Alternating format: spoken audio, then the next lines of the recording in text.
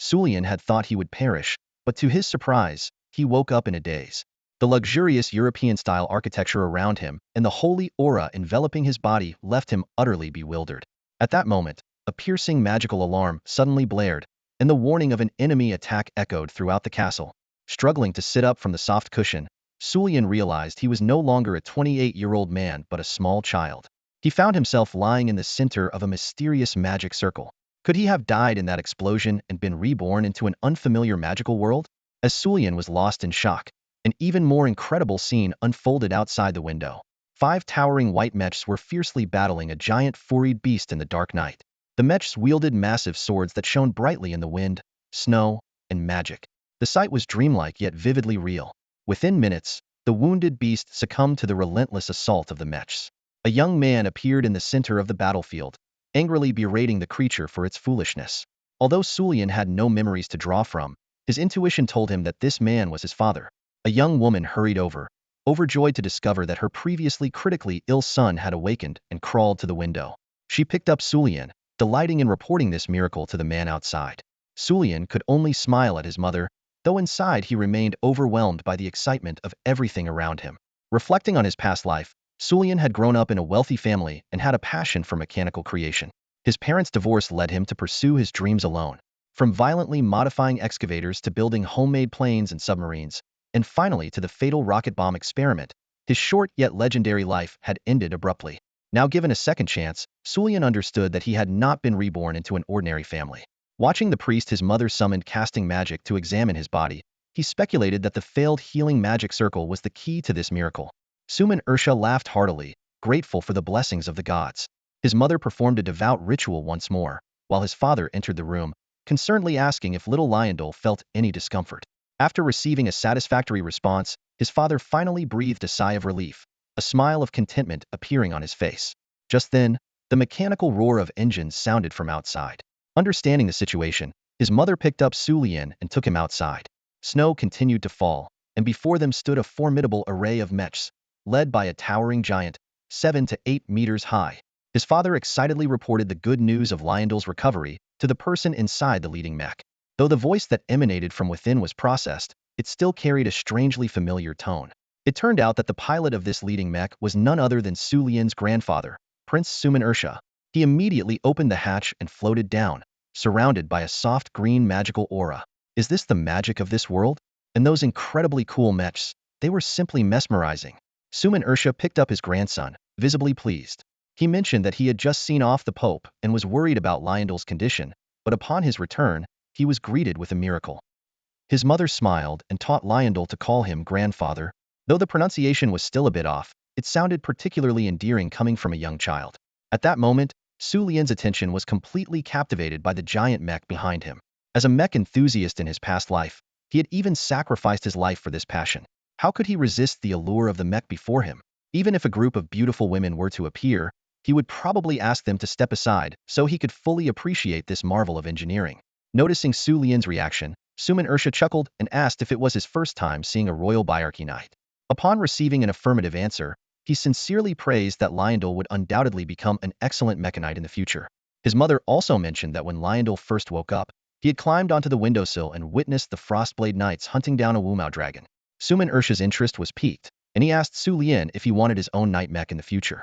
This was an irresistible temptation for any man, let alone a mech enthusiast. Sulian nodded firmly, secretly resolving to pilot his own mech someday, not just an ordinary military model, but something far more ambitious. His noble royal bloodline undoubtedly gave him the qualification for such aspirations. The gnome race initially created the formidable Dalida, which shocked nations and was eventually emulated by humans, who called them knights. Those who piloted them were known as mechanites. With technological advancements, various versions of Dalida were developed, reaching up to 9 levels, piloted by both battle chi warriors and magicians.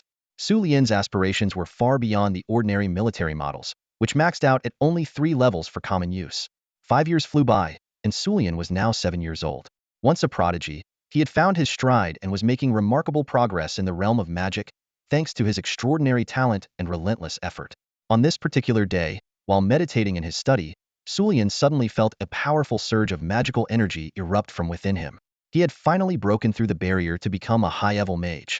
Unfortunately, His father and grandfather were away on business and weren't home to share in his triumph. But that was fine. He planned to surprise them at dinner, and he was sure they would be astonished by his breakthrough. Uncle Ryan, accompany me to the city, Sulian called out. Their estate was located in the countryside, not in the city. To the city? Are you serious, little Sulian?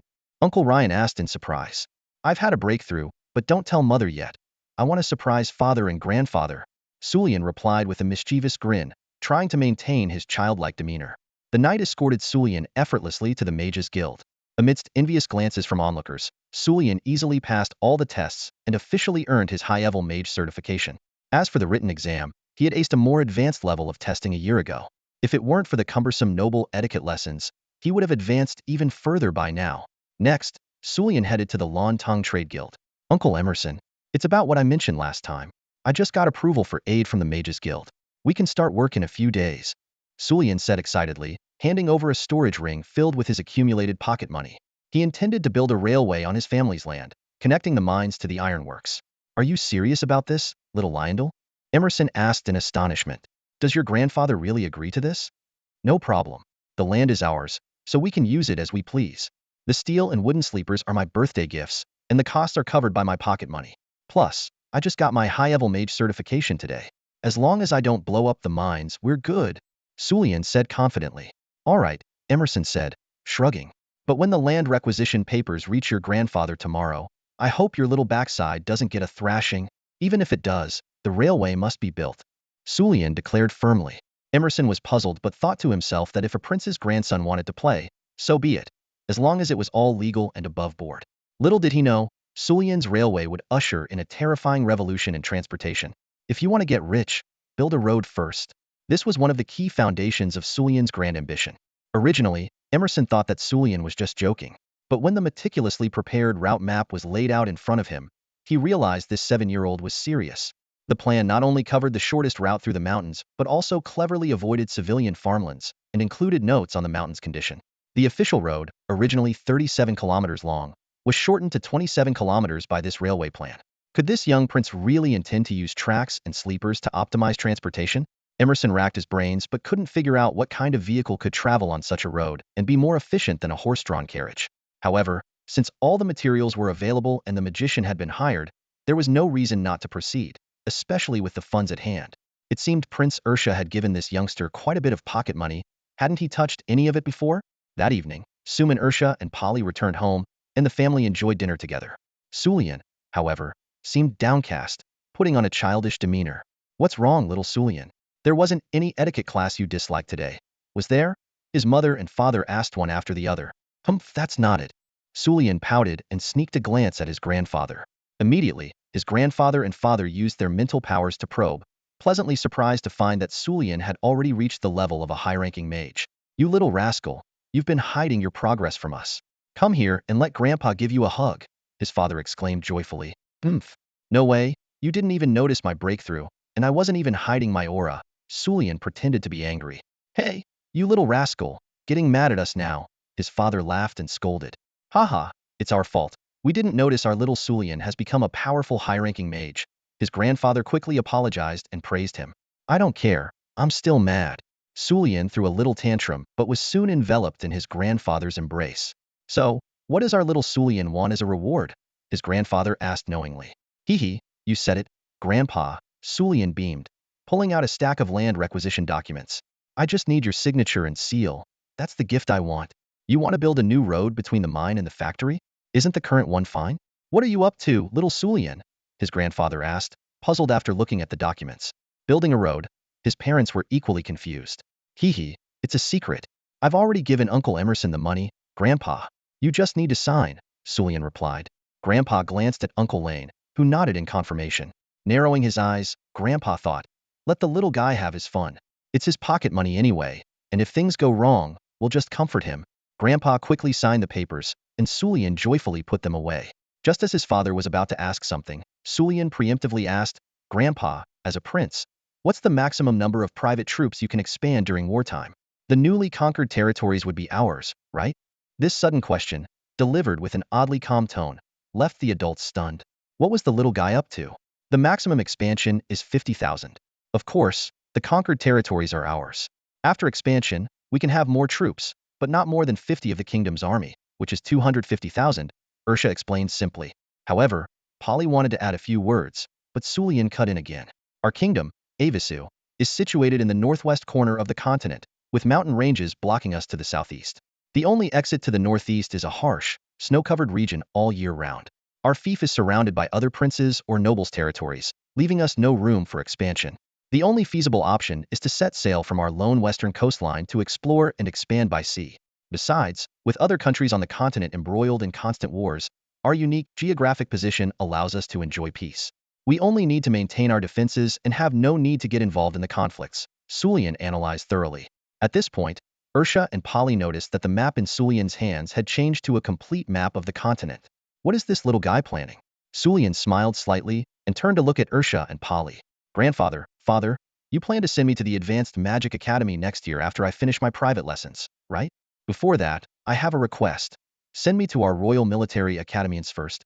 Ursha, Polly, and even his mother and Uncle Lane were all shocked.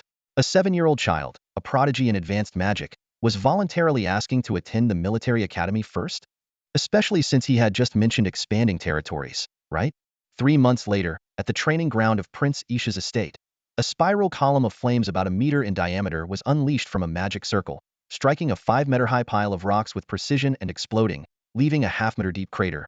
The spellcaster was none other than Sulian, who, despite executing this high-level spell, was not particularly satisfied. TSK. A high-level spell at full chant, and it's just this, Sulian muttered to himself. Even though I love mechs, I have to admit, modular, specialized, and integrated warfare is the optimal solution. I've been reborn with power and influence. I must seize this opportunity and achieve something great. Sulian clenched his fist, eyes burning with a passion for magical machinery and the fervor of impending war. However, there were pressing matters at hand. The railroad should be completed today, right? With the help of earth mages, the progress must be swift. Uncle Ryan, let's head to the vehicle factory. Bring your knights and 5 Frostblade Knights to help transport some items, Sulian ordered. The Frostblade Knights were an essential defensive force for the estate, with only 20 units available. Mobilizing 5 at once was already pushing the limits for the 7-year-old Sulian. Soon, under Uncle Ryan's command, 5 military-grade, 5 maternal, 3rd-level mechs assembled. Sulian looked up in awe, thinking, so cool. Though using them for war might be wasteful, their presence is always exhilarating. Lord Lyondell, the team is assembled. Please give the order. The squad leader saluted as he opened the hatch. Let's go. Follow me to transport the items, Sulian commanded immediately. The team exchanged puzzled looks, wondering why they were using such war machines just to move things. By the way, what you see today, and the items you move, must not be disclosed to anyone. Understood? Sulian's tone was stern. Yes, sir. They responded in unison. 2 hours later, the Frostblade Knights carried a locomotive and carriages covered with black cloth to a railroad track in a dense forest. Isha and Polly had been waiting for a while, having set up an anti-detection magic barrier. Little Sulian, is this the project you started planning 2 years ago and have finally completed? Isha asked as he looked at the carriage, now uncovered, with its specially made iron wheels. He immediately grasped the significance. Yes, Sulian nodded. Be careful not to tilt the carriages. Following his instructions, the Frostblade Knights carefully placed the carriages onto the tracks. Isha and Polly watched with increasing seriousness. Did anyone see you other than the people from the vehicle factory? Isha inquired. No, the wheels were custom-made and attached en route, Sulian replied with a smile. Good, Isha nodded. While Polly turned to the Frostblade Knights and commanded, what you witnessed today must not be revealed until it is officially announced. Understood. Lord Lyondell already instructed us, the squad leader replied solemnly. Little Sulian, do you understand what this railroad and magical vehicle signify? Isha asked gravely. Roughly, it's a transportation revolution, Sulian replied with a proud smile. High capacity, dedicated routes, minimal manpower and integrated system for highly efficient transportation. One train can carry far more than a caravan and directly reach its destination, maximizing efficiency. The key is a high-power magical element core. Revolution? Everyone gasped in shock. Who would have thought that a mere 7-year-old child could initiate such an earth-shattering change? Very well, Ursha said solemnly, next year. I will personally send you to the Ain's military academy. He understood that logistics and transportation are the backbone of the military, and with such a genius grandson, he must be nurtured properly. Railway. Magic train. Polly inquired about these revolutionary inventions. Yes, let's call them the railway and the magic train, Sulian replied with a smile. Although they were inspired by his previous life, The names needed a bit of a twist, as these were powered by magic, unlike steam trains.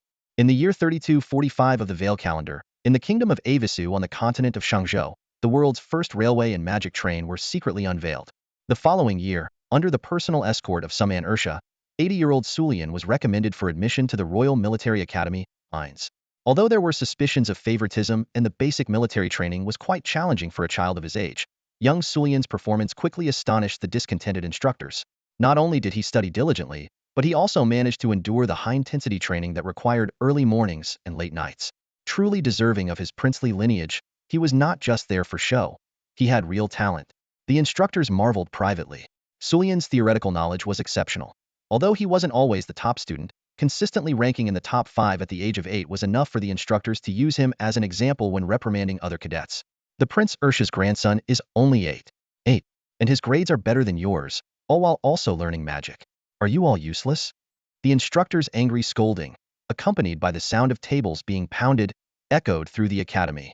Sulian, however, chuckled to himself, thinking, this training and coursework? It's not even as tough as my high school schedule. 2 years flew by, and Sulian completed all the basic courses at Hines. The remaining coursework had to be combined with practical command, and at 10 years old, he was not yet eligible for actual military authority. However, thanks to his royal status, he would gain command of 1,000 troops at the age of 14 upon entering the national military. But that also meant he couldn't return to his grandfather's fief. Sulian didn't mind. He never intended to rush into power. During his 2 years at the academy, he took advantage of the military training to also practice dochi, and he was now a mid-level warrior with immense strength. Although his dochi talent wasn't as strong as his magic, reaching mid-level in 2 years was still a commendable achievement. Mechs could break, and magic could be exhausted. Having an extra skill like dochi was an additional lifeline. Sulian understood the law of the strong. He had high ambitions and knew that without real skills, he might fall victim to an assassination one day. After 2 years of hard study, the graduation ceremony finally arrived. While the chief instructor gave a long-winded speech on stage, Sulian was nearly dozing off. As soon as the ceremony ended, he hurried to complete the formalities. If you wish, you can take your graduation certificate to the military department for a job. You're also a reservist, so you can make some requests, the staff said routinely. Please hide my mage rank, Sulian said with a smile. Hide your rank? That could affect your admission to the Advanced Magic Academy, the staff reminded him. No worries, I'm still young. There's no rush, Sulian replied calmly. After finishing the paperwork, Sulian prepared to return to his dorm to pack. In the hallway, he ran into the Earl's son, Walker Halamos. Little Lyander, why aren't you going to the farewell party? There will be a feast and fine wine today, Walker said enthusiastically. Go enjoy yourself, Walker, Sulian replied with a smile. At that moment, Sulian noticed 3 carriages arriving on the training ground, bearing the flag of the Kingdom of Yaminik. Are those students here to avoid the war? They're probably worried about crossing the Hidaliu Mountains after winter sets in, Sulian analyzed. Exactly, judging by this scene, things aren't looking good for Yaminik, Walker agreed. Sulian's gaze was drawn to a little girl with black hair on one of the carriages. In Avisu, where brown and blonde hair predominated, black hair was a rare sight. Hee, Sulian, got your eyes on someone? Want to go ask her name? Walker teased. No need for that, Sulian shook his head. After all, the troops I command will eventually conquer her country. What? Walker was stunned. Let's go, brother Walker. Hope you have fun at your farewell party, Sulian said with a smile, patting Walker's arm. As Sulian walked away, Walker couldn't help but think to himself, in this batch of cadets, it seems that only this 10-year-old kid is truly interesting. After 3 days of arduous travel, Sulian and his group finally returned to the fiefdom of Prince Isha. Passing through numerous checkpoints and seeing familiar sights, a sense of homecoming washed over them. Along the way, they saw workers laying down railway tracks, while accompanying mages meditated and rested nearby. Their practiced movements indicated their extensive experience, clearly marking them as seasoned workers of over a year. When does grandfather plan to make this public or report it to the king? Sulian asked. No rush. The fiefdom is autonomous. Although there have been rumors, outsiders just think we're building some strange road, Uncle Lion replied with a laugh. The railways we've built so far are all dead ends, always leaving the finishing touches undone to maintain secrecy. Outsiders see these incomplete tracks and just assume the prince is being whimsical. Upon returning home, Sulian was warmly welcomed by his grandfather and parents. A lavish dinner had been prepared specifically to celebrate his return from his studies. Little Sulian, I've missed you so much. Let me see if you've grown taller, Isha said cheerfully. I'm not a dwarf, of course I've grown, Sulian replied with a smile. Maybe your body has grown, but has your mind matured? Poli said somewhat sternly. Of course it has, Sulian answered. His mother, Iwei, looked a bit downcast. As a mother, she didn't approve of her son joining the military at such a young age. Sensing the mood, Sulian quickly changed the subject. Let's eat. I'm starving. It's been so long since I've had a big meal. Ein's Academy probably didn't have much good food, so we've prepared your favorite dishes. Eat as much as you want. Isha laughed. Really? That's awesome. Sulian cheered. As they sat down, a baby's cry was heard, and his mother instinctively got up. Sulian paused, then realized what was happening. You rascal, we wanted to surprise you, but now I have to tell you ahead of time, Polly said, feigning irritation. I have a sibling now? Yes, you were away at Ein's for a year, so your parents had another child to keep them company. Isha laughed, clearly delighted with the new grandchild. Is it a brother or a sister? Sulian asked eagerly. It's a sister, Ai said as she walked in with the baby, who quieted down in her arms. Let me see. Sulian moved closer. What's her name? Suman Saivaya. Ai replied softly. Sulian played with his sister, who curiously observed her brother. She's so cute. I suggest you have another one. Sulian joked. You think it's that easy? Polly laughed and scolded. Sulian stuck out his tongue, thinking that having a sister to keep his parents company was a good thing. After all, he wouldn't be staying home much, always ready to expand their territories. After the feast, Isha dismissed the servants, leaving only Polly, Ai with the baby, and Uncle Lion in the dining room, indicating they had serious matters to discuss. The main railway lines to the mining area, heavy industry zone, and the port are already late. They can be operational within a month, Isha summarized, casting a spell to prevent eavesdropping. The secret magic vehicles are ready, and with 3 more months, we can start preliminary operations. The steel and low-level magical element power cores we've ordered from overseas can be shipped to the port at any time. Kid, we've prepared everything based on your ideas. But you need to understand, our finances are starting to run a deficit. We can't hide this for long, as we're essentially buying war supplies, Polly stated bluntly. Can those items stay with the sellers for a bit longer? Sulian asked. 1 or 2 years is fine. We've already paid a large deposit. But in special circumstances, it might be difficult. It's best to bring them in and settle the balance as soon as possible, Isha replied. Then there's no rush. We're just aiming to be the trailblazers, to strengthen the entire kingdom. Sulian smiled. We understand. They all agreed. If things go as you envision, our nation could amass great strength and even expand our territory significantly. But the key is whether your plan is feasible. Polly remained cautious. Father, it's not just about my vision. The sheer power of the railway to mobilize resources and personnel is enough to give us a significant advantage. Didn't you and Grandpa decide to take this gamble because you saw the railway's potential? Sulian retorted. Little Sulian, sometimes I feel like you're not a 10-year-old, Ursha sighed. Those who achieve great things are often extraordinary from a young age, Sulian said with a smile, taking out a few perfect test papers from Ein's. Ursha was taken aback. It turned out that Sulian's consistent top 5 performance, occasionally taking the first spot, was entirely intentional. With his talent and effort, how could he not surpass those who were merely seeking to gild their resumes? Kid, stealing school test papers is a serious offense, Ursha said with a laugh, confiscating the test papers. Sulian shrugged and smiled innocently, indicating he had done no such thing. The following year, Sulian enrolled in a specialized academy known as the Knight Research Academy, which focused on constructing knights for the kingdom of Avisu, including the currently serving Frostblade Knights. Although mastering the craft in a year was challenging, understanding the entire process, key technologies, and design concepts was more than achievable. Coupled with Sulian's previous life as a PhD in mechanical engineering and automation, along with various advanced theories, a year was more than enough.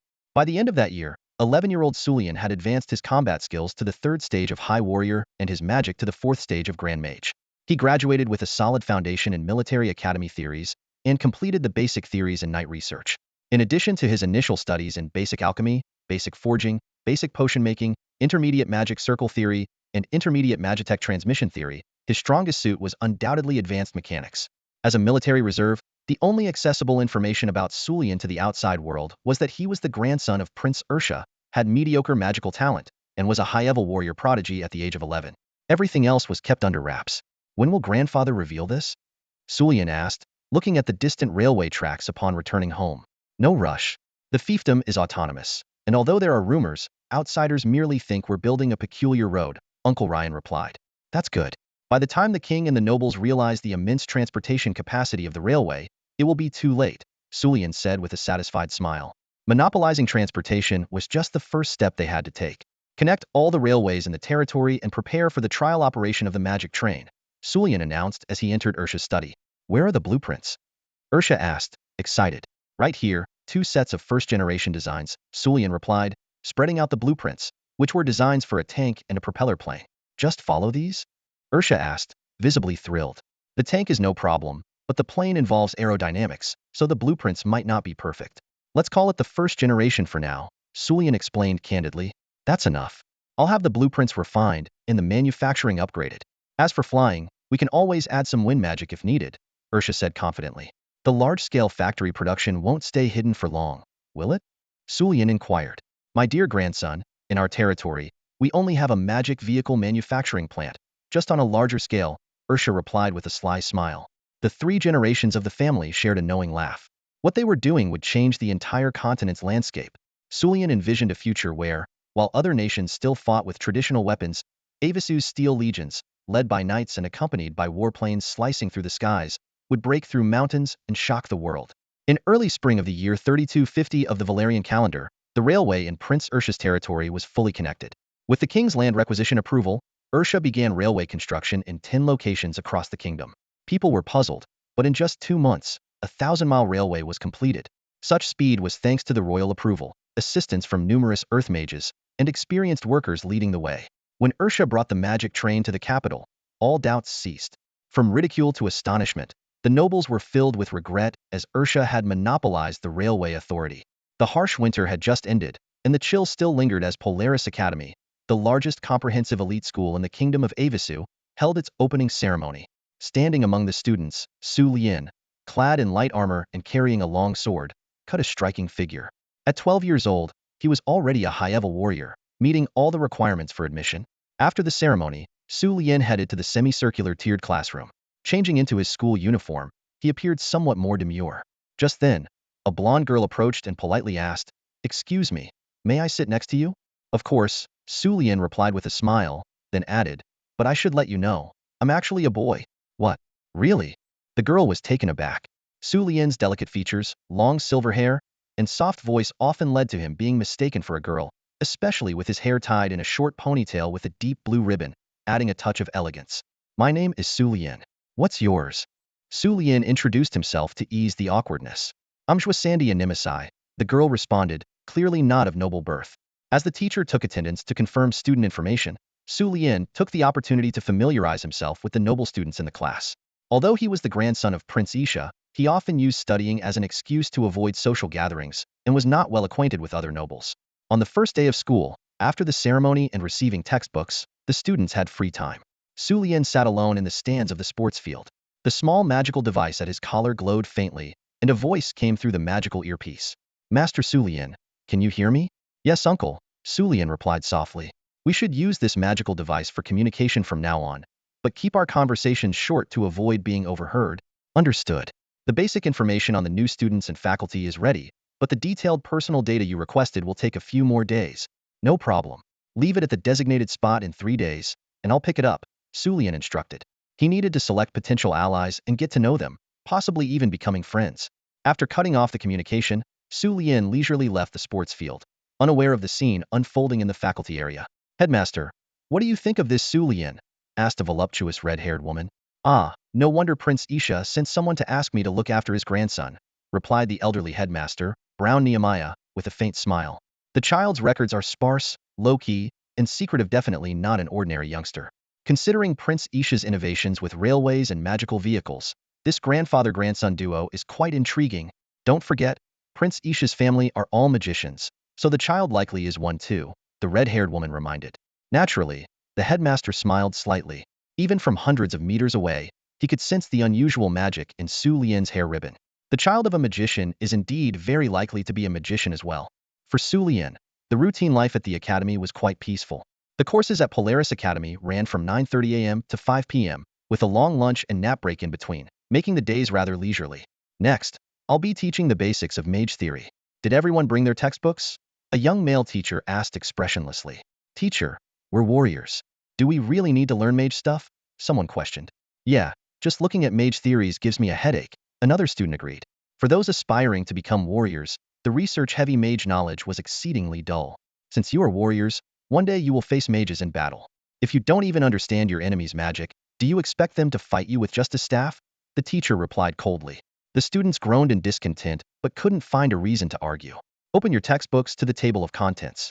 I'll first take you through what we'll be learning this semester, the teacher continued. Mr. J, I used to want to be a mage and studied these before. Here are my test scores from back then. Can I apply to study on my own? Su Lian raised his hand and handed over a yellowed score sheet. The teacher scrutinized it and suddenly realized it was from the year 3243, when Su Lian was only 5 years old. Is there a problem? Su Lian asked, secretly worried the teacher might notice the name had been magically altered by his grandfather. All right, you can study this on your own, but if you fail the final exam, you'll have to retake it during the holidays, Jay said without further questioning, handing back the score sheet to Su Lian. He then turned to the other students. Anyone else like Su Lian who has passed the beginner mage test? Show me your scores, and you can also study on your own. Same deal for the final. Do barely passing scores count? Someone asked tentatively. Are you sure you remember it? Only scores above average qualify, Jay decisively rejected. The student groaned in frustration and reluctantly put down their hand. Su Lian politely excused himself and left the room gracefully, under the envious gazes of his classmates. Let's see how you handle the intermediate and advanced mage theory courses next semester, someone muttered enviously. If Su Lian had heard, he would have responded with a polite but cold smile. Intermediate? Advanced? His grandfather was a grand mage. How could he possibly fail such exams? Zhuo watched Su Lian's retreating figure with curiosity. Su Lian didn't seem to be a noble, but how could an ordinary person have learned mage knowledge before enrolling? Could he be from a merchant family? Back in his dorm, Su Lian took out a thick textbook on night modifications from his magic ring. Although he hadn't continued his studies at the Night Research Institute, he had taken a copy of all the major books. While the world's magic was fascinating and enchanting, what captivated him the most was mechs. Once the railway transportation turned a profit, he was determined to buy top-notch materials and build a custom mech. Who cares about cost-effectiveness? It's all about looking cool. Besides, in terms of single-unit combat capability, a fully formed night mech was absolutely terrifying. Otherwise, it wouldn't have revolutionized warfare. Learning what he needed to was essential, Su Lian thought, diving back into his sea of knowledge. He wasn't very interested in other subjects, but mechs were a man's romance. How could a man who could stand and watch an excavator at work for half a day refuse a towering, mighty mech? Thus, Su Lian found various reasons to switch all his magic-related courses to self-study. Though it made him stand out a bit, it also earned him plenty of free time. Such high-profile behavior is only temporary. Over time, a classmate who often skips classes and doesn't interact with others naturally gets forgotten. Su Lian only communicates with people he considers valuable, disregarding the rest. Before long, he became invisible in the class. In the blink of an eye, nearly half of the semester flew by. Today marks your first field training exercise, which will last for 5 days.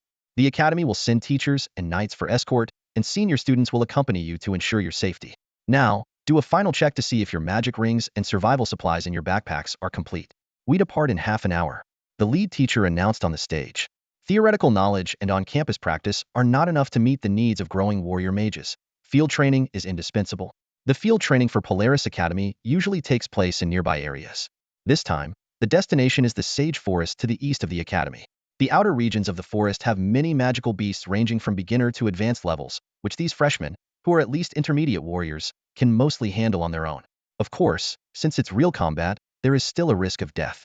Therefore, the academy is extremely cautious, sending not only teachers and knights, but also senior students for protection. At this moment, however, Su Lian's attention was entirely captured by 5 6-meturtle mechs. Wow, the retired and modified version of the Frostblade Knight.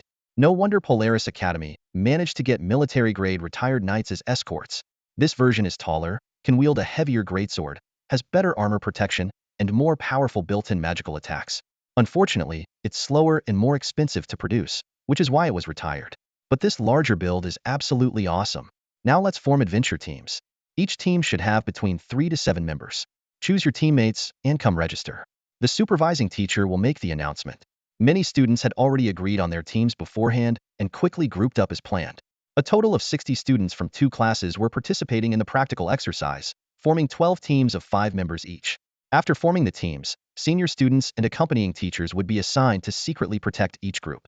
Su Lian wasn't too concerned and planned to pick up any stragglers to complete his team. Within half a minute, most teams were finalized, leaving the more introverted students without a group.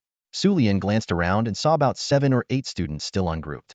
Lian, would you like to team up with us? Zhuo asked cautiously. Sure, you can just call me Su Lian, Su Lian replied with a slight smile. Great. Lian, your name is really unique. Sangdi breathed a sigh of relief. Having a high-level warrior on the team was a big relief for this intermediate mage. Can I join you guys? Another slightly nervous voice chimed in. Welcome. Su Lian nodded readily. That makes 3 of us now. Sangdi exclaimed joyfully. The newcomer was their classmate, Rex Blau, who was also introverted and came from a merchant family. This high-level mage specialized in fire magic, with intermediate skills in earth magic and basic skills in wind magic. I'll take the front line. Rex can handle magic attacks, and Sangdi can provide healing support. It's a perfect setup, Su Lian said. The remaining ungrouped student was taken in by a noble team, clearly as an attendant, essentially a servant. Lian, don't you have a magic ring? Why do you still have 2 swords strapped to your back? Sangdi asked curiously. The school-issued storage rings had a capacity of about half a cubic meter, and combined with Su Lian's own large capacity ring, there was no real need to carry swords on his back. The swords can protect my back and block sneak attacks, Su Lian explained casually. I see. No wonder warriors like to strap spare weapons to their backs. Sangdi realized. Su Lian smiled slightly. He wouldn't mention that he was actually more skilled with dual swords, and that one of them was his specially crafted magic sword. All group teams, come over. The supervising teacher called out. Oh no, we haven't picked a leader yet. Sangdi panicked. Usually, the leader was responsible for liaising with the teacher. How about Rex? A mage would be better at communication than a warrior like me. Su Lian immediately declined. Okay. Rex reluctantly agreed, not wanting the responsibility but unable to refuse. Sangdi was puzzled. Su Lian had always seemed like a natural leader to her, so why was he so quick to step back? Su Lian's approach at the academy was simple. Focus on learning and keep a low profile. Rex led the 2 of them to the teacher to collect special magic items for emergency contact and verification of hunting trophies. They also received an extra specially made distress scroll in case the magic items failed. Next, they had to deal with the assignment of a supervising teacher or a senior student as a protector. Since they had fewer members, they weren't eligible to have a teacher to themselves. The remaining option was a peculiar guy with a large backpack and glasses. He didn't seem fit for combat, clearly a research type. It was rare for him to join a protection task, probably to earn practical credits by taking on a lower-year protection task. This was a great chance to build a connection. Too bad the team leader role had been passed on. Wait, was that Senior Xiaoxi? Senior Xiaoxi, you're here too? That's a surprise. Su Lian greeted warmly, acting as if they were old friends. Casper Joshi, a senior alchemy student in the magic department, was precisely the kind of skilled individual Su Lian wanted to connect with. Ah, hello, Junior Su, Casper said, pausing as he remembered their brief encounter in the library. Su, is this someone you know? Rex quickly asked, hoping for some support. Su Lian felt a sense of pride. He had been waiting for this moment. With a small team and few strong seniors willing to join due to low credits, Rex, as the team leader, was most concerned about the allocation of guardians. Having an acquaintance meant they could apply directly.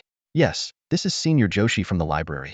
He's an excellent alchemist and can make all sorts of magical tools, Su Lian introduced. That's fantastic. Senior Joshi, could you be our group's guardian? Rex eagerly requested. As an alchemist, a senior student was at least an advanced mage, and if they were lucky, he might even be an archmage or a mage lord. I'm not as impressive as Junior Su makes me out to be. I just recently advanced to an archmage, Casper said, scratching his head in embarrassment. That's already very strong. Rex exclaimed with delight.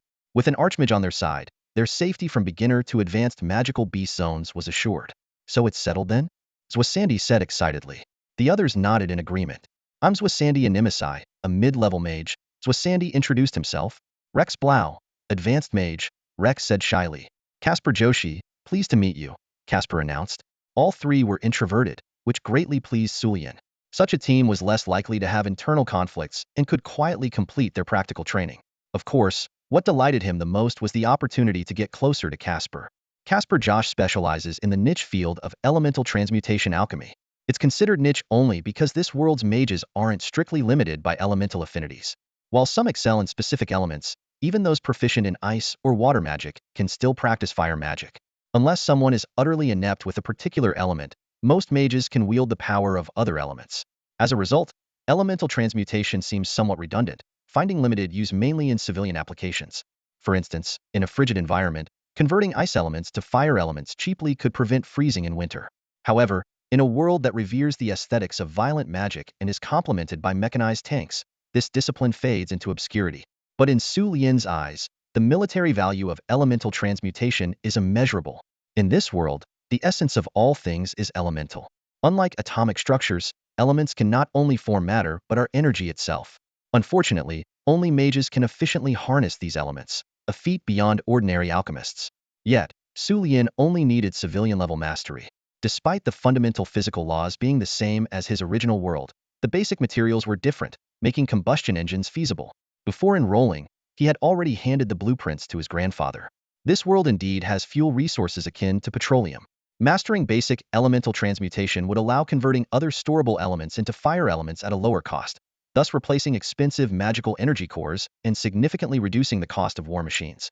To others, it may seem like obscure civilian alchemy, but to Su Lian, it was clearly military research. Talents like Casper are indispensable. The Saji forest spans hundreds of miles, with rumors of 8th-tier magical beasts, possibly dragons, lurking in its depths. Unfortunately, we can only operate on the outskirts. Otherwise, with my skills, hunting a 4th-tier magical beast would be a piece of cake. Connie Alfred boasted.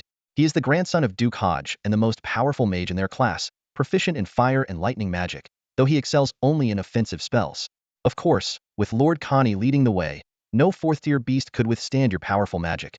A student from a middle-class family immediately fawned. During last year's family trials, I easily took down 2 4th-tier beasts. There's nothing to fear, Connie said, puffing out his chest. That's amazing. Which 2 4th-tier beasts did you slay, Lord Connie? 2 pretty girls asked, starry-eyed. Just a Kara's earth dragon and a Yalu black bear, nothing impressive.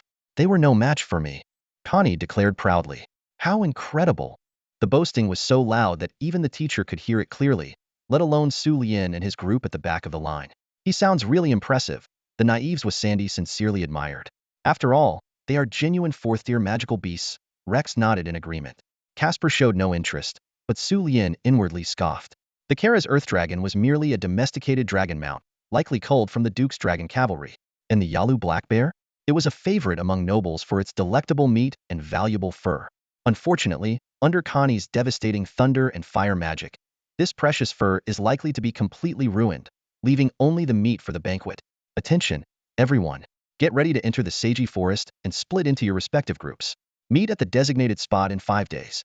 Your hunting results will impact your grades, so be careful and use your magical tools for help if needed. The leading teacher announced loudly. The students responded eagerly. This was their first real combat exercise, after all. This time, my group will take first place, no objections, right? Connie shouted confidently. Haha, who would dare object? And who could?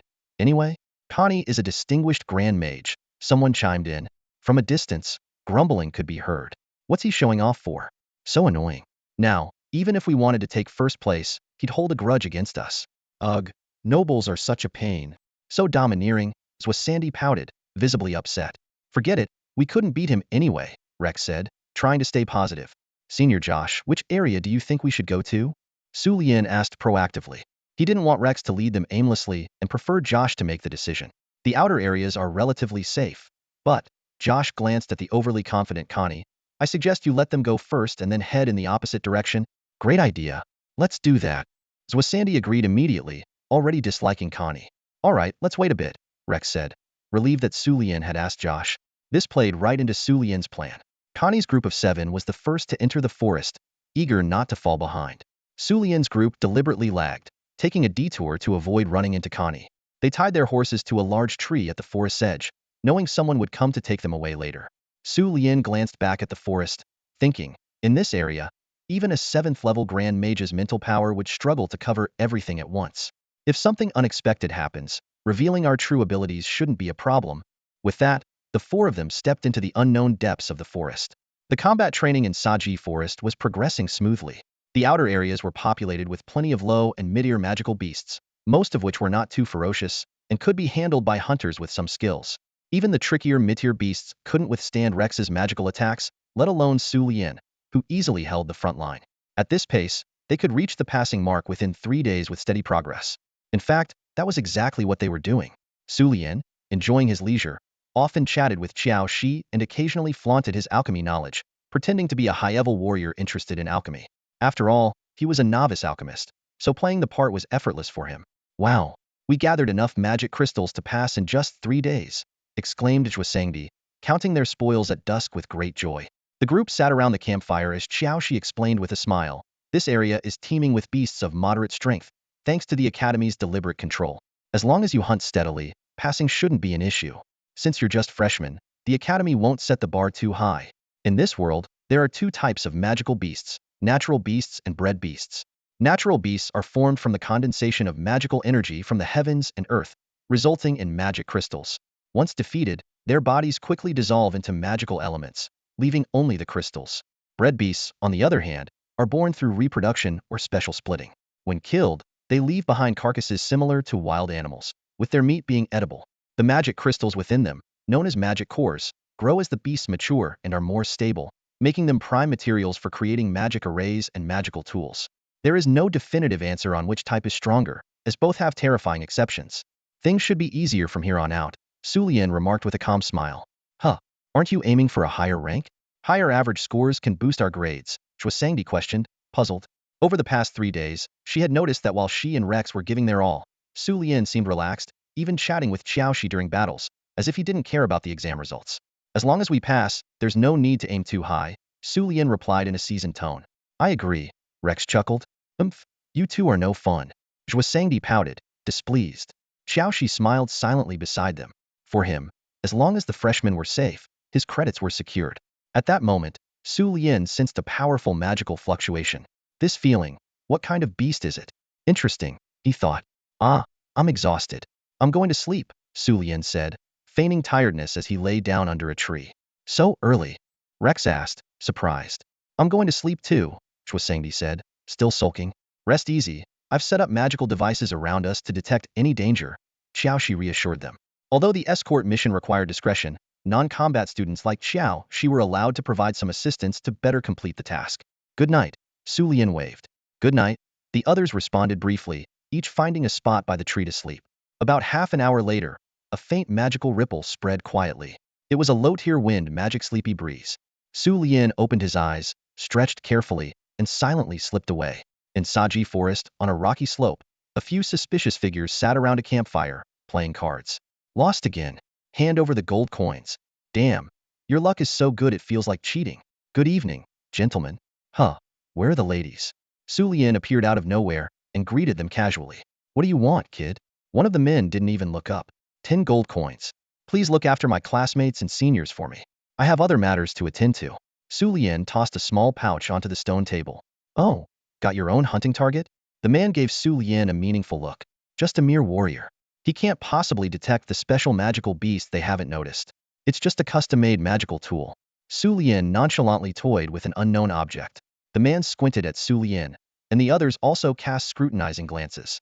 Is this kid a noble or a merchant's son? He doesn't look like either. Deal. Go ahead. But if your teacher finds out and deducts your credits, don't blame us. The man agreed decisively, splitting the gold coins evenly. Thanks a lot. Su Lian drew his dual swords, a long sword in his right hand and a short sword in his left, assuming a combat stance. In the next second, he dashed into the dense forest like an arrow released from a bow. Interesting kid. The man chuckled. That kind of spirit doesn't look like it comes from a pampered young master. Who cares, as long as he doesn't threaten our young master? He can burn down the forest for all I care. Exactly, and now we've got some money. Let's continue our card game. They quickly forgot about Su Lian, only sparing a little attention to ensure the safety of Shuasangdi and his group. Under the uneven glow of the moon and starlight, a figure darted rapidly through the Saji forest. Su Lian's heart raced with excitement. His intuition had been spot on. A fifth-tier magical beast, the black gale tiger. This was the ultimate material that summoning magicians dreamt of. Even if he couldn't tame it, the magical core and materials from killing it were invaluable. Especially its magical core perfect for creating dark puppets. Any magician proficient in both summoning and puppet magic would covet it. He had once seen a third-tier black gale tiger at the magical beast market and completed an important experiment that validated his theory. Unfortunately, fifth-tier magical cores were always in short supply, and even Ursha couldn't procure one in time. Now, seeing one with his own eyes, Su Lian couldn't let this opportunity slip away. Fifth-tier black gale tiger. Here I come. Transforming into a silver streak of light, he charged at the 5-meter-long beast. Combat skill Silver Moon Slash. His twin swords flashed like lightning, aiming for the tiger's waist. Roar. The black gale tiger howled in pain, its glowing eyes filled with rage and surprise. How dare a mere third-tier high warrior ambush a fifth-tier beast? With a furious roar, it pounced at Su Lian. He swiftly dodged and marveled at its resilience. As expected of a fifth-tier beast, even a successful surprise attack only left a wound on its waist, barely affecting its movement. If I hadn't been prepared, I might not have dodged that counterattack. In an instant, Su Lian began chanting a series of enhancement spells. Intermediate Enhancement Magic Swift Leopard. Intermediate Enhancement Magic Iron Armor. Intermediate Enhancement Magic Brute Strength. Intermediate Enhancement Magic Physical Boost. Intermediate Enhancement Magic Perception Increase. Within seconds, as a 5th-tier mage, Su Lian cast 5 intermediate-level enhancement spells without incantations. Dodging another pounce from the Black Gale Tiger, he struck at its side. Combat Skill Swift Blade Spiral. With a burst of energy, he spun and crossed his twin swords, aiming for the tiger's right front paw. Blood spurted, revealing a gruesome wound nearly to the bone. Tisk! Su Lian pulled back, slightly dissatisfied. A 5th-tier beast is truly formidable. Even with enhancement magic, I couldn't sever its paw in one strike. But this will do. Crippling one limb of a quadrupedal beast will significantly hinder its mobility, and its physical attacks will be less effective. However, Su Lian knew this was just the beginning. The Black Gale Tiger, adept in both dark and wind magic, was bound to unleash a terrifying magical attack. Roar! The beast's fury erupted, and its dual-element magic surged violently. Hey, big kitty, don't make too much noise, or my archmage teacher might notice, Su Lian sneered. Confident in his ability to handle the injured 5th-tier beast, his only concern was attracting unwanted attention. Let's finish this. With renewed determination, Su Lian charged again. 3 minutes later, amidst the chaos, the Black Gale Tiger lay in a pool of blood, barely alive. Aside from its right hind paw, all its limbs were severely injured, and its repeated use of innate magic had drained its magical energy significantly. The destructive power of a 5th-tier spell is truly terrifying. Fortunately, the Black Gale Magic Tiger's innate abilities are mostly single-target attacks. Though powerful, their range is limited. Otherwise, it would be nearly impossible to conceal such a disturbance. Su Lian leapt onto the twitching corpse of the magic tiger and plunged his sword into its chest, shredding its heart. The magic cores of magical beasts are either in their heads or hearts. For the Black Gale Magic Tiger, it's the latter, making it Su Lian's primary target. Mana Control Extract. With a low chant from Su Lian, an irregular, glowing diamond-shaped magic core appeared before him. A complete magic core from a 5th-tier Black Gale Magic Tiger, truly satisfying. It was indeed a wise decision to take on various hunting missions with Uncle Ryan before enrolling and to challenge 6th-tier magical beasts in the territory's beast arena. Although this wasn't the first time Su Lian had hunted a 5th-tier magical beast alone, achieving it entirely on his own under Uncle Ryan's protection was a significant accomplishment. Su Lian felt genuine joy, especially since he managed it without using magic above the 3rd tier, truly worth celebrating. Su Lian surveyed the surroundings and found no other high-tier magical beasts drawn by the battle. His teacher, who exuded the aura of a grand magus, remained safely in place. It seemed there was no need to worry. After all, this was deep within the forest, far from the outskirts. Even if his teacher sensed the battle's fluctuations, he wouldn't come over just because of Su Lian's high-tier warrior aura. Moreover, Black Gale Magic Tigers often hunt and fight at night in non-outskirt areas, so this battle would likely be quickly overlooked. Su Lian felt a sense of relief. He'd managed to hide the truth and achieve his goal time to head back. Looking down at the massive carcass, Su Lian thought it would be a waste to leave such a treasure behind. But his magic ring didn't have enough space to store a 5-meter-long beast. It was quite a dilemma. With no other choice, Su Lian extended his hand, channeling his mana. Wind Element, Basic Spell Seal Scent. Ice Element, Intermediate Spell Freeze. Earth Element, Intermediate Spell Earth Fissure. First, he sealed the scent of blood from the corpse, then used freezing magic to prevent decay, and finally buried it 5 meters deep using Earth Fissure magic. Such freezing and digging for such a large creature consumed mana equivalent to mid-year spells. That should do it. I'll have Uncle Ryan retrieve it later, Su Lian said, satisfied, clapping his hands. Water Element, Intermediate Spell Cleanse. He cast a spell to wash away the blood and stench from his body before quietly leaving. However, when Su Lian left, he did not notice the faint, dangerous magical fluctuations emanating from the depths of the Saji forest. The magic was so subtle that even the Grand Mage couldn't detect it. The next day, they continued their hunting activities as usual but noticed something strange. Both natural and breeding magical beasts seemed to have increased in number. Breeding beasts typically have strong territorial instincts, so it was unusual to see multiple individuals in the same area. Strange, Su Lian thought as he stood on a tree branch, gazing into the depths of Saji forest. He could faintly feel an unsettling magical disturbance. If something was truly amiss, my Grand Mage mentor should have sensed it and ordered a retreat by now. Anything unusual? Zwashindi called out from below. Nothing much. No beasts around for now, Su Lian replied, jumping down from the tree and accidentally stepping into a puddle of blood, splashing mud around.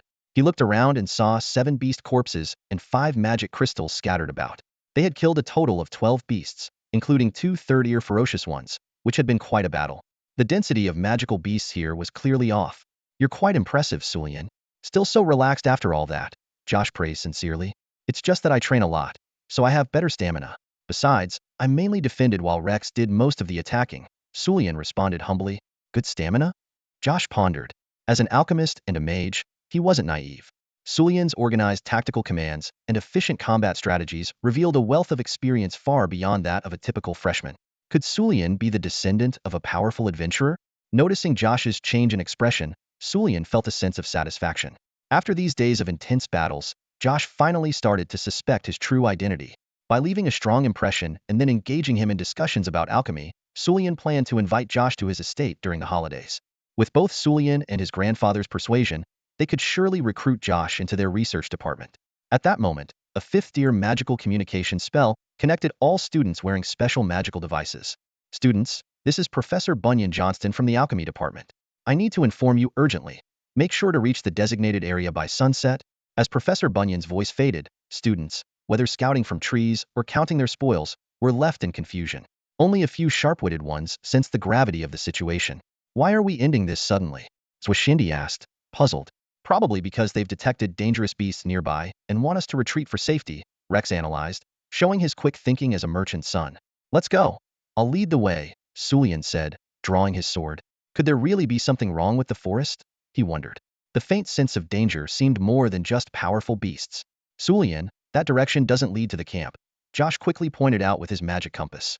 Swashindi and Rex looked at Sulian curiously. The area we chose is far from the rendezvous point.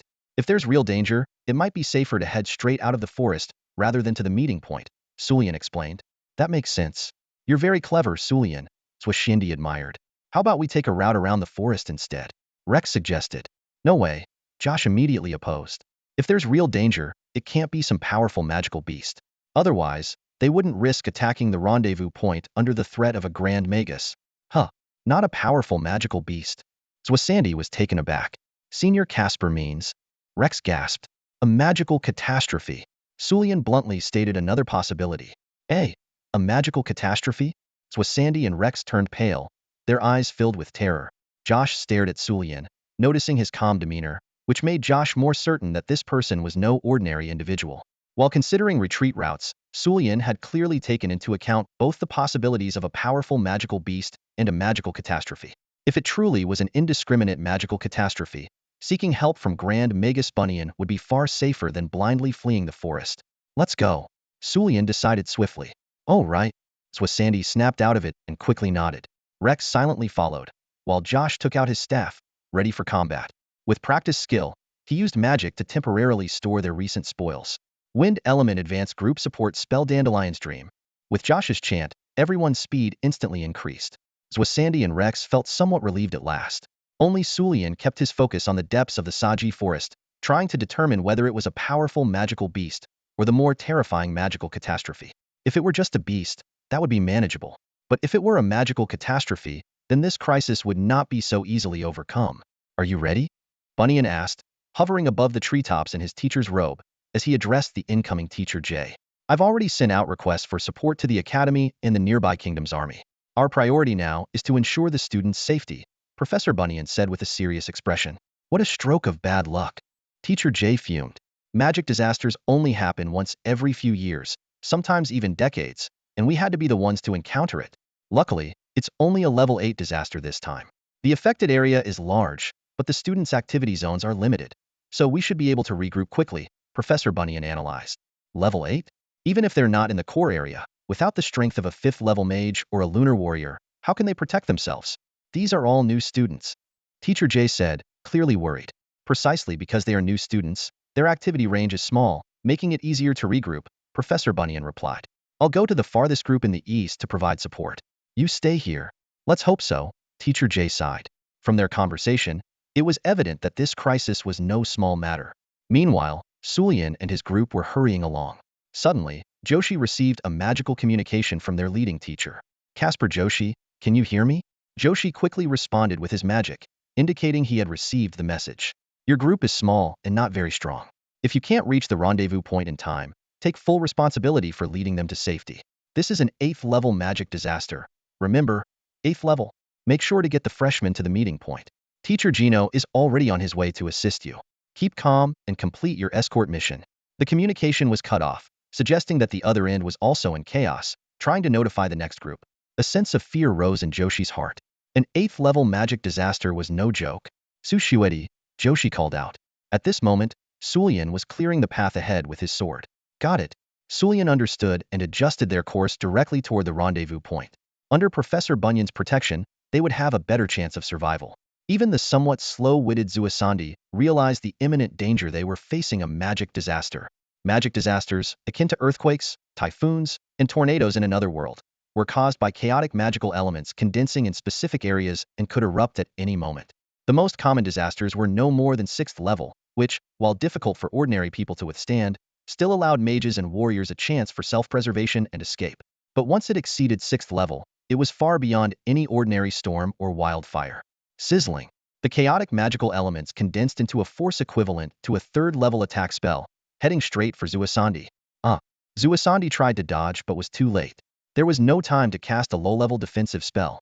Watch out. Sulian quickly turned back, slashing at the point where the chaotic magic was condensing, dispersing the attack with minimal energy consumption. The magic is already starting to riot. Soon, there will be a tide of raging magical beasts. We must regroup quickly. Sulian grabbed Zuasandi's wrist and started running. Once Zuasandi steadied himself, Sulian let go and continued clearing the path ahead. Josh stared in shock at his retreating figure. That last strike had precisely hit the core of the chaotic magic. With just a single sword, he had neutralized the power equivalent to a Tier 3 spell. Was it experience, talent, or just a coincidence? Watch out. Josh sensed Tier 3 magical fluctuations ahead. There are 2 Tier 3 magic wolves up front. The 2 magic wolves seemed to have just formed and were charging straight at Suliang. Tisk. Suliang frowned. What bad luck. There's no way to save time now. Even Sandy and Josh were ready to step in and help. To their surprise, Suliang drew a short sword, less than 70 centimeters long, from his back. In a flash, he transformed into a streak of silver light. Combat skill Silver Moon Slash. With 2 precise strikes, he cleaved open the heads of the 2 magic wolves, shattering their unstable magic crystals on the spot. This scene stunned everyone present. So strong. He managed to one-shot 2 Tier 3 magic wolves? Even if they had just been born, ordinary swordsmanship couldn't achieve that. What's more surprising is that he's a dual wielder. Maintaining the chant of an attack spell while on the move, Suliang asked without looking back, Zwasandy, can you conjure a basic water mirror? Rex and Josh nodded silently, while Zwasandy gritted his teeth and said, I'm not very familiar with it yet, but I'll try my best. Then we'll push forward with all our might and aim to reunite with the teacher as soon as possible. Suliang made a decisive call. Got it. Rex and Zwasandy responded in unison. Josh, however, was taken aback. Junior Suliang, how does he know a teacher will come to our aid? Honestly, Sulian wasn't too worried about himself. He could sense that the epicenter of this magical disaster was still far from them, and with his strength, he could easily protect himself. What concerned him the most was their important target, Josh. They were probably the westernmost team, and if his senses were correct, the rapidly approaching energy fluctuations belonged to Gino, the 6th-tier Sun Warrior instructor. As long as they could rendezvous with him, they would be safe. Sulian pondered, but at this speed, it would take at least 3 more minutes. He glanced into the depths of the Saji forest with his peripheral vision and sensed that a magical disaster of at least the 7th or even 8th tier was causing a beast tide to form. If this continued, in less than 2 minutes, a large number of low-tier magical beasts would swarm them. Sulian looked back at Zuosangdi, a 12-year-old girl and a relatively frail magician. Even with Josh's magical support, she was already out of breath. If she had to run for another 3 minutes, she might faint on the spot. Gritting his teeth, Sulian put away his twin swords and abruptly stopped. Zuosangdi, caught off guard, crashed into his back. Sulian. Without a word, he hoisted her onto his back and shouted to the others, run for your lives. Rex clenched his teeth upon hearing this. Although his spiritual sense wasn't as sharp as Sulian's, he too faintly sensed the impending beast tide in the depths of the Saji forest. If they didn't meet up with their instructor in time, they might not survive. Run diagonally, Josh shouted. Running straight to the rendezvous would mean a head-on collision with the beast tide. It would be better to run towards the forest's edge while moving in Gino's direction. The speed of low-tier magical beasts was limited, and this would delay their encounter, making it the best choice under the circumstances. However, This would significantly increase the distance and time required to reach safety. Sulian carrying Zuosangdi was manageable. She was light. But Rex might not be able to run for that long, which was why Sulian hadn't suggested this earlier. Drink this. Josh handed Rex a bottle of emerald green potion. Rex looked at him skeptically. An alchemical potion. It grants speed comparable to advanced wind magic and reduces your weight, Josh quickly explained. But you might need to rest for a day afterward. All right. Without hesitation, Rex downed the potion in one gulp. Better to deal with the side effects than lose his life. Josh drank one himself. Sulian smiled wryly to himself. It was a good thing Josh hadn't discarded these potions despite their severe side effects. They were proving invaluable now. With a burst of energy, Sulian accelerated. Huh. Rex and Josh's eyes widened in disbelief. Sulian, carrying Zuosangdi, had managed to pick up speed. Had he been holding back all this time? Was this truly the limit of a high-tier warrior? Could he be part beast man? Unlike the boys, Zuosangdi's mind was in a whirl. She had never been this close to a boy before. Already terrified by the magical disaster, Sulian's actions made her heart race even more. Sulian is carrying me. His hands are holding my legs, she thought, her heart pounding. I was clinging to his back, my face so close to his. Zuosangdi's cheeks were flushed as an internal battle raged within her. No, no. This is not the time for such thoughts. I need to stay calm. Lien is only doing this because he's worried I can't keep up. He's doing it for my sake. With this thought, Zuosangdi's face turned even redder. Whether from the long run or sheer embarrassment, she couldn't tell. Lien, what should I do now? She asked softly. Keep the bubble spell ready. If a magical beast charges at us, throw it to block them. I can't afford to deal with them right now, Lien said in a deep voice. Okay, Zuosangdi replied weakly. Why is your voice so soft? Never mind. As long as you can use magic, that's what matters. We need to keep moving. Lien thought to himself.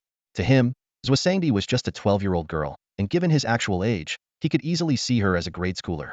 The group continued their frantic run. With the help of Josh's alchemical potion, their speed noticeably increased, their fatigue lessened, and they could sustain their pace for longer. We're close. I can sense Teacher Gino just ahead. At most a minute, no, half a minute, and we'll meet up. Josh encouraged them. Though Gino was a warrior, he had a magical tool to track the students' positions. Whenever they changed direction, he could immediately adjust his course and rush to the correct rendezvous point. Half a minute, Lien thought. Although it might realistically take a minute to meet up, he didn't mind a bit of comforting words at this moment to set an achievable goal and boost morale. However, the roars of the beast horde were now clearly audible, causing immense anxiety. Even without probing with mental energy, everyone knew the beast horde was imminent. Offering comforting words now might only heighten the tension. Hiss. A strange beast's roar suddenly erupted. It was an attack from a magical beast. Zuosangdi! Lien shouted. Zuosangdi, who had been prepared, immediately released the bubble spell. A giant water bubble exploded, blasting the attacking beast aside. Though it didn't cause substantial damage, it at least served as a barrier. Keep going, Lien ordered. Got it. Zuosangdi nodded. Meanwhile, Rex and Josh began chanting their spells. Rex prepared an offensive spell, while Josh attempted to cast a 4th-tier defensive shield on everyone. Just hold on for another half minute, and Teacher Gino will be here. Lien believed this, sensing the rapid closing of their distance. Gino must be sprinting with all his might, and they might even meet sooner than expected. Through the dense foliage, Lien's eyes finally spotted that familiar figure. The rough, unkempt man from his memory was charging towards them with all his strength. In that split second, Lien sensed a threat. With Zuosangdi's scream, Lien hurled her towards Gino, while he drew his sword to parry the attack at once. Clang! The screech of claws against metal pierced the air, and the burst of magical energy sent Rex and Josh flying. A 5th-tier mutated Blackstorm Tiger? Josh was horrified. Go! Lien shouted. Rex, who had been knocked to the ground, rolled twice and struggled to his feet, desperately running towards Gino, who had caught Zuosangdi. Josh, who had only been pushed back but not knocked down, glanced at Lien before turning to sprint as well. As two feeble magicians, staying here would only cause more trouble. Our only hope lies with Jinhua and Sulian. Huh. Sulian let out a fierce shout, dodging to the side while forcefully deflecting the charging Heilon demon tiger. He rolled to one side and leaped up onto a tall tree. Come quickly. Gino put down Zuosangdi and shouted to Rex and Xiao Shi. Sulian decisively threw Zuosangdi to Gino, showing he could fend off the attacks of a 5th-tier magical beast alone. Clearly, the one most in need of protection wasn't Sulian. Even Gino himself might be confident enough to hunt this mutated Heilon demon tiger, influenced by chaotic magical elements. However, a greater threat loomed on the horizontal swarm of low-tier magical beasts was rushing in like a tidal wave. with this mutated tiger being one of their leaders. Su Lian began slashing at the second-tier magical beasts that came close. Most of them were newly born and unstable, often dying from a single strike, their magic crystals destroyed in the process. Meanwhile, the Hei Lan demon tiger paced slowly beneath the tree, waiting for the right moment. It knew that if Su Lian dared to jump to another branch, it could pounce and leave him no escape. Teacher Gino, go save Su first. I can hold them off for a while. Xiaoxi made a quick decision, ready to use magic to repel the surrounding low-tier beasts. Alright, hold on for a moment. Gino nodded. Although Grand Mage Xiaoxi wasn't a combat specialist, dealing with these minor beasts was well within his capabilities. But just as Gino was about to act, a voice stopped him. Teacher, take them to the rendezvous point first. Mages aren't suited for fighting while surrounded. I can break through on my own. Su Lian drew a short sword from his back and assumed a battle stance. He intended to take on the mutated Hei Lan demon tiger alone amidst the beast swarm. Gino immediately understood Su Lian's intention. The magic core of the Hei Lan demon tiger was highly sought after, and Su Lian was clearly confident in his own combat strength. Don't be greedy. No matter how strong you are, you're just a high-tier warrior. This is an 8th-tier magical disaster. Gino hesitated. To him, no matter how strong a student was, they were still a student.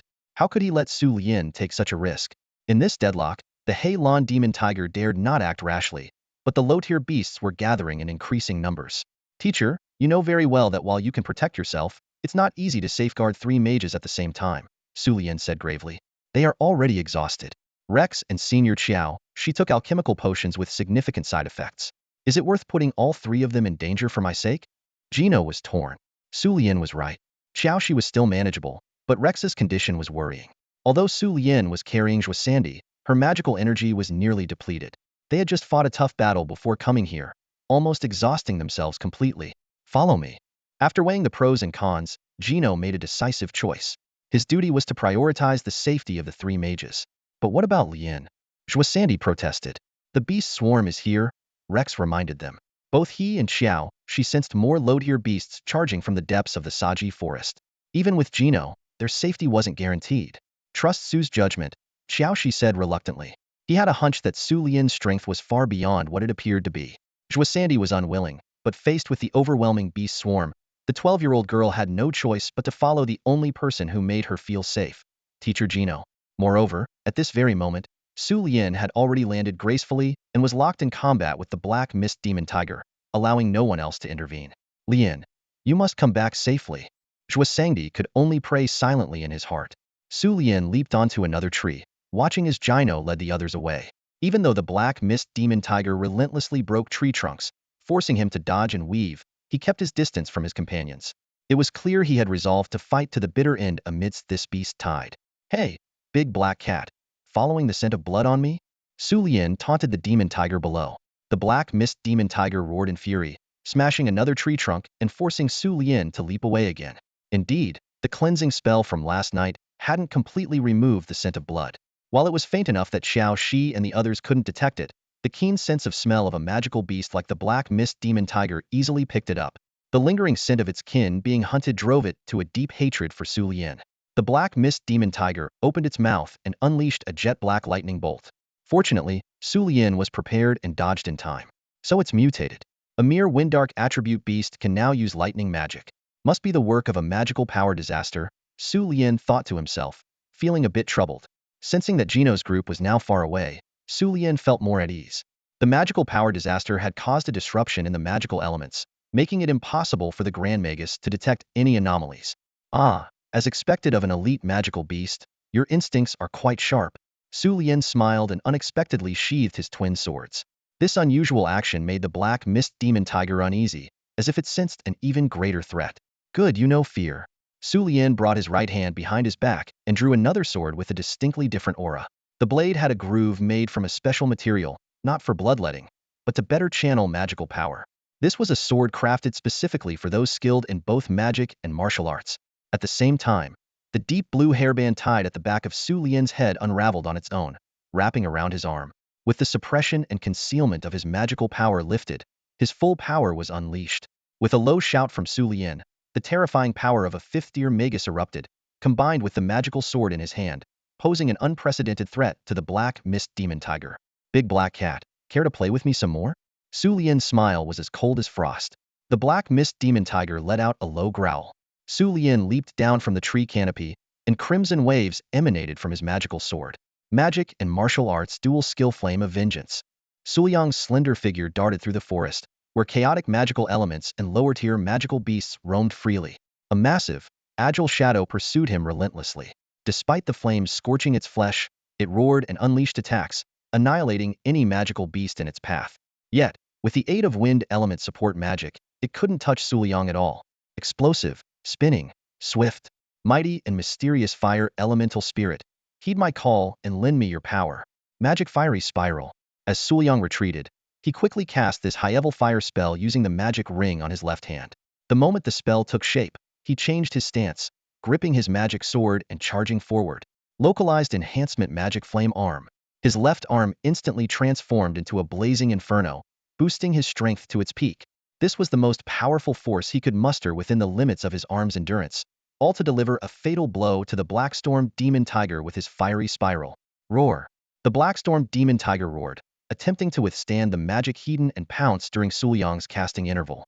However, it was met with a 45-degree upward slash. The crimson flame of the sword sliced through the air, leaving a deep wound on the tiger's neck, exposing the bone. Its massive body rolled in a rain of blood, crashing into and breaking two trees before coming to a halt. Su Liang didn't relent, stabbing his sword into the tiger's heart and extracting its magic core. He then cast 3 consecutive spells: Seal Breath, Freeze, and Earth Fissure. The ground split open like a giant maw, swallowing the frozen tiger's corpse and quickly burying it under rocks and soil. After completing this, Su Liang leaped onto the tallest nearby tree. Mystery, lightness, tranquility, great and unfathomable child of the wind, grant me the breath of nature, to merge with the vast world. Magic Verdant Vanish. His left-hand magic ring released a dense wind element, casting the 5th-tier concealment spell Verdant Vanish, rendering his body semi-transparent. Su Liang's presence completely merged with the tree branches and leaves. Without detection magic, anyone who saw him would mistake him for interwoven branches. Even better, this spell adapted to his movements, blending with grass and stone piles. Among 5th-tier spells, only light-based invisibility could rival its concealment, but light magic wasn't suitable here. The forest was filled with beasts with keen senses of smell. Wind magic, on the other hand, could hide his presence and scent, with the tree canopy providing natural cover, making it much safer. Below, a dozen lower-tier magical beasts suddenly lost their target, looking around in confusion. Even a 3rd-tier wolf-like beast that arrived later left in frustration and disappointment, leading the pack towards the outskirts of the Saji forest. Looking at the Blackstorm Demon Tiger's magic core in his hand, Su Liang felt a bit dissatisfied but still smiled. With 2 5th-tier Blackstorm Demon Tiger magic cores, one of which was mutated, he was one step closer to crafting his desired mech. It turned out that the Blackstorm Demon Tiger's magic core was one of the best materials for assembling Dalita.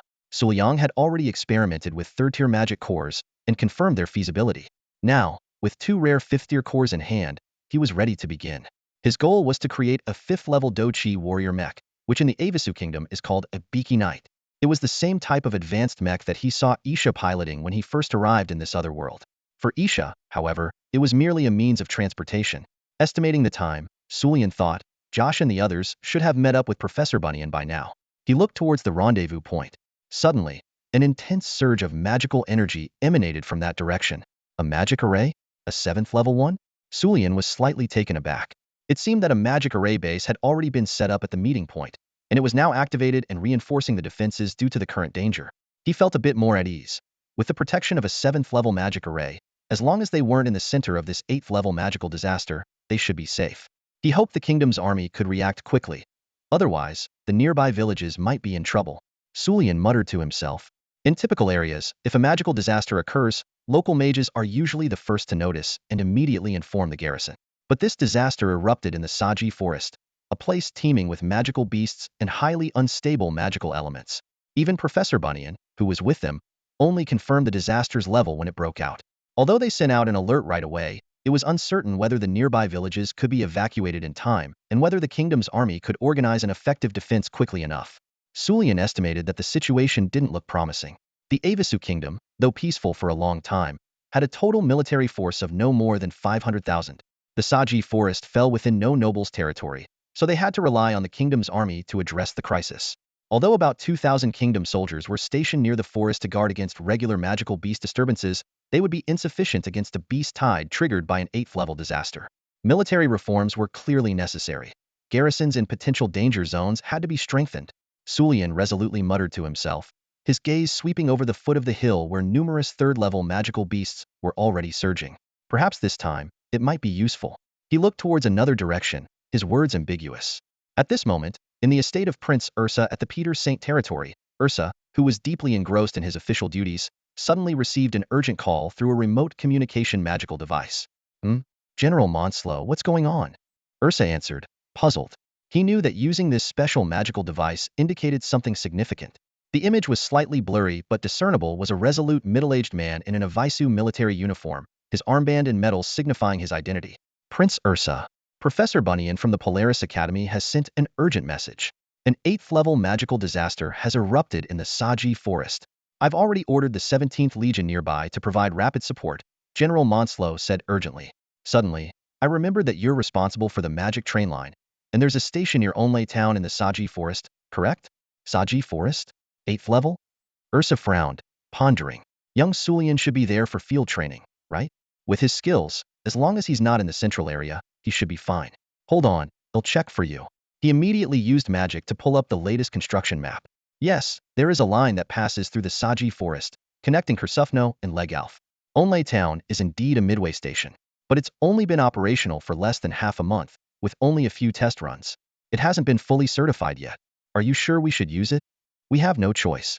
We must get the 17th Legion to the battlefield as quickly as possible. The garrison in Saji forest can't hold out much longer. General Monslow said urgently. Please contact your technicians and drivers immediately to prepare the train. I will have the elite troops of the Legion gather at the nearest Shalikov town. Understood. I will order the Kursufno station to organize the trains. We can mobilize 3 trains. To balance speed and safety, ensure each train carries no more than 100 knights and a total of no more than 3,000 soldiers. We should be able to reach Shalikov in 20 minutes. If the soldiers can board within 10 minutes, we'll arrive at Onlay within an hour. Ursa swiftly made arrangements. Thank you, Prince Ursa. General Monslow nodded solemnly, a look of relief in his eyes. If all goes well, we can gather 300 knights and nearly 10,000 troops in just an hour. This is the terrifying transport capacity of the magic train? Incredible! Attention all Kursufno station staff. An 8th-level magical disaster has erupted in Saji forest. We need to transport the 17th Legion for reinforcements as quickly as possible. Ursa's order spread through every corner of the Kursufno station via magical communication. After completing this mission, no one is allowed to leave the station or disclose any information. Now move. The Kursufno station fell silent. The staff exchanged glances. Wasn't it just a trial operation? It hasn't even passed the final certification, and now it's suddenly a military task? How unlucky to encounter an 8th-level disaster. But the management doesn't care about that. The bigger picture is what matters.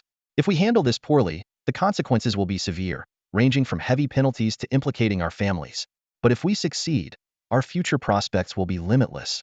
With this in mind, the station master immediately issued a strict order. Clear the carriages and adjust to the maximum configuration within 5 minutes. Fortunately, with magicians stationed at the facility, this time frame was achievable. Attention, 17th Legion. I have reached an agreement with Prince Ursa. You are ordered to dispatch 300 of your finest knights and 9,000 soldiers immediately to Shalikov town. Board the enchanted train and proceed to Onlay town without delay. General Monslow issued the command while secretly calculating. I don't care whether you have experience with the train or not. Knights, hold on to the train with your mechanical arms. Soldiers, hold on to the knights or anything else you can secure yourselves with. You must reach Saji forest within an hour. Understood? If so, move out immediately. To be honest, the commanders of the 17th Legion were bewildered. They had just assembled the troops, and now the destination had changed. The enchanted trains were still in trial operation. Who had ever dealt with such overloading?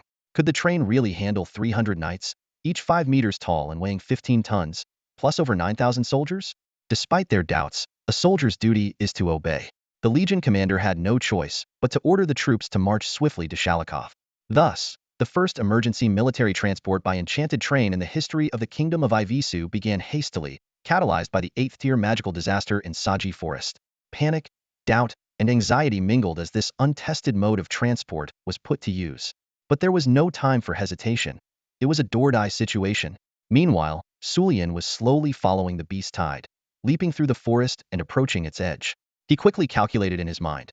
The powerful mages from Polaris Academy should be coming to aid as well, but their immediate priority would be to set up magical barriers in nearby villages and towns to protect civilians and critical points.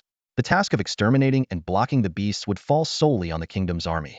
Judging by rank and jurisdiction, the overall commander of this operation would likely be General Monslow, and the deployed troops would probably be the 17th Legion stationed in Kasufno. This field unit numbers 12,000 men, with 120 third-tier knights, 200 second-tier knights, and 500 first-tier knights. Speaking of first-tier knights, Sulian couldn't help but shake his head with a wry smile.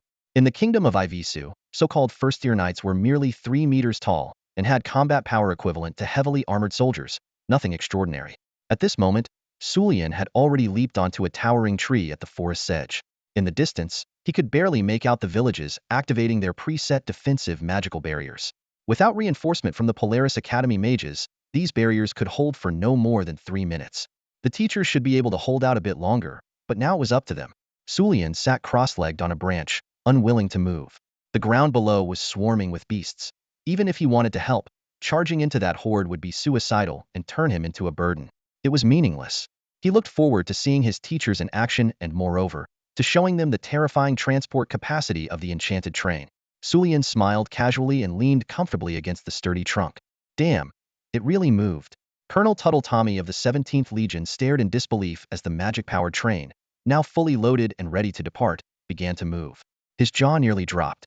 The loading process had gone astonishingly smoothly. Unlike tanks, knight mechs could board the train by themselves, gripping the train cars with their arms.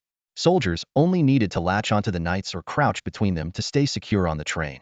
But the real marvel was how a single car could carry 3 third-tier knights or 4 second-tier knights along with soldiers. The entire 30-car train must have an incredible load capacity. And yet, it was moving. With the engines at the front, rear, and 2 power cars roaring to life, the train powered by 4 high-capacity magical energy cores sped down the track, carrying 100 knights and 3,000 soldiers at an ever-increasing speed without damaging the gravel-lined tracks. It was unbelievable. The soldiers were equally astonished. They had heard of magic-powered trains, but most had never seen one. And to witness its debut with such a formidable transport capacity shattered their understanding of logistics. Their concept of transportation was still stuck in the age of horse-drawn carriages, where knights usually traveled on foot. How could a carriage ever pull such a heavy iron beast? The leap from horse-drawn carriages to magic-powered trains was simply too vast. The second train is here. Get on board, you greenhorns.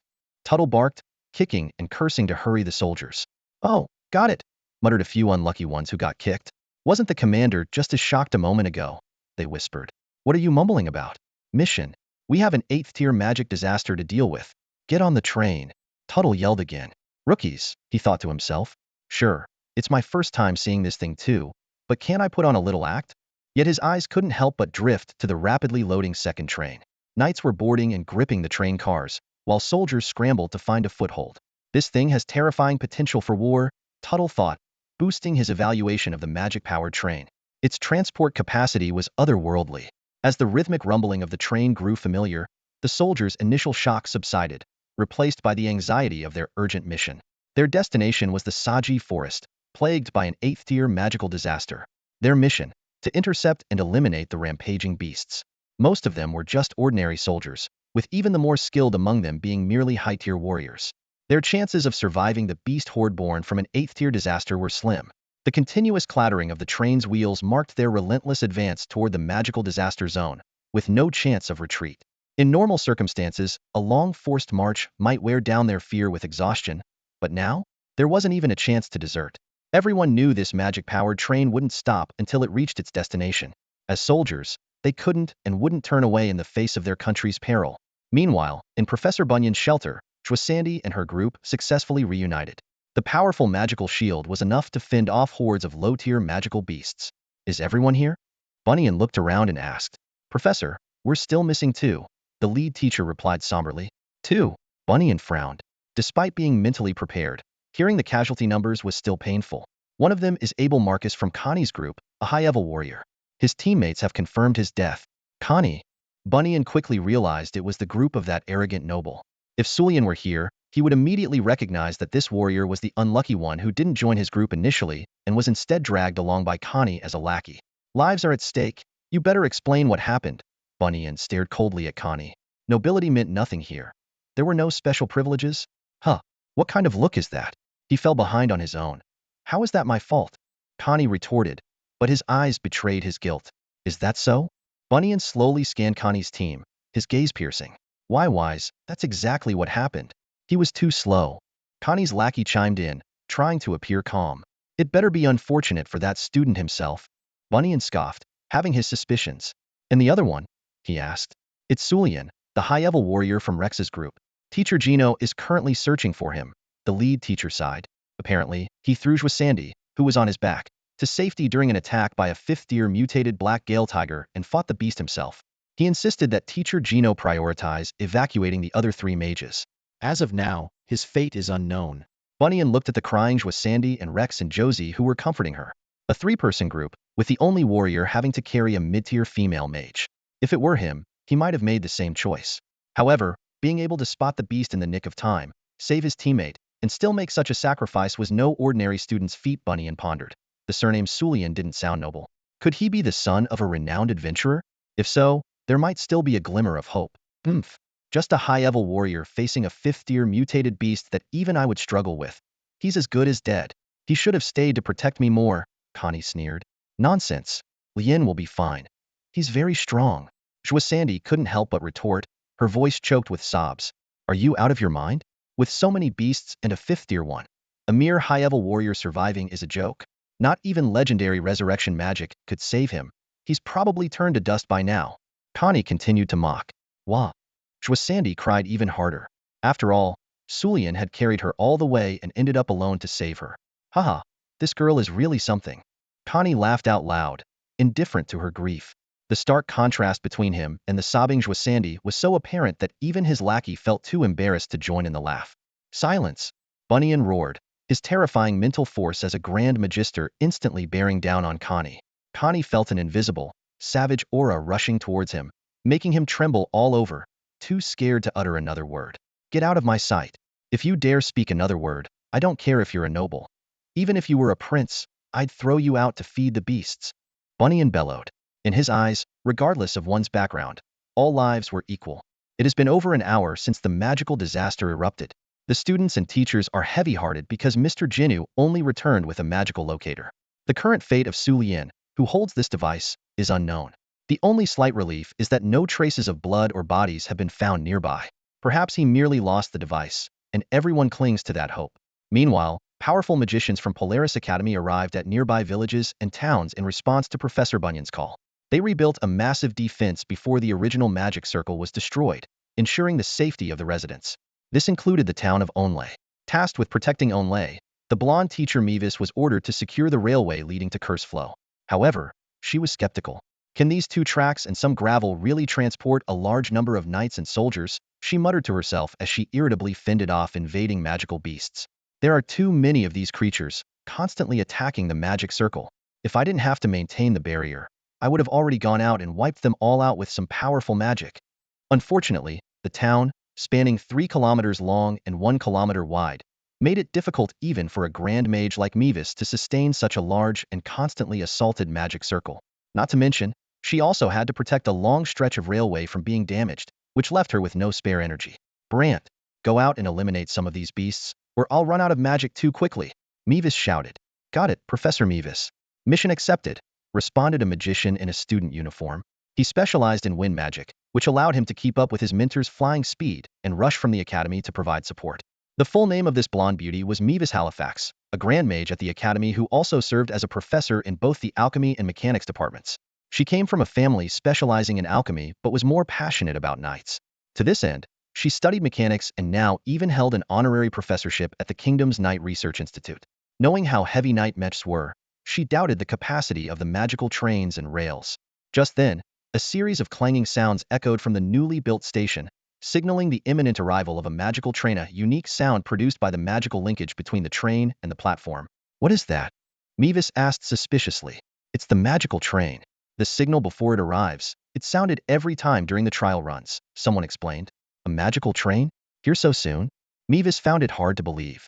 The straight-line distance from Curse Flow to here was 50 kilometers, not to mention carrying troops. Who are they trying to fool? She immediately extended her senses and was shocked, her pupils contracting and her mouth agape. Hurtling towards them at a terrifying speed of 80 kilometers per hour was a magical train carrying nearly 100 knight mechs and thousands of soldiers. Through the fields of Onlay Plains, the train sped along the laid tracks, driven by a magical element power core. The iron tracks and gravel shook under the wheels. Any unfortunate beast that stayed on the tracks was crushed by this steel behemoth. On the train, the national flag and the 17th Group Army's flag fluttered in the wind, signaling the arrival of the kingdom's reinforcements. Prepare for battle.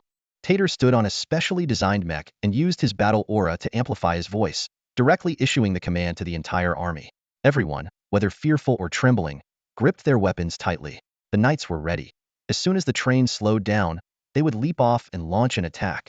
As the train decelerated, the magic-powered train, loaded with an astonishing number of troops, slowly passed through the town of Onglai under the surprised and delighted gazes of its residents, finally stopping at the outskirts. Ding, ding, ding. The arrival signal sounded again, and behind the magic train, 2 more trains filled with soldiers followed closely. My goodness! Teacher Mavis, almost the entire 17th Army Group is here.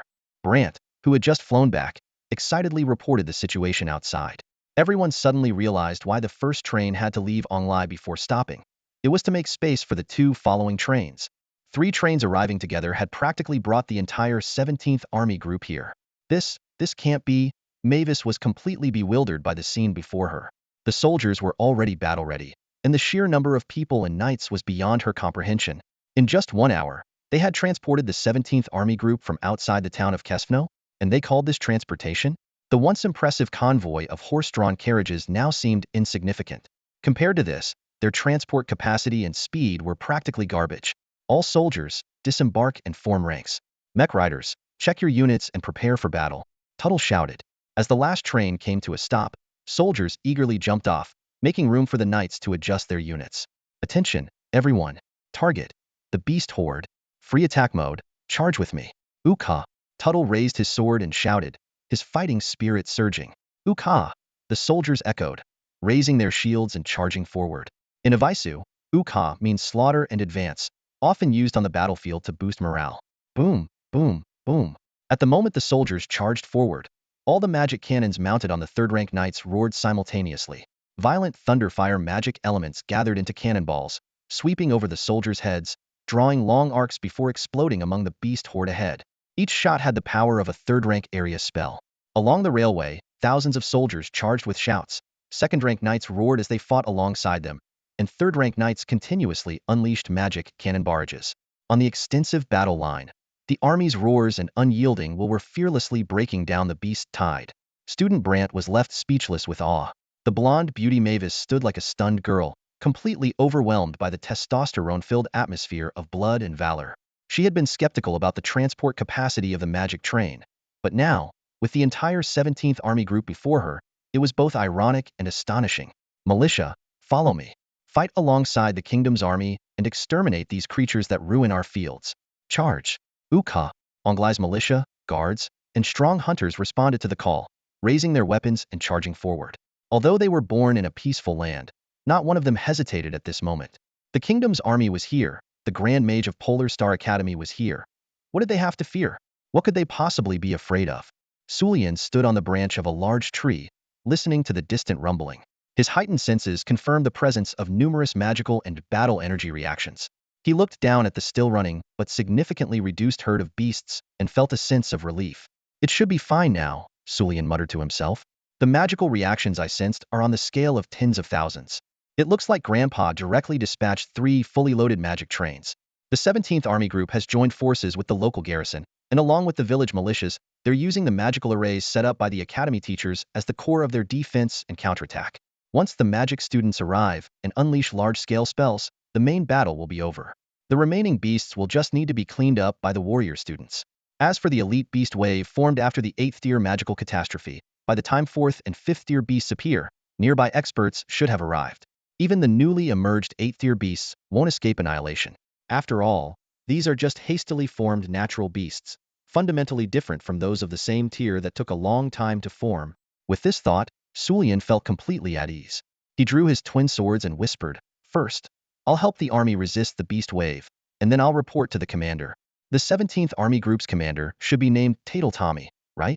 As soon as he finished speaking, he leapt down from the tree, swiftly slaying 2 second-tier magical beasts. The surrounding creatures were immediately enraged, but Sulian paid them no mind and headed straight towards Onglai town. A few flesh wounds wouldn't matter. After all, he'd have to return to the academy to report eventually. If he came back unscathed from an 8th-tier magical catastrophe, it would raise suspicions. Later, under the desperate resistance of the 17th Army Group and the reinforcements from the 15th Army Group, coupled with the Academy Mage's large-scale magical bombardments, the initial onslaught of the beast wave gradually subsided. The church also dispatched priests to heal the wounded and comfort the populace. Reporters who got wind of the situation were stopped at the perimeter under the guise of military operations. As for the elite beast wave, although the details were unclear, the most credible accounts suggested that nearby reclusive experts and the Academy's senior staff teamed up to directly attack the source of the magical catastrophe. They used special methods to channel, suppress, and disperse the chaotic magical elements, exterminating the newly emerged 4th and 5th-tier beasts and preventing the formation of 8th-tier beasts. The most outrageous rumor claimed that a 9th-tier magical dragon residing deep in the Saji forest, displeased with the magical catastrophe in its territory, had also lent a hand. Truth and fiction were hard to distinguish, but the residents knew that, until official details were released, the immediate crisis had been averted. Next, they would need to tally the casualties and rebuild their homes. By 10 o'clock at night, after 5 hours of bloody battle that started at 3 in the afternoon, the magical catastrophe had finally subsided. Soldiers were busy cleaning the battlefield and dealing with the beast carcasses. The remaining scattered beasts were beyond the capacity of the heavily damaged army units to handle, as most of them were ordinary people. Even if they had trained in battle energy, they were at best mid-ear. Height-ear warriors rarely stayed in the lower ranks. Thus, the task of eliminating the remaining beasts at night was handed over to the warrior students of Polaris Academy. The 17th Army Group, which had suffered heavy casualties and was fighting on its home turf, temporarily stayed in place, while the 15th Army Group, with lighter losses, tallied their casualties and performed some basic cleanup before boarding the magic train back to their original station. Lord Tuttle, all units have reported in, and the casualty figures are now available. The secretary, holding a hefty report, walked into the command tent. Read it, Tuttle said gravely. Yes, sir. Due to the hasty deployment, all branches experienced issues with equipment readiness, particularly the heavy infantry. Many soldiers went to the front lines without their heavy metal armor. We lost 372 heavy infantrymen, and every survivor was injured. Other infantry units suffered 1,223 fatalities, 546 severe injuries, and 2,728 minor injuries. No archers or mages were killed, but due to the forward formation, 25 archers were severely injured and 57 sustained minor injuries. As for the knights, 13 tertiary tier knights were completely destroyed, and 29 were heavily damaged. For the secondary tier knights, 37 were destroyed and 56 heavily damaged. The mechanized cavalry only had a few minor injuries. The rest are safe. The secretary closed the report and bowed his head silently. 1,595 dead. Tuttle sighed deeply. To think that a magical disaster would claim so many lives within our secure borders. Although the 15th Army Group arrived late, they fought valiantly for 3 hours, and casualties were inevitable. Including the militia and guards, the death toll likely exceeds 2,000. Tuttle clenched his fist, struggling to contain his emotions. Report these numbers to Central Command. Order the soldiers to intensify patrols around the villages to prevent further casualties from potential night attacks by stray magical beasts. Allocate some troops to escort the severely and lightly wounded back to Kasufno via magic transport for timely treatment, so as not to burden the local church. And what about civilian casualties? Sir, civilian casualties are minimal. The secretary's voice carried a note of relief. Apart from a few who lived in remote areas or were engaged in hunting and farming, almost everyone is safe. That's a relief. Tuttle felt a weight lift off his shoulders. Despite the heavy military losses, we've fulfilled our duty to protect the civilians. Suddenly, a guard's announcement came from outside the tent. Sir, a young high-ranking warrior claiming to hold a secret order from Prince Isha requests an audience with you. A messenger from Prince Isha? Tuttle was taken aback. Could he have arrived on the later magic transport? Let him in. A moment later, a young man cloaked in black and wearing a large hood was ushered into the tent by the guard, who then exited. May I ask who you are? Tuttle inquired. The young man glanced around, ensuring they were alone, before removing his hood. Greetings, General Tuttle. I am the grandson of Prince Isha, currently studying at Polaris Academy under the name Sulian. He introduced himself with a calm smile. Tuttle was momentarily stunned. The grandson of Prince Isha? What is he doing here? Wait, Polaris Academy, could it be? Are you a new recruit here for field training in Saji Forest? Tuttle quickly realized the situation and questioned. Since you're attending incognito, why aren't you with your squad now? For someone to become a Legion commander, They must be sharp and adaptable.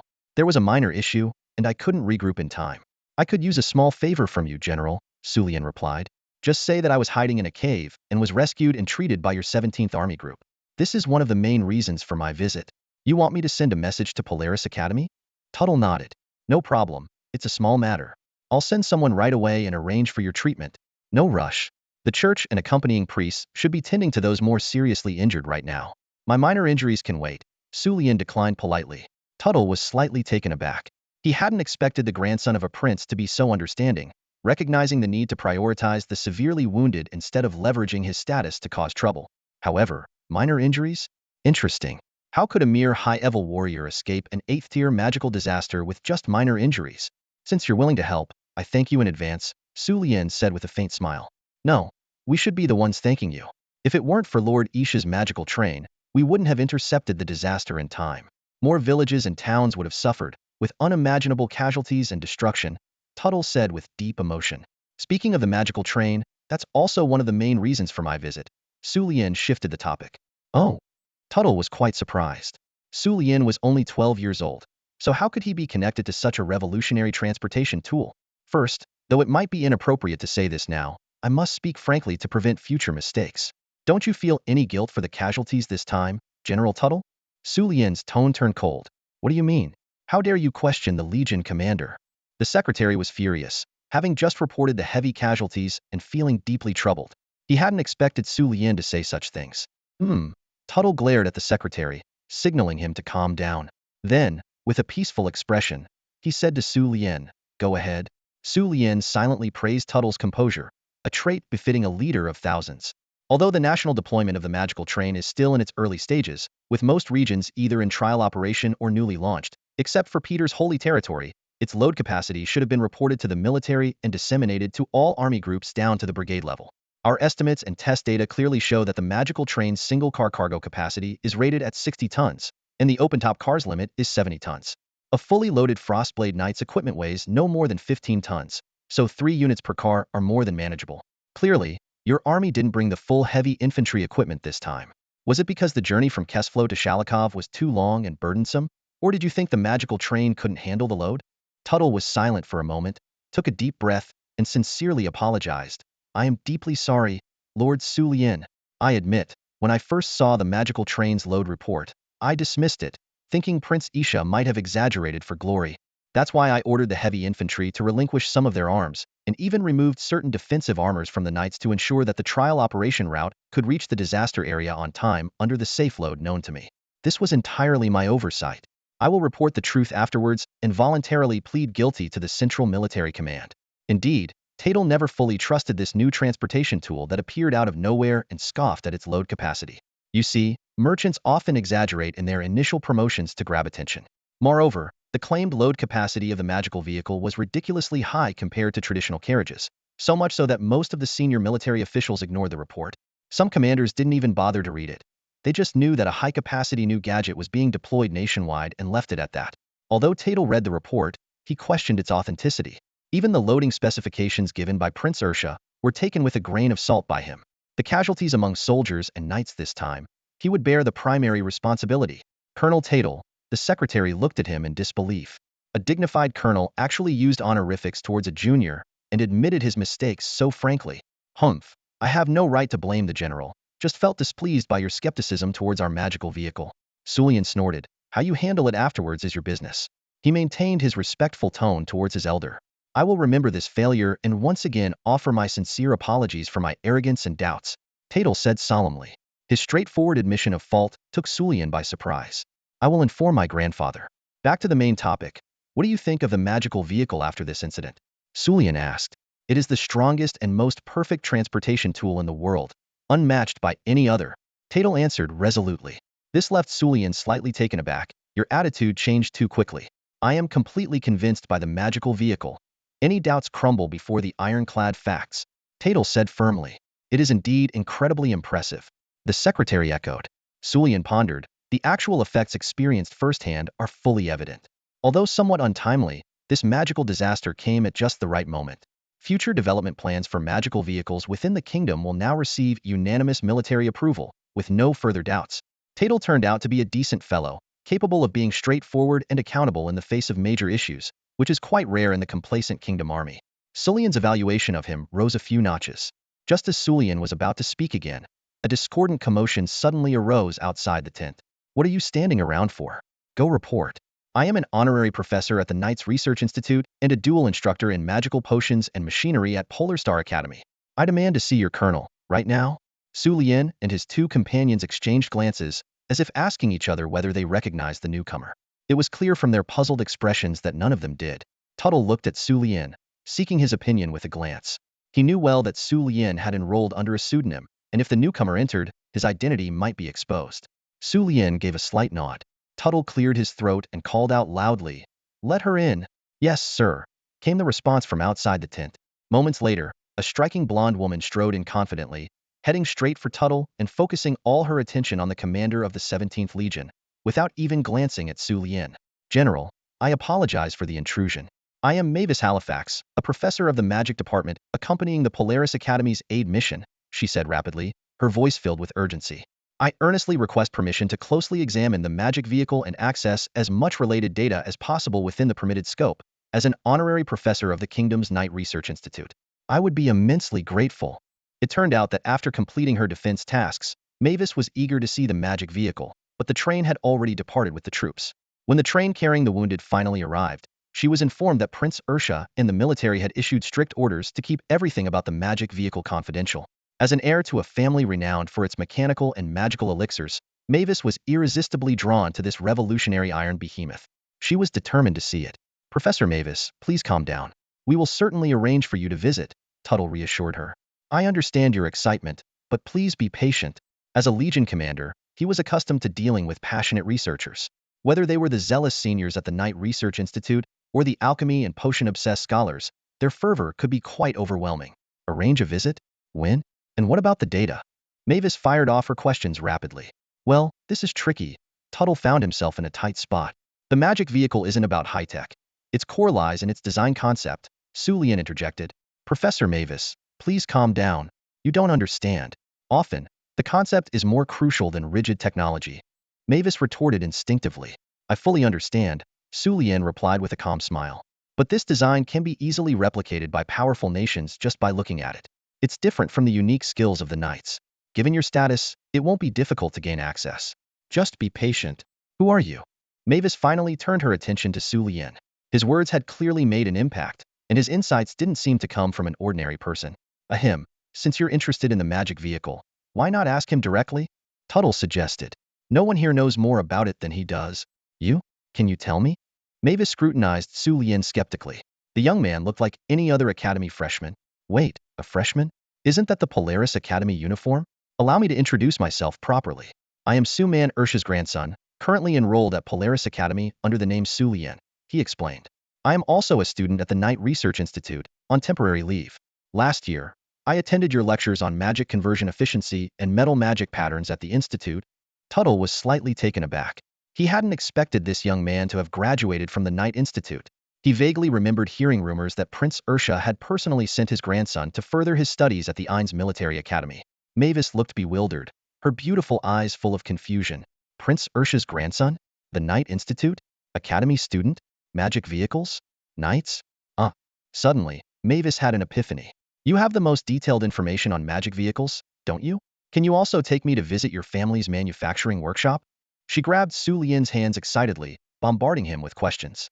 Sulian was taken aback, caught off guard by the sudden proximity of this beautiful blonde woman. Her fragrance overwhelmed him, leaving him momentarily flustered. He couldn't help but wonder how someone with such a slow reaction time became a dual professor of alchemy and mechanics. "Passenger, freight, and military data. Here's a booklet on the initial model of the magic vehicle," Sulian said, retrieving a small booklet from his magic ring. "There will be further optimizations and upgraded military versions."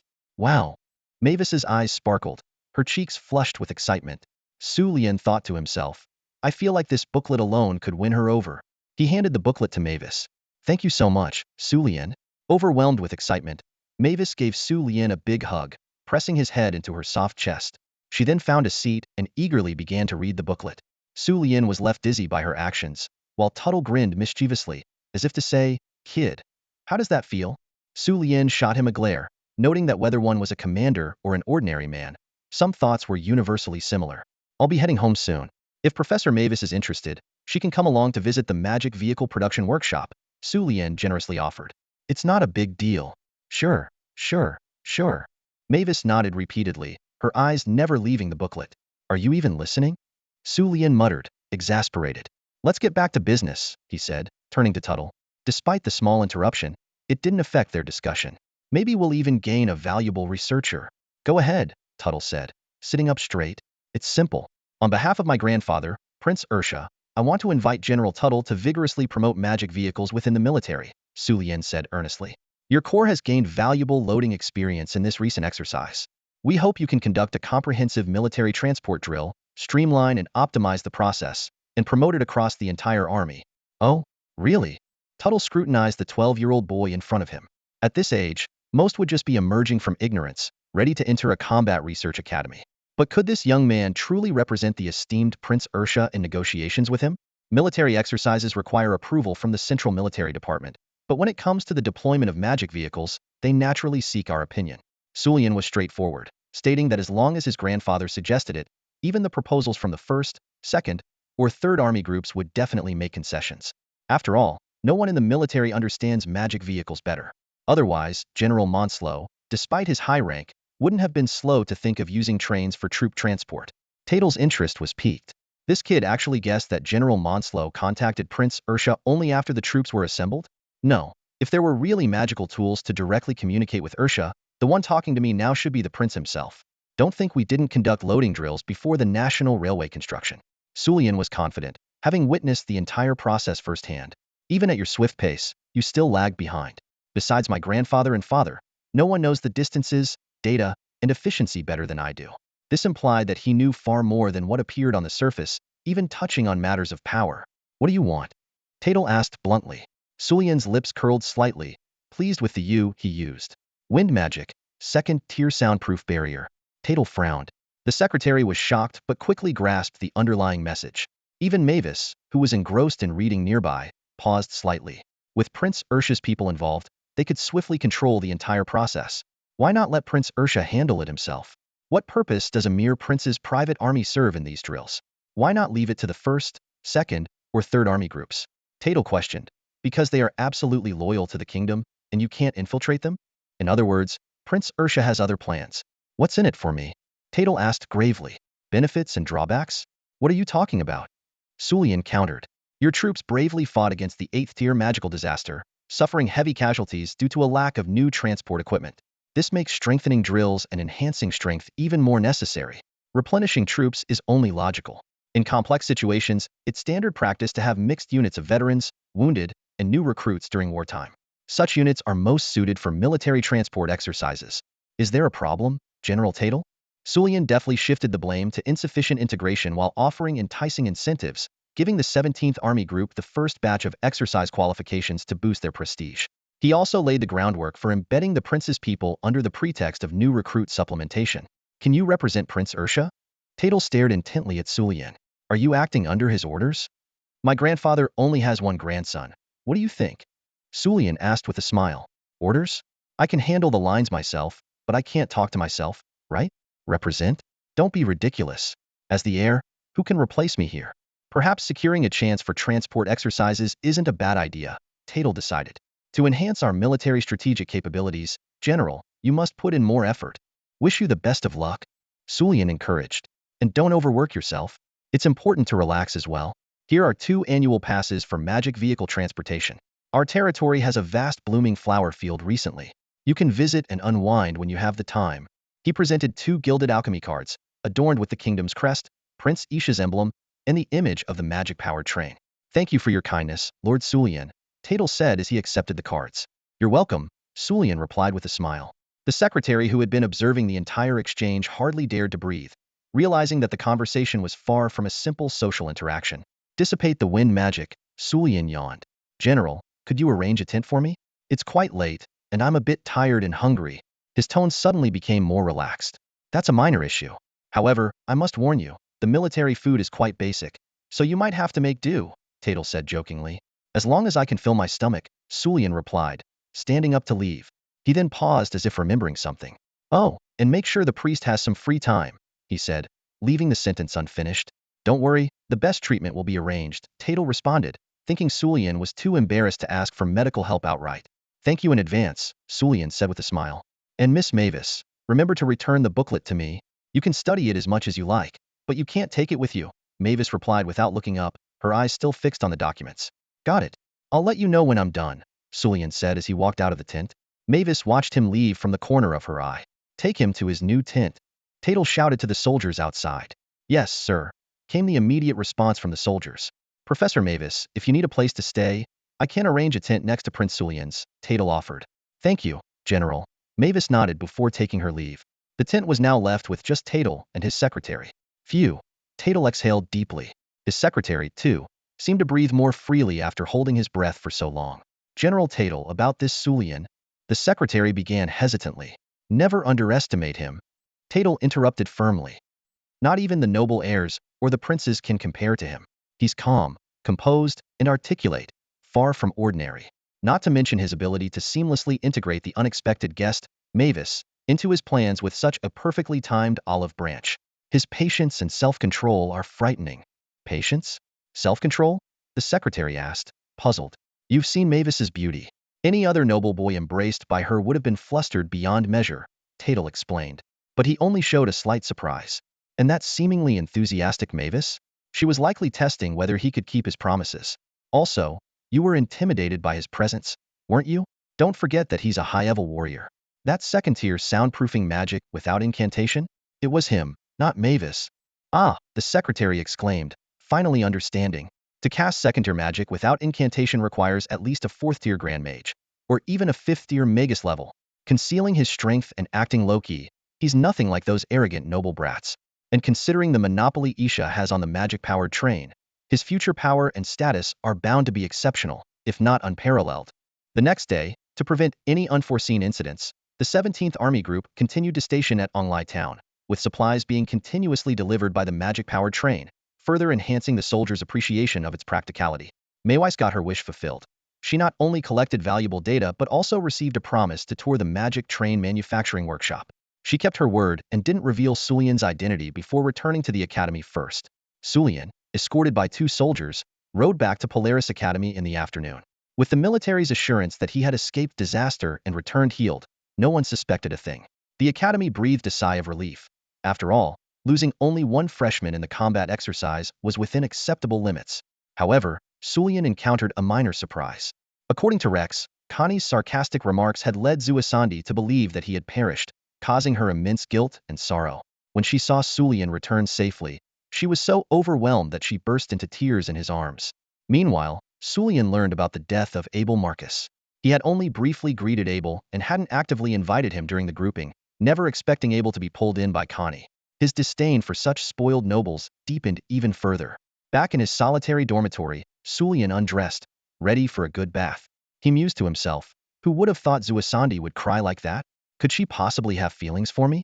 Though slightly narcissistic, he couldn't deny that his delicate features were destined to become quite handsome. Hopefully not, he thought, prioritizing his bath. Sulian walked naked into the bathroom but didn't immediately turn on the hot water. Instead, he stared at his reflection in the mirror, his eyes filled with puzzlement. He raised his arm, turned to look at his back, and then examined his legs, astonished to find not a single scar on his body.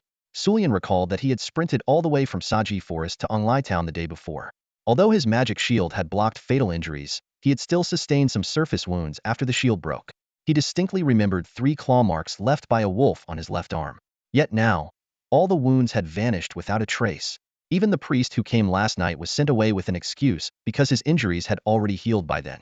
Thinking back, he realized that when he left Tatel's tent, the previously aching wounds had miraculously healed completely. Could this be attributed to an abnormal constitution? Sulian muttered to himself, both my parents are ordinary people, and my grandfather even more so. The issue must lie with my grandmother, whom I've never met. Could she belong to a race with self-healing abilities?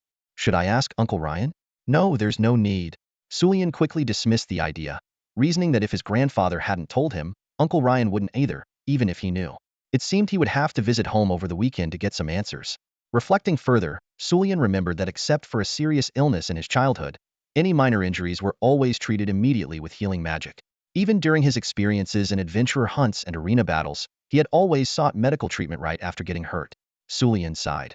He had never had the opportunity to let a wound heal on its own, so he had never discovered this little secret about himself. This time, to conceal his identity as a mage, he had entrusted the army with his healing, only to uncover this peculiarity. Time for a bath. I still need to study at the library later, he thought. Sulian turned on the shower, letting the hot water cascade down. In this world, showerheads haven't been invented yet, and the water flow is extremely intense, leaving no room for other thoughts as it gushes down. As for a bathtub, dream on. Being an ordinary student is already quite fortunate. Who are you to enjoy such luxury? Soon, the catastrophic 8th level magic disaster became the talk of the students during their breaks, and they expressed their condolences for the victims. However, what hit closer to home was the grieving family of Abel Marcus coming to the school to sort out his belongings, bringing a palpable sense of the tragedy. The academy subsequently launched an investigation into Connie's group. The witnesses' testimonies were largely consistent, confirming that Abel died in the line of duty. However, due to Connie's status as the grandson of an earl, they didn't delve too deeply. In contrast, Sulian unexpectedly received commendation from the academy. The reason was his swift response, sound decision-making, and proactive assistance to a frail mid-level female mage during the disaster. He carried her over a long distance and even managed to get her to safety under the attack of a 5th-level mutated magical beast. Sulian scoffed at this, but he understood the academy's intentions. After all, with the student having perished, they needed a positive role model to offset the negative impact. Reluctantly, he accepted the praise. It seemed that everything was returning to normal if it weren't for that eye-catching new transfer student. On Friday afternoon, the last class was on the principles of rune magic and the creation of magical artifacts, part of the magic department's curriculum. Usually, Sulian would skip these magic classes since he had already studied under a private tutor arranged by Isha.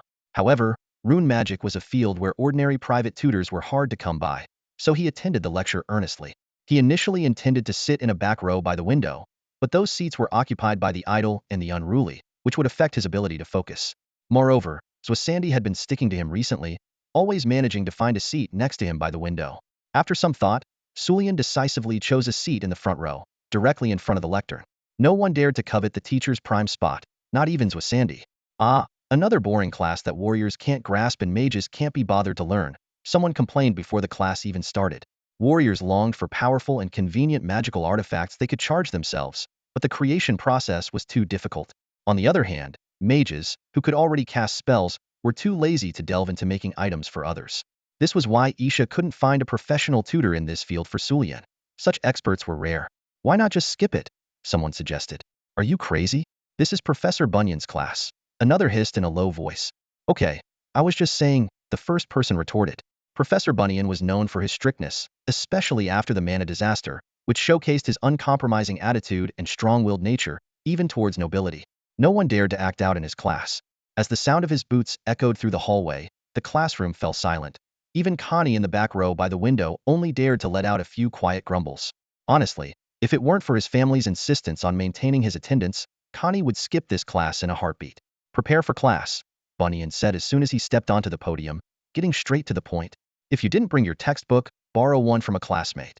If you can't answer questions by the end of the class, it will count as an absence. Connie's face turned sour immediately because he hadn't brought his book. Hey, give me back my book. Connie shouted at his sidekick. Huh. Oh, sorry, Master Connie. Your notes were so fascinating, I got absorbed. The sidekick quickly handed the book back to Connie. Bunyan ignored their exchange and opened his lesson plan. However, instead of starting the lecture immediately, he looked up and scanned the classroom as if he had an announcement to make.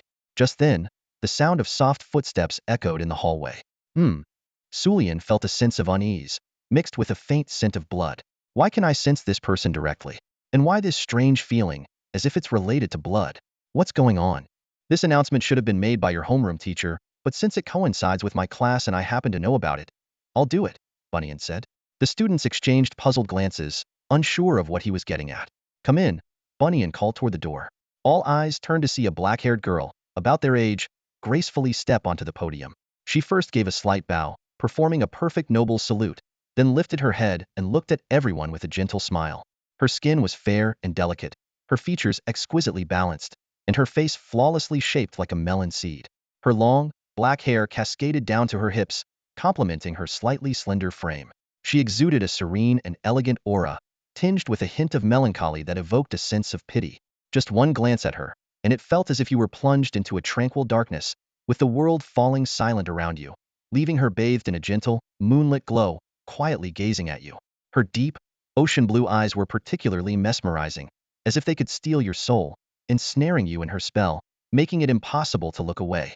The boys in the class were all momentarily dazed, and even the girls were taken aback. Only Su Lian furrowed his brows slightly, squinting at her blue eyes.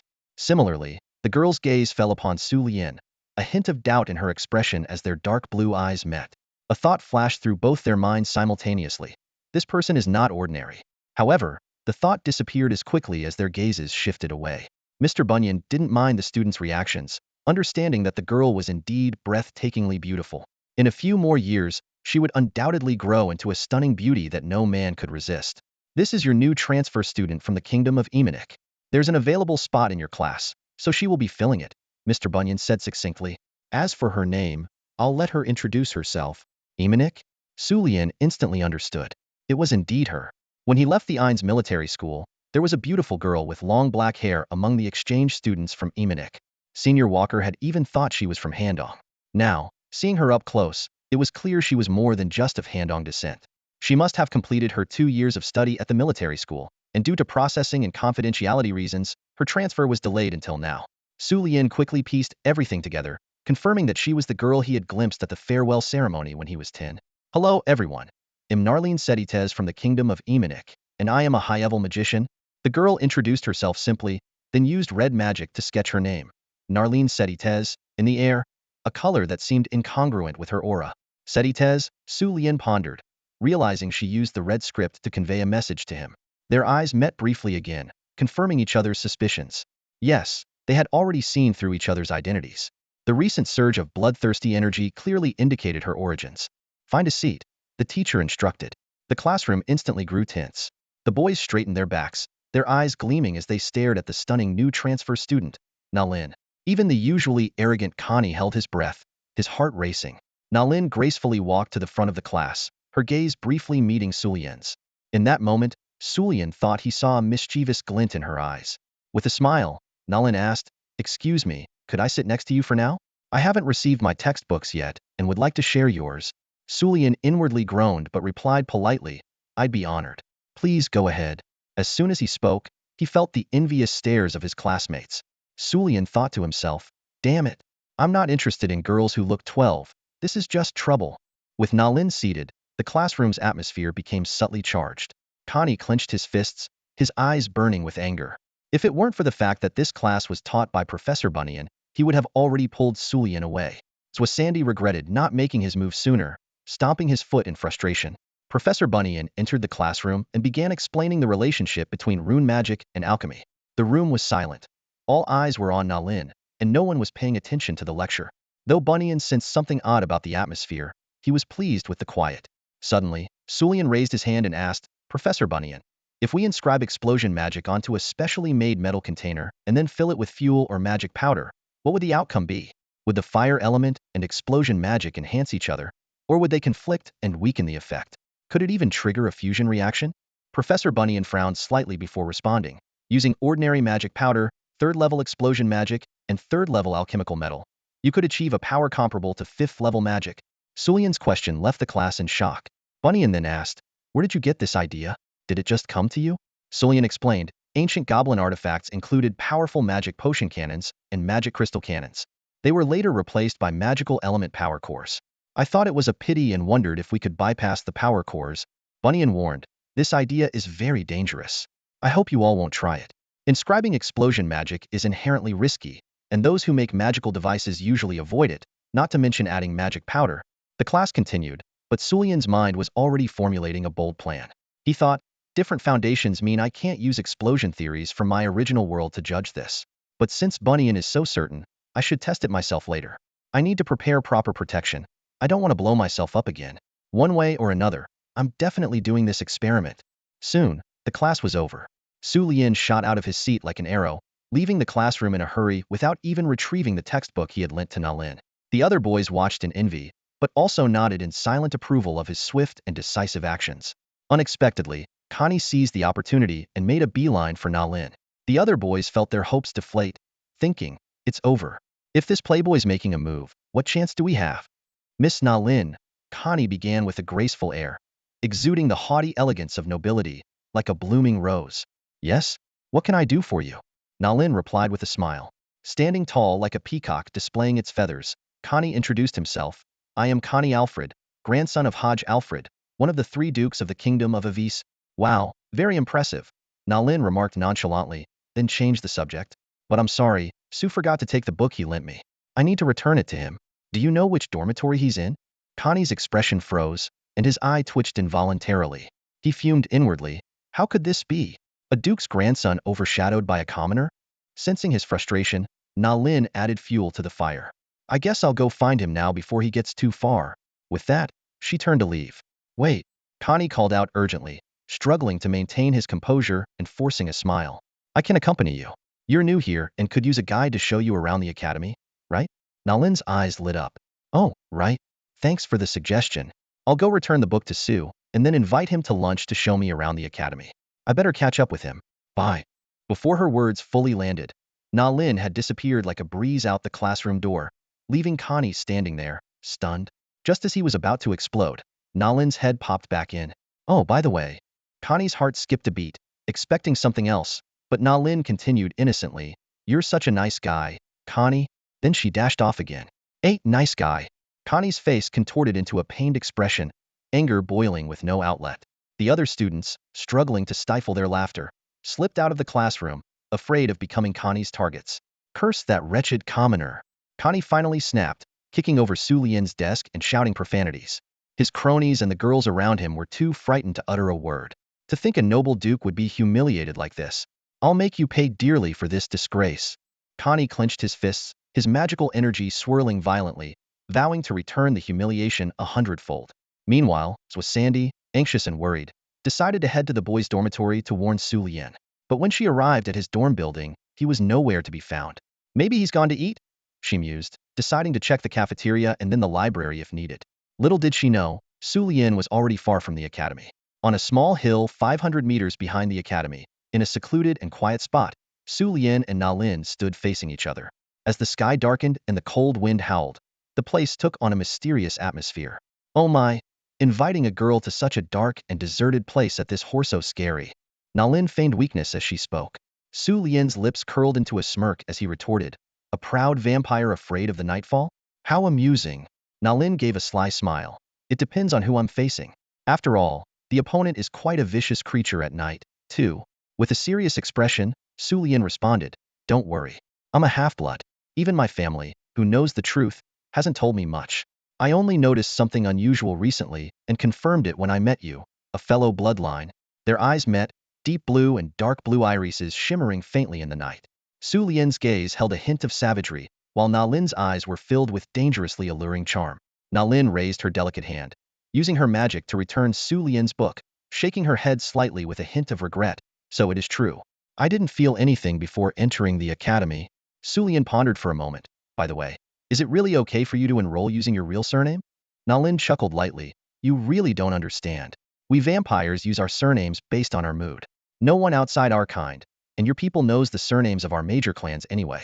Speaking of which, how did you confirm it with my surname if you didn't know? Su Lian casually made up a reason. There were notes left by relatives.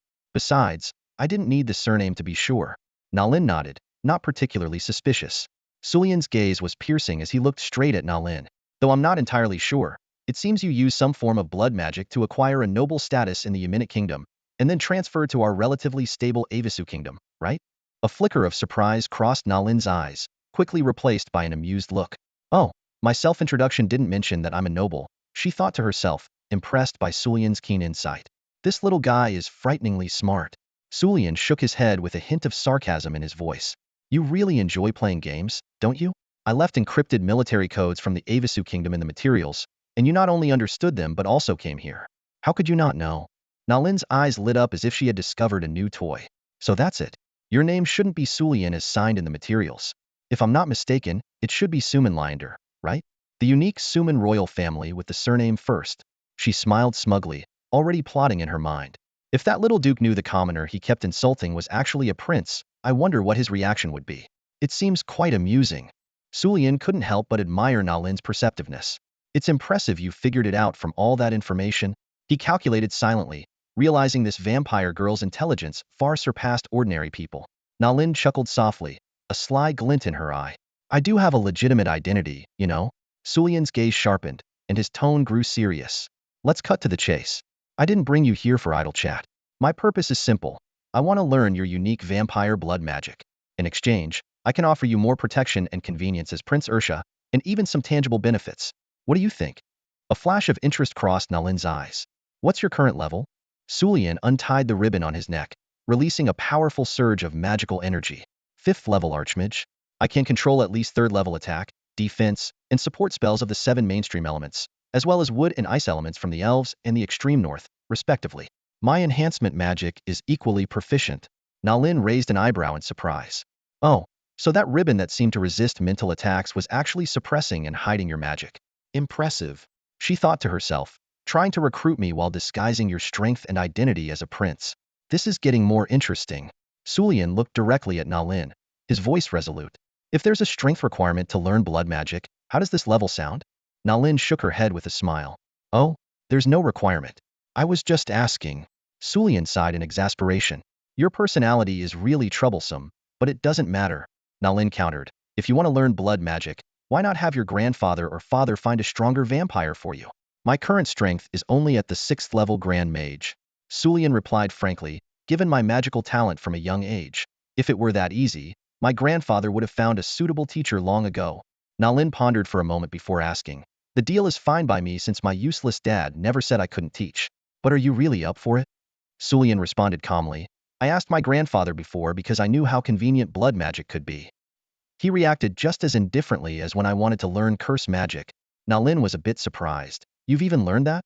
Sulian's eyes were resolute, his tone filled with a strong desire for knowledge. I'm not sure if I can master magic to its peak, so it's a good idea to at least learn as much as I can. Nalin suddenly changed the subject. Honestly, if you want to get stronger, I think you should go back and have your grandfather help you awaken. Then focus on warrior skills. It might be better. Sulian was puzzled. Why? Even if my grandmother is pure blood, I'm only a quarter mixed. Nalin patiently explained. A person's magical talent is limited. While there are many human archmages, they emerge from a massive population. Compared to the innate blood magic advantage of vampires and the natural element affinity of elves, the growth gap is significant. Sulian nodded thoughtfully. I see. A thought crossed his mind. It seems that talent and bloodline are huge advantages in this world. Well, it's always been that way. What an art genius creates in a few weeks could take an ordinary person years to achieve. I'm planning to go home this week, and Sulian, with a piercing gaze, asked Nalin directly, would you be interested in coming with me? If you're worried about any tangible reward, I might not be able to give it to you directly. Nalin immediately put on a pitiful expression, her voice trembling slightly.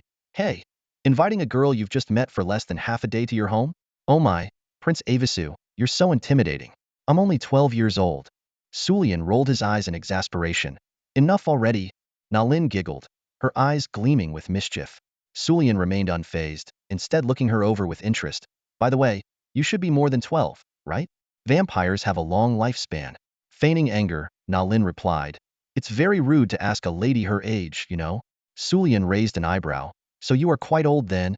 Nalin's smile froze momentarily, then she unleashed a terrifying wave of blood magic, the pressure of a 6th-tier Grand Mage crashing down.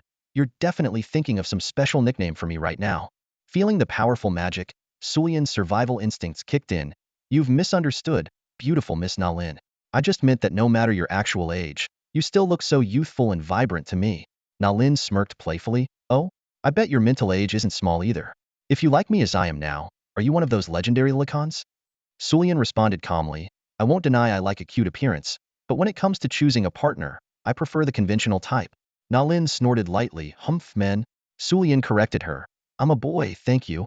The next morning, the magical vehicle station in the southern part of Polaris Academy was bustling with activity. Uncle Ryan looked bewildered at the two beauties beside Sulian. One was the stunning blonde teacher, Miss Mavis Halifax, and the other was the beautiful, long-haired Nalin. Noticing Uncle Ryan's confusion, Sulian quickly explained, Ahem, this is Miss Mavis Halifax, a teacher in our Academy's potions and mechanics departments, and an honorary professor at the Knight Research Institute. She's here to visit the magical vehicle production workshop. And this is my classmate, Nalin Sertate. Just consider her my friend for now. Nalin immediately put on a heartbroken expression. Oh, Sulian, how cruel. We had such a good talk last night on the hillside, and now you just introduce me as your friend? I'm so hurt. Sulian froze, sensing trouble. Miss Mavis's expression also grew complicated. Sulian, I didn't expect this from you. I thought you were different from the others, but to think you'd... Sulian was at a loss for words, silently enduring the misunderstanding. On the magical vehicle, in the special compartment, Miss Mavis looked around excitedly like a curious child. Nalin elegantly sipped tea and nibbled on sweets, occasionally glancing at Sulian and Uncle Ryan. When Miss Mavis went to explore other carriages, Sulian finally asked, Uncle Ryan, you do understand now, right? Uncle Ryan looked directly at Nalin and asked seriously, Miss Sertate, may I ask what your father's name is? Nalin answered calmly, with a hint of barely noticeable disdain, August. Uncle Ryan nodded thoughtfully. I see. Sulian's mind was in turmoil.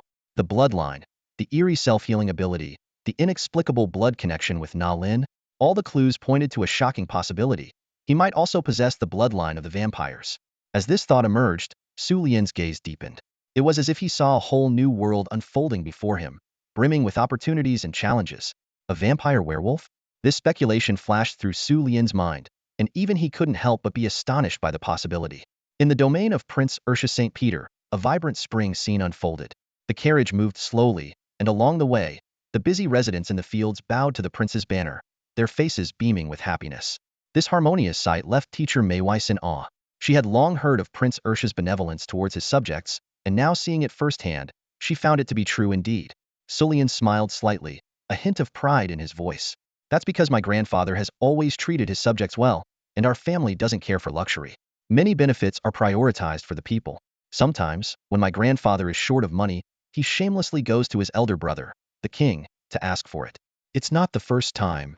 Nalin curiously asked, is it because Prince Ursha is the youngest, so his older brothers dote on him more? Sulian nodded, explaining, pretty much. When my great-uncle ascended to the throne, my grandfather was only 7. Power struggles were never really his concern. As the carriage entered the magic vehicle manufacturing plant, the scenery changed abruptly. The farmlands disappeared, replaced by rows of guard posts. Sulian's expression turned serious as he turned to Maywise and asked, Teacher Maywise, I know you come from a family of potion makers, but you chose to study mechanics because of your love for night mechs. If there were other large-scale machines to be made, would you be interested in learning about them? Or even participating in their manufacture? Maywise frowned slightly, sensing something. If something happens, can I pretend I didn't see it? Sulian replied meaningfully. See what? Teacher Maywise, you are just here to observe the magic vehicle manufacturing, aren't you? The gates of the manufacturing plant slowly opened, revealing a vast industrial complex. Sulian was the first to get off the carriage, using a spatial magic spell to instantly change from his school uniform into research attire. Nalin exclaimed in amazement, Wow, you can use beginner-level spatial magic like that? Aren't you afraid the clothes will get stuck in your body when you switch? Sulian explained easily. I prioritize covering the skin with magic, define the area of the spell, and completely avoid the body during the transition. Over the next hour, Sulian led Maywise and Nalin on a tour of the entire manufacturing plant. Maywise was curious about every detail, constantly asking about various technical principles. Nalin, on the other hand, focused more on the personnel, keenly noticing some anomalies. In the lounge, Nalin couldn't help but say, there seem to be very few people from the kingdom here. Sulian responded candidly, my grandfather generously gave most of the workers and researchers related to magic vehicles to the king, so he could set up new plants and train new personnel. Naturally, this initial, relatively remote plant doesn't have many outsiders. Maywise added thoughtfully, your operation is really well organized. Sulian smiled, of course, since our magic vehicle manufacturing plant is quite large. It's easier to manage with our own people. Nalin and Maywise exchanged a knowing look, both realizing that behind this rather large magic vehicle manufacturing plant, there might be more secrets yet to be uncovered. Haha, Xiao Sulian, this is where you're wrong. If you bring guests and friends from the academy, why didn't you introduce them to your grandfather first? Ursa's booming voice shattered the calm of the lounge. Mavis jumped, ready to bow, but Sulian gently stopped her. Just treat us as ordinary guests. We don't like too much formality, Sulian said with a slight smile, as if he had anticipated this scene. Mavis immediately adjusted her posture and respectfully said, Prince Ursa, I apologize for not knowing you were here. Please forgive the disturbance. Naren also bowed courteously. Hello, Prince Ursa. Ursa's gaze fell on Naren, a glint of amusement in his eyes. Oh, such a beautiful girl. Is she the future granddaughter-in-law that Xiao Sulian brought back for me? Haha. Sulian shrugged, looking helpless. I'll do my best. Ursa shook his head with a laugh. Haha, you haven't even won her over yet, and you brought her here. And to such a boring place. Xiao Sulian, your approach is a bit lacking. Naren, however, didn't mind. I find this place quite interesting. Ursa laughed heartily. It's just a bunch of metal scraps. Later, have Xiao Sulian take you for a tour of the estate. Then, his gaze turned to Mavis. Professor Mavis, right? It's a pleasure to have you here. Mavis responded politely. It's an honor to visit the magic vehicle factory that revolutionizes the transportation industry, Prince Ursa. A glint appeared in Ursa's eyes. Would you be interested in seeing something even more impressive? Mavis hesitated, her mind in turmoil. Just then, Naren spoke up. Can I come along? This question was like a stone thrown into a calm lake, startling everyone. Ursa nodded with a smile. Of course. Mavis took a deep breath, finally making up her mind. All right, let's take a look. Led by Uncle Lane, the group delved deeper into the magic vehicle manufacturing plant. As they progressed, the environment grew increasingly mysterious, with each door requiring special magical tools to open. Eventually, they arrived at a massive, circular, sealed room. At Ursa's command, a metal door slowly opened, revealing a dark, long tunnel. Mavis's heartbeat quickened, filled with tension and curiosity.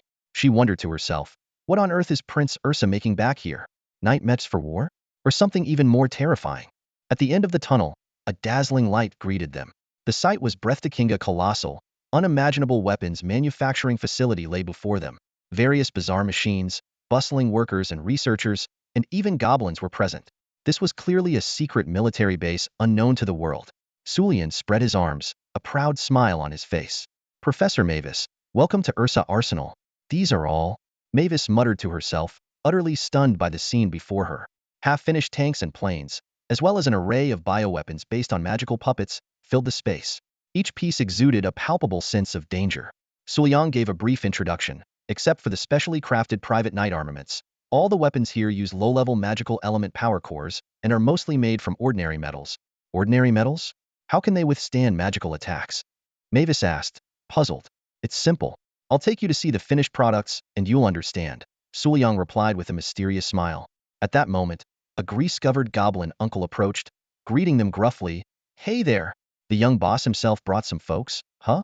Judging by the outfit, from Polaris Academy? Mavis extended her hand politely. Hello, I'm Mavis Halifax from Polaris Academy. The goblin uncle glanced at her pristine hand and waved it off. My hands are all greasy. Let's skip the formalities. Just call me Cam. Cam then turned to Ursa and bluntly asked, so, boss, are you sure you don't want to get some better magical cores? We trashed quite a few last time testing the tank's speed. Ursa shook his head with a smile. Do you really think the king isn't keeping an eye on me? Using low-level magical cores isn't suspicious. Getting a large number of high-quality ones, though, I wouldn't dare. Scared of nothing. Cam retorted without hesitation, boss. You're aiming for big things.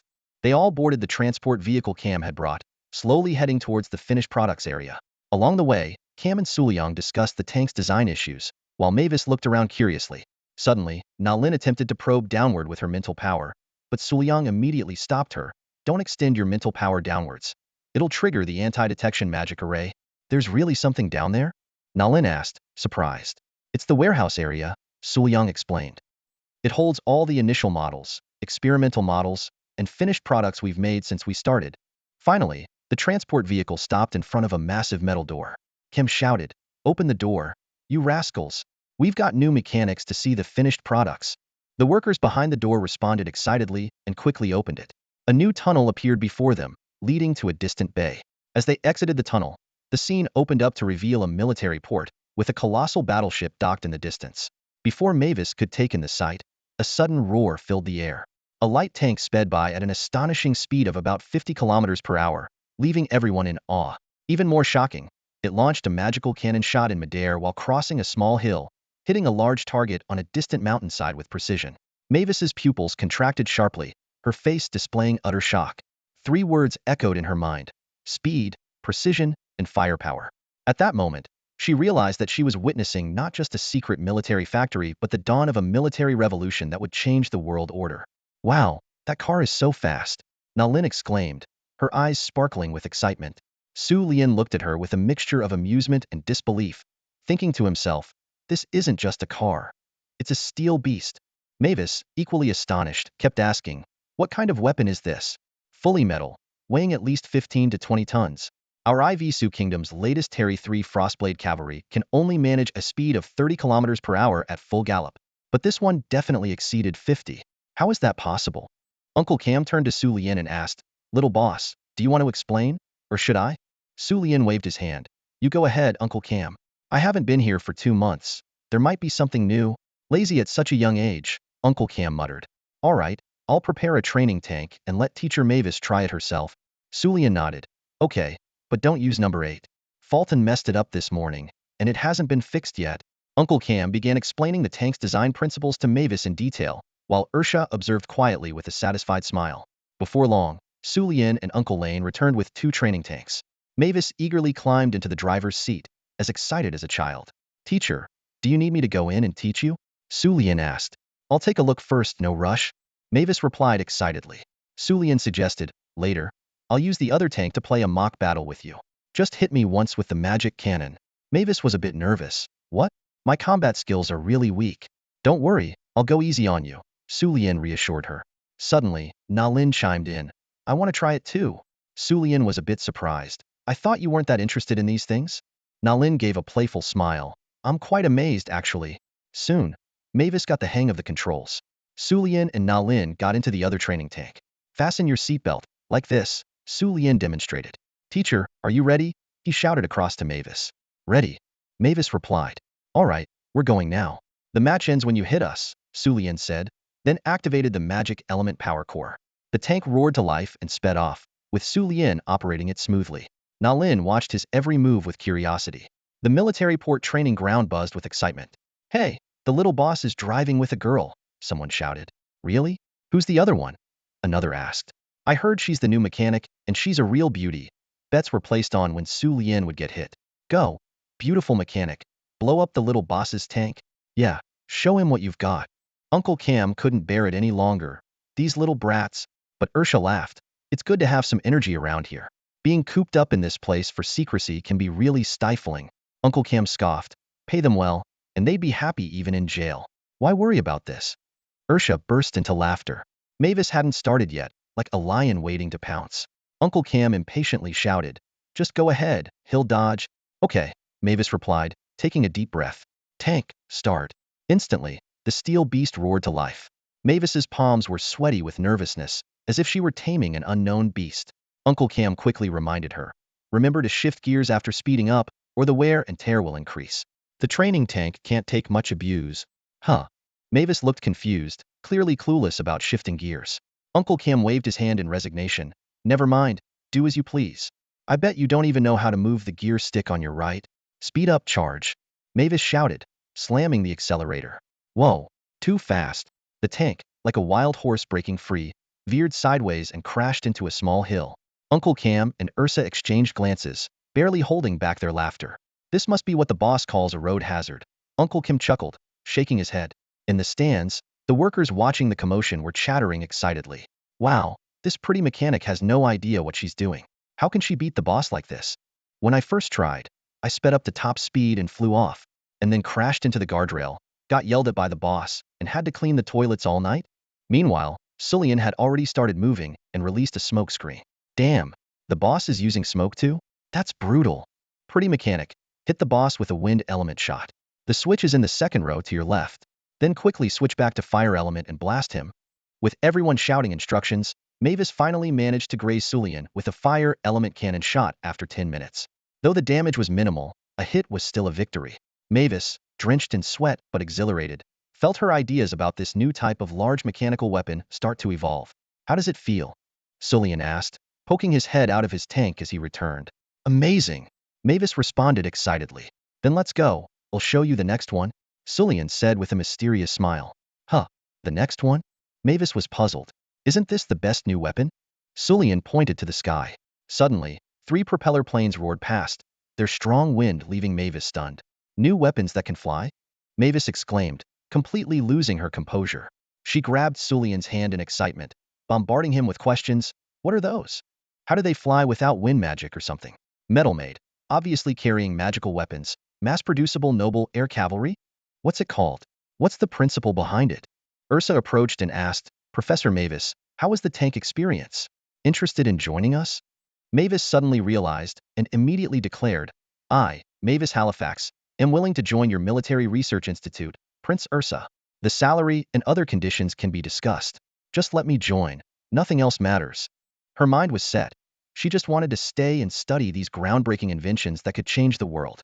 The weapons before her were enough to make her abandon all doubts and fully commit to this grand plan to reshape the future. Ursa laughed, a deep glimmer in his eyes. Mavis felt a sudden tightness in her chest, fearing there might be additional conditions to joining. Teacher, do you know flight magic? Sulian suddenly asked. Yes, Mavis nodded. How about a quick flight then? Sulian's lips curled into a mysterious smile. Really? Can we? Mavis instantly became as excited as a child. Of course, Sulian replied, waving his hand as everyone headed straight for the airstrip. Mavis's heart raced, as if she was about to step into an entirely new world. Sulian introduced, this is Gabby Walton, our best pilot, without the side effects that come with tank operators. Hello, Lord Lyndal and Prince Ursa. Gabby straightened up and gave a crisp military salute. I was going to take you up myself, but now I'll let him do it, Sulian explained. Mission accepted. Gabby responded firmly. Nalin teased, is this your way of inviting me? Sulian glanced at her. So you don't want to go? The two planes began their pre-flight checks. Ground crew scurried around, ensuring everything was in perfect order. Report, no issues. No fishermen detected in the area. They've all returned to port. Sulian nodded and ordered, apply the soundproofing spell. The mages quickly cast the spell on the planes, preventing the roar of the propellers from spreading too far. Hop in, this model is also a two-seater, Sulian indicated to Mavis. Mavis gracefully leaped into the rear seat using levitation magic, while Gabby climbed into the cockpit with practiced ease. Sulian pulled Nalin onto the other plane and suddenly asked, how about a mission? Are there any targets left in the designated area? Report. Yes, there are, Gabby answered. Each of us will destroy 3 targets before returning. Any objections? None, Lord Lyndal. The ground crew signaled for takeoff. The propellers began to spin, emitting a deafening roar. Propeller speed stable. All magical indicators are steady. Signal. Takeoff. With a boost from wind magic, the planes shot into the sky like arrows. Mavis was astounded, her perception of flight completely overturned. Through the magical communicator, Gabby issued commands, entering night conditions, activate night vision magic. After flying for a while, he continued, approaching designated airspace, keep an eye on sea-level targets, and check magic cannon charge status.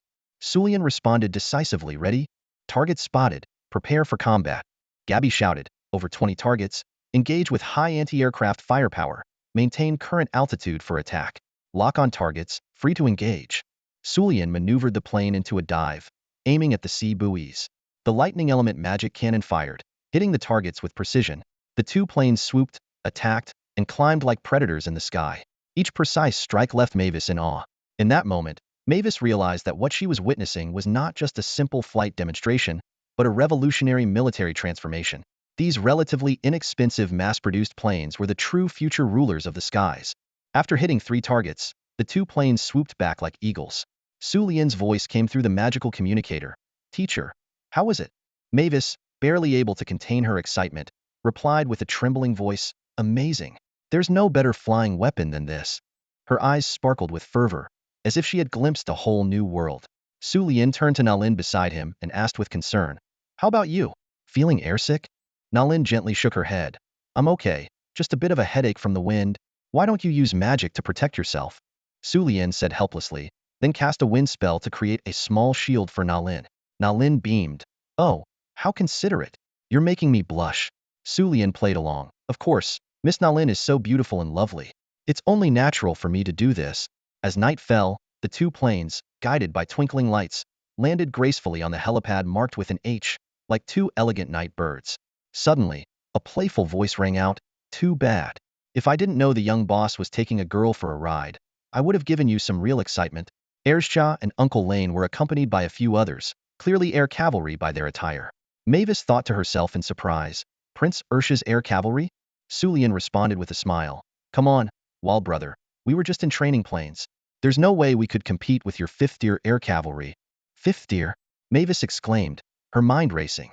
Nalin, unwilling to be outdone, taunted in a youthful voice, Teacher Mavis is a grand magus, you know.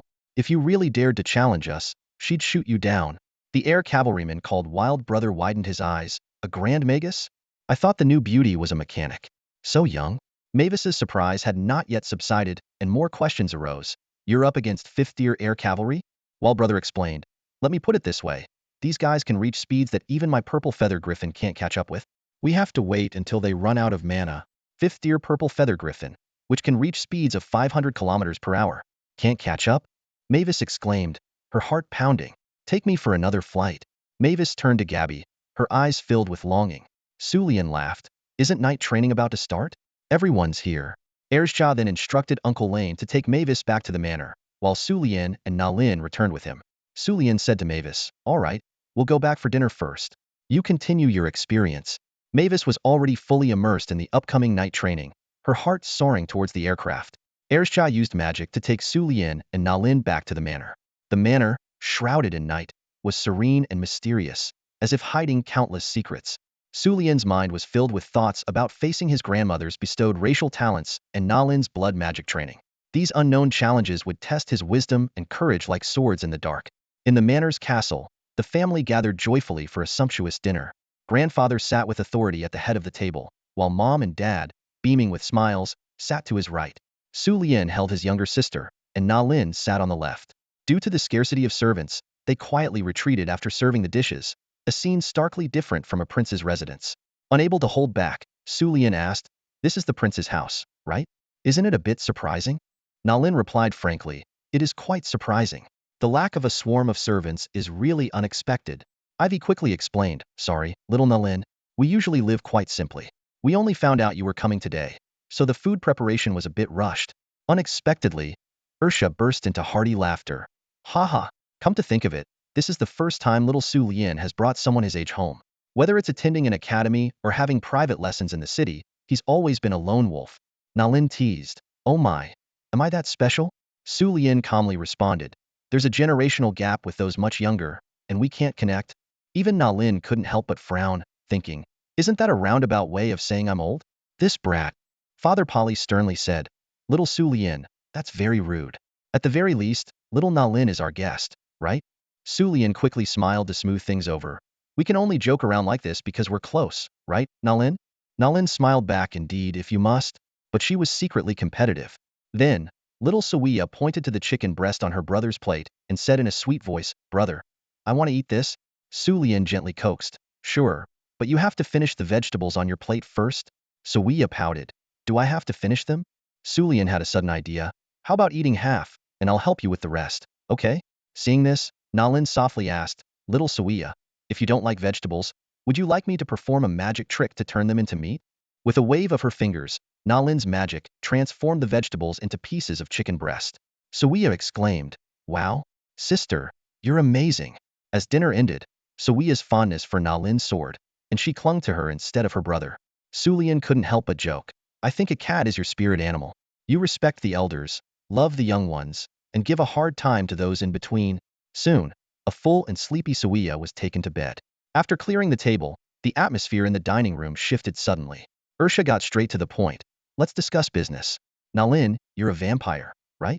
The daughter of Augustus? Nalin's tone was tinged with displeasure. Yes, that scumbag father taught me blood magic for a year and then left, just like he abandoned my mother. Nalin then recounted her story. Augustus was the most talented genius in the Sethic clan among the 13 vampire families in the last 500 years, a powerful 9th-rank archmage. Her mother was a noble viscountess of the Yemenic kingdom, who fell in love with a stranger who stayed for less than a month. She continued to explain how she was ostracized within the Viscount's family and how inheriting most of her father's vampire bloodline caused her to grow extremely slowly, arousing the family's suspicion. Finally, she concluded, I can only say the only decent thing my scumbag father did was sensing my existence through blood magic and coming out of nowhere to teach me blood magic for a year. No matter how much I learned, she left behind a magic book, cast a blood magic spell on my family to blur their memories of me, and then departed. She was indeed a noble viscountess of the Yemenic kingdom, a hybrid of humans and vampires. She inherited more from the vampire side and had a natural talent for blood magic. Sulian furrowed his brow, contemplating the newly acquired information. The father he had never met bore an uncanny resemblance to his parents from his past life, perhaps even worse. Recalling the world he once knew, where his parents indulged in debauchery and his siblings grew up in a tense and abusive environment, Sulian couldn't help but let out a cold laugh. Such parents were despicable, no matter the time or place. Determined, he thought, why not use his blood magic and innate talents to carve out his own path? When his power grew, he would return with a vengeance and make them pay. This ruthless resolve was a stark contrast to his former self, who had been engrossed in studies, accepting the meager allowance his parents sent each month without complaint, even though it was a pittance compared to their earnings. Suddenly, an idea struck him, and a cunning gleam appeared in Su Lian's eyes. Why not let his disciple teach them a lesson? But before he could fully embrace the thought, he hesitated. His enthusiasm for blood magic vanished. Why was that? Seeing his change in demeanor, Ursha quickly changed the subject. Since it's August, there's no need to worry too much. He happens to know your grandmother, though her opinion of him isn't exactly flattering. Su Lian was intrigued. His grandmother knew him? But on second thought, it wasn't surprising that these ancient beings, who had lived for centuries, would be acquainted with each other. To be honest, little Su Lian, Ursha began hesitantly, we plan to tell you about your grandmother and your maternal grandparents after you had some experience at the academy, made some friends, and learned more about the world. We even had plans for your bloodline awakening. But how should I put this? Ursha struggled to find the words. Polly nodded in agreement, while Nalin looked puzzled. Did you know I originally planned to teach you magic when you turned 4? Ursha continued. Most kids start at 5 or 6, but I thought an early start wouldn't hurt. Who would have guessed you'd start reading magic books at 3 and actually manage to harness magic? By the time you mastered your first spell, I wanted you to experience different types of magic. But you had already played around with all the basic spells. Ursha's excitement grew as he spoke. Then I thought, since you have such a gift and enthusiasm for learning, why not teach you some alchemy, potion making, and mechanics early? And what did you do? You assembled a mechanical bicycle and raced around the estate. You cured the sick birds in the backyard with experimental potions and blew up a dead tree with alchemical powder. Can you imagine how I felt at that moment, little Su Lian? Su Lian scratched his head awkwardly. Aha, I can somewhat imagine. But internally, he was nervous. This world had so many new and fascinating things. How could his curious nature possibly be restrained? Come to think of it, could they have discovered that he was reincarnated? Though it seemed unlikely, could there be some kind of reincarnation magic in this world? Nalin was stunned. You're that amazing? How much have you learned exactly? Ursha seemed somewhat exasperated. While other kids were playing with mud, he was already conjuring fireballs and building machines. By the way, all those magic cars, tanks, and planes were invented by this guy. Su Lian didn't nod, but tacitly agreed. In reality, he was too embarrassed to admit that these inventions were the wisdom of his past life. He merely replicated them. Ursha continued, it's the same now. You mentioned blood magic, so I contacted your grandmother to find a familiar vampire to help. I also wanted you to learn more about your grandmother and see if you could awaken some impressive bloodline abilities. But you beat me to it and brought back a young vampire girl yourself. And she's the daughter of August. I guess you understand your situation now? Su Lian felt a bit awkward and coughed. Well, it was kind of an accident. I didn't know anything at first, but during the recent magic disaster, I got injured on purpose. It was only when I reached the military that I realized my wounds healed on their own. Not every race has self-healing abilities. Then, thinking back, our family has always lacked certain metal decorations. You guys only gave me gold coins for pocket money, and when I went out, Uncle Ryan handled the money, so I never touched silverware. Finally, when Nalin transferred schools, I suddenly felt a blood connection and realized. Grandma is a bloodline werewolf, right? Hearing this, Ursha began to explain the bloodline situation in this world in detail. Indeed, this world is similar to what you imagine, but not entirely the same. For instance, here, werewolves and vampires are considered part of the beast race in legends, but they possess powerful blood abilities, prefer the night, and dislike sunlight, which sets them apart from traditional beast races, hence they are specifically called the blood race. Werewolves are not active during the day, and even if they appear, they stay in human form. Some even maintain their human form at night and only transform during battles, making it easy for outsiders to mistake them for ordinary werewolves. Vampires also dislike sunlight but are not as vulnerable to it as you think. Sunlight exposure is not fatal. In this world, they are more like unique bat beastmen and are not afraid of sunlight. Of course, there are similarities too. For example, surnames you weren't sure at first, but after hearing Nalin's description, you were convinced. Also, the relationship between werewolves and vampires here is quite bad. They generally avoid each other. Speaking of blood abilities, vampires excel in blood magic, while werewolves are skilled in blood combat techniques. Even the beast race fears their power. Vampires do drink blood, and werewolves do hunt fresh meat, but these are not for sustenance but for training. After several major purges, vampires no longer use blood to practice blood magic, and werewolves no longer hunt fresh blood for their combat techniques. This is the general situation of the blood race in this world, which includes both vampires and werewolves. Was Lien's grandmother also a pureblood werewolf? Nalin's question was like a stone tossed into a calm lake, creating ripples. Ursa smiled slightly, a trace of pride in his eyes. Not only pureblood, but also a war god level existence. Nalin gasped, blurting out, war god level? A ninth-tier powerhouse on par with a mage god. Her gaze lingered on Ursa, full of curiosity. But aren't you a seventh-tier grand magus? Ursa gave a mysterious smile. It seems you still have much to learn. Suddenly, Sulian interjected, Grandfather, stop being mysterious. You wouldn't happen to be at the mage god level, would you? Ursa raised an eyebrow. You don't seem surprised at all. Sulian shrugged. Coming from a royal family, reaching the level of a mage god isn't that unusual. What puzzled me was that you always presented yourself as a grand magus. Polly spoke calmly. I am a Saint Magus. Sulian burst into laughter. Well, this is rich. Grandfather is a mage god, and father is a Saint Magus. And you still have the nerve to accuse me of hiding my abilities? Ursa sighed and began to explain slowly. I was born too late to claim the throne. Despite my power, didn't want to plunge the nation into turmoil. So I chose to quietly build my strength, waiting for the right moment. Sulian suddenly understood. No wonder our family can run a military research institute and afford so many talents. It turns out it was all funded by your private savings. Nalin couldn't help but chuckle. Your family sure knows how to keep secrets. Ursa looked at Sulian helplessly. I had hoped to train you well, but you started causing trouble at the age of 7. As soon as you built the magic vehicle, you were clamoring to go to the military academy.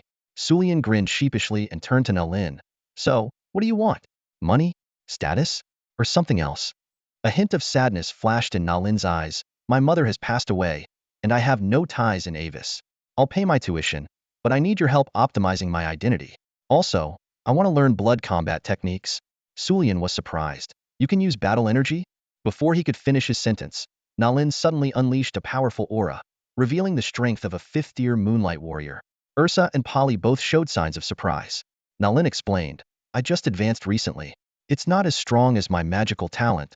Sulian pondered. So this is the advantage of the bloodline? Nalin narrowed her eyes. What do you mean by that? Sulian quickly offered a smile. I meant that not only are you exceptionally beautiful, but your strength is also impressive. Truly admirable. Nalin gave a soft snort, accepting the compliment. Sulian concluded. All right then, it's settled. You teach me blood magic, and we'll learn blood combat techniques together. After gaining everyone's agreement, Sulian finally looked at his mother. Ivy, mother, is it okay if I study blood magic? Ivy was taken aback, clearly not expecting her son's question. She answered softly, of course it's fine. The study of blood magic had come to a close, like a seed planted in fertile soil. Su Lian's werewolf lineage had begun to awaken, with his self-healing abilities flickering like a beacon in the night. Ursa had imparted the methods of cultivating blood energy and combat skills, a reminder of the looming dangers akin to the sword of Damocles. We'll talk when your grandmother arrives. Ursa's words acted as a barrier, temporarily halting Su Lian's eagerness. Strolling through the manor with Nalin, a subtle tension lingered in the air. Suddenly, Nalin spoke, dropping a bombshell. You seem indifferent about hiding things from your family? Su Lian's response was sharp. Do I look like someone with a childish temper? They have their reasons. His eyes sparkled with wisdom beyond his years. Besides, I've been too busy studying to worry about such things. Nalin furrowed her brow and shifted the conversation. Do you really intend to start a war? Su Lian's reply was like a cold douse of water.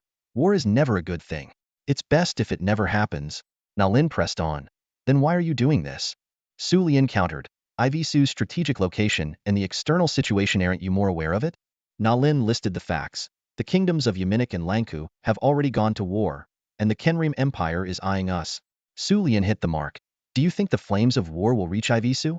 Nalin shook her head. Attacking here offers no benefit unless a mighty empire achieves unification. Su Lian pressed further. And if unification happens, will the war end?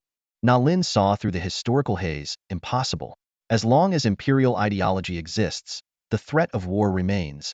Su Lian's words crashed like thunder. I have a ridiculous idea to overthrow the imperial system.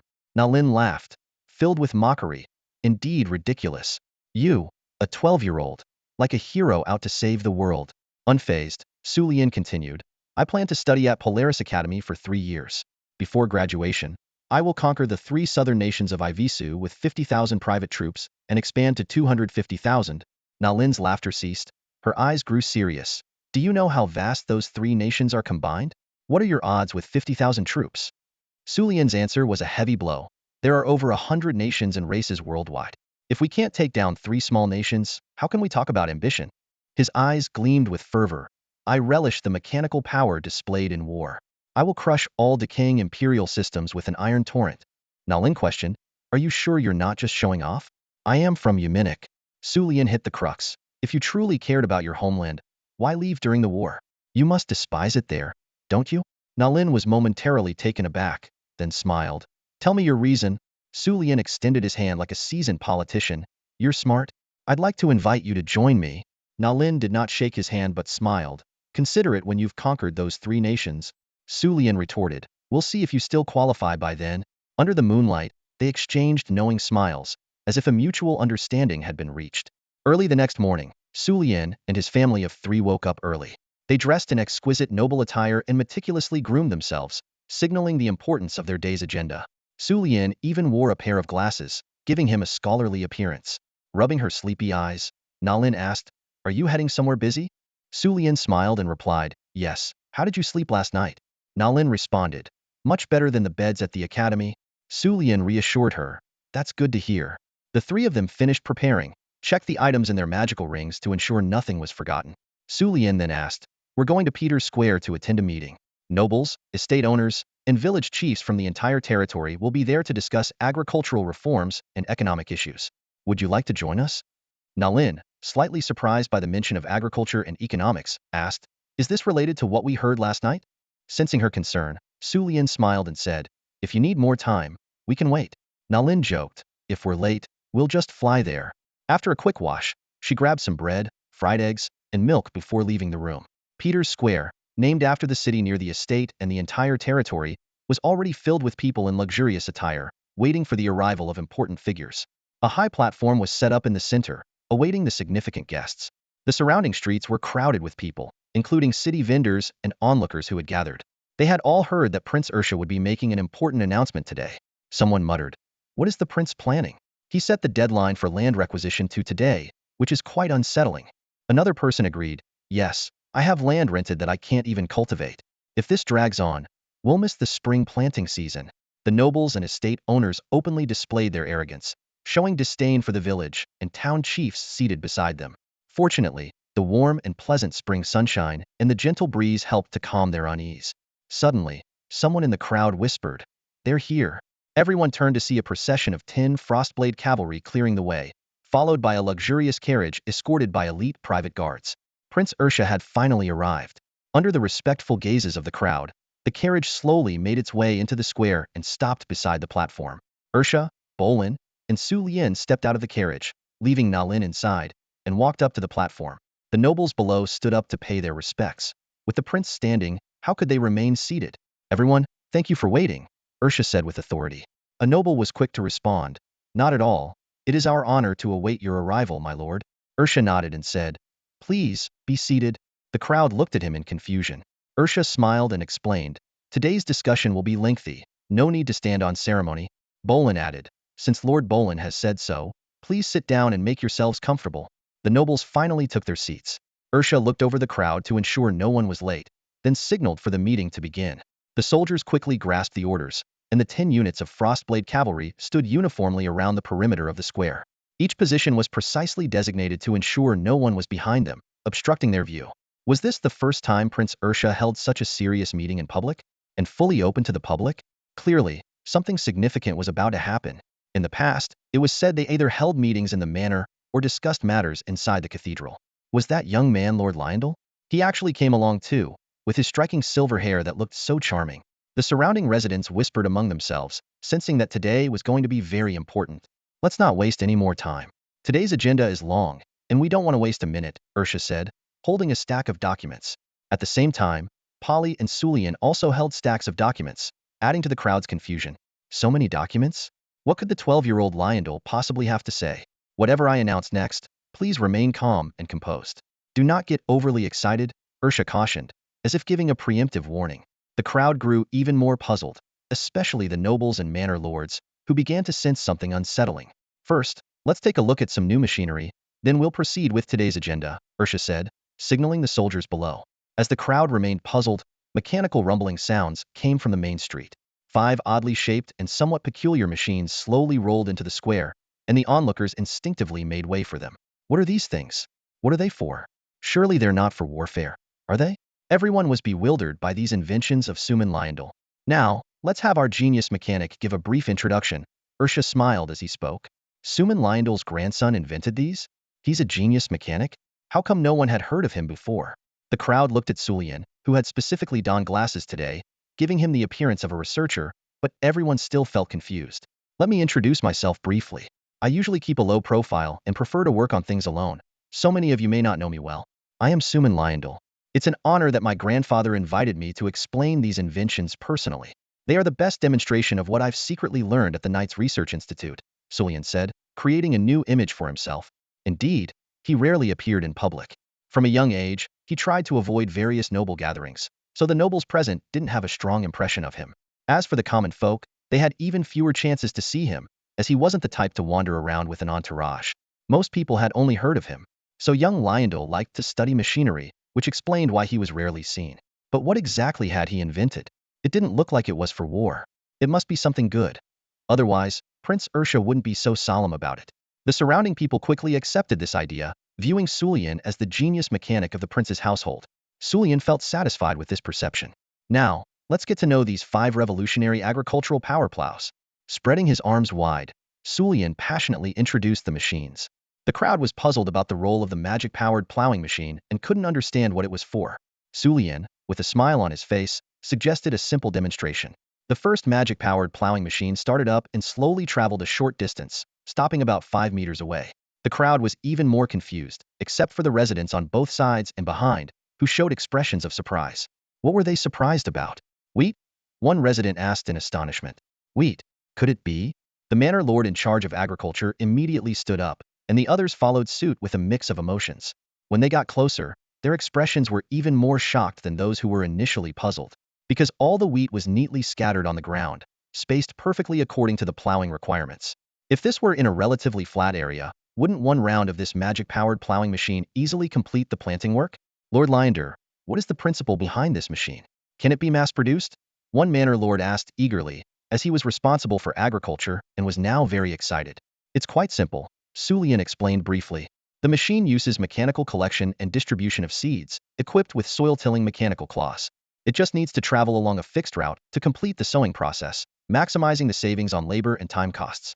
Even without seeds, it can till the soil and loosen it with ease. Another machine, the magic-powered harvester, can be used when the wheat is mature. It just needs to follow a fixed route to harvest the wheat, separating the grain from the straw and loading them separately. The manor lords were astounded. Automatic tilling, sowing, harvesting, and loading? With this, would they even need to hire workers? This was simply miraculous. To them, it was even more practical than the magic-powered vehicles.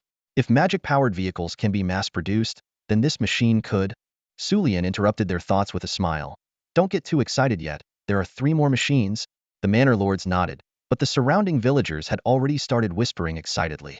The other 3 machines are for digging and packaging tuber crops like potatoes, harvesting and packaging tall crops like corn, and harvesting and packaging special crops like cotton, Sulian explained briefly. The manor lords could hardly contain their shock. Their expressions almost twisted with astonishment. What a magnificent invention! Sulian smiled, feeling satisfied with their reaction, but internally apologizing to the wisdom of predecessors whose ideas he had borrowed. These machines were powered by low-level magical element cores, so there was no need to worry about their working time. Most of our territory is quite flat, making it very suitable for these machines. Amazing! One manor lord couldn't help but exclaim. Ursha frowned. Sorry. Lord Lyondell, please continue. The manor lord quickly controlled his excitement. I will have the magic-powered vehicle factory clear out some space for mass production. Now that the construction of magic-powered vehicle factories in other regions is complete, our production capacity here will be freed up. So, don't worry about efficiency and output, Sulian said. The manor lords all nodded, but the village chief, town mayor, and some residents began to worry. If the manor lords stop hiring a large number of workers, won't they be out of jobs? What exactly is Lord Ursha thinking? Well, that's the gist of Sulian's introduction, and now I'll leave the rest to Grandpa. Sulian humbly passed the baton. Everyone's attention shifted back to Ursha. Ursha felt slightly awkward, struggling to maintain his authority. He cursed inwardly, thinking how everyone usually called him Little Sulian, but now being addressed as Lyondell felt odd. Everyone got that? Sulian Lyondell's explanation is complete. Do you know what that means? Ursha said, barely holding it together. Polly took over and announced the first significant reform in the Peters domain. His father's advice echoed in his ears. Everyone, calm down first, Polly said sternly. The crowd nodded again. The next reform is that all land in the domain will no longer be leased to any manor lords or nobles, but will be unconditionally leased to the domain citizens. Each household will be allocated land based on a standard 5-person share. If manor lords want to lease land again, they must prioritize the domain citizens. Additionally, the domain will only charge a small extra fee, which will be borne by the manor lords, Polly solemnly declared. The sudden reform left everyone stunned. Manor lords, nobles, village chiefs, and commoners all voiced their confusion, their voices echoing through the square. Even Na Lin in the carriage was too shocked to speak. Land unconditionally available for commoners? Have they gone mad? Even in the United Kingdom, commoners have to pay long-term rent for land. The manor lords were speechless with shock. Does this mean we'll have to beg for land from the commoners we've always looked down upon, treated coldly, and even underpaid? The manor lords were completely bewildered. The nobles were also restless. Apart from a small portion of ancestral land, most of their land had been leased. Now that it's Prince Ursha's domain, they were paying rent to the prince.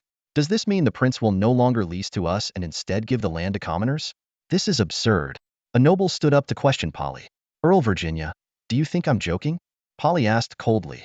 Did the prince plan this all along when he adjusted all the leasing contracts 5 years ago? Another noble questioned. And when did the construction of the magical vehicle railway begin? Polly countered. Everyone was stunned.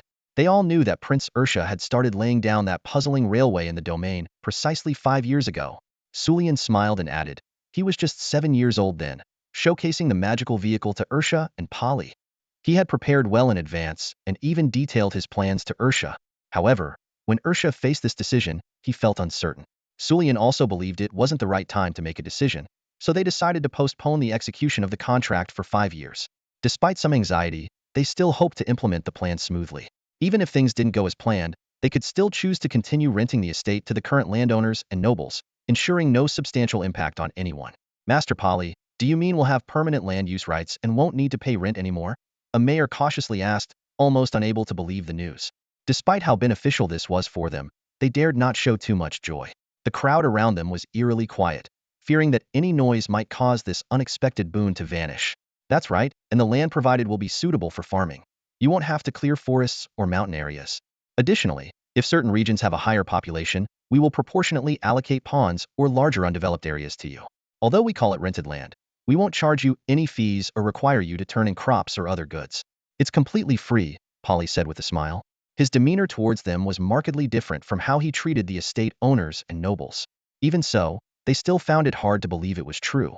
Father, if they still find it hard to believe, let time prove it, Su Lian interjected timely. One of his purposes for being there was to convey key messages and leave a lasting impression on the people at crucial moments. Yes, Polly nodded, then turned to the nobles and estate owners. Don't be so disheartened. After all, we have cooperated for many years. We won't leave you with nothing to do, Polly said. The Earl of Virginia suppressed his anger, but didn't dare to show it. Master Polly, he said. He was the largest noble in the Peter Principality, with ancestors who owned vast estates. However, due to certain reasons, the land was reduced and eventually became part of the prince's territory. Despite having some autonomy within his domain, he had rented much land to maintain his status. Now, a reform left him with only a meager portion of the land. Considering that the land will be unconditionally owned by the territory's citizens, it would be a waste to have you doing nothing but farming. Therefore, we offer you a choice. If you wish to farm the land yourself, we won't interfere. But if you transfer the land use rights to us, we will manage the farming and pay you based on the land's expected yield at international market prices, using wheat as the standard. In other words, even if you don't farm the land yourself, you will receive enough money to buy food. And for the estate owners, with your extensive connections and economic foundation, you shouldn't need to continue renting land for others to farm. In the future, we will allow you to use magic vehicles for transportation, providing more favorable conditions for conducting other trades. Under Polly's impassioned speech, the atmosphere in the entire Peters Dominion gradually became more enthusiastic. The villagers, townsfolk, and commoners began to shift from initial skepticism to joy as they started to believe that all of this might actually be true. The manor lords and nobles, initially shocked and filled with discontent and anger, gradually showed expressions of surprise as the situation developed. Why? Because now, the commoners were no longer exploited but enjoyed basic rights and became respected citizens. Although the manor lords and nobles lost some of their interests in Peter's dominion, they gained national rights to the magic vehicle transport, allowing them to maintain a competitive edge in other areas. In the future, all citizens of Peter's dominion will be able to meet their basic needs and choose to engage in more meaningful and lucrative work, build new factories, participate in high-yield agriculture, or find employment in the new factories. Even the treatment of the territory's army will be improved, and joining the military will yield high rewards. For all the manor lords, as long as they continue to pay taxes, they will continue to enjoy the convenience of the national magic vehicle transport, liberating the labor force of the citizens, promoting economic development, and making Peter's dominion the most harmonious and prosperous place in the entire Avisu kingdom. Paula's final words seemed to shout out this beautiful future. The entire scene fell into a stunned silence. No one could believe what was happening before their eyes. Everything Polly announced had become a reality. Shouldn't they be cheering? Su Lian reminded them. The crowd looked at Su Lian, then back at Polly and Ursha, who were smiling and nodding. Suddenly, someone shouted, "Long live Prince Ursha! Long live Lord Polly! Long live Lord Lyondel!" More voices joined in, and the cheers echoed throughout Peter's holy city, even reaching the soldiers patrolling the city walls. This was the voice of all the citizens, each one a beneficiary. Then, another voice rang out, "Wooka!" Originally a cheer only understood by the army, it was now chanted by the commoners, reaching an uncontrollable level of excitement. Su Lian's family smiled as they watched the cheering crowd, their goal clear: to make everyone satisfied. With the national magic vehicle transport rights, they had the capability to achieve this. However, amidst this excited atmosphere, Na Lin, sitting in the carriage, seemed different from the others. She looked at the jubilant crowd around her, convinced that this was not a dream. She was witnessing an incredible reform. She turned to Su Lian on the stage, the boy with a calm smile, who was in control of everything. At that moment, she deeply realized that Su Lian was not an ordinary 12-year-old noble. As he had once told Ursha and the others, those who achieve great things exhibit extraordinary qualities from a young age. And at this moment, Su Lian was demonstrating exactly those qualities. After a brief silence, the entire scene was once again filled with cheers. As everyone gradually calmed down, the crowd began to pour into the streets surrounding the square, forming a human wall. They had been alerted by other residents, and the news just announced in the square quickly spread throughout the entire city. Now that everyone is settled, let's continue. Isha smiled and said, "Oh, more announcements? Don't be surprised, dear citizens, my father has many more documents in his hands." Su Lian added. Hearing this, everyone immediately fell silent, afraid to miss what Polly was about to announce next. Polly looked at the crowd and gave a slight smile. The agricultural reforms have been implemented, and significant changes in the economic sector are imminent. I believe you will need to accumulate some wealth for the future. Now, I have 3 more important economic matters to announce. In the carriage, Na Lin was astonished to hear about the economic plans. She wondered if extending the magic vehicle transport service to landlords and nobles didn't count as part of economic development.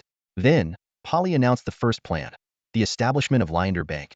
Savers could enjoy flexible interest rates on current accounts, with fixed deposit rates of 2 for 1 year, 2.5 for 2 years, 3.5 for 3 years, and 5 for 5 years. Borrowers would only need to pay a minimum annual interest rate of 3. Even if the bank's rates change later, it would not affect the previous deposits and loans. Polly also mentioned that more details would be provided at the upcoming opening of Lyonder Bank. This news prompted the landlords and nobles present to ask numerous questions. They wanted to know more specifics, such as whether there were limits on deposits and loans, how much they could borrow, and whether early repayment could reduce interest. Polly patiently responded, "Don't worry, detailed information will be gradually released later, and it will definitely satisfy everyone." Next, Polly announced the second plan: the establishment of Lyonder Insurance. He explained that insurance involves paying a certain fee to purchase coverage. If an accident or loss occurs within the specified time, the policyholder can receive compensation. Whether it's accidental injury, property loss, or other risks, you can buy the corresponding insurance to cover the risk. Although the fee paid will not be refunded, if a claim is needed, the insurance company will compensate according to the contract. Polly succinctly explained, for future illnesses, accidents, and property losses, our insurance can cover you. Hearing this, the people understood the role and value of insurance, though some were concerned that if no claim was made, the cost would not be refunded. Polly reassured them, detailed terms and contracts will be published once Lyonder Insurance is officially established, and you can read them carefully then. Finally, Polly announced the third plan: the establishment of Lyonder Exchange. He explained that if someone wanted to open a dress shop but lacked funds, Lyonder Exchange could provide partial financial support and require a share of future profits at a certain ratio. Of course, if there were losses, the risks would also need to be shared. This exchange would serve as the witness location for all such transactions, ensuring fairness and transparency. After hearing Polly's explanation, the attendees nodded in understanding, feeling that these plans were highly beneficial. With that, Polly's economic trilogy was about to commence, enabling him to manage the entire economic system reasonably and efficiently. The future of the Virginia Earl's tailor shop is a topic worth exploring for them. If it seems the shop has potential for further development, they can be given some financial support to continue their operations. Conversely, if it appears unsustainable, their shares can be sold to other investors, allowing new partners to take on the risk. Both ordinary people and wealthy merchants have the opportunity to participate and collaborate. Our Landell Exchange will undertake all related transaction verifications. Polly clearly articulated this point. Initially, the public might feel confused, but the landowners and nobles quickly understood. Once these three economic elements are in place, they can more freely pursue their ambitions. Do you have a general understanding of these three economic elements? Polly asked. He was actually quite nervous, as Su Lian had explained these concepts to him in detail, making him feel immense pressure.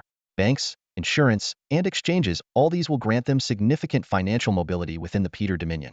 They can maximize capital absorption and utilization.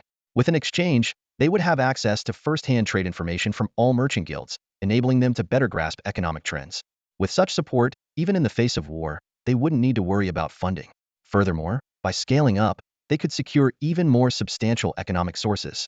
Polly leaned towards a political perspective, which added to his stress. However, Su Lian remained unperturbed. He calmly observed everything before him, knowing that this was just the beginning, with more talents to join later. Even if issues arose during operations, as princes of the Dominion, they had the authority to address minor problems with ease. The three major financial sectors, banking, insurance, and securities. Su Lian's goal was to control the entire economy of the Kingdom of Avisir. Despite not having a financial background, he introduced these concepts and implemented them immediately, with everything proceeding smoothly. The key was to identify and nurture talent to solidify the foundation, ensuring everything would progress seamlessly. Because, once they had formidable military power, no one could undermine their economy. Prior to this, he had leveraged agricultural machinery to release the labor force through agricultural reform. These laborers, after meeting basic needs, would create greater value and promote the development of factories and industries. Ensuring an adequate labor force was essential for better economic operation, ultimately achieving maximum military strength. Beyond personal ambitions, they also needed to guard against the Kingdom of Avisu itself. No sane king would allow princes to easily control the national economy. Therefore, before controlling the kingdom through the three major financial sectors, they had to ensure they possessed strong military power. Subsequently, Polly and Ursa began detailed discussions on agricultural reform and land issues, as well as the matters regarding the transport permissions for magical vehicles. In the three major financial sectors, especially deposits and insurance purchases, it was crucial to have wealthy landowners and nobles invest their funds first. With these initial large sums, subsequent plans could be better executed. Faced with an unexpected predicament, a fierce anger ignited within the protagonist. They were infuriated and frustrated by the fact that the other party was unwilling to release the money directly. Watching their carefully planned land rent fall through, the protagonist began to doubt their decisions. However, when they thought about the crucial benefit of vehicle transportation rights, their anger surged once more. Feeling cornered, they knew it was either the money or the transportation rights. The protagonist resolved not to yield easily and vowed not to let the other party succeed. In this battle of wits and wills, the protagonist displayed determination and decisiveness, swearing to defend their rights and refuse to compromise. As dusk fell, Su Lian stretched wearily inside the carriage. He had been discussing matters from dawn till dusk, not even having time for lunch. The details were intricate, especially with the new concept of the three major financial reforms, which couldn't be easily summarized. Whenever the landowners and nobles faced problems, they would always seek his advice. At this moment, he had changed into the Polaris Academy uniform, ready to head back to school with Na Lin. Meanwhile, Mavis would likely take the last magic train back later, as she was still busy at the Military Research Institute. To maintain secrecy and avoid drawing attention, he had instructed Uncle Cam to ensure she left on time. Curious, Na Lin asked, "Are all these ideas your own?" Su Lian admitted, though I'm reluctant to say it, these ideas aren't entirely mine. These bold reforms, combined with our control over the national magic train operations, give us the confidence to execute these plans. By fully redistributing the land to the common people and even providing them income without farming, we aim to satisfy everyone. The magic farming machines will free up labor, which can be absorbed into other industries, including the military. With the three major financial innovations, we control the territorial discourse and magic train operations, encouraging wealthy landowners and nobles to join us voluntarily, thus resolving land conflicts reasonably. Liberating the workforce will boost productivity, and the open economy, flow of money, and regulated transactions will eventually develop a military force that will stabilize everything. Before the kingdom reacts, we might become the strongest presence in the Avizu kingdom. Nalin suddenly understood. This reform would satisfy everyone in the territory, and Prince Ursha's reputation would reach unprecedented heights. She even foresaw that if the kingdom tried to reclaim St. Peter's territory, the common people would be the first to object because Prince Ursha provided them with basic living guarantees. Why would they accept another ruler who would continue to exploit them? It seems you've understood. Let's return to school and enjoy our student life. Leave the rest to father and grandfather, Sulian. Nalin couldn't help but ask, if we conquer other countries, will we grant land to the common people in the same way? Of course, Sulian replied bluntly. Should we allow those greedy landowners and nobles to continue exploiting the land to its fullest potential? It's better to have them do something else. This way, regardless of how wealthy or poor they become, they won't touch the people's bottom line. Considering most nobles have become useless, compared to them, landowners who know how to make money are still somewhat useful. The captured nobles from other countries will mostly be demoted to commoners. Despite both being of noble birth, Sulian didn't mince his words. Nalin gazed at Sulian, causing him to feel a bit puzzled. What's up? Sulian asked, not understanding her intention. I've started to suspect that you, like me, are actually someone who's been alive for over 30 years, Nalin said seriously, making Sulian feel a bit embarrassed. Oh no, my age is exposed, Sulian laughed. Guess I'll have to use blood magic to make you forget. Nalin brandished her blood scythe again, but her voice held a hint of gentleness. As the elegant and beautiful Miss Nalin, shouldn't I be more forgiving to a cute, young child? Sulian felt a glimmer of hope for survival. Yeah, you're right. I'll forgive you, Nalin said as she put away her blood scythe. But honestly, I might be a bit older than you. I feel like I'm almost 40. Oh, so, you're a middle-aged man with a thing for young girls? Nalin teased. I don't want to hear that from a woman obsessed with young boys, Sulian retorted with a smile. Nalin brandished her blood scythe again, making Sulian feel a bit pressured. Clearly, you can never mention a woman's age, Sulian said with a wry smile. That night, back at the academy, Sulian cautiously walked through the gates, which made Nalin curious. What's up? She asked. No one's here guarding the place. Looks like Connie isn't that smart, Sulian said bluntly. How do you know he'll cause you trouble? Nalin asked curiously. Nobody's here to watch me return tonight. He probably didn't think I'd take a magic car home, considering how expensive those things are for commoners, Sulian said, feeling a headache coming on. Tomorrow, after class, it'll probably be a hassle. You should stay away from me. All right, Nalin agreed. But she knew that trouble would find its way to Sulian as long as she was around. So, she planned to just attend class tomorrow. In class, Sulian looked exasperated. He chose to sit in the middle of the front row to avoid Zwasandy sitting next to him, and Nalin had promised to stay away. However, Zwasandy sat next to him on the left, pretending to study seriously, and Nalin sat on his right. The unusual attention focused on Sulian made him feel awkward. Damn it, Zwasandy is understandable, but Nalin, you troublesome woman?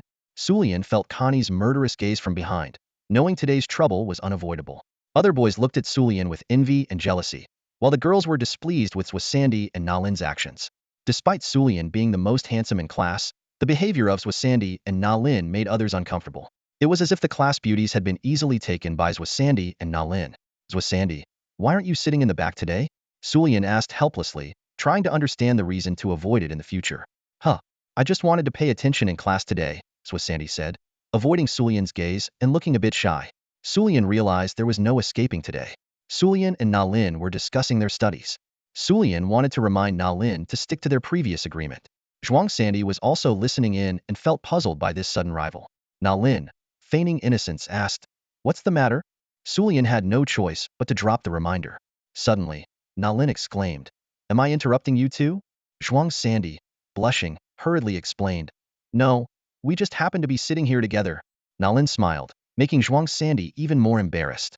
Sulian became more certain that Nalin, who appeared to be an innocent-looking woman, was actually a cunning character, absolutely toxic. The first class ended, and the trouble had left. Do you want to watch the show, or just go with the flow? Sulian asked straightforwardly.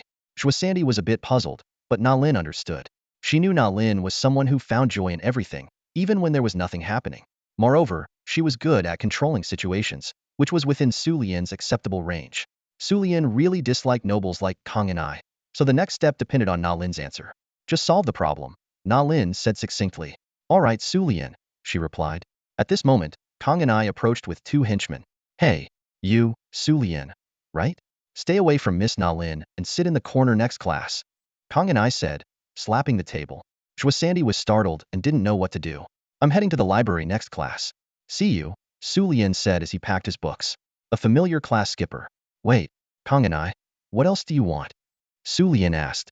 What's with your attitude? Do you know who I am? How dare you sit next to Miss Na Lin twice without my permission? Kong and I questioned angrily. Why is he so mad? Did you say something to him after I left last time? Su Lian asked Na Lin, puzzled. He knows nothing, Na Lin said with an innocent look. Su Lian, forget it. We need to solve the problem anyway, doesn't matter, Na Lin said. Hey, I'm talking to you. Did you hear me? Kong and I shouted. The other students' attention was drawn, and Rex even sneaked out to find a teacher. Most of them looked at Su Lian with sympathy since he was dealing with a notorious noble. I heard you. I heard you. You don't even have the manners of a noble, yelling so close. Even a beggar on the street knows better. What kind of etiquette did you learn? Su Lian responded unkindly. You comparing me to a beggar? And you think you need my permission? Can you think before speaking? You're a mage studying magic. Na Lin might not even remember your name. How thick-skinned can you be? Su Lian continued to mock. You watch your words.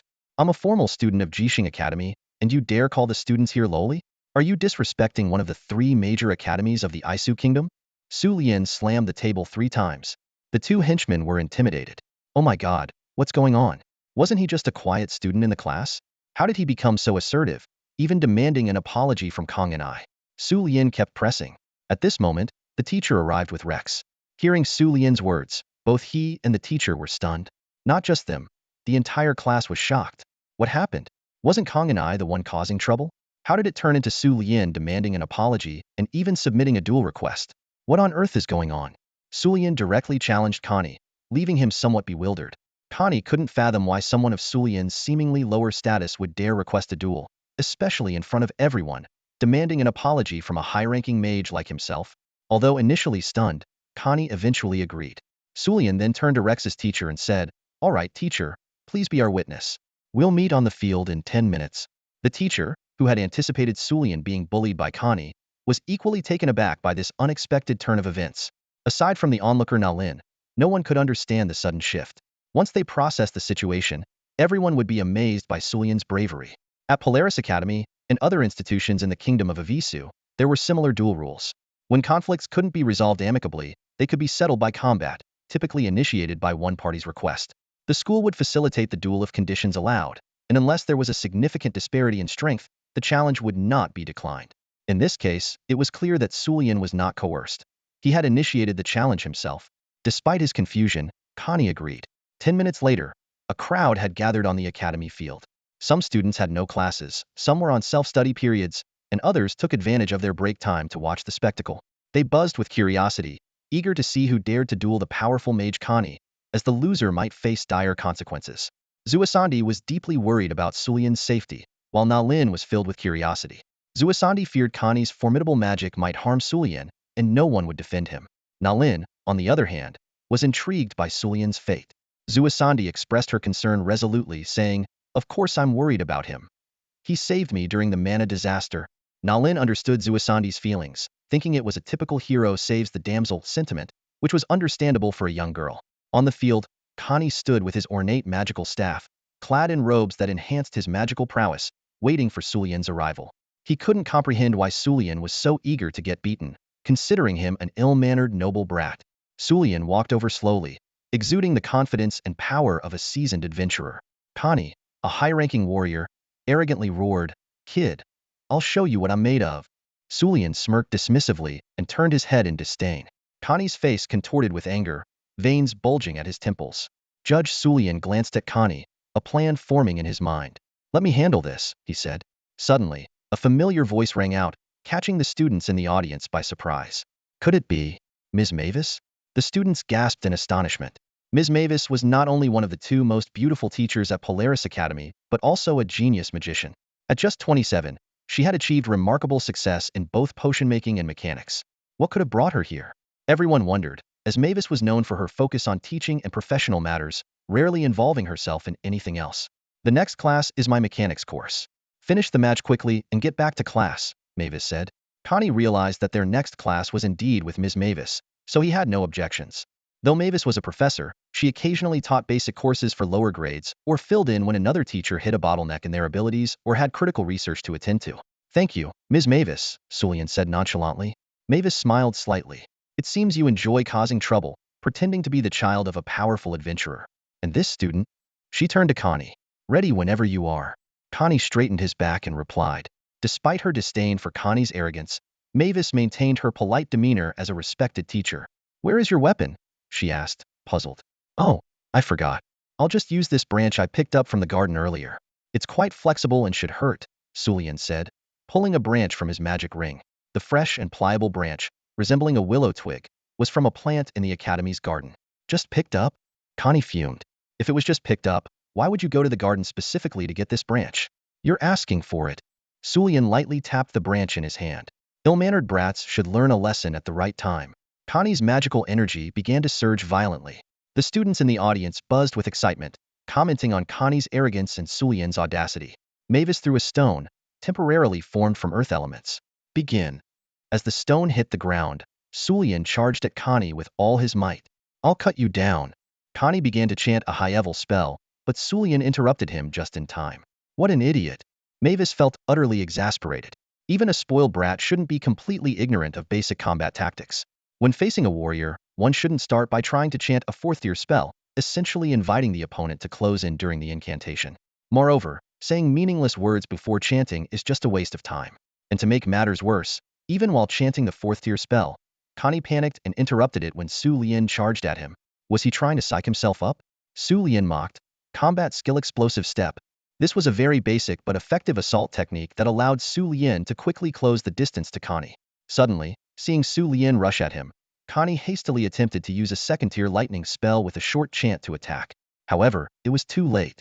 Sulian swiftly closed in, and Connie, terrified, raised his staff to shield his face, even shutting his eyes. Sulian's lips curled into a cold smile as he swung the branch in his hand hard against Connie's wrist, producing a dull thud. Connie screamed in pain, dropping his staff. Sulian then kicked Connie, sending him flying, and deftly kicked the fallen staff away. Everyone knew the outcome was already decided. Connie cried out in horror. What? Is this all you've got? A grand mage? Where's your chantless second-tier spell? Maybe you can't even cast a second-tier spell without a short chant. His manners were lacking, and his skills were pitifully weak. Sulian walked forward slowly, shaking the branch in his hand and wearing a slightly sinister smile. Connie, terrified, stammered. Don't come any closer. I'm a grand mage, the Duke's grandson. However, without his staff, Connie seemed unable to cast even the most basic spells, not even common lightning or fireballs. Sulian mercilessly beat him, causing Connie to scream in pain and attempt to threaten him. Sulian relentlessly whipped him, making Connie roll on the ground, his screams echoing, leaving him too weak to beg for mercy. Sulian showed no mercy, disregarding Connie's status, and continued to beat him without stopping. The surrounding students were stunned. Everything happened so quickly and dramatically that they could hardly process it. Watching Connie rolling on the ground, they felt dizzy themselves. This was a noble, the Duke's grandson. Beating him so publicly, was this really okay? Sulian was incredibly bold. Sulian continued to whip him, saying, apologize. Connie, finally regaining some clarity through his pain, realized that Sulian would continue to beat him if he didn't surrender. Sulian pressed, do you surrender? I asked if you would apologize. In despair, Connie cried out, forgetting why he had dueled Sulian in the first place. Sulian whipped him again, forcing him to apologize in terror. It hurts so much. Stop. I surrender. I surrender. Sulian continued to whip him, repeating, will you apologize? Connie painfully admitted his mistake, and Sulian finally stopped. Looking at the broken branch, Sulian remarked with some regret, oh wow, not very sturdy, is it? Connie felt a glimmer of hope. If the branch hadn't been broken, what a beautiful ending it would have been. Are you planning to apologize? Sulian asked, with a tone that carried both firmness and dignity. Connie felt an overwhelming sense of embarrassment, and the students in the audience were equally stunned. Did they think Sulian would break another branch and continue? Silence? Well, then I'm leaving. Sulian turned to leave. Connie suddenly realized his mistake. I'm sorry, Sulian. I was wrong. I shouldn't have called you a peasant. Please forgive me. Connie apologized hastily. Sulian looked at Connie, who seemed ready to challenge him again, and a wave of fear washed over Connie, making him feel pain all over his body. Master Sulian, please forgive me. I know I was wrong. I will never call you a peasant again. Connie struggled to stand and knelt before Su Lian. He was in pain and terrified. All right, I forgive you. Now go back to class, Su Lian said with a satisfied nod. Connie looked at Su Lian in disbelief. He had been so lenient. Su Lian then added, however, remember to train hard. It's quite disgraceful for a grand mage to beg for mercy after having a branch broken by a high-level warrior. It's really unprofessional. With that, Su Lian walked off the field, leaving Connie and the surrounding crowd in shock. Su Lian, what courage! The crowd finally snapped out of their daze. To think that a high-level warrior could easily defeat a grand mage like Connie, using just a vine and a close combat technique to cause such pain. Wasn't this an insult to the opponent? Although the rules forbade fatal or crippling injuries, this behavior was clearly humiliating enough. Why didn't teacher Mavis intervene? Perhaps she was also displeased with the nobles? At the very least, she should have called for a halt before letting Su Lian strike a few more times, right? The duel is over. Go back to class. Teacher Mavis's voice, amplified by magic, cut through everyone's thoughts. The bell rang, signaling the start of class. Those who had class hurried back. Zhua Sandy had intended to check on Su Lian, but it seemed unnecessary. He was in complete control. Na Lin felt satisfied with the outcome. Watching Su Lian put the arrogant noble in his place was truly delightful. Back to class, then. Ultimately, the once low-profile Su Lian became a legend at the academy, earning the title of branch hero for his bravery. In contrast, Connie's reputation plummeted. As an arrogant noble, he had been beaten into submission by a high-level warrior and forced to kneel and apologize, losing all face. Though he only suffered minor physical injuries, the damage to his reputation and psyche was irreparable. People began to wonder how Su Lian would handle the potential trouble that might follow, and how he would restore the dignity of the noble duke. In a rooftop restaurant outside the school, Su Lian and Na Lin were having dinner. This restaurant, perched atop a high-rise, offered an open-air dining experience at a steep price, allowing diners to overlook most of the city where Polaris Academy was located. Did you have a good time? Na Lin asked curiously. Su Lian replied candidly, since you're willing to teach me blood magic, I'm naturally prepared to deal with the trouble your beauty attracts. Otherwise, I'd feel bad and have to endure the harassment from that lust-driven Connie. He was well aware that collaborating with Na Lin would come with its own set of challenges. Whether or not Na Lin provoked Connie, the hedonistic noble would eventually come knocking. So, Su Lian had already prepared for Connie's provocations before requesting to learn blood magic. Therefore, he sought Na Lin's opinion before taking any action. If she chose to face Connie alone, he would back off. If she needed his help, he would fully support her. But this might ruin your low-profile image. Would you mind? Na Lin asked with a smile. It's fine, as long as no one knows my true strength. In fact, I can see how Duke Alfred handles the situation. Su Lian revealed his plan. Are you ready to establish your reputation within the territory and the entire kingdom? You guys have thought this through, Na Lin said, somewhat surprised. My grandfather and father recognized my talent and ambition 5 years ago and started paving the way for me. Do you think I'm joking? Su Lian said bluntly. What if Duke Alfred chooses to turn a blind eye? Na Lin asked again. My father will seize the opportunity, secretly apologize, and use the convenience of magic vehicle transportation to attract his cooperation. By then, we'll have the support of a duke, and with a person of influence on our side, our status in the kingdom will be elevated. Su Lian explained his follow-up plan in detail. Once we've started, we can't act without meaning. Na Lin reassessed Su Lian. I've underestimated you. In the future, try not to test me so much. I'll tell you, you can think of me as a man nearing 40, Su Lian said frankly. Don't be so serious. Didn't you also want to teach that guy a lesson? Na Lin surprisingly knew about this. Indeed, our class is short one person because Abel Marcus died in the magic disaster. Their conversation was filled with cooperation and challenges, their mutual understanding and trust growing stronger on this night. Thinking about it, Su Lian couldn't help but feel a twinge of guilt. If he hadn't chosen to keep a low profile back then and had instead invited the other person to join their team, perhaps that person wouldn't have been captured by Chimera, leading to such a tragic outcome. Su Lian didn't hide his sense of remorse. Although he knew it wasn't his duty, he felt that participating in the duel that day was a way to make up for his past oversight. Na Lin smiled and said, your way of comforting others is quite unique. Su Lian replied with a smile, did I ever comfort you? Don't get the wrong idea, you little Lala-loving uncle. Na Lin feigned a puzzled look, but Su Lian just chuckled. Having spent so much time with her, he no longer minded her quirks. After a brief silence, Na Lin sensed that Su Lian had something to say. Your magical talent must be quite strong. Why, after 30 years, have you only become a grand mage? Is it because you've specialized in other fields, or is it due to some limitation in your magical growth? Su Lian asked. Na Lin explained, I'm not a pure-blooded wizard. and every time we break through, we need to find a safe place to rest for a while. So, your magical growth is limited by your physical appearance? Su Lian inquired further. Yes, and the rest periods waste a lot of time, Nalin replied. What do you do with your free time? Su Lian asked again. I've spent about 10 years studying alchemy and potions, but I haven't officially certified my knowledge, just personal research at home or in the library to pass the time, Nalin said. Would you be interested in furthering your studies with me in the Alpha Empire next year? I'll focus on mechanics and magic array studies, and you can continue deepening your alchemy and potion skills, Su Lian suggested. Alpha Empire? Nalin asked, confused. Where is that? Why go so far to study? She felt she had never heard of this country before, and if Su Lian hadn't mentioned it, she doubted anyone in the kingdom of Avisu would know of its existence.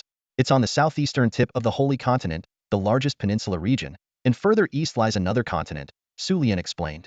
Do we really need to go that far to learn these things? Nalin asked hesitantly. Su Lian analyzed the situation logically.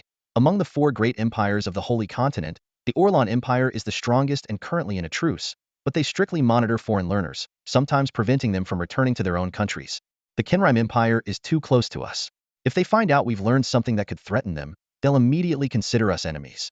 As for the Saiwa Empire, they're in intense conflict with the Castano Military Union, and both the northern and western fronts are in chaos, making it too dangerous to study there. The Alpha Empire, though distant, is reachable in 3 days at full speed on a tamed flying beast, and 5 days under normal circumstances, which is quite acceptable. Nalin thought for a moment and then asked, is this one of the things you discussed with your grandfather the night before last? However, they didn't trust Su Lian completely and had thought carefully before inviting him to join. Su Lian did not hide anything. Oh, what reason do you have? Don't tell me you just want my company, Nalin asked, full of curiosity. First, blood magic is very useful to me, but I understand it's not easy to master. Even as a werewolf with lineage, I can't easily grasp it. Therefore, it's best if you stay by my side for a long time, and in return, I can guide you in the blood combat techniques you want to learn. Second, I need more comprehensive knowledge. One person's abilities are always limited. Your answer just now can help me solve the problems I'm currently unable to focus on. Third, besides learning, I have other plans but lack the experience of long-term solo training. As someone with strong blood magic, you can greatly assist me in many ways. Uncle Yen has to stay behind to protect Wei, so he can't accompany me, Su Lian explained sincerely. Actually, part of the reason is that I need a bodyguard and assistant. What about trust? How can you trust me? And how can you be sure I will rely on you to sustain my life? After all, I'm a vampire and can live a privileged life using blood magic wherever I am. Nalin questioned seriously, looking into Su Lian's eyes. Their blue eyes locked, as if trying to read each other's thoughts. How much of it was genuine? I won't boast that I understand you, but at least I know you have no reason to harm me. Moreover, I can help you with the costs and identity issues for your further studies, which is the basic benefit you can get. As for the future, you can see it as a gamble. If you leave after learning, I'll only lose the tuition fee I paid. I will continue my studies and won't affect you in any way, right? Su Lian didn't directly state his feelings. He wouldn't say something like, your past is similar to my previous life, so we share the same plight. At least this answer was fairly reasonable, wasn't it? Nalin said, drawing out the sound, seriously observing Su Lian's eyes. Are you sure you're not really interested in me, or the future me? Betting that you can win me over, and then everything I learn will be yours. Nalin teased. This idea seemed a bit romantic. I admit, your current beauty gives you confidence in the future. But for someone with the potential to rule the world, your beauty might not be enough, Miss Nalin, Su Lian responded. Narcissistic old man. My beauty is obvious, while your confidence only stays on the surface, Nalin laughed. Not in a hurry to refute except for the narcissistic part. However, your proposal does intrigue me.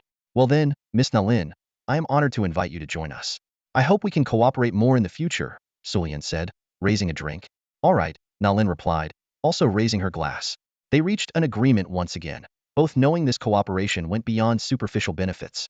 It was like, Su Lian knew deep down that she was eager to learn more about the powerful vampire behind him, his grandmother. She was willing to bet everything, confident in her ability to stand out on the world stage and never lose. Similarly, Na Lin understood that he was keen to gain more opportunities to interact with the vampires, especially his father, August. She could easily use this to avoid or solve some unique problems. Utilizing this was a piece of cake for her. Both of them were aware that their relationship was complex and delicate, and they were cautiously using each other to pursue their own interests. The next day, the Academy made a decision regarding the duel between Su Lian and Connie. After discussions on both sides, the Academy determined that Su Lian's aggressive actions were somewhat excessive.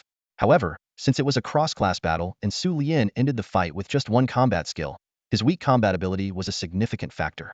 Additionally, because Connie provoked the conflict and Su Lian's request for a duel was reasonable, with Connie accepting it, the Academy only issued a verbal warning to Su Lian, hoping he wouldn't make the same mistake again.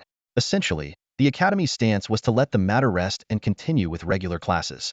In class, Su Lian noticed a complete change in the way his classmates looked at him. Today, he deliberately chose a seat in the far back corner. Zwasandi kept his distance, and Na Lin also chose to sit with Zwasandi by the window, avoiding sitting with Su Lian. Su Lian felt the gazes around him but didn't pay much attention to them. On the contrary, he felt somewhat relieved that Connie was absent today, having taken a leave. This absence of an uncomfortable presence made him hope Connie wouldn't show up again in the future. Hey, do you think Su Lian might be the descendant of a powerful adventurer? He doesn't seem worried about Connie's revenge at all. Who knows? He hardly talked to anyone before, and we rarely saw him around. I heard he's either in the library or some research room, a total bookworm. Oh? Then why did he choose so many magic courses? Who knows, but his previous test scores seemed pretty good. The classmates' discussions began to revolve around Su Lian, and this might continue for a while. Su Lian felt a slight stir in his heart. Had he successfully been rumored to be the descendant of an adventurer? It seemed yesterday's performance had a good effect. This Polaris Academy truly lived up to its reputation, treating nobles and commoners equally by handling the duel between two students of different statuses fairly. Fortunately, Uncle Ryan didn't need to intervene, saving a lot of trouble. The Academy should be fine now. The next step was to wait for Grandpa and the others' news about Duke Alfred, to see if they would cooperate or confront him, depending on his attitude. Su Lian. Rex approached. What's up? Su Lian asked. Are you from a powerful adventurer family? Rex inquired, his tone a bit tense. Is there something important? Su Lian responded. He could sense Rex's nervousness, clearly not just simple curiosity. Rex looked around, ensuring they were in a corner where others couldn't hear their conversation in the semicircular, tiered classroom. Are you a noble? Rex asked. Oh. Su Lian became interested immediately. What makes you think so? After yesterday's experience, Su Lian had become discontent with the behavior and combat style of nobles. Almost everyone was speculating he was the descendant of a powerful adventurer, yet Rex had a different perspective. Maybe it's just me, but during the last practical exercise, you seemed more suited for real combat. Rex and Su Lian were talking in the forest, and Rex felt puzzled by Su Lian's behavior. Su Lian softly muttered a basic wind spell sound disruption releasing weak magical waves. Rex's eyes lit up as he noticed that despite Su Lian missing many magic classes, his test scores remained consistently stable, always just passing. It seemed as if he was intentionally maintaining this level. Rex began to suspect that Su Lian might have received other training. Rex continued to probe, mentioning that Su Lian seemed to have an intricate understanding of the time and state required for casting spells and had precisely disrupted the magical flow in his opponent's staff during duels. Su Lian calmly responded, "That's right, because I know them all." This boosted Rex's confidence, leading him to suspect that Su Lian might be hiding even greater magical prowess. Su Lian asked Rex about his assumptions, and Rex realized that Su Lian might possess extensive combat experience, yet he wasn't an ordinary warrior. Rex couldn't help but marvel at Su Lian's mysterious identity and strength. Su Lian looked at Rex, recognizing the young adventurer's curiosity and spirit of exploration. Finally, Rex gathered his courage and asked, "Is your last name Suman?" Su Lian's expression turned to one of surprise, impressed by Rex's intuition and reasoning ability. Despite his confusion, Rex persisted with his questions. Su Lian smiled and said it was enough, surmising that Rex's family was part of the Bloomer Merchant Guild in the city of Cursefno. Rex nodded in confirmation, still uncertain of Su Lian's intent. Su Lian explained that the information was sufficient. Although still perplexed, Rex felt a slight sense of understanding dawning within him. Rex felt puzzled and surprised by Suman Lyondell's knowledge of his family's background. He pondered how his family's modest-sized trading company could have drawn the attention of a royal figure. On Saturday at 3 p.m., Suman Lyondell invited Rex's father to meet at Table 7 on the rooftop of the Inai Hotel to discuss a business deal. Suman took out a metallic business card from a mysterious magical ring and handed it to Rex's father. Rex was thrilled and curious about Suman Lyondell's identity. Was he a prince or someone else of significance? He tried to recall where he had heard the name before but couldn't remember. Although Suman had previously been inconspicuous within noble circles, he left a lasting impression on Rex. Suman gently patted Rex's shoulder, reminding him that class was about to start. Rex nodded, realizing the significance of the metallic business card. As Suman watched Rex return to his seat, he began to formulate new plans. He never saw a problem with having too much money. In this world, the concept of luxury goods was not yet well developed. He had once asked his grandfather about relevant trade associations but received a lukewarm response, so he put the idea on hold. Although Rex was introverted, he was exceptionally intelligent, and perhaps his family could give it a try. Once the business was established, Rex could take over. Suman decided to explore whether the concept of luxury goods from his previous world could bring wealth in this one. Soon, this little episode faded as class began. It was Tuesday, and Polaris Academy had scheduled an afternoon for new students to freely consult with teachers and ask questions. While most students would choose to play instead of study, Suman was different. He went to the office of Professor Bunyan from the alchemy department. After a gentle knock, Suman asked if the professor had some time. Bunyan was busy purifying a piece of alchemical metal, but still received Suman. Once seated, Suman asked Bunyan questions about metal materials. Bunyan remembered Suman as the student who had previously asked him dangerous questions in class. Although Bunyan was concerned that Suman might venture into risky areas, Suman had already eased his worries. Suman wanted to know what the highest quality, hardest, and strongest metal that could be created with alchemy was in this world, in which high-grade metals required special methods to produce. Bunyan was intrigued by Suman's questions, and they began discussing the possibilities of metal materials. In this world, while tungsten alloys did not exist, research on basic metal elements continued. Looking to forge a powerful weapon? It's not just about the strength of the metal. You also need to consider properties like elemental affinity, compatibility with fighting spirit, and magical adaptability. Simply pursuing physical hardness will only get you an ordinary piece of iron. This is Bunyan's firm belief. Although Sulian is curious about it, he has no plans to change his weapon anytime soon. Bunyan drifts into memories. Among commonly mass-produced materials, the dwarven alchemist's inventions Antaeus metal, Lorig metal, and subreef black metal are high-quality, high-strength options that meet the requirements. For special customizations, there's veleb metal, a substance accidentally discovered by goblins while developing knight armor. Known as the ultimate useless iron chunk, veleb metal can only be acquired through special means. The name veleb metal resonates deeply. After an additional round of questioning in Bunyan's office, Sulian left feeling quite satisfied. He had learned that the alchemy department's warehouse at the academy stored experimental metals like anti-eye metal, Lologo metal, and Zijiao black gold. It was apparent that some students or teachers had attempted to forge these high-strength metals, a relatively simple task in this magical world. Armed with the methods to create them, Sulian felt confident that he could succeed as long as he had enough materials. However, he preferred to avoid the hassle and hoped to directly exchange for the needed materials from the warehouse. As for the velebu metal, that was a different story.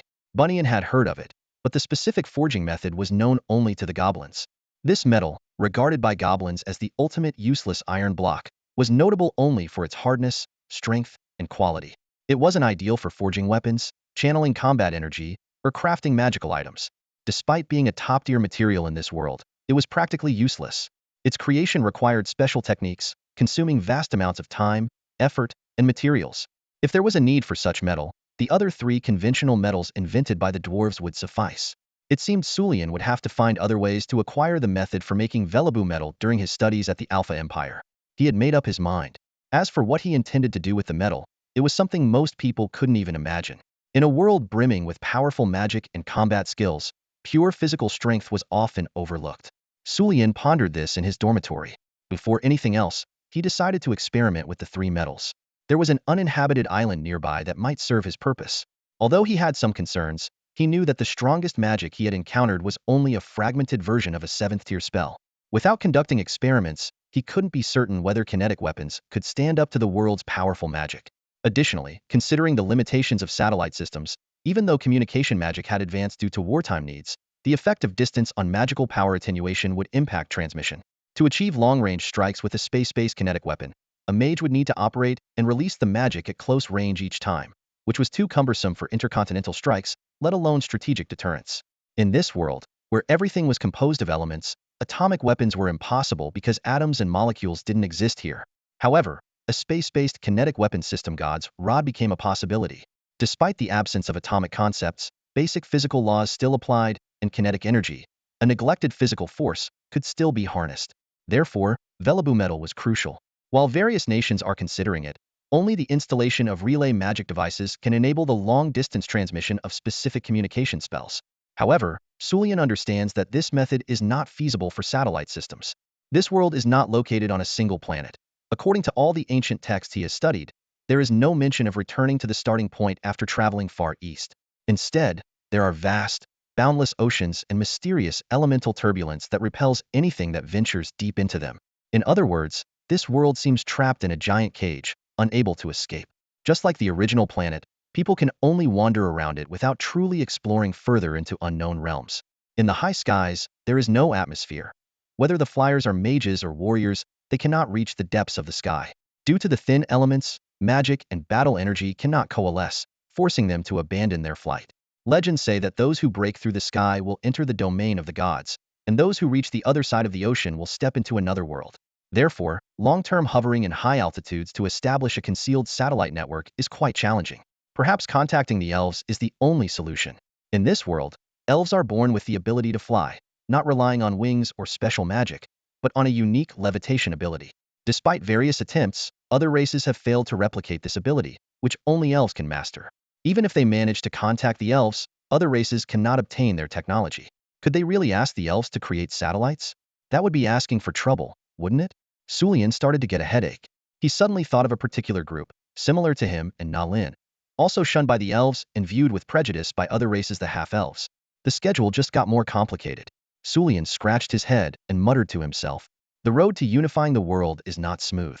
Perhaps building a tall, handsome mech to achieve his dreams would be simpler. However, is merely fulfilling past fantasies enough after traveling to this world? The answer is clearly no. The development of space-based kinetic weapon systems, target countries and races, metal goblins, floating half-elves, communication with the Alpha Empire. Sulian really wished for a completely trustworthy partner to discuss these issues with over a long period. Trying to realize fundamental ideas in different worlds alone is incredibly difficult. Sulian sighed, realizing that creating things from the original world in a different world is not as simple as he had imagined. Sulian was deeply puzzled by the idea of using lightning magic to attack water magic, and then producing a more powerful explosive fire magic through electrolysis of hydrogen. In this world built on elemental forces, the combination of hydrogen and oxygen seemed to be the only exception. While regular water can conduct electricity, there are hardly any non-conductive materials in this world. Once lightning elements gather, whether it's wood or rock, they will be attacked by the lightning. Electricity here isn't the movement of free charges, but the actual propagation of lightning elements.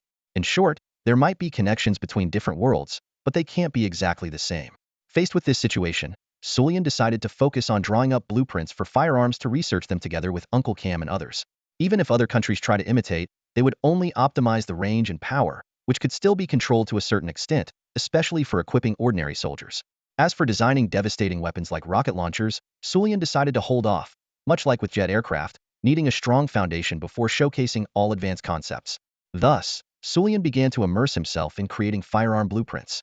In this world, the technology for the first generation of tanks and airplanes had already stabilized in military research institutes and was ready for combat use, pending the final training of soldiers. Sulian realized the importance of firearms and decided to equip each soldier with a close-range portable handgun. The reason for considering handguns first was their low cost and element of surprise.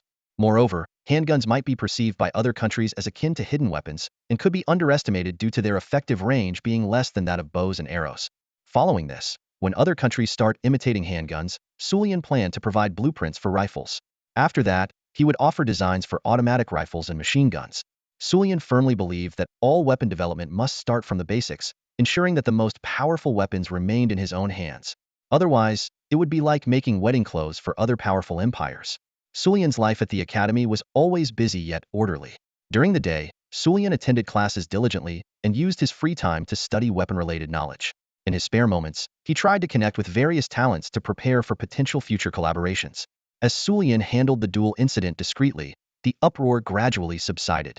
However, two other matters became the focus of people's discussions. The first was about the magical disaster incident and why the 17th Army Group could arrive so quickly to provide support in Onglai Town. The second matter concerned Prince Isha's reform measures, which involved distributing land to the common people. Although some lords had done similar things in the past, it often led to conflicts with local farmers and nobles. This time, however, was different. The news about using magical vehicles for emergency transport was not made public. When Isha gave the order, he specifically emphasized that no information was to be spread within the stopping stations. The military also issued a temporary lockdown order in Onglai Town to ensure that the news wouldn't leak. Nevertheless, such lockdowns are only temporary. Eventually, someone would leak the information, or others along the way would witness the magical vehicles. The Kingdom of News is still under pressure. They must ensure that other nations do not realize the terrifying transportation capabilities of the magic vehicles in war mobilizations. Even if other countries become aware, They must delay this understanding as much as possible, at least until they have fully grasped it themselves. Meanwhile, the second matter is being discussed with unprecedented fervor. In this situation, the protagonist's inner turmoil is undeniable. They have to handle these affairs with utmost caution to ensure the Kingdom of News's interests are not compromised. The entire kingdom is shrouded in a tense atmosphere, with everyone striving to safeguard the nation's interests. For the sake of the country's security and development, they must remain vigilant and be ready to face any potential challenges at any moment. On Friday night, Sulian was alone in his dormitory. Suddenly, a communication came through from Uncle Lane. Sulian quickly put on his communication magic device and began discussing their collaborative plans with Uncle Lane. Uncle Lane mentioned that everything had been arranged, and they were now working out the finer details. Sulian felt a sense of relief. It was clear that Uncle Lane was very meticulous and had already noticed the crucial elements. Their conversation touched upon Connie's grandfather, Duke Hodge Alfred. It was evident that Duke Alfred was more inclined to protect his wayward grandson, Connie, and uphold the family's honor. He was more concerned with the benefits of collaborating with Prince Ursha, including ventures in magical vehicles, territorial reforms, and financial cooperation. Duke Alfred had made his choice clear. As for the potential uncertainties regarding Ursha's future, he wasn't worried. He was just in it for the profits, so what was the problem? In fact, Duke Alfred even suspected that Sulian might be intentionally targeting Connie to create an opportunity for cooperation. After all, Connie was just an incompetent grandson. Sulian asked if they should proceed according to the original plan, and Uncle Lane confirmed that they should. They were both well aware of the details of the plan. Finally, Sulian told Uncle Lane that they would handle some business together tomorrow. Uncle Lane nodded in agreement. Their conversation was brief and cryptic. This was because they couldn't be sure if the communication magic device might be tapped, so they had to be cautious. In a place like Polaris Academy, where powerful magicians gathered, being cautious was essential. The collaboration between Sulian and the Rex Family Trade Association was progressing smoothly. According to their plan, they were to purchase the necessary materials on Saturday morning and head to the Aina Hotel for negotiations after lunch. However, Saturday's plan took an unexpected turn. "Are you free?" Sulian asked, looking at Na Lin, who was dressed casually, with a hint of exasperation. "Oh, what a coincidence. You're out shopping too?" Na Lin feigned surprise. "My headband might hide my magical power, but it can't mask my perception. Did you really think I wouldn't notice you following me?" Sulian retorted sarcastically. Na Lin, a bit intimidated, said, "Geez, uncle, you're so full of yourself. Do you really think an adorable girl like me would follow you?" Sulian shook his head and sighed. "Fine, let her be. Afraid Sandy might see you?" Na Lin teased. "She'll give up after I ignore her for a while." "It's just a misunderstanding," Sulian responded calmly. He had always maintained a neutral attitude towards Sandy, only helping her out of a natural instinct to protect children. "You are really heartless," Na Lin remarked. Ignoring her comment, Sulian continued, "We agreed to meet in the afternoon. I still need to buy some things. Then I'll tag along with you." "Consider it a favor," Na Lin suggested. "You are quite confident," Sulian replied with a smile. The two continued their shopping, bantering back and forth, creating a light and cheerful atmosphere. Would the lovely Miss Na Lin like to go shopping with Sulian? Sulian follows behind her, going along with her wishes. Na Lin seems very enthusiastic, while Sulian feels a bit helpless but continues to follow her. He can't help but wonder how Na Lin keenly noticed his conversation and agreement with Rex. Despite some hesitation, he decides to accompany her for a while. On the weekend, the city streets are bustling, and the young pair stands out as they weave through various stalls and magical shops. Their presence brings back memories of youthful days to onlookers. Na Lin excitedly examines different foods, while Sulian waits nearby to pay. Na Lin curiously asks, "What kind of food is this? Is it tasty?" Sulian replies, "You'll know once you try it." Na Lin immediately pulls out some money to buy it, while Sulian stands by to pay. Na Lin's eyes light up at the sight of a set of colorful magic stones, and Sulian steps in to pay with gold coins. She inquisitively asks, "How do they make these magic stones so beautiful?" Sulian guesses, maybe they use alchemy to change the colors. They do look pretty. Though he doesn't know how it's done, he still pays for them. They come across a piece of clothing, and Na Lin touches it, saying, "What kind of fur is this? It feels so soft." Sulian guesses, maybe it's from a Baishua mink. He pays for the item again, while Na Lin sneaks a glance at the autumn outfit he just bought. On a sunny spring day, Na Lin walks ahead wearing a new flower crown, full of energy, while Sulian follows behind, carrying a pile of food she purchased. Although they could have stored the food in a magic ring, everyone knows what happens to food in enclosed spaces. Sulian asks, "Where else do you want to go?" Na Lin puzzledly replies, "Weren't you here to buy things?" Sulian sighs softly, looking at her with a sense of wonder. From the start, Na Lin has been captivated by various stalls, dragging Sulian along. They don't have time to enter stores as Na Lin urges him to pay. Although they can buy things anytime, Sulian suggests going to the west side of the city, as it seems to be a place girls like, and the agreed time is approaching. Surprised, Na Lin accepts the suggestion, and they head to the west side together. This time, she doesn't tease him but instead shares the food kindly. Sulian is about to use magic to bring the food to his mouth when Na Lin interrupts. You won't even let me feed you? Sulian smiles helplessly, feeling a flood of emotions. Sulian stood there, holding a portion of food in his hands, hoping Miss Na Lin would feed him a bite. Sulian asked, Beautiful Miss Na Lin, could you let me taste the delicious food you recommend? Na Lin smiled happily and immediately fed Sulian. Enjoying the moment of being fed by a lovely girl, Sulian felt a bit sentimental. Though mature in mind, he sometimes remained as innocent as a child. The taste of the food was indeed satisfying, and he decided to bring some back for Suiya next time. While savoring the food, Sulian asked, How does this meat dish taste? Na Lin, puzzled, replied, This one? Didn't you taste it just now? Sulian smiled wryly and said, I could still eat it that time. Na Lin teased, Do you want me to feed you again? Sulian had to admit that being fed by a beautiful girl was an enjoyable experience. Despite Na Lin's youthful appearance, she was mature inside, and they seemed to be kindred spirits. Suddenly, a cute little boy, holding his mother's hand, pointed at them and said, Mom, look, those big brother and sister are showing off their love. Sulian and Na Lin felt slightly embarrassed, and the mother gently advised the boy not to disturb others.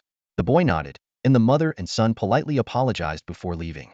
Na Lin quickly withdrew her hand, and Sulian awkwardly swallowed the food in his mouth. In the awkward atmosphere, they both felt the same way, seeing each other as adorable. Na Lin suggested going to the west of the city, and Sulian agreed, saying, All right. Sulian was conflicted.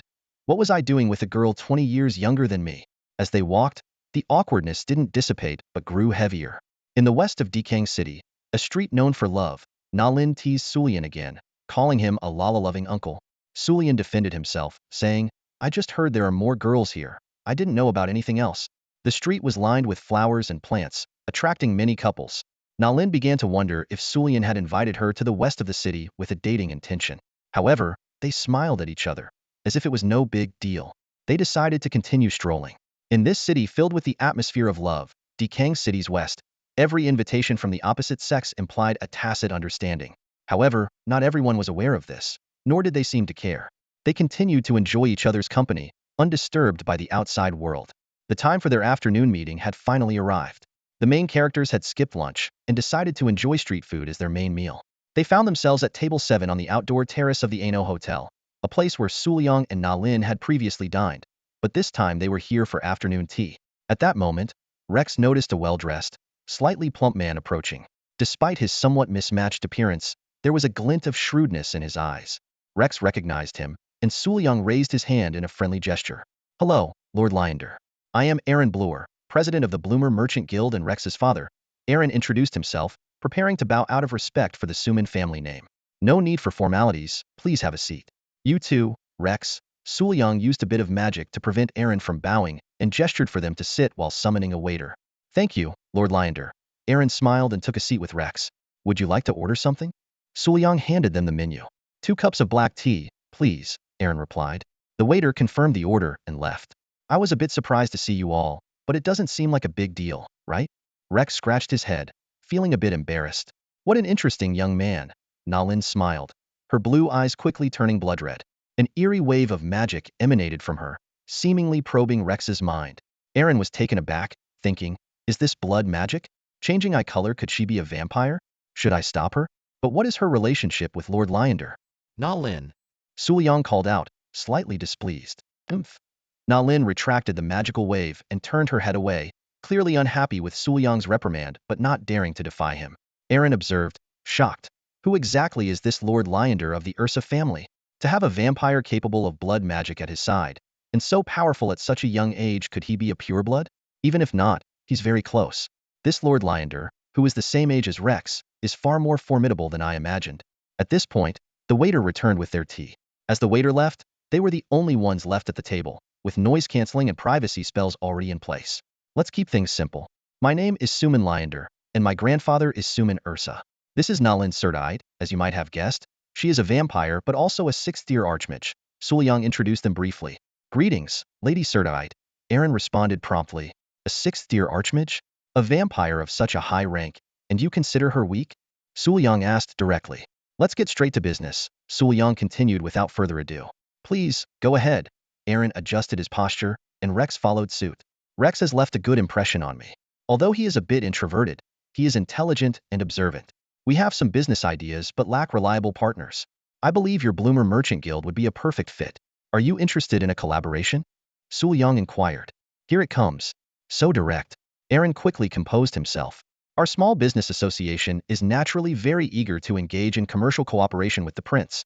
So, may I ask what kind of cooperation you have in mind? Aaron inquired. He spoke eloquently but didn't agree outright, wary that Su Lian might involve him in something illegal. You deal in clothing and cosmetics. How do you find the market for women's makeup and accessories? Is it profitable? Su Lian countered with a question. The situation in our kingdom is decent. Particularly, if a high-ranking noblewoman endorses certain cosmetics or accessories, they sell quickly. So, this business heavily relies on social connections and insider information within the noble quarters. We generally cater to middle-class families, Aaron answered honestly. And what about men's cosmetics and accessories? Su Lian continued. Well, Aaron was momentarily taken aback. Do men really need these? At most, they might need ties, hair gel, and the like. Perfumes are pretty standard and not overly flashy. Rings? Many nobles wear wedding rings and magic rings. Wearing too many would be unseemly. The men's market is severely lacking. So we do have thoughts of filling and dominating this niche, Su Lian said. Both Aaron and Rex were stunned, while Naren was curious about what Su Lian was planning. Of course, I'm not suggesting you sell men's cosmetics. Given our kingdom's male perspective, only effeminate men or certain individuals would use them. We're planning to start with accessories and create an essential item that every man of status must possess, Su Lian stated plainly. An essential accessory for all men of status? If it's unique, that could indeed be very profitable. Aaron exclaimed. If the prince and Lord Lienda have such an idea and a clear plan, our Bloomer Business Association will certainly do everything to make this cooperation happen, Aaron declared. As long as it's legitimate business, he was willing to take the gamble. Partnering with the rising star, Prince Ursha, who holds nationwide rights to the latest magical vehicle transportation, was an opportunity too good to pass up. Even if the cooperation failed, leveraging this relationship for other ventures would never be a loss. As for whether a 12-year-old Su Lian had the authority to make such decisions, didn't he see the vampire girl beside him? Having a 6th-tier vampire grand mage as a companion? No authority? Ridiculous. Then it's simple, Su Lian smiled. With a snap of his fingers, Uncle Lane appeared beside them. Aaron and Rex were immediately startled. Someone who could appear quietly and instantly beside them was likely a 7th-tier war king level, possibly even a thief or assassin. Just how many people were secretly protecting Lienda? Terrifying. Mr. Aaron, please take a look at this, Uncle Lane said, placing an exquisite gift box in front of him. What is this?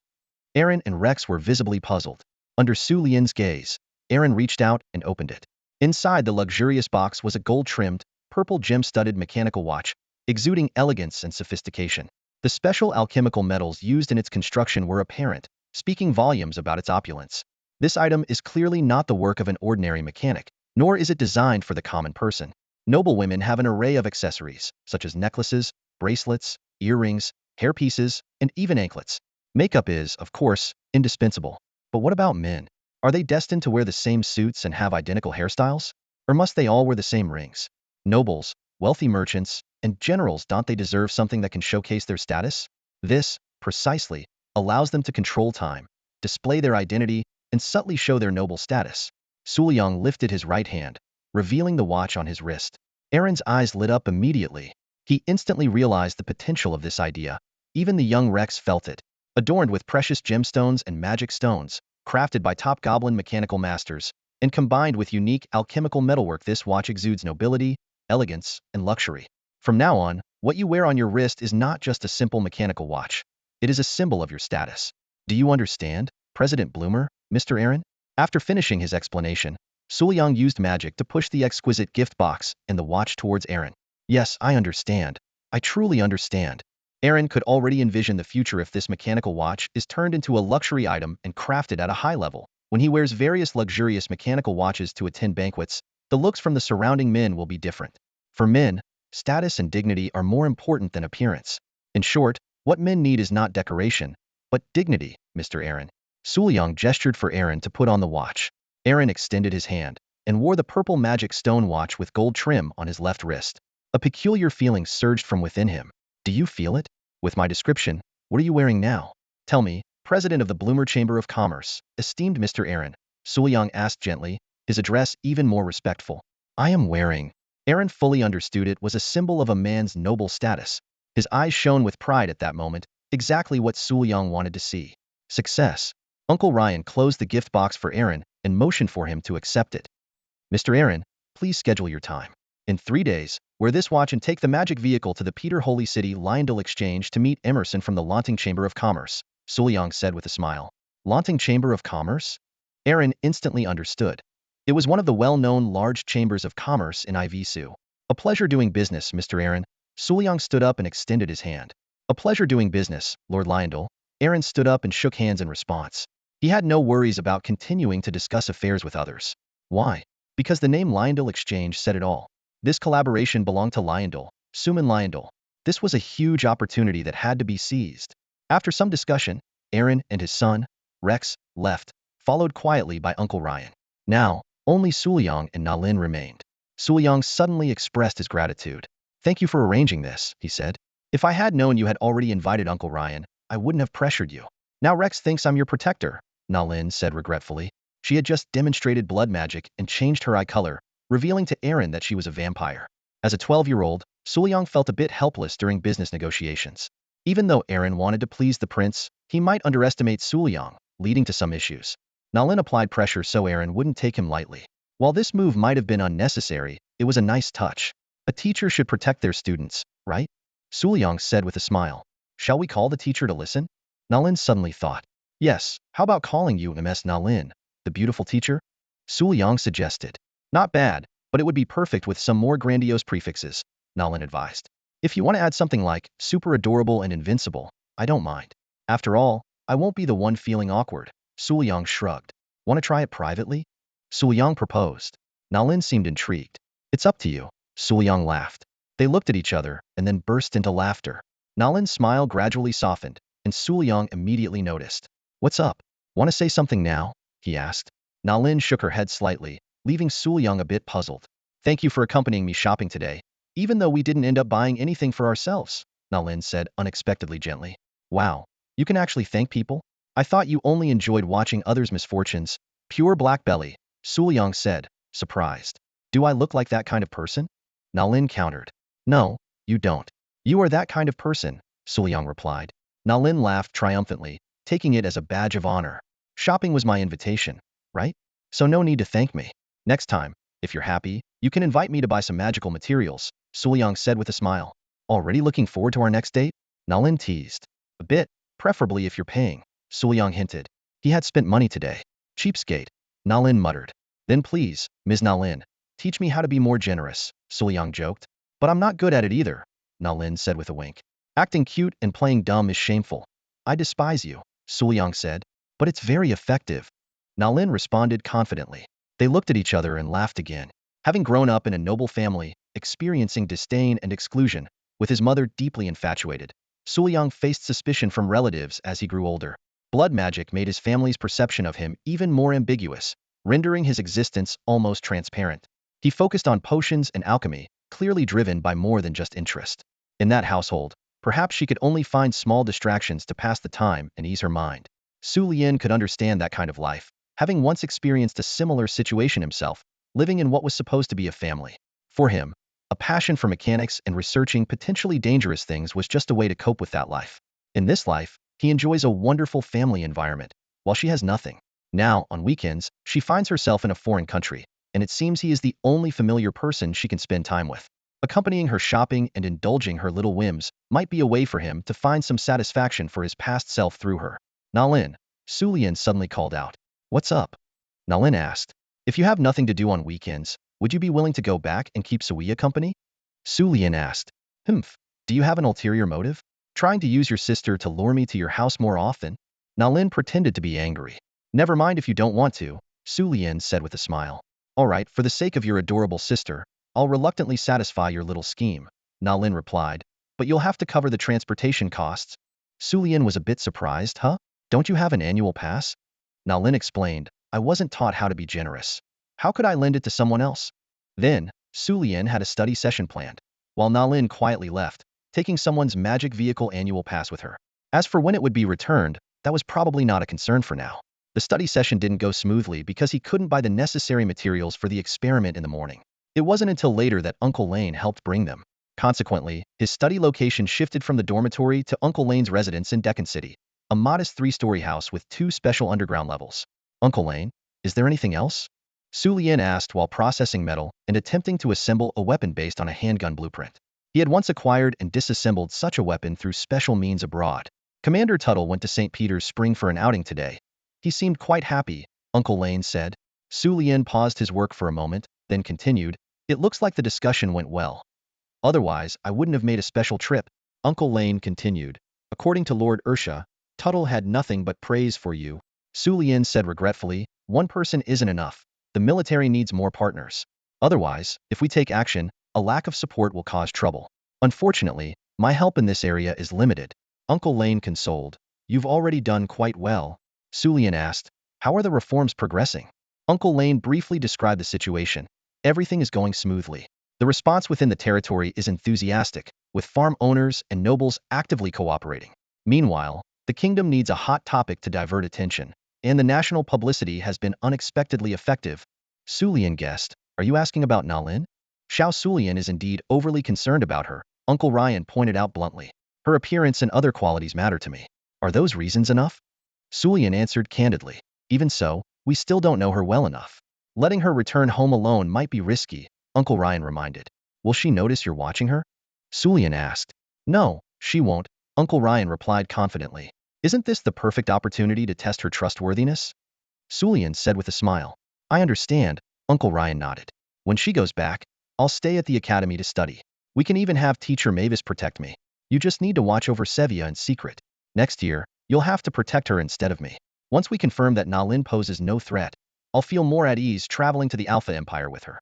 I might be swayed by emotions, but I won't lose my rationality." Sulian laid out the plan clearly and expressed his stance directly. "I overlooked that. After you successfully recruited Miss Mavis, she indeed is someone who can protect you well," Uncle Ryan admitted. "Such a powerful and beautiful teacher, Sulian certainly wouldn't forget her and would seize the opportunity to make use of her." "Right," Sulian said, assembling the handgun effortlessly, loading the bullets filled with alchemical powder, and casting a wind-based soundproofing spell. He aimed at the metal plate on the wall and pulled the trigger. Bang! The bullet hit the metal plate accurately, embedding itself after distorting. "Not bad. When I get back, I'll hand this and the blueprints to Uncle Cam to prepare for mass production for our private army," Sulian said, reloading the magazine and handing the handgun and blueprints to Uncle Ryan.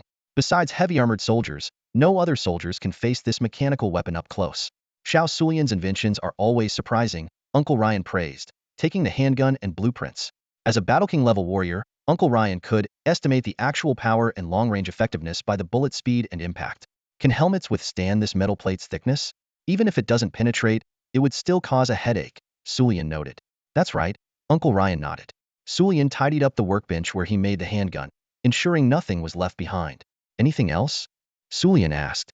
"Not for now," Uncle Ryan replied. "Then I'll head back to school. Contact me if you need anything," Sulian said. "All right," Uncle Ryan responded. Sulian left, and Uncle Ryan naturally followed him through the academy gates. Now, with both business and new weapon development wrapped up for the moment, Sulian needed to focus on his studies and maintaining relationships with the academy's talents. As for managing the territory, it was best left to Ursa and the others for now. Conquering the world wasn't an immediate priority. The situation on the main continent might change, and adjustments would be made as the story progressed. In the days that followed, Su Lian found his life at the academy to be somewhat monotonous. As a mature and composed man, he found it difficult to integrate into the circles of the younger students, and even casual conversations with them seemed to have a clear purpose. However, it was precisely this unique personality that allowed him to attract over a dozen outstanding potential talents. Currently, Prince Isha of the Avisu Kingdom is growing in power. With the widespread adoption of maglev vehicles, a substantial amount of trade profit continuously flows into the Peter Sanctuary. This kingdom, benefiting from dual advantages, naturally welcomes this situation. Military exercises have also been highly successful, with major corps smoothly passing combat training, significantly enhancing the kingdom's wartime transport capabilities. Isha's people have successfully integrated into the 17th Army.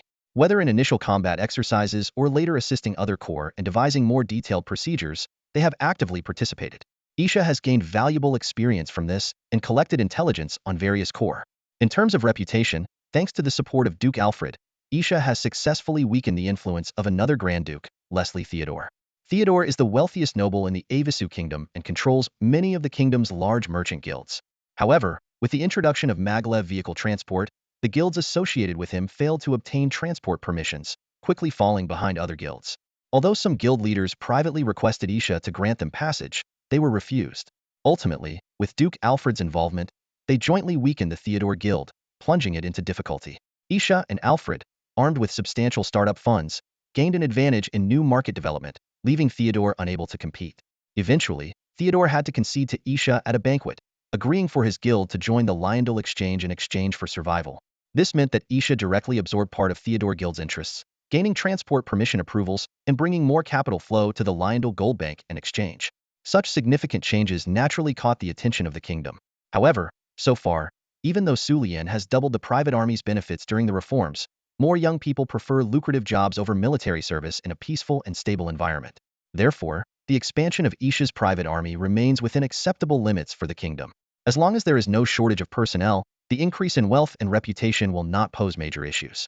The kingdom of Ivisu continues to pay its taxes on time and still enjoys the benefits of the two-tiered magic vehicle transportation, living a carefree life without the need to manage or compete with trade guilds. Life is so pleasant.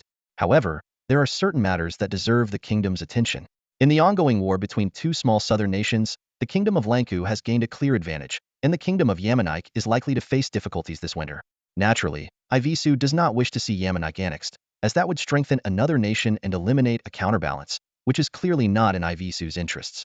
Therefore, after Sulian and Ursha deliberated, they decided to secretly support Yamanik.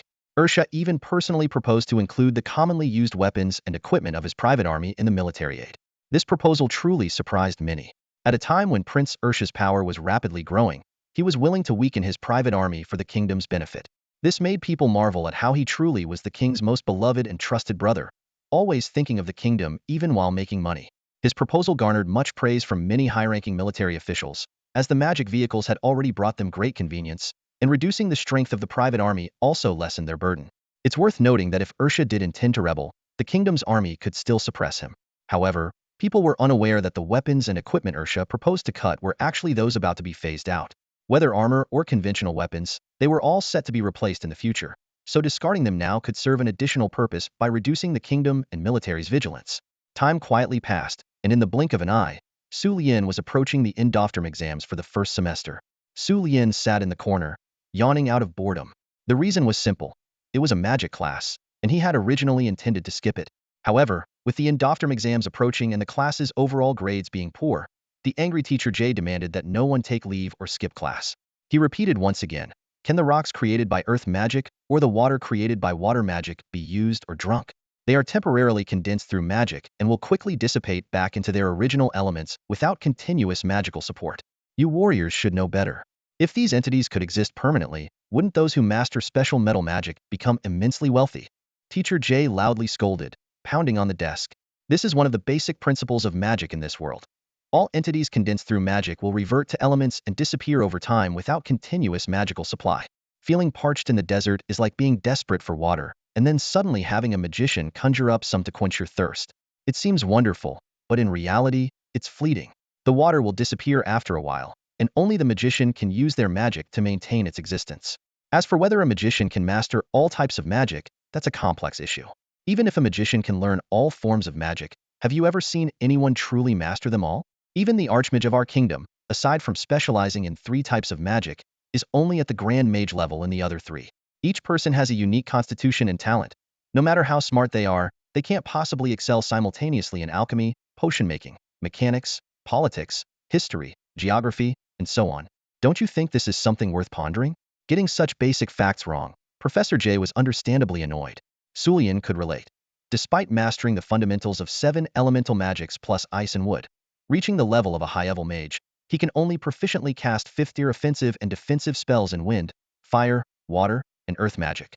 On the other hand, Nalin, a 6th-tier Grand Magus, is only proficient in 5th-tier offensive and defensive spells of blood magic. She hasn't mastered dark, wind, or water magic. She even joked that Sulian, as a descendant of a vampire werewolf, is better at magic than she, a pureblood vampire. Sulian modestly suggested that it might be due to his Avisu royal bloodline, as the Suman royal family members are all exceptional magicians. Moving on to the topic of magic incantations, different chanting styles determine the school of magic, as well as its characteristics and power. In our kingdom, the mainstream incantations are of the Elven school, with a few people using the Draconic school, which is common across the continent. However, other schools must be remembered. Deciding whether to continue fighting or retreat temporarily depends on your ability to identify dangerous magic like the demonic, oracular, and special blood curse schools. If you encounter a magician using these three schools and you are not absolutely confident, it's best to retreat immediately. Professor J emphasized this very seriously, even amplifying his voice with magic. His words alerted all the students, including Sulian and Nalin. Blood curse magic is used by vampires and some other dangerous species, and blood magic relies entirely on blood curse incantations, as do some curse spells. The school of magic incantations is indeed a key standard for assessing danger. Professor, only a very few dangerous species can use these three schools of magic, right? Would they teach their magic to others? Someone asked. The demonic species of the demonic school have almost been completely eradicated, forced to survive on remote islands in the Far East, Professor J responded. The Oracle faction represents the mysterious and elusive witches, almost as imperceptible as ghosts. The Blood Curse faction, on the other hand, represents the vampires, who remain hidden and are often hunted. Suddenly, Professor J asked, "What would you do if you encountered them?" The students were stunned. For those witches who wield the power of oracles, it might be manageable. But if you come across demons and vampires skilled in dark magic and blood curses, these beings with their bizarre and formidable spells could very well eliminate you to keep their secrets. Professor J's words plunged the class into silence. Therefore, it's crucial to remember the different types of magical incantations, he emphasized, tapping the blackboard. This is one of the best ways to gauge your opponent's strength. Zhuosangdi raised his hand out of curiosity and asked about the characteristics of the three schools of incantation. Teacher J smiled and explained that the textbook didn't cover them because their spells were extraordinary and could cause injury or even death if misused. Upon hearing this, Zhuosangdi felt a wave of fear and asked in astonishment, "Could using these spells really be fatal?" Rex, noticing Zhuosangdi's expression, couldn't help but glance at Nalin sitting on the other side, feeling a twinge of caution. So blood magic is this terrifying? He thought. Teacher J explained that each final exam tested this aspect, so he would only recite the spells once, asking students to remember the beginning and the end to prevent them from attempting the full incantation. To ensure students wouldn't misuse them, these spells were not included in the textbooks, and oral instruction would not reveal the complete or powerful versions. The students eagerly took out their notebooks and pens, carefully noting down Teacher J's explanations. He emphasized once again that this was not just about passing the exams, but also about their survival in critical moments. The students all nodded in understanding. When demonstrating the standard incantation format of the demonic language school, Teacher J chanted a spell with faint magical power, causing a weak dark purple flame to form at his fingertips. The students watched in amazement as the flame, conjured by a demon's spell, flickered. They diligently noted the beginning and end of the spell, understanding that the chanting style and rhythm of magical incantations could not be altered. Teacher J explained that all magical incantation schools released magic through their own magical power and commands. Ordinary people couldn't control magic in this state. Commanded magic was like an untamed beast that could harm enemies and even endanger the caster. The students were taken aback, growing more vigilant. Next, Teacher J explained the Oracle School of Magic, emphasizing that only the legendary witch clan could use it. They were believed to be a clan favored by the gods, blessed with exceptional talent and long lifespans, capable of mastering all types of magic without worrying about physical limitations. Teacher J added that the witch clan had an average lifespan far exceeding 1,000 years, even surpassing that of dragons in legend. With this immense advantage in time and talent, they delved deeply into the magical arts that intrigued them. The students couldn't help but feel a sense of wonder about the mysterious witch clan. Sulian asked directly, "What are their racial limitations?" Powerful races often come with certain flaws, just like the dragons with their poor reproductive abilities. After a moment of contemplation, Teacher J responded, "The greatest flaw of the witches is that they are all female, with no males among them, making their method of reproduction a mystery." The students were stunned upon hearing this. All witches are female? Not a single male? This mysterious and powerful aura naturally commanded respect. Sulian furrowed his brow, realizing that the concept of witches in this world was vastly different from what he knew. In this world, witches were considered a race favored by the gods, and their spells were even classified as a separate divine branch of magic. It seemed that when encountering other races in the future, he couldn't judge them by the standards of his original world. But what do these long-lived, all-encompassing magic users look like? Sulian's curiosity was piqued. If there are no further questions, Teacher J scanned the room, ensuring everyone was ready. He cleared his throat and began to chant, "Fire, gather, appear." When the chant ended, no fire emerged from his hands. The students exchanged surprised glances. Is that it? Is that really the whole spell? So simple? The divine branch of magic seemed to fulfill their wishes in a mysterious and direct way. The only drawback was that chanting required solemnity and couldn't be rushed. Teacher Jay explained that this simple and direct chanting method appeared non-threatening. However, the students were acutely aware that Teacher Jay had invoked magic words, yet there was no reaction. This indicated that casting such spells as a human was extremely difficult. The success rate of a spell often determined its power. The divine branch of magic was indeed awe-inspiring. We've memorized this simple spell. Next is the final blood curse branch. Teacher Jay took a deep breath, as if preparing for something significant. He cautiously said, "Blood curse magic is very dangerous. Some even involve curse magic. But for safety, I won't use any curse magic to avoid any uncontrolled incidents. I will demonstrate blood magic using myself as the basis." Hearing this, some students even began to nervously swallow. Listen carefully. Teacher Jay began, "Flame, I offer my life's blood as a sacrifice. Release the flame of doom. With blood as the foundation, unleash the blazing fire, consuming all." A small flame ignited between Teacher Jay's fingers, quickly expanding into a large, dark red flame. Then, Teacher Jay swiftly swung his arm, using magic to sever the connection between his fingers and the flame, even employing ice magic to generate a mist to extinguish it. "This is?" Rex asked in confusion. "This is blood magic. Ordinary people who dare to use their own blood to cast fire magic, if they don't sever the magic in time, could perish from blood loss." Teacher Jay explained with a hint of trepidation, saying that he hurriedly cut off the magic to prevent it from continuously draining his blood. This was no trivial matter. Rex felt a wave of fear wash over him. The magic spell had truly terrified him. His classmates nodded in agreement, clearly sharing his sentiment. Even the students from the magic department, who had privately considered trying the spell themselves, now dared not take the risk. This spell was essentially a death sentence. This explained why the blood clans were historically hunted down. Their blood combat techniques and blood magic depleted their own blood to a dangerous extent. Consequently, they had to find substitutes and ways to reduce their own consumption, which led them to use the blood of other races. Vampires drank blood, and werewolves consumed flesh. This made their magic extraordinarily powerful, far surpassing the spells of other factions. Upon hearing about blood-sacrificing spells, one should immediately flee. His was crucial. It's not a retreat. It's a matter of survival. Mr. J emphasized this point strongly. Due to the dangerous nature of these blood spells and the temperament and condition of the casters, blood magic was likely the most perilous among the three magical factions. The students nodded, showing they had taken this to heart. However, Su Lian, sitting in the corner, and Na Lin, sitting by the window which was sandy, remained unusually calm. Mr. J noticed this with some concern.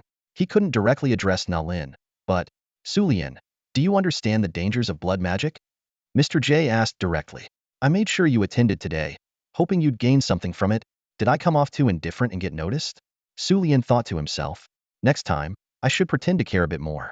Remember, any sacrificial spell that uses blood is dangerous blood magic, similar to other curses that require sacrifices or conduits. However, curse magic is usually performed in secret, because any mage casting curses openly would likely be dead before the spell takes effect, Su Lian added humorously, eliciting laughter from his classmates.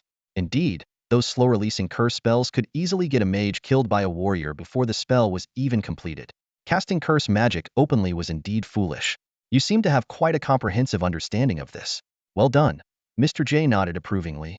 Clearly, he believed Su Lian had already studied this material, so he wasn't surprised or frightened, which made sense. Su Lian's comments had lightened the classroom atmosphere, but Mr. J hoped the students would still remember these important points after their laughter. Let's continue with the lesson. Pay close attention. Mr. J clapped his hands to bring the class back on track. However, the following content soon bored Su Lian. He struggled to suppress a yawn. Even the magic spell factions that slightly interested him seemed comparable to programming languages from his past life. The elf, dragon, beast priest, and earthquake factions were just different languages for casting magic, much like how humans use C, Java, Python, PHP, and Go for programming. The elf, dragon, and other factions had translated versions, but the magic word, divine oracle, and blood curse factions did not. Nor did they have suitable hardware, making them inaccessible to ordinary people. John is a diligent and dedicated employee. He arrives at the office on time every day, efficiently completes his tasks, and never complains about his workload. His colleagues admire his work ethic and professionalism. However, despite his efforts, he often goes unnoticed by his superiors and is rarely acknowledged for his contributions to the team. In the office, John remains inconspicuous, like an unassuming gem hidden amid the hustle and bustle. He works quietly, without fanfare, simply focusing on his responsibilities. His heart is filled with a love for his work and a sense of duty. Even without external recognition, he steadfastly maintains his position and continues to contribute silently. John's resilience and determination are commendable, and his inner strength is like an unbreakable fortress, carrying his loyalty to his work and commitment to his team. Although his efforts may not always be visible to his superiors, he continues to quietly contribute to the team's growth. The bell signaling the end of the class rang, and Su Lian was ready to leave the classroom and head to the library for the last class of the afternoon. However, Zhuo Sandy called out to him. This girl had been persistent throughout the second half of the semester, especially after Connie transferred abroad. Not only Zhuo Sandy, but all the girls in the class seemed to look at Su Lian with a different kind of emotion in their eyes. Su Lian had considered asking Na Lin to pretend to be close to him to discourage Zhuo Sandy. However, Zhuo Sandy, being someone who enjoyed the excitement, showed no intention of helping, and Su Lian didn't want to approach Na Lin proactively. Otherwise, she would surely turn around and make a scene, pretending he was pursuing her and being rejected. Is there something you need? Su Lian asked. Zhuo Sandy often used study questions as an excuse to get close to him. This girl's intentions were hard to figure out, unless it was about some peculiar interests. I heard you know a lot about the Blood Curse faction. Can you tell me about it? Zhuo Sandy asked. Su Lian politely declined, saying, I have a study session coming up, but I can tell you a bit on the way back. Okay, Zhuo Sandy replied, a bit disappointed but still following Su Lian out of the classroom. The walk to the library took about 3 minutes at a leisurely pace. Although Zhuo Sandy initially asked questions about the Blood Curse spells with great interest, her focus seemed to drift as time went on. Su Lian noticed this, but didn't bring it up. Zhuo Sandy finally mustered the courage to speak. What is it? Su Lian asked. You mentioned before that you live in the Ariv district. Are you interested in visiting other places during the summer break? Zhuo Sandy asked, gathering her courage.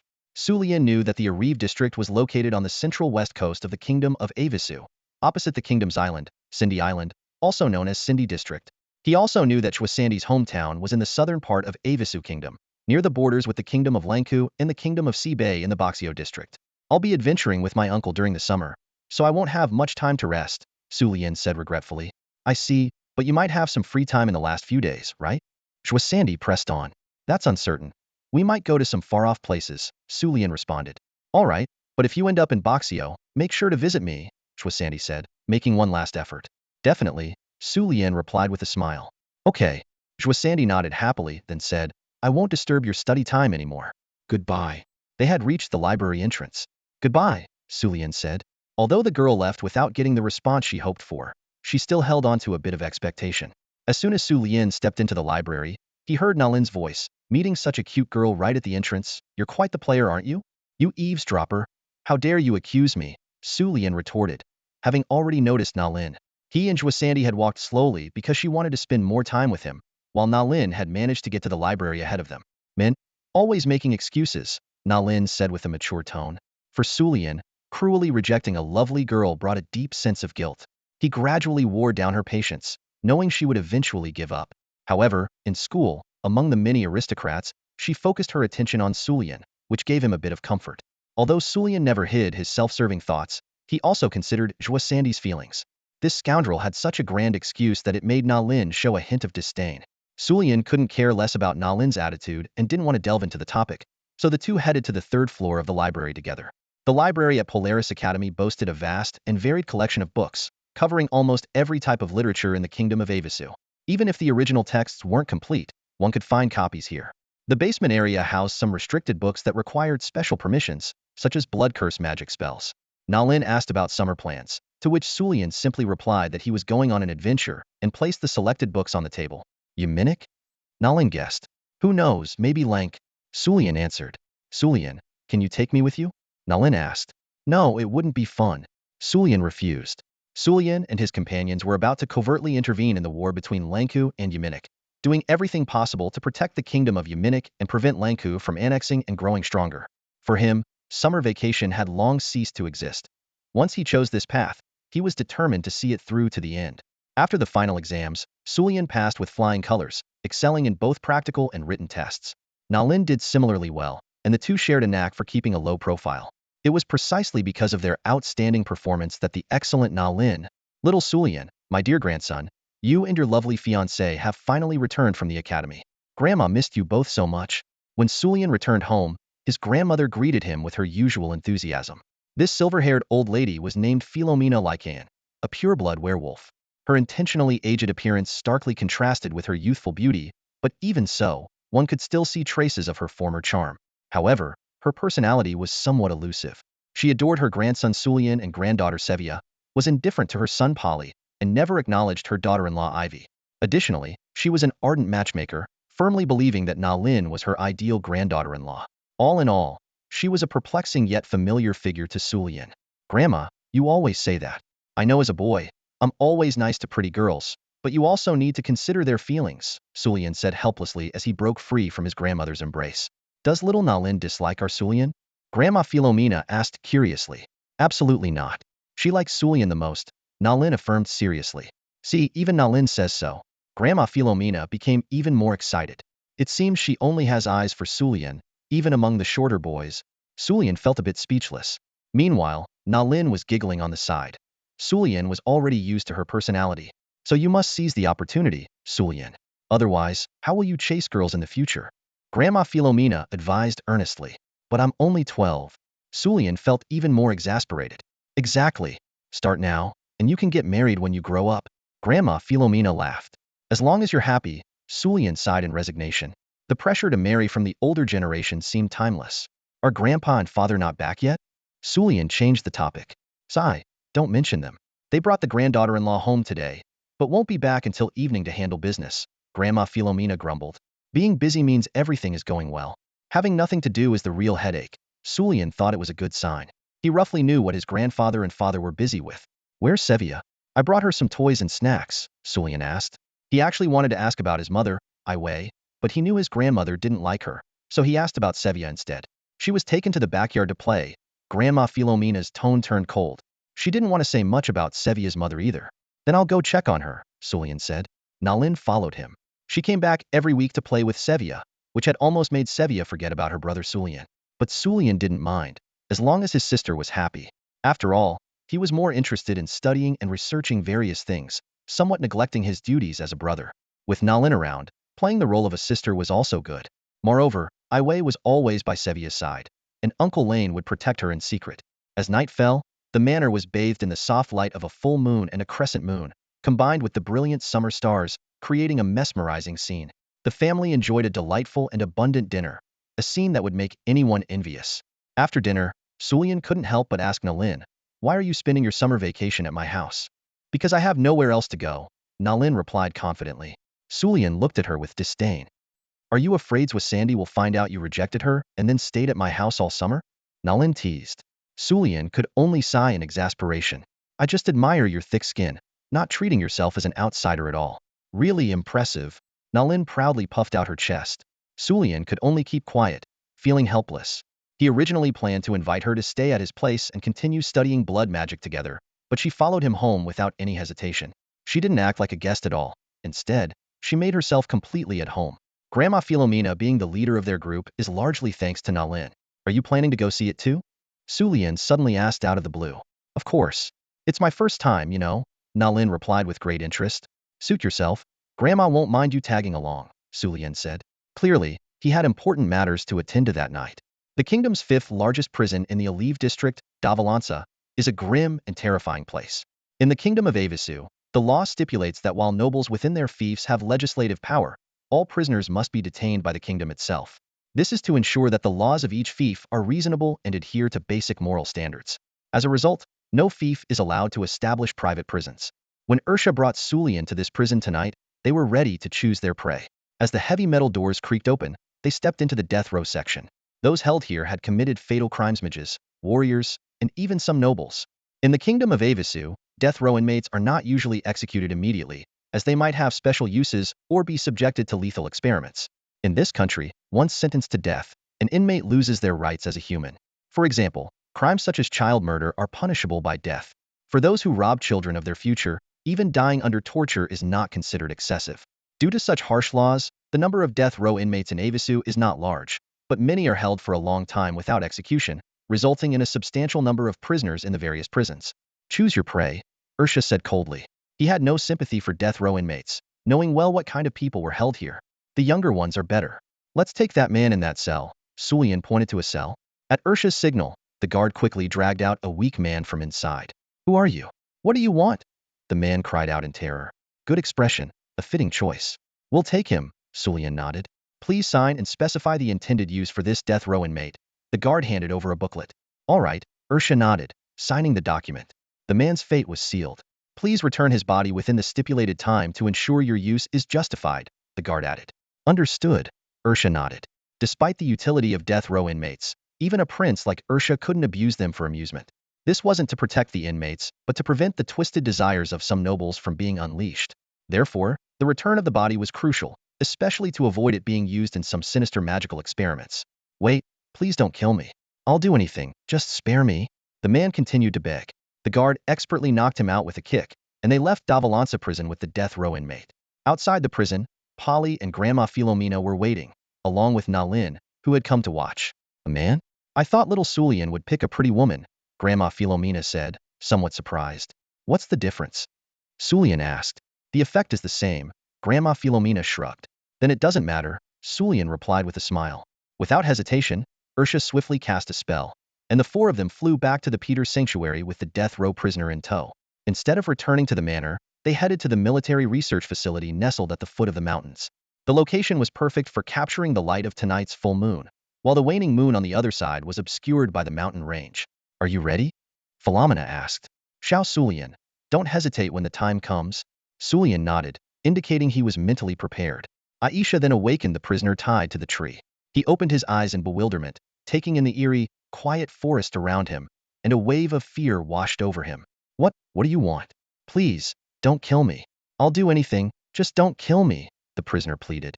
Sulian glanced at the document Ursha had signed, noting the man's severe crimes. During a home invasion, he had not only raped and murdered a woman but also nearly killed her child. Fortunately, the child survived, and he was sentenced to death, having been imprisoned for 4 years. I just need to end your life. It will all be over soon, Sulian said coldly. No, please don't. The prisoner continued to beg. Sulian used his magic to seal the man's mouth, staring at him with icy detachment. In his hand, he conjured a blade of ice that gleamed menacingly in the moonlight. He wanted the prisoner to feel the terror of impending death, a crucial element for fully awakening his werewolf bloodline, triggering the urge to kill through fear. According to Ursha and Philomena, Sulian's awakening process was progressing normally. His self-healing ability confirmed this. However, he needed one final factor to truly become a werewolf and master the blood combat technique. In ancient times, bloodline werewolves typically awakened by killing and consuming the flesh and blood of humans, orcs, or dwarves. Even vampires followed a similar practice, though modern bloodlines had abandoned these rituals. Multiple attacks had made them wary of provoking other races. Nonetheless, as bloodline creatures, they still needed blood to fully awaken, not just donated blood, but blood obtained through personal acts of killing, imbued with the victim's fear. Consequently, modern bloodlines often sought out enemies or, like Ursha, used condemned criminals to complete the awakening ritual. However, Sulian had never killed a person with his own hands. If you can't do it, I can help. The effect might not be as strong, but you can simply kill a few more, Philomena suggested. No, it's just that I'm feeling a bit sentimental, Sulian replied. Sentimental? Ursha and the others were puzzled. Yes, I feel a bit reflective. I'm thinking about the war we plan to start, and yet I've never killed anyone myself. Even in our previous adventures, I've only slain magical beasts. I'm not sure where I'll find the courage to wage this war, Sulian explained. As a descendant of royalty, Sulian felt the powerful urge to conquer the world coursing through his veins. At this moment, with an ice blade in hand, he was about to end the life of the person before him, yet he felt no fear or guilt. The influence of his werewolf blood made him indifferent to killing, even making him believe that he could take a life without hesitation, regardless of whether the person was guilty. Once, in a mundane existence, he would have felt pity for even a chicken. Now, he was fearless. He began to wonder if it was the moment of his rebirth that changed him, or if the fusion of royal and werewolf blood had distorted his true nature. Perhaps his original self was merely masked by a facade of peace. These thoughts unsettled him, and he realized he was no longer an ordinary person. Raising the ice blade, he approached the condemned man, determined to end it all. With a swift motion, blood sprayed onto Sulian, and the condemned man's eyes filled with terror, as if witnessing the wildness and brutality in Sulian's gaze. In the dark forest, under the moonlight, he felt the awakening of a ruler, the aura of a king. Suman Lyondel had awakened, and his body began to undergo irreversible changes. His pupils turned from dark blue to crimson, emitting a savage glow. He let out a roar, and as his magic erupted, trees were flattened. In the moonlight, his body started to transform. His hair turned silver, his muscles swelled, and he became a half-human, half-beast entity. Sulian felt a wave of excruciating pain, as if his entire body was undergoing a cataclysmic transformation. His hands morphed into sharp claws, with nails tearing through his shoes to reveal lethal talons. His feet followed suit, with equally sharp blades emerging from the soles. His clothes shredded under the strain of his changing form, and thick, silvery fur covered his skin, each strand as sharp as a needle and as tough as wire.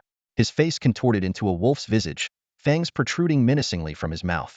The once petite figure had now grown into a nearly 2-meter-tall werewolf beast, exuding an aura of fearsome authority.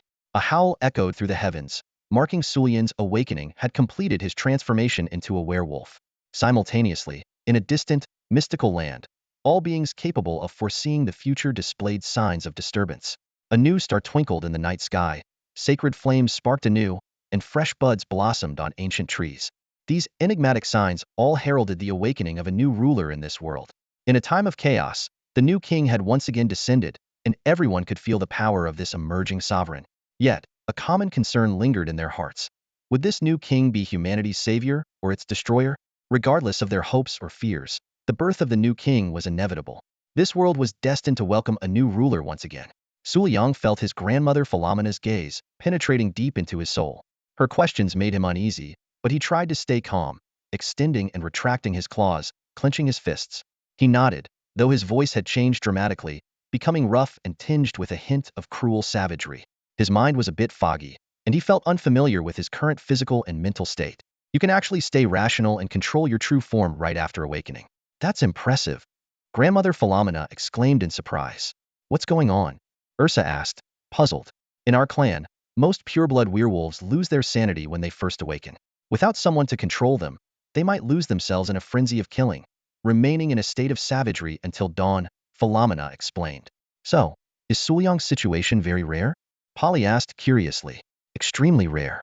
It's uncommon for someone to maintain their sanity, but being able to control their true form right after awakening is even rarer, Philomena said, scrutinizing Suliang intently. Such a situation is rare even for those who inherit only a quarter of werewolf blood. She corrected herself. Not even you have seen it.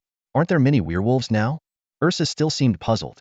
Although the bloodline clans have been repeatedly hunted, there are still many werewolves and vampires in hiding. Across hundreds of countries, whether human or beastman nations, there are always places where they can hide. Awakenings are usually supervised by high-ranking bloodlines, and any anomalies are reported to the major clans. Those who awaken unsupervised are often discovered and eliminated due to their violent actions. In the past 200 years, werewolves like Suliang have not appeared, Philomena explained. What about 500 years ago? Polly pressed. As far as I know, our Lycaean clan has never had a werewolf like Suliang. However, Nalin's father, Augustine, managed to maintain his sanity and control his true form after awakening as a vampire, Philomena said, her gaze shifting to Nalin, who had just walked in. Suliang also looked at her. Is Nalin's father similar to me? Ah, did that scumbag father really have such abilities? Nalin's tone was contemptuous, devoid of any emotion. Can I try using a basic blood combat skill? Suliang requested, retracting his claws. Go ahead, try it on that rock, Philomena instructed. Suliang turned and focused on the rock. He crouched down, feeling the power in his true form's legs, then extended his claws, ready to strike. Blood combat skill blood claw. Suliang dashed through the rock like lightning, shattering the 6-meter-high boulder into pieces. It exploded from the center, sending fragments flying in all directions. Xiao Sulian unleashed his primary blood battle technique with astonishing power, earning Philomena's admiration. It was his first time transforming into a werewolf, and his control over his true form was impressive. Ursa smiled and said, it looks like Xiao Sulian has already demonstrated the strength of a star warrior. At full power, even a typical 5th-level moonlight warrior might not be a match for him. Polly also smiled in agreement. It seems I wouldn't stand a chance against him either. I'll have to tone it down a bit from now on. Nalin, however, appeared somewhat disheartened, thinking to herself, will I never awaken? Philomena revealed the truth directly. Nalin, you haven't awakened yet. Sulian, Ursa, and Polly were all surprised, as Nalin had already reached the level of a grand magus in blood magic, yet she had not awakened. Nalin retorted, Do you think I'm a cruel vampire who started killing and drinking blood at the age of 7, just because my father told me to? Sulian suddenly realized that the reason Na Lin hadn't awakened might be due to her focus on potion making and alchemy, and her resistance to fully becoming a pure vampire. I see. I misunderstood you before. I'm sorry. Sulian apologized sincerely. Na Lin had never harmed anyone, and might not have even drunk blood to aid her training. Na Lin, slightly annoyed, responded disdainfully, "Don't say such disgusting things in that cruel tone. It gives me goosebumps," Sulian humorously replied. "It's only when you're shy that you're not cute." Na Lin, a bit angry, turned away and pouted. "I'm not shy." Sulian, smiling contentedly, said, "Now you're much cuter." Na Lin crossed her arms and turned her head away, still feeling glum. Ursa suggested that Na Lin should awaken and proposed finding another death row prisoner for the awakening ceremony, assuring that he could control any potential mishaps. Philomena had already visited a month ago but postponed the awakening ceremony to avoid disrupting Sulian's studies. Now that it's summer break, they had plenty of time to ensure everything would go smoothly. However, Sulian's perfect control over his werewolf form seemed to negate any concerns. Na Lin expressed that she didn't need to awaken, which left Sulian somewhat disappointed. He realized that Na Lin might still be rejecting her father's lineage, preventing her from making the right decision. Although awakening would make her stronger and could even elevate her directly to a 7th level Grand Magus, her father's influence seemed to hinder her ability to choose correctly. Unbearable. Absolutely unbearable. It feels like going back in time, abandoning the same path my father took. Despite having a wealth of knowledge, I chose to bury myself in personal interests rather than leveraging the resources they provided to follow their path. I could have ventured into the mechanical field, started a business, had better financial conditions and a team, and delved deeper into my beloved studies. With ample funds, extensive knowledge, and even a wide network of connections, I chose to give it all up, just because I didn't want to become that kind of person. A person I despise. Grandpa, Sulian called out. Ursha looked puzzled. Go find another death row inmate for Na Lin, preferably a young woman, Sulian demanded directly. Of course, but... Ursha glanced at Na Lin. What? Don't make decisions on my behalf, okay? I don't need to awaken as a vampire. Judging by your expression, I bet it looks awful once awakened. Na Lin protested. Do you hate the vampire nature, or is it august? Sulian asked bluntly. Na Lin hesitated. Sulian stared at Na Lin with a cruel werewolf expression, his eyes glowing red. You know I'm using you, but you choose to stay and be used, even deliberately pleasing Grandma, just to leverage our power for future revenge against your father, right? Sulian spoke frankly. We might help you, but are you willing to suppress your thoughts just to be used by us? Answer me. Do you despise the vampire nature, or August, the father you loathe? Why do you care? I just don't want to awaken. Humph. Na Lin snapped, turning away and leaving without looking back. Sulian didn't chase after her. He just called out from a distance. 12 is just your appearance. Your true self lies within. Understand your goals and determination. Sulian watched as Na Lin disappeared into the forest, shrouded in darkness. Seeing this, Ursha shook his head slightly, and Polly sighed. Young Sulian, your inner self is completely different from your outer self, Polly said heavily. Yes, to be so young and already know how to upset girls. When will you ever find me a daughter-in-law? Philomena said earnestly. Grandpa, go find Na Lin. I'll wait for her here. Sulian didn't respond to their comments. Ursha was a bit surprised but nodded. All right, he said. Ursha headed back to the Davarantha prison to find a suitable target for Na Lin and bring back the corpse of the death row inmate. Sulian shifted out of his werewolf form, changed into clean clothes, and waited quietly for Na Lin's return. Polly, worried about the situation at home, left first without waiting further. Later, Ursha brought back the new death row inmate and quickly returned home, leaving only Sulian and Philomena in the forest. If Na Lin returned to the manor, they would inform Sulian that he no longer needed to wait. However, there was still no news of her return. A hint of anxiety welled up in Na Lin's heart. She couldn't help but call out to Aunt Philomena. What will happen to me when my true form awakens? Her voice echoed through the dense forest, as if seeking an answer.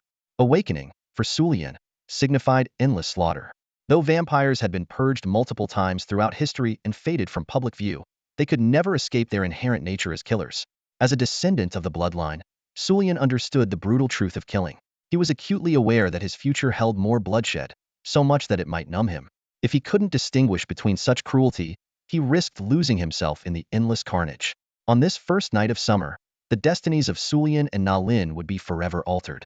The next day, they boarded a magic train to the capital of the Avisu Kingdom, Simo, to face the challenges ahead.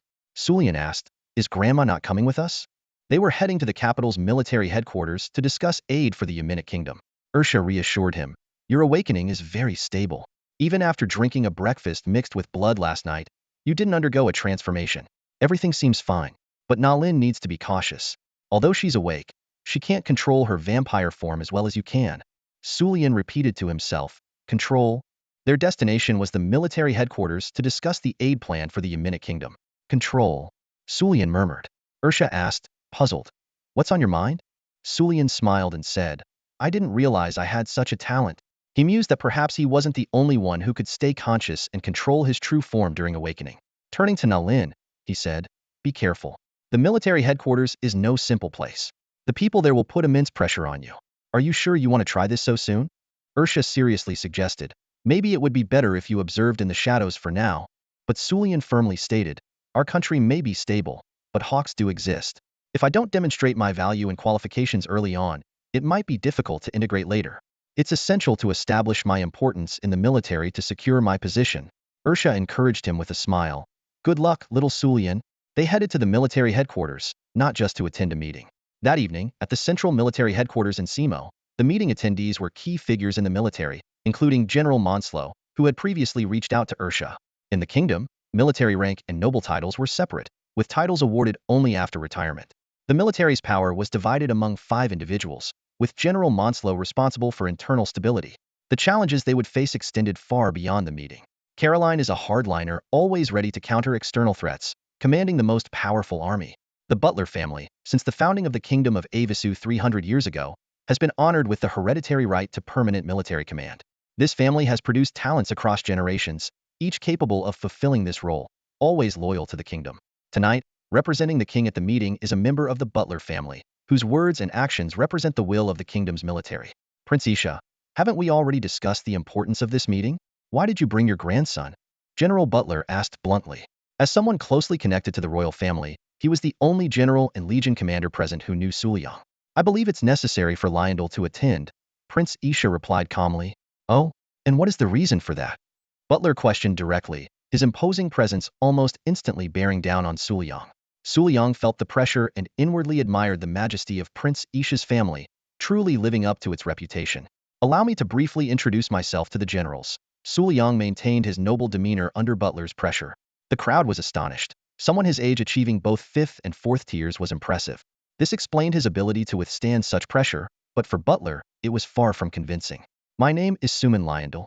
I graduated from Ain's Military Academy at 10, completed my studies at the Knight Institute at 11, and am currently studying at Polaris Academy, focusing on mechanical research. The bionic spider mechanical puppet submitted by my grandfather, Prince Isha, was designed and manufactured by me. By improving the concept of magical puppets, I believe the generals are aware of the combat practicality of reconnaissance mechanical puppets with 8 mechanical legs in complex terrains." Suliang introduced himself simply and showcased his latest invention. Although he received help from Uncle Cam and others during the process, here, the invention was his achievement.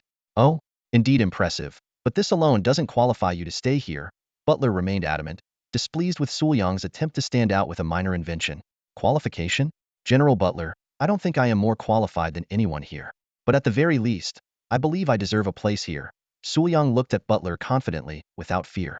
In the face of Butler's 8th-tier holy warrior strength and military presence, Suliang's performance was not inferior. "And what qualifications do you think you have? If you can't say, even in front of Prince Isha, I will throw you out." General Caroline joined the conversation, while Monslow remained silent, clearly endorsing Caroline's approach. All the generals turned their gaze toward Isha, intrigued by Sulian's questioning. With a smile, Sulian remarked, "Oh, I'm surprised no one mocked me right away." "That's unexpected." Butler responded solemnly, "We are soldiers, not like those aristocratic politicians." Finally, Monslow inquired, "Prince Isha, since you brought him here personally, can we trust what he says?" Isha beamed and replied, "Of course you can. Didn't you know? Back in Lyondel, I recognized his potential for military applications of the magic vehicle. For him, civilian use is secondary." His pride was palpable, making everyone present feel a tinge of envy, especially those generals who already had children or grandchildren.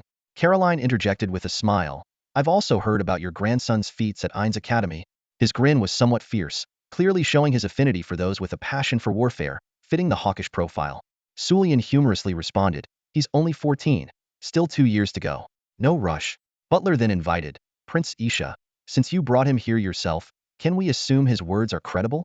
After graduating from Polar Star Academy, would he be interested in joining my logistics staff? Monslow suggested, or perhaps the research department on my side would be suitable. Caroline quickly countered, sending him to your moldy logistics? Such a genius would be wasted there. The generals began to vie for Sulian, captivated by his exceptional talent. The generals started competing for Sulian because his abilities were truly remarkable. They might not have fully believed he invented the magic vehicle, but Sulian's achievements and composed demeanor were enough to prove his capabilities. Sulian's talent and potential made all the generals eager to recruit him into their respective factions. However, none of them realized that Sulian had no intention of joining any military department. He, alongside Prince Ursha, is about to ignite a personal war. In this time of challenges and dangers, they have resolutely chosen to forge ahead, determined to defend the beliefs they hold dear. Facing the unknown obstacles and trials ahead, their inner flames burn brightly, spurring them forward. Their resolve is as solid as a rock, their will unwavering and unshakable. This war will be a test of their courage and wisdom, a battle for the justice in their hearts. No matter how rough the road ahead may be, they will march forward without hesitation. To protect everything they cherish and to pursue the truth within, they will face every challenge with bravery, never retreating. Although the three generals had some disputes over Sulian's allegiance, they soon reconciled. They then continued discussing their usual agenda. Regarding the aid for Yamani, they finally agreed on the best plan. Having their troops wear Yamani's uniforms to fight and secretly providing various supplies to balance the forces and delay the war until winter. Despite Lanku and Yamani being in the south, they are still in the northwest part of the continent, where winter essentially means a ceasefire. If they can't win this year, launching a new war next year would be very challenging for the Kingdom of Lanku. Facing material shortages has become the primary concern. Prince Ursha, you previously proposed that, besides the equipment from your private army, you would also support us with a newly developed weapon, correct? Butler asked. That's right. It's developed and realized by Lyondell. If needed, we can demonstrate its power now, Ursha replied. Sounds like it packs quite a punch. How did you manage to create it? Caroline showed keen interest. Here it is. Su Lian took it out from his magic ring and gently placed it on the conference table. This move startled many present, as it looked like an ancient goblin-designed bomb, exuding a threatening aura that the soldiers could feel. How powerful is it? Butler frowned slightly, showing some dissatisfaction but not overly concerned. It uses a special alchemical powder for filling, with a shell made of special alchemical metal, and inscribed with explosive magic runes. This is a brand new weapon. Even if deployed on the battlefield, the Kingdom of Lanku can't accuse us of manufacturing it. With minor upgrades, it can be used regularly in the future. As for its power, this bomb I call the Nostalgic has the impact equivalent to a 6th-tier fire area spell. This is the maximum I can make right now. Other nostalgic bombs only have the power of a 5th-tier spell, Su Lian briefly explained. The Legion commanders present, all at least 7th-tier warlords, were not worried about the bomb suddenly exploding and instead observed it carefully. What is its magic detection level? Caroline asked. Since it uses a 3rd-tier explosive magic rune, the detection level is only 3rd-tier. Moreover, it can be dropped from high altitudes, making it almost impossible for the enemy to disperse their formation in time once detected, Su Lian explained. All right, we'll use this. Caroline decisively pounded the table in agreement. For relatively dense formations, even 10 bombs with 5th-tier power would be enough to cause thousands of casualties. If the reinforcements are sufficient, we might not need additional support troops. Butler nodded in agreement with the plan. He believed that as long as it could reduce the casualties of his kingdom's army, it was the best outcome. How many bombs have we made so far? Manslow asked directly. Due to limited time and materials, we currently have only 9, and they are all experimental with 4th-tier power, Su Lian replied. That's a bit few. We need to act in 10 days. How many more do you think you can make? Should we consider sharing the technology so our researchers can help produce some? Caroline suggested. Once the technology is mature, it will definitely be shared with everyone. But right now, it's still in the experimental stage, and I don't want any accidents due to immature technology. In 10 days, I should be able to make 20 to 30 more, provided we have enough materials, Su Lian estimated. In reality, they had over 100 bombs in stock at their military factory. Uncle Cam had repeatedly urged Ursha to dispose of those dangerous items, as immature explosives were extremely hazardous. Will these be enough? Butler asked Caroline. More than enough. Caroline replied confidently. The Lanka Kingdom's army only has 50,000 soldiers, and they need to split their forces to guard against the Side Kingdom to the east and the Finkan military state to the south. They can't concentrate all their troops for an attack. We just need to launch a surprise attack and cause over 3,000 casualties in their main force, and they will choose to retreat, Caroline assured, as he was responsible for this support mission. A 50,000-strong army would hesitate to attack after losing 3,000 soldiers for a simple reason. First, They can't be sure if we have more of these new weapons and lack effective defensive measures. They wouldn't dare to attack recklessly. Second, they would suspect that the Yaming kingdom couldn't possibly have such new weapons and would inevitably link them to our Avisu kingdom, Butler added. Therefore, if we strike them hard, they will have no choice but to retreat. They then detailed their attack plan. They decided to send a small team to the border city to join forces with the Yaming kingdom's army and carry the bombs into battle. Although some were puzzled by Su Lian's decision to personally throw the bombs, they understood his desire to experience the battlefield firsthand. After all, as the grandson of Prince Ursha, he would receive the best protection. Once there, they only needed to ensure Su Lian followed the plan. The day after their discussion, Su Lian and Ursha returned to the Peter's holy territory with the materials provided by the military. Everything went more smoothly than expected during their carriage ride back to the manor.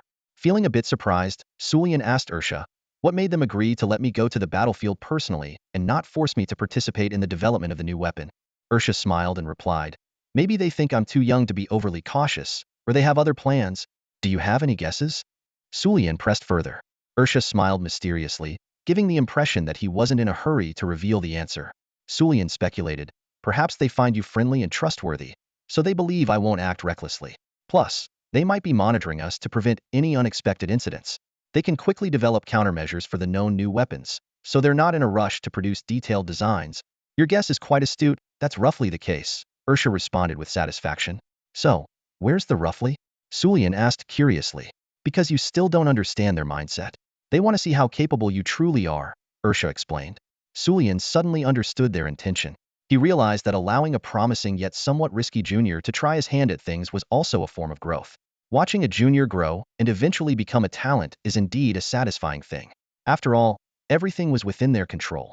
However, they might be slightly disappointed with his plan, as his experiments were not for the nostalgics but designed for creating rocket launchers. Su Lian smiled and shook his head. Ursha, still somewhat worried, offered a word of encouragement. "I hope your experiment succeeds, and I hope you don't carry too much psychological burden." He knew that what Su Lian had to do was kill, and on a large scale. He also understood that once this path was chosen, the future would be even more brutal. Yet, Ursha hesitated internally, wondering if his 12-year-old grandson should bear such a responsibility. "Grandfather, the blood of the Suman royal family and the blood of werewolves flow in my veins. Do I really need to worry?" Su Lian countered. Ursha gazed at his grandson, whose deep blue eyes concealed a desire for conquest and slaughter. Perhaps there was no need to worry too much after all. Ursha smiled and said, "Just wait for your success, young Su Lian." "I will," Su Lian replied with a smile. 3 days had passed since Su Lian returned from the capital's military headquarters, and he had been staying at the manor ever since. Isha informed him that there might be people sent by the military secretly monitoring him, so he had to pretend to focus on crafting new weapons in the manor. Although he couldn't go out freely, he didn't mind too much because he could learn blood combat techniques under Philomena's guidance. Every night, Su Lian and Na Lin would train in blood combat techniques together, while Philomena remained on standby for any emergencies. Following this, Na Lin began teaching Su Lian blood magic. The power of blood magic was undeniable, but its danger was equally significant. This type of magic is entirely guided by one's own blood, capable of producing powerful blood attribute magical attacks, defenses, or enhancement effects. For example, Na Lin's favored blood scythe magic is a unique weapon magic. This kind of magic doesn't have fixed levels. It becomes stronger with the caster's abilities. If a god-level mage wielded this weapon magic, even a 7th-tier blood scythe could easily destroy most forged weapons.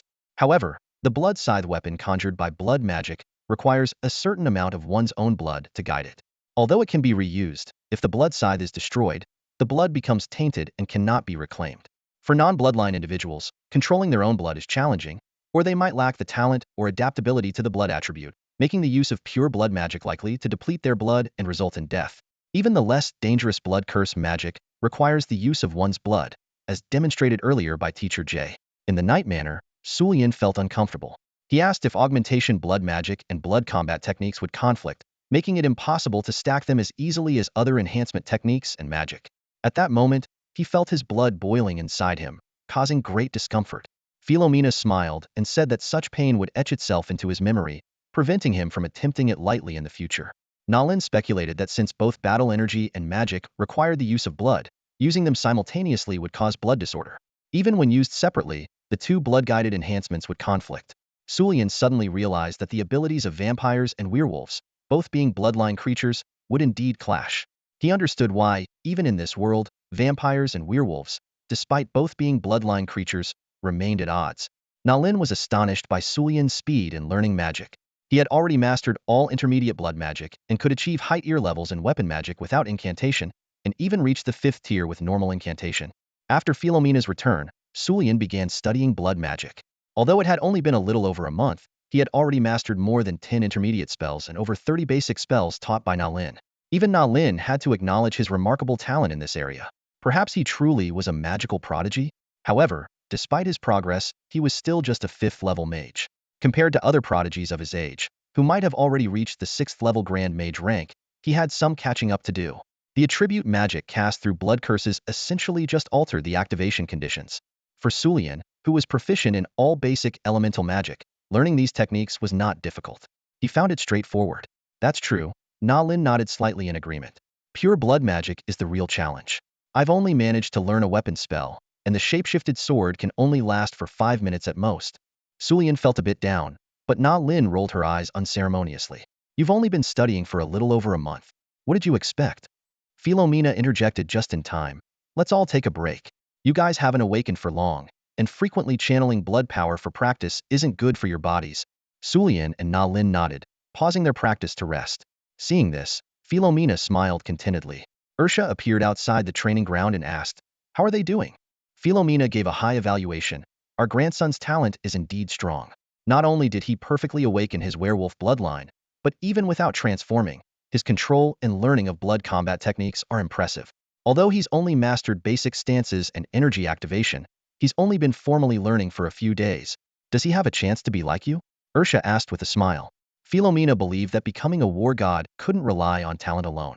But given his nature, it seems like only a matter of time. The key is whether he can prioritize his training, she said earnestly. Coming from Philomena, a war god herself, this prediction almost guaranteed that reaching war god level was just a matter of time. And what about Na Lin? Ursha continued. Philomena bluntly assessed, Na Lin's talent in blood combat techniques is average, but reaching the 7th level of War King is achievable. Becoming a holy warrior, though, is challenging, especially with her dual focus on magic and combat. However, her magic talent is exceptional. She might break through to Grand Mage in just a few days. That's not bad either. If her character stands the test, I wouldn't mind her becoming my granddaughter-in-law. Ursha was quite satisfied with Na Lin.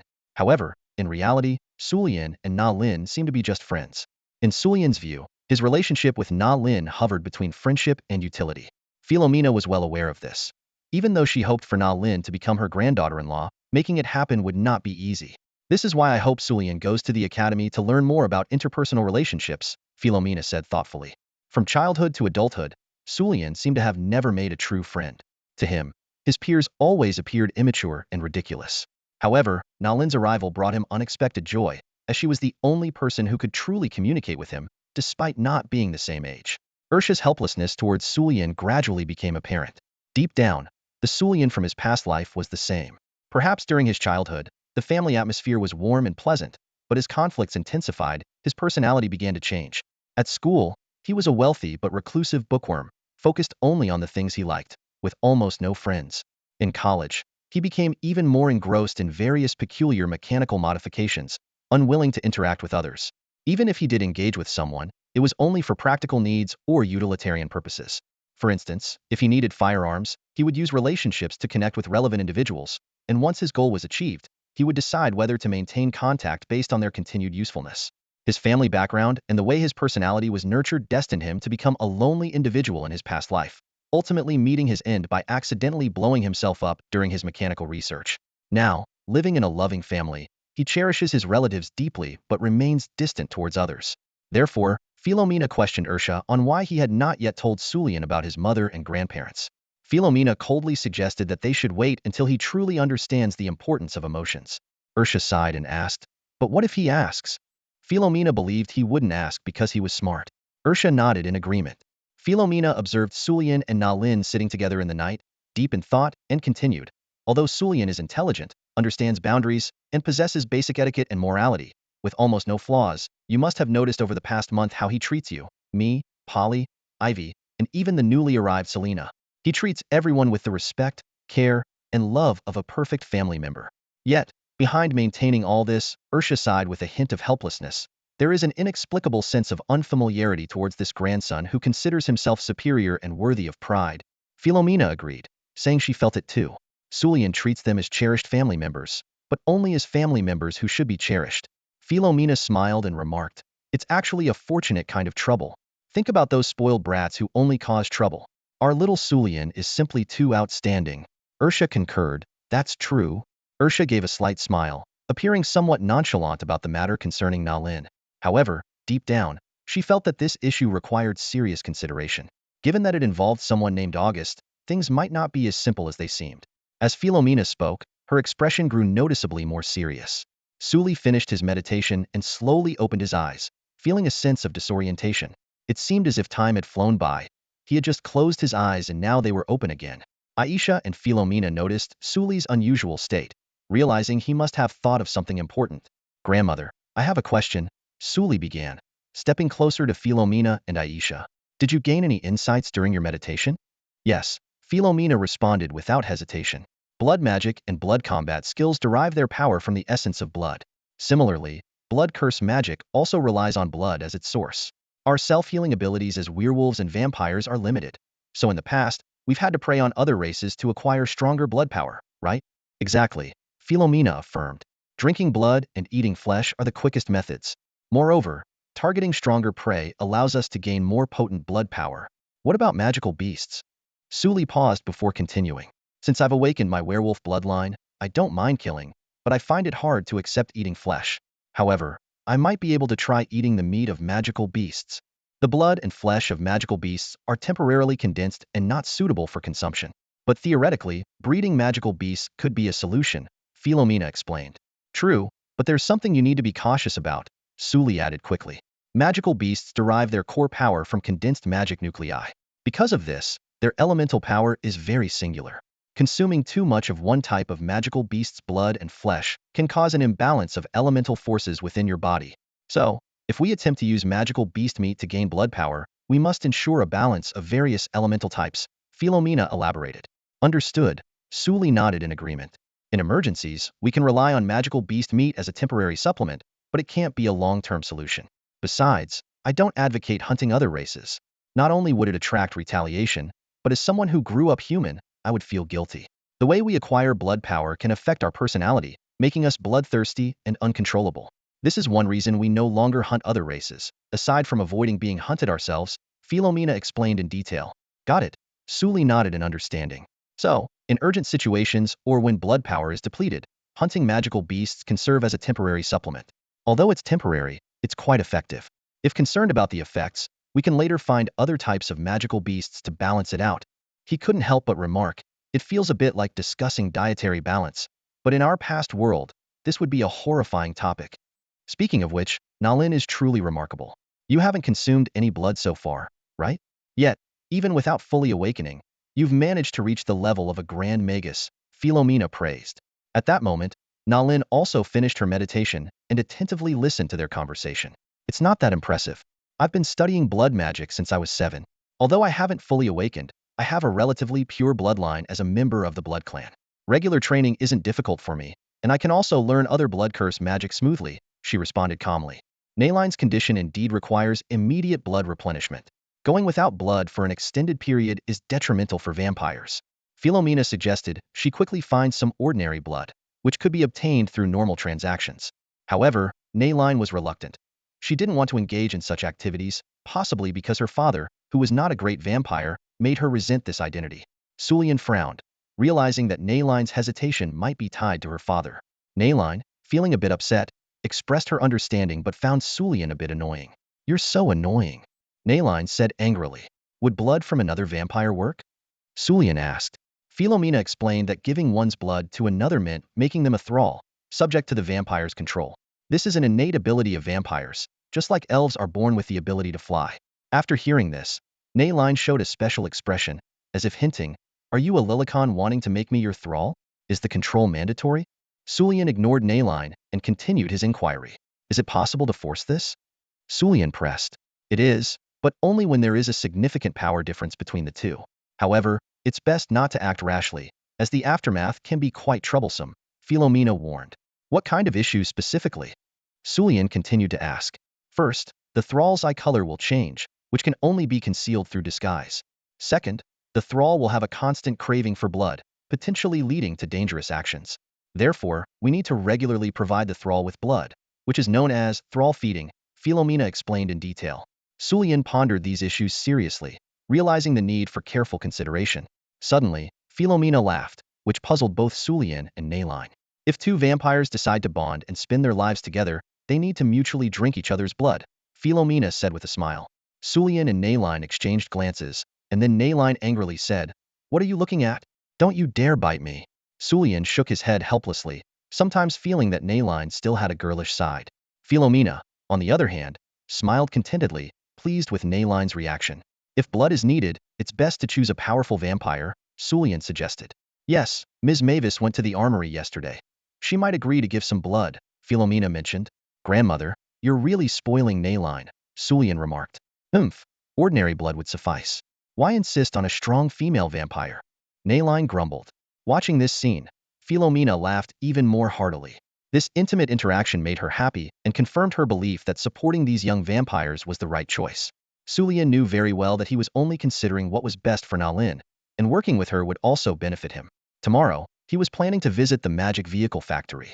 As a genius mechanic, it wouldn't raise any suspicions if he spent his free time at his own factory. Sulian looked at Nalin. Kim asked you to go there yesterday. It seems there's something you need to check out, Ursha said. All right, let's go together tomorrow, Sulian replied. Nalin didn't seem to mind. The military was well aware of Nalin, as she was an exchange student studying at Ainz. As for why she chose to spend her summer at Prince Ursha's residence instead of returning to the kingdom of Yaminik, that was her personal business. Especially considering that Prince Ursha's grandson, Lyander, was her classmate at Polaris Academy, the military's interference in her personal matters would be unnecessary. The next day, Sulian and the others went to the magic vehicle manufacturing plant. Nalin, guided by Philomena, went to find Mavis, while Sulian headed straight to the military factory to see Uncle Cam. Young boss, you're finally here. Come and take a look at the self-propelled magic cannon we've improved based on your original tank design, Uncle Cam said as soon as he saw Sulian. Sulian immediately understood Uncle Cam's idea. The magic cannon is a pure elemental magic bombardment. Like most magic, its power diminishes with distance as the magical energy weakens, Sulian explained. As expected of the young boss. What do you think? Uncle Cam asked. It's up to you, Uncle Cam. Separate the turret structure from the vehicle body, and I'll provide you with a new artillery design later, Sulian said. A new design? Uncle Cam's eyes lit up with excitement. No rush. Just follow my method and ensure the mobility is faster than a standard Dalida, Sulian replied with a smile. Boring. Then I'll modify this magic cannon according to my idea, Uncle Cam said. Sure, Sulian answered. By the way, those students you recruited from the academy are a bit excited. Are you sure they won't leak any information about this place? Uncle Cam asked. Currently, our private army has grown to 20,000, with thousands of tanks and planes stored in the underground warehouse, Sulian replied with a smile. How many kingdom troops and Dalida mechs are there across the strait in the Cindy area? Sulian asked in return. Around 20,000, Uncle Cam answered. Wow. Cindy Island is right across from the Arrive district of the Peter Saint territory. Although divided by regions, its area isn't much smaller than the Peter Saint territory. So, you initially had us build a warship to station there, not for ensuring sea route security or attacking Yaminik or Lonco. Uncle Cam suddenly realized. So, the fallback plan was in place all along. If the kingdom discovers their intentions and still sees them as a threat after negotiations, they would directly occupy Cindy Island. With absolute air superiority, they could capture Cindy Island within 3 days. Sulian motioned for silence. Uncle Cam immediately smiled knowingly, as if to express his understanding and approval of the big and small boss's love for thrills. This pursuit of challenges and excitement makes them more vibrant and passionate, showcasing their spirit of daring to take risks and explore the unknown. Josh, the senior student, has already agreed to join their team and has settled post-graduation salary details. However, his research is still facing challenges. For instance, can the conversion of ice elements to fire elements be easily achieved in freezing conditions? While conversion is possible, it requires consuming magic power to balance the elements. And where does this magic power come from? Magic cores, magic crystals, natural magic stones, and magic storage devices are all potential sources, but they are all expensive. Furthermore, even if I already possess magic power, why not just directly generate fire elements to create fire? Currently, my research focuses on creating magical devices that reduce the magic power consumption for conversion, aiming for it to be lower than the consumption required to directly generate fire elements. By using devices that slowly store magic power, we can more efficiently convert elements. This method could meet civilian needs, such as providing heat for the kingdom's commoners in winter without burning wood. Optimizing and reducing costs while improving efficiency could ensure at least nighttime heating, even if 247 heating isn't feasible.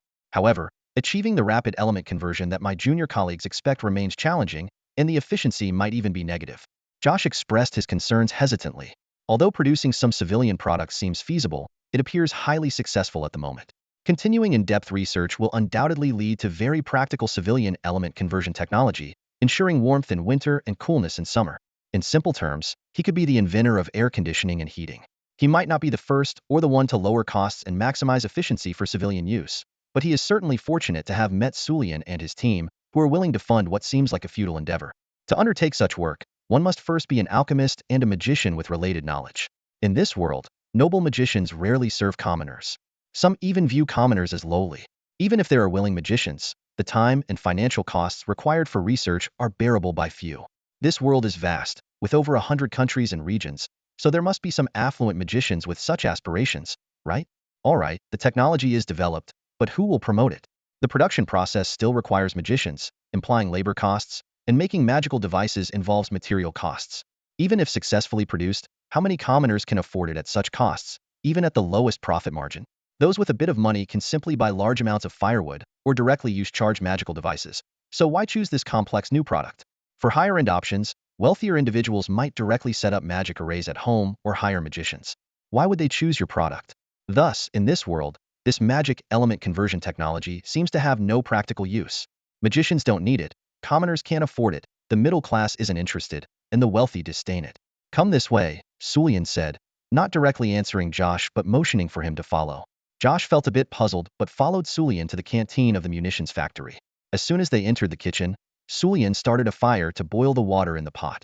Josh watched with curiosity, his mind full of questions. Sulian explained that this was a method of heating water using fire elements. Realizing this, Josh used his fire magic to speed up the boiling process. Sulian then casually picked up a carrot top and tossed it at Josh's arm, asking, "Does it hurt?" Josh felt a sharp pain and replied, "A bit, but it would hurt more if it was a rock." He still didn't fully understand. Sulian continued, "Why do you think it hurts? It's not a combat or magic attack, yet it causes you pain." Josh pondered, his fire magic becoming slightly unstable. Sulian reminded him to keep heating the water and threw another carrot top. Josh quickly stabilized the flame. Sulian pointed at Josh and said, "Remember, Josh, what I'm telling you must not be shared with anyone, including your future research staff, without permission." Josh nodded in agreement, his mind racing with various thoughts. Sulian said, "In our world, people often think first of combat energy and magical power, but they overlook another force, physical power." As he spoke, he mimicked throwing a carrot top. Josh suddenly understood. "You mean the power of throwing weapons, fists, and swinging weapons?" Sulian nodded and asked, "Do you know what the best weapon for utilizing this power is currently?" Josh hesitated before answering, "Is it the catapult?" Sulian explained, "Yes, traditional catapults and archers have always used this power, but why has it been overlooked?" Josh thought for a moment and replied, "Because this power is so common in daily life, like eating and drinking, people take it for granted. The catapult and bow just extend its application." Sulian praised, "Your thinking is sharp." He added thoughtfully, "This power is so ordinary that it's often ignored." Sulian continued, "In ancient times, kinetic weapons like catapults and bows were invented, but their true potential was realized only thousands of years later. In a world filled with magic and combat energy, physical power seemed insignificant. Who would notice that faint kinetic energy? As a result, people never realized the potential of kinetic energy and were instead drawn to magic and elemental powers." Sulian referred to this force simply as kinetic energy, but Josh found the term more fitting. Sulian smiled and then changed the topic, saying, "The water is boiling. Put the lid on the pot." Josh nodded, his understanding of physical power deepening. Josh didn't quite understand why, but he followed the instructions anyway. Using his fire magic to aid in heating, he quickly brought a large pot of water to a boil. Even after he stopped using fire magic, the flames at the bottom continued to burn, keeping the water boiling. The steam lifted the lid, causing it to clang against the pot. Josh glanced at Sulian, then at the lid being pushed up by the steam, and seemed to have an epiphany. Sulian noticed his thoughts and asked directly, without anyone touching it, "What force is making the lid move?" Although Josh knew this should be called mechanical energy, such a concept didn't exist in this world, so he used the term temporarily. "It's the flames below, the power of the fire element," he replied. Josh's expression gradually became clearer, as if he had gained some insight. Sulian asked bluntly, Are you using any special magical tools? Josh answered, No. Sulian continued, Is there any additional magic power being used to drive it? Josh again answered, No. Sulian pressed on, Then what exactly is being used? Josh excitedly exclaimed, It's the firewood. The simple burning of firewood generates fire elements, which continuously convert into kinetic energy. Sulian smiled with satisfaction. That's the result I was hoping for, he said, putting down the carrot in his hand and using magic to throw the discarded carrot top into the trash. I may not understand the details of your research, but I hope these insights help you. Keep up your work. You have the potential to become a renowned inventor.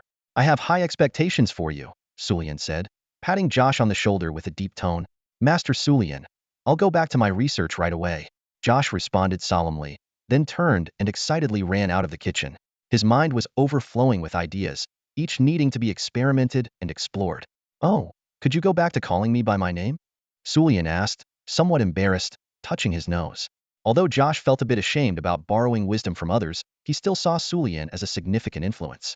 However, Sulian murmured to himself with a smile, I still prefer being called Master Sulian. Satisfied, Sulian left the kitchen, leaving behind a pot of boiling water that puzzled the chefs who entered later. After meeting with other seniors he had brought from the academy and helping them solve problems or simply bonding with them, he also left the munitions factory contentedly, taking some nostalgic items with him.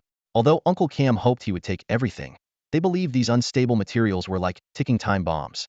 Taking so much from the battlefield meant the military wouldn't let it go easily. So, most of it would likely stay with the Military Research Institute, waiting for opportunities to be used as fireworks or perhaps for fishing. In any case, Uncle Cam and his team would handle it, as long as no one got hurt. The continent of Shangzhou, year 3250 of the Valerian calendar. Summer, August 19th. This world, while bearing many similarities to the original one, such as the passage of time, has 16 months in a year, with each season extended by an additional month.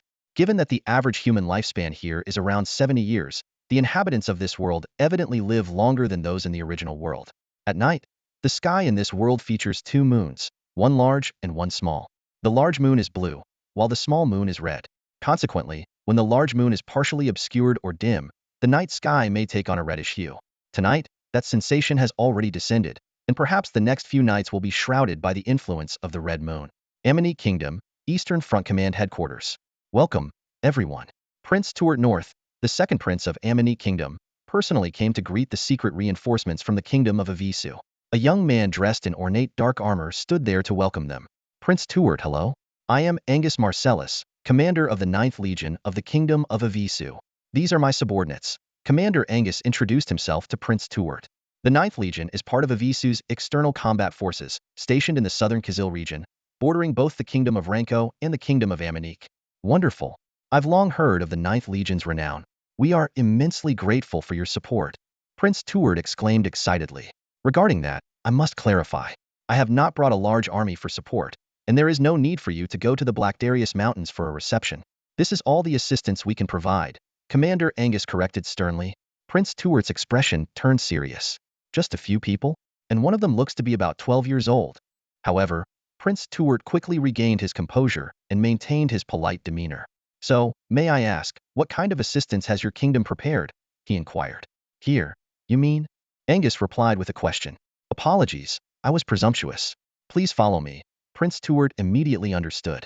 Since it wasn't military support, it must be powerful magical items or alchemical weapons brought through magical rings. Soon, under Tuart's guidance, they entered a heavily guarded tent, accompanied only by Angus's adjutant and the young Su Lian. The tent was equipped with numerous anti-eavesdropping magic arrays and concealed many special magical items. So, what kind of assistance has your kingdom provided? Prince Tuart asked directly. We've brought a newly developed special weapon, with a magic detection level of Tier 3 and a fire-based area magic power of Tier 5. We have 50 of these in total, Angus answered straightforwardly. Prince Tuart and those beside him fell into contemplative silence. 50 Tier 5 spells equate to the maximum power a mage regiment can unleash. In a world dominated by magic and martial energy, mages are already rare, and reaching high levels of mastery is exceedingly difficult. In most countries, a typical mage squad is usually composed of senior mages, whose most powerful spells are limited to 3rd-tier advanced area spells. To cast 4th, 5th, or even 6th-tier powerful area spells, they must combine their efforts. Despite being called a mage squad, in small countries like Yeminik, the number of senior mages in a squad is at most 200, and with intermediate mages, the total doesn't exceed around 500. In contrast, the number of personnel in an army corps is significantly larger, making the mage squad seem sparse. However, the almost infallible magical support they provide is already formidable enough. Turt nodded thoughtfully. They only have third-ear reconnaissance capabilities, making it easy for us to detect them, and they definitely have no defense against the new weapons. If we're lucky, a single attack could cause over 3,000 casualties. The person next to him made a rough estimate. This result aligned with General Carolyn's prediction, as Sulian brought 50 new weapons this time. So the estimated casualties exceeded 3,000.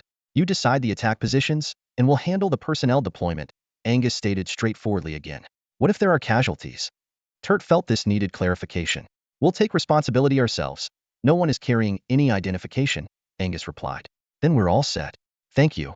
Turt felt completely assured. This aid was already powerful enough. They understood that if they could crush the Ranku Kingdom's attacking forces in one go, it would make the enemy realize that it wasn't the work of the Yemenic Kingdom alone.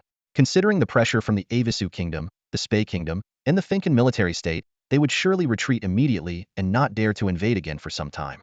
They also understood that this assistance caused minimal loss to the Avisu Kingdom. As for their battlefield becoming a testing ground for the Avisu Kingdom, there was no point in complaining.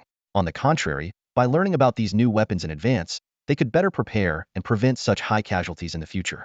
Next, Sulian and his team were arranged to rest.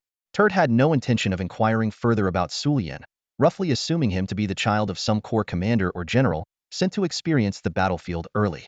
Since he was still a child, his activities in the camp were relatively free. Can I go over there? Sulian asked a nearby soldier.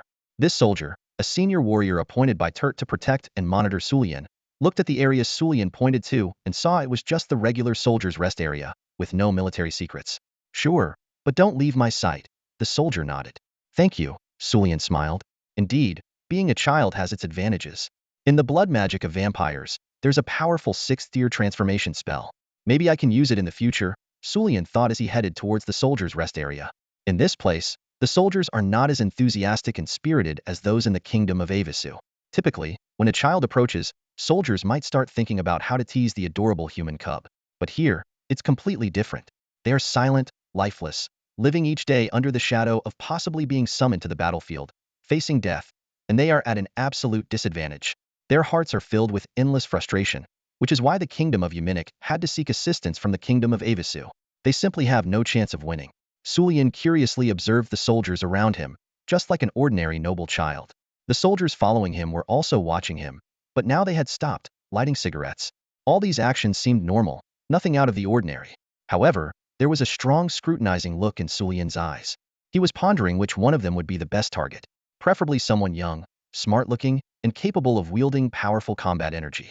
At that moment, Sulian noticed a young man sitting in the corner, boredly polishing his sword. This young man had long hair flowing over his shoulders, eyes still sparkling with life, giving off a cunning vibe.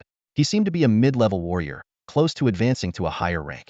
From his armband, it was clear he was a squad leader. Sulian made up his mind. He walked over and silently sent a note through spatial magic to where the squad leader was sitting. Normally, people wouldn't notice a note suddenly appearing there, but as a mid-level warrior, he could sense the nearby spatial magic fluctuations.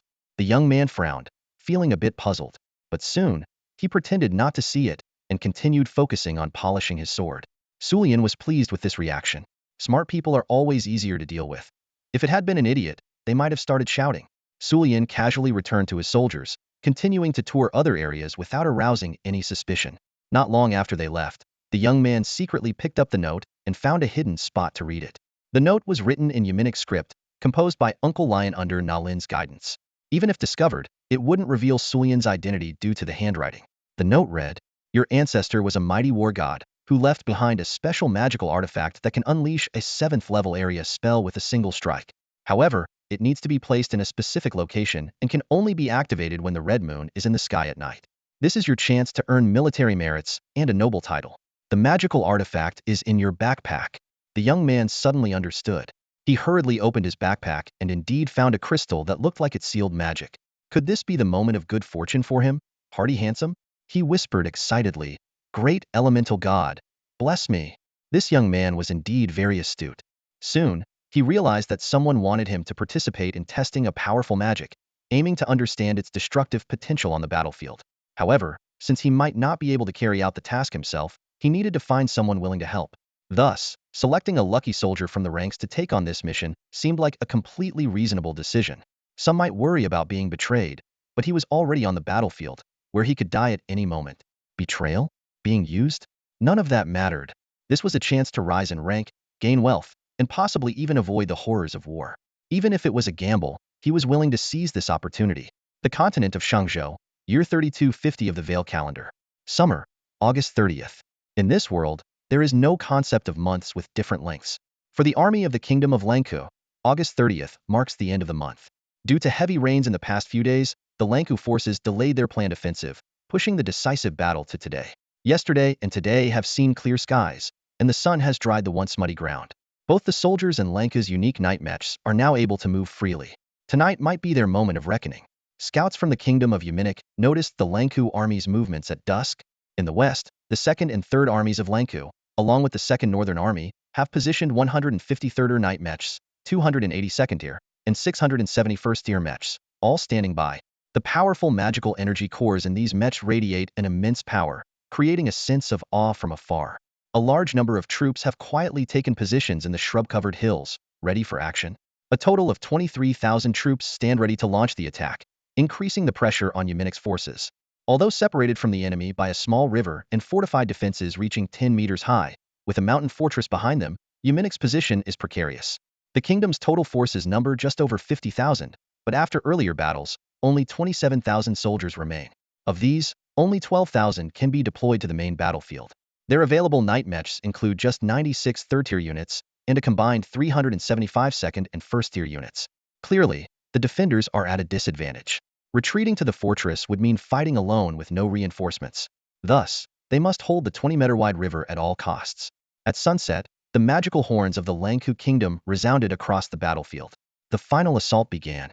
Warriors of Lanku, capture the front lines, and the kingdom of Yaminik will be ours. Before reinforcements arrive, the riches and women of the rear cities will be your spoils. For the glory of Lanku, for the honor of our warriors, advance.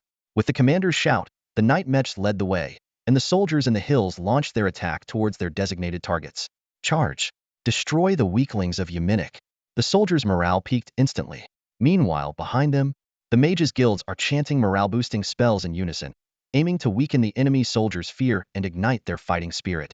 Once the first wave of morale spells takes effect, they immediately cast various enhancement spells until their mana is depleted. The battle begins. Soldiers, the scoundrels of the Lanka kingdom are right in front of us, and our homeland and families are behind us. Wield your weapons and drive these vile invaders back. For our country, for our families. Prince Turt personally steps to the front lines, shouting to inspire the entire army's morale.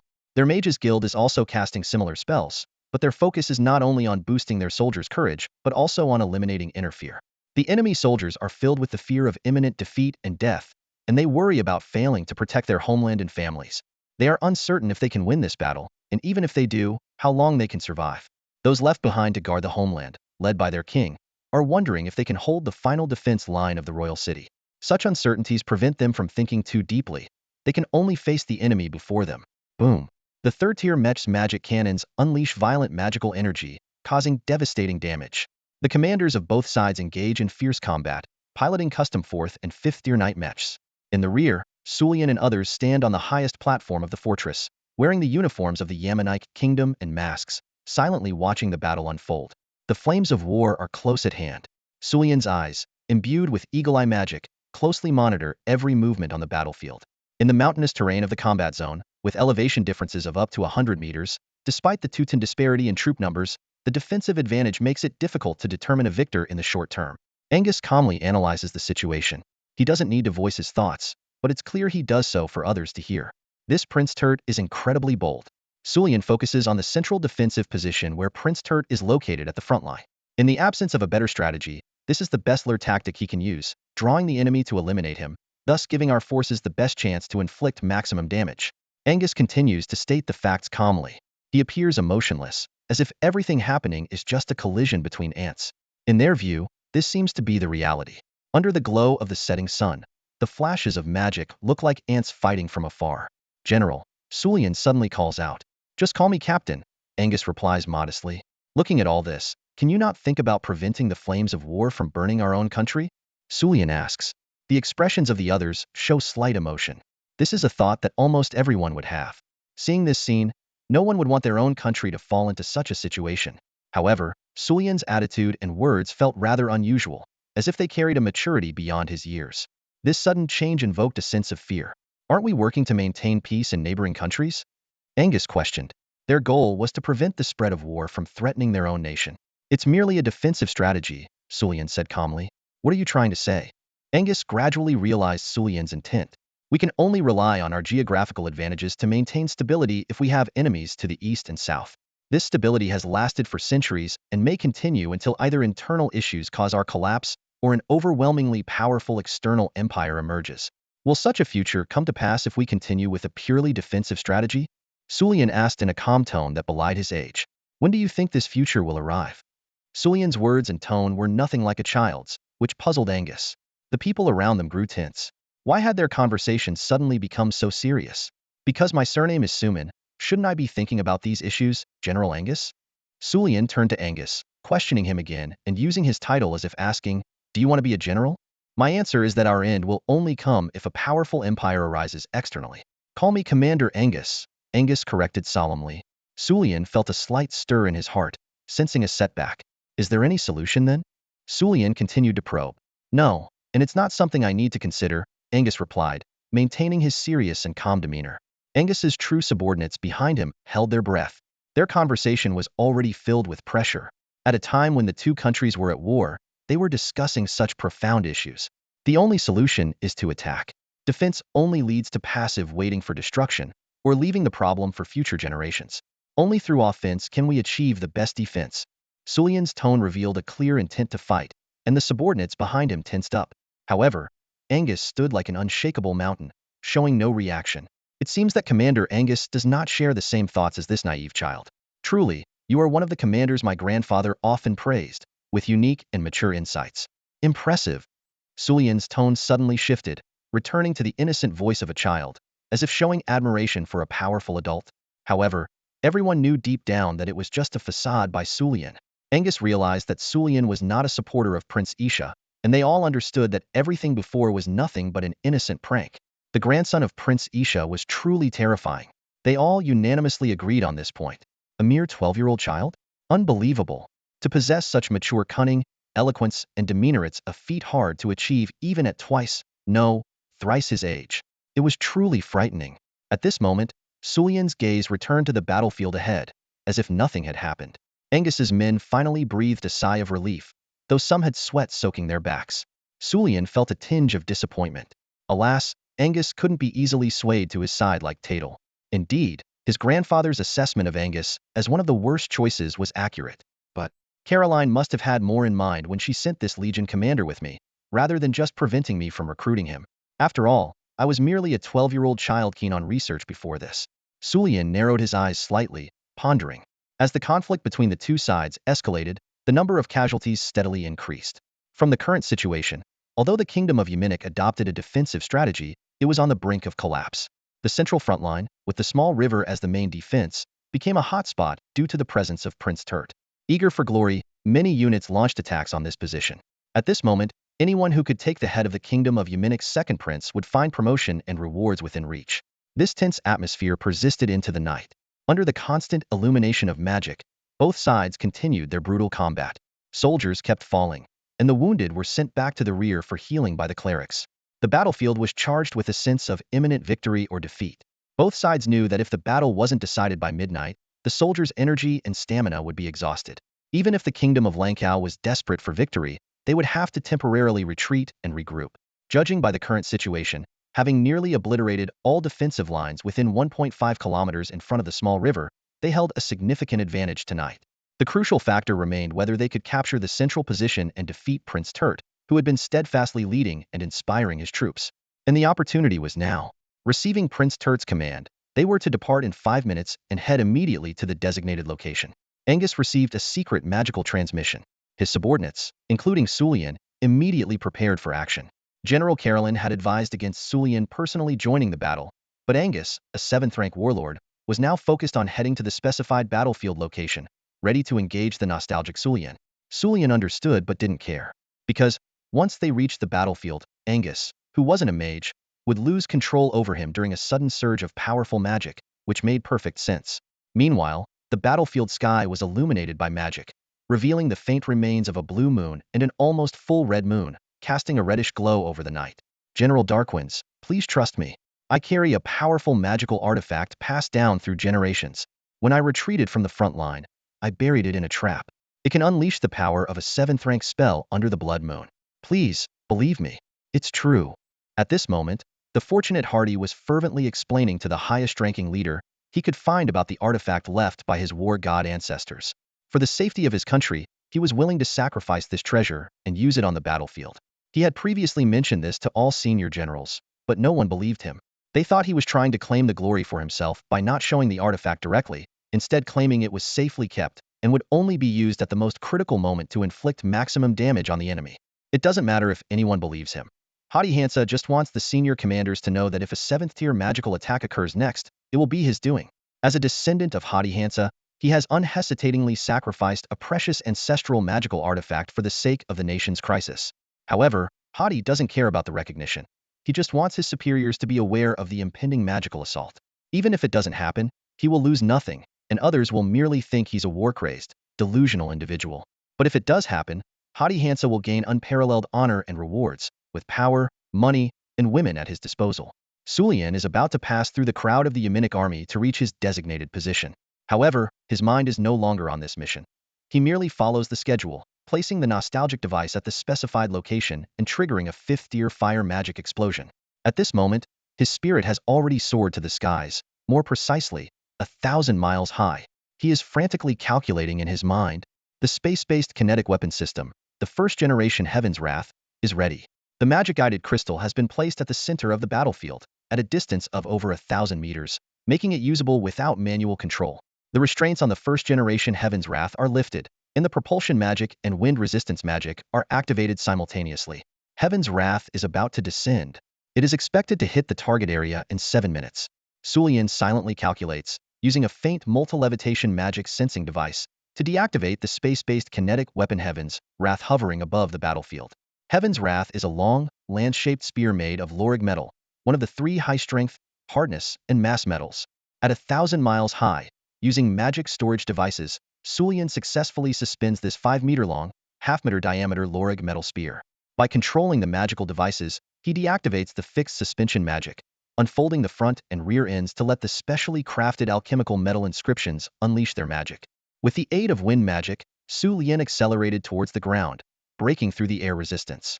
In this world's weapon design system, Sulian had adapted the concept of the Rod of God from his previous life into a space-based kinetic weapon system known as Heaven's Wrath. Based on his experiments on a remote island, it was easy to calculate that the strike time would be 7 minutes. In other words, considering his current deployment time, the weapon would hit the battlefield 3 minutes after he threw the nostalgic. The expected effective kill radius was 1 kilometer, enough to annihilate nearly 10,000 soldiers even if they were scattered in the hilly region. This level of power was equivalent to a Tier 7 ultimate area spell, capable of destroying a small town. Sulian's magic ring emitted a faint sound as he made an emergency stop at the designated position and quickly hid in a crater. Simultaneously, he retrieved 2 nostalgics from his magic ring, while his remaining 24 teammates prepared to release the remaining 48 nostalgics from their respective positions. Sulian glanced at his mechanical watch on his left hand. He only needed to wait until the designated time to throw. However, his primary focus was on the Heaven's Wrath descending from the sky, less than 5 minutes away. Sulian took a deep breath, his heart racing. He knew that nearly 10,000 lives would be lost due to his actions. These soldiers from the Lanka kingdom had no personal vendetta against him. Most of them had families and lives. He was about to take these lives as part of his weapon experiment, which was his goal. The purpose of this experiment was to weaken the Lanka kingdom's military strength as much as possible in preparation for his next attack on the nation. Now, with no self-destruct mechanism, Heaven's Wrath was already falling, and the devastating strike was inevitable. He reminded himself to stay calm. Just like a Tier 7 Grand Mage using an area spell on the battlefield to kill thousands of enemies, this was an unavoidable part of war and a challenge he would face in the future. The difference this time was that the magic attack was undetectable by the enemy due to its low magical detection level and immense power. So, no psychological burden. Sulian swallowed hard, making his final mental preparations. He had killed before, and the slaughter during his awakening hadn't made him feel guilty. But this time, the number involved was in the tens of thousands, and not everyone was a criminal deserving of death. So, stay calm. Su Lian, you are destined to be the leader of this world. Even if it means the sacrifice of millions, you must endure it. Su Lian gritted his teeth, using magic to evaporate the sweat of tension and fear from his body, and took another deep breath. He was ready. With 1 minute and 36 seconds left until the nostalgic throw, a small combat unit from the Lanku Kingdom and 5 night mechas of different levels were positioned in the designated area. Target locked, ready to launch. Su Lian felt her heart race as time slipped away. The countdown began 1 minute, 30 seconds, 20 seconds, 10 seconds, 5, 4, 3, 2, 1. Gripping the magical conduit device tightly, she released the power of the werewolf instinctively, launching her attacks in quick succession. Suddenly, a powerful 5th-tier fire spell engulfed the area, its alchemical magic tools bursting with explosive and scorching elements, completely consuming the 3rd Night Mech team from the Kingdom of Lanku. They had no time to react, utterly overwhelmed by the searing magic.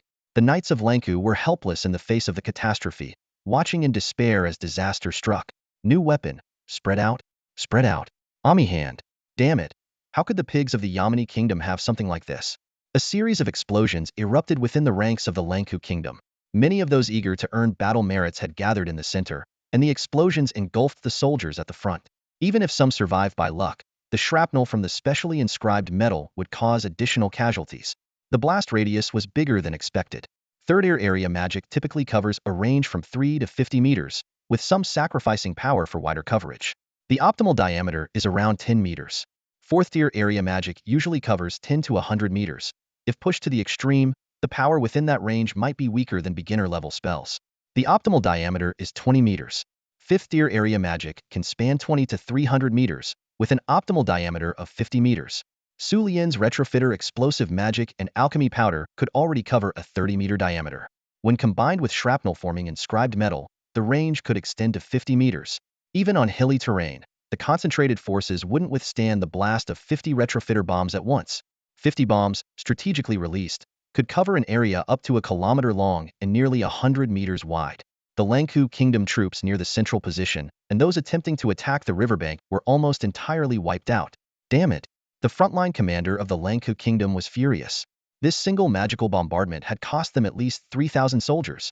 Given the concentration of troops in the center, the actual number might be even higher. Retreat. Sound the retreat horn. Retreat. The commander shouted through gritted teeth. The long, low tone of the magical horn signaled a retreat. Hurry. We don't know if they have more of those cursed weapons. Evacuate the wounded immediately. I saw them throw it. The range shouldn't be too far. If we fall back to our original positions, we should be safe. Retreat. Pull back 800 mechs about 1,100 meters. Small units, led by their squad leaders or other officers, quickly withdrew, carrying the wounded who could still be saved. Meanwhile, the soldiers of the Yamani Kingdom erupted in cheers. The enemy was retreating. They didn't know the exact plan or how so many area magic attacks occurred, but the sight of such devastating damage and the successful repulsion of the enemy was enough to celebrate. However, not everyone was cheering. One person couldn't join in the jubilation. Hadi. Don't go. Don't run away. My 7th-tier area magic hasn't been cast yet. I haven't earned my battle merits. Don't run away. Hadi looked at the scene before him, feeling desolate, even desperate. In those enemies who once terrified him, those opponents who could take his life at any moment, he now silently prayed for their return. He wasn't sure if his 7th-level magic would work, but at this moment, all his hopes were pinned on the sky above. The glory and wealth he once fantasized about now seemed to slip through his fingers. Battle achievements. My battle achievements. My title, my lover. Is it all going to vanish? At least, please don't leave our position. Please don't leave. Hadi prayed anxiously. He couldn't even notice how shaky and broken his voice was. Was he terrified or in despair? It was impossible to tell. He was just an insignificant individual who had once seen the dawn of life's peak. Would it all turn to ashes now? Time left until divine retribution. 1 minute and 59 seconds. My 7th-level magic? Hadi unknowingly fell to his knees, staring at the once guarded but now breached defense line. Useless Hadi, the enemy has retreated, and you still covet the 7th-level magic passed down from your ancestors. Don't mind him. He's already been overwhelmed by fear. We've won. As long as we achieve victory, everything will be fine. The others embraced and cheered excitedly. Soldiers, rejoice, for we have repelled the enemy and protected our homeland and families. Prince Tult also shouted about the power of magic. Even though he had been constantly commanding and luring the enemy on the front lines, both his spirit and body were near their limits. Oh, May the kingdom of Yaminik last forever. We have defeated the villains of the kingdom of Lanku. Ha ha ha. They cheered and celebrated, completely unaware that the clock representing doom was quickly counting down above their heads. Time left until divine retribution 60 seconds. Among the Yaminik kingdom's army, Angus's men also breathed a sigh of relief. They had completed their mission safely and would surely receive rich rewards upon returning to Avisu. Seeing the joy around them and thinking about their rewards, they couldn't help but feel ecstatic. Amidst the many Yaminik kingdom soldiers, under the glow of fire and magic, they exchanged smiles, already planning what fine wine to drink upon returning home. However, there was an anomaly among them, and that was Sulian. He might have been overlooked. Sulian gazed at the direction of the fortress. After such intense chain explosions and the rampant elemental forces on the battlefield, Angus's mental lock on him had long been broken. To be safe, without any incantations, he cast a high-level mental spell Chaotic Wind Illusion. He directly dispersed the surrounding mental perceptions, a method to break free from an enemy's lock. Whether Angus was still targeting him, he no longer cared. This was a battlefield. Even if the enemy had retreated, he had enough excuses to explain why the mental forces in this area were chaotic and couldn't be locked. He glanced at the time and realized it had passed midnight. The day had turned into the next. Advanced Fortification Magic Iron Wall. Advanced Fortification Magic Iron Body. Blood Battle Technique Blood Cocoon Shield. Earth Element. Advanced Magic Black Rock Shield. Ice Element. Advanced Magic Ice Shard Shield. Despite the celebrations of victory around him, Sulian remained calm in the midst of danger. He extinguished the torch beside him, suppressing the glow and aura of his magic to the minimum, cautiously deploying various defensive measures to guard against the unexpected. 30 seconds until the divine retribution strike. This time, he was determined to witness the strike personally. Werewolf Transformation, Initial Stage. Sulian's body was now covered in silver-white fur, his facial features and limbs subtly altered. He kept his eyes fixed on the battlefield ahead, watching as the soldiers carrying the wounded retreated. Most had fallen back to a distance of 300 meters, and some had even reached the Lanko Kingdom's position at the riverbank 500 meters away. They mistakenly believed they were safe there, unaware that the defensive zone, stretching over 1,500 meters wide, was actually the most perilous area. In what was supposed to be the safest zone, nostalgia bombing turned it into a war-torn nightmare. Only 15 seconds remained before the divine retribution would strike. The soldiers of the Lanku Kingdom continued their march, oblivious to the impending danger, while the soldiers of the Yaminik Kingdom were still reveling in their victory over the enemy. As the countdown progressed, all those above the 7th tier, including Sulian, sensed the impending doom, their bodies instinctively aware of the looming threat. Suddenly, a menacing attack appeared in the sky, and commanders like Angus and Turt immediately sensed the extreme danger. With just 5 seconds left, Prince Tootle shouted in terror for everyone to get down, and the commanders of the Lanku Kingdom echoed his panic, urgently calling for defensive preparations. Fear, panic, and despair spread among them as everyone instinctively followed orders, desperately seeking ways to protect themselves. However, it was already too late. Divine retribution descended. In the final second, all they could see was a streak of light cutting through the clouds, aiming straight at the resting Lanku Kingdom troops on what was once the Yaminik Kingdom's battlefield. The intense light blinded their eyes, and the deafening roar assaulted their ears. The cataclysmic strike obliterated everything in its path, turning rocks, soil, vegetation, and people into ashes. This nearly 8th-tier level area effect magic attack annihilated the entire army, silencing even the screams and cries. A terrifying mushroom cloud rose against the backdrop of a blood moon, and the scorching shockwave spread in all directions, flinging even those outside its range. Prince Tootle himself was thrown over 10 meters by the blast, while only Sulian stood firm, his eyes gleaming with bloodlust and malice as he witnessed the destruction he had wrought. The aftermath of the battle was surreal, as if stepping into a nightmare. In this dream, the battlefield was engulfed in flames, but suddenly, everything vanished. The survivors were left staring at hills ravaged by artillery, with burning trees and craters illuminating twisted wreckage. It was hard to tell whether the mangled remains were of soldiers or horses. A deathly silence hung over the battlefield. No, it wasn't really silent. Ah, my leg. It hurts so much. Someone save me. No, I can't die. Help me? The agonizing cries echoed around. But soon it became clear that it wasn't an echo in the mind, but the hearing slowly returning after a temporary deafness.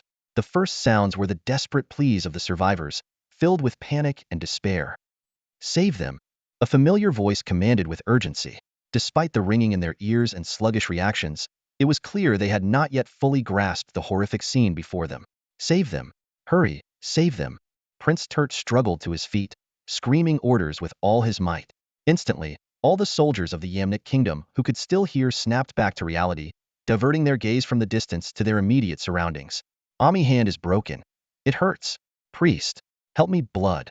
There's so much blood. Though not in the direct blast zone, the powerful shockwave had thrown them at least 10 meters. Those who stood higher or didn't heed the order to lie down were thrown even further. Most injuries were from the impact of the shockwave. I said save them. Prince Turt roared again. Save them. Yes, save them. Everyone who could still move sprang into action, helping the wounded and assessing their injuries. It was pure chaos, but soon it became clear that most were injured, and there were very few fatalities. However, despite the lingering fear from the recent terrifying events, the rescuers' hands still trembled, their breaths heavy, and their hearts raced.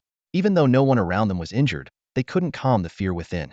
They knew all too well that at least 10,000 soldiers from the kingdom of Lanku had vanished in the recent unknown destructive strike. The shockwave alone had caused numerous injuries and casualties.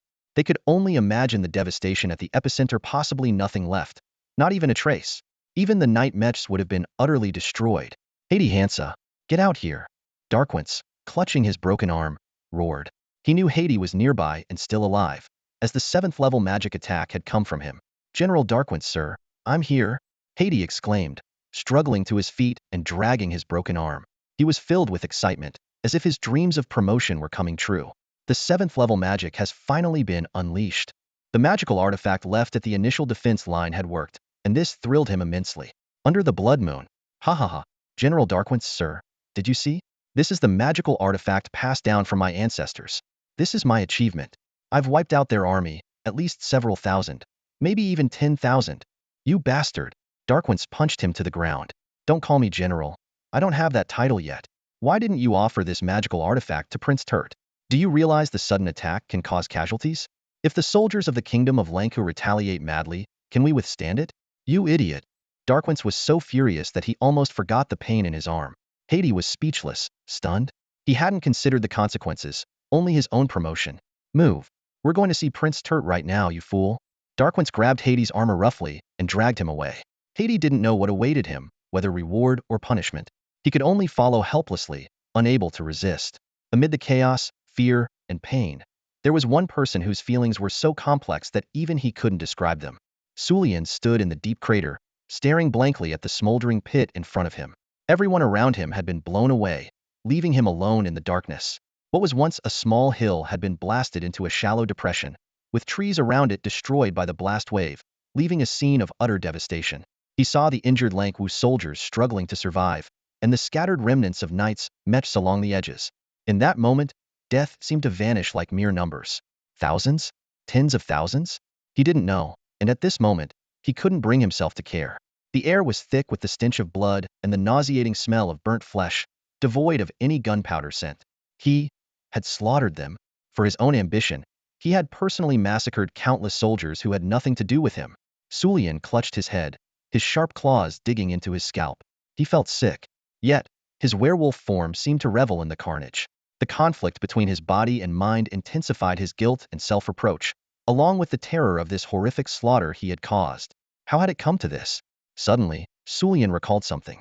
He had once been someone who loved mechanical research, but his recklessness had led to his death, and he had been fortunate enough to be reincarnated. Why was he doing this? Wasn't he just someone who loved machines and mechs? Sulian clutched his head, letting out a piercing scream. His beastly roar was jarringly out of place on this battlefield filled with screams of agony, yet it went unnoticed. His werewolf form, uncontrollable under the blood moon, emerged amidst the massacre. It tore through his clothes, and his sharp claws pierced his scalp, blood slowly trickling down and blurring his vision. Everything appeared dark, as if drenched in a blood-red hue. Yet Su Lian knew in his heart that his actions were not about senseless slaughter, but about eliminating those soldiers who threatened his homeland. These individuals were the root of chaos, and he had to eradicate them. In this world engulfed by war, Su Lian felt as though he had been given a second life, deeply entangled in the conflict. He let out a painful cry, struggling to control his werewolf instincts. Standing at a towering height of 1.9 meters, even in the pitch-black surroundings, his eyes glowed a fierce crimson in the night, and his cries were bound to draw attention. However, inside, a battle raged within him. He was Su Lian, Su Manlienda. The world before him was filled with endless wars, with conflicts between nations and races seeming never-ending. Su Lian's mission was to use his knowledge and ideals to build a powerful nation, eliminate the roots of war, and bring peace to the world. He believed only he could achieve this, and it was his responsibility to do so. He was determined to destroy the empire and unleash more slaughter. With each kill, he transformed further. A single kill turned him into a brutal werewolf. 100 kills, a merciless demon. 1,000, and he would become the ruler of this world. Su Lian, Su Manlianda, was destined to be the world's master. He let out a low werewolf growl, his crimson eyes gradually returning to clarity. He lowered his claws from his head, his werewolf's incredible healing ability quickly mending his wounds. He stood in the crater, coldly observing the carnage ahead. Even when faced with a mortally wounded soldier from the Lan Ko kingdom, who seemed to be begging for help, he remained unmoved. His eyes were filled with icy indifference. A soldier from the Yamani kingdom rushed over and asked, "Are you all right?" Without turning back, Su Lian killed him instantly. Anyone who discovered his true identity would meet a fate worse than death. On this brutal battlefield, under the blood-red moon, Su Lian realized his true ambition through the act of killing. Whether it was 1,000 or 10,000, they were just necessary sacrifices on the path to unifying the world. Meanwhile, high above, hidden from view, Philomena watched Su Lian on the battlefield and nodded in satisfaction. She turned and vanished into the blood moon. She was pleased with Su Lian's performance. His initial awakening had resulted in such widespread slaughter, yet he had not been overwhelmed by his bloodline and had quickly regained control over his werewolf instincts. If it had been any other bloodline, even a third-generation one, such slaughter would have likely led to death or madness. The temporary halt in the war has left everyone with a heavy heart. The kingdom of Lanku has suffered enormous losses, with over 13,000 casualties and the complete annihilation of 2 army corps. The 2nd and 3rd Corps in the western region have less than 3,000 soldiers left, and their bravest night mechs were entirely destroyed in the decisive battle. The northern 2nd Corps has about 5,000 soldiers remaining. They were originally a support unit and did not go to the front lines, thus preserving some of their strength.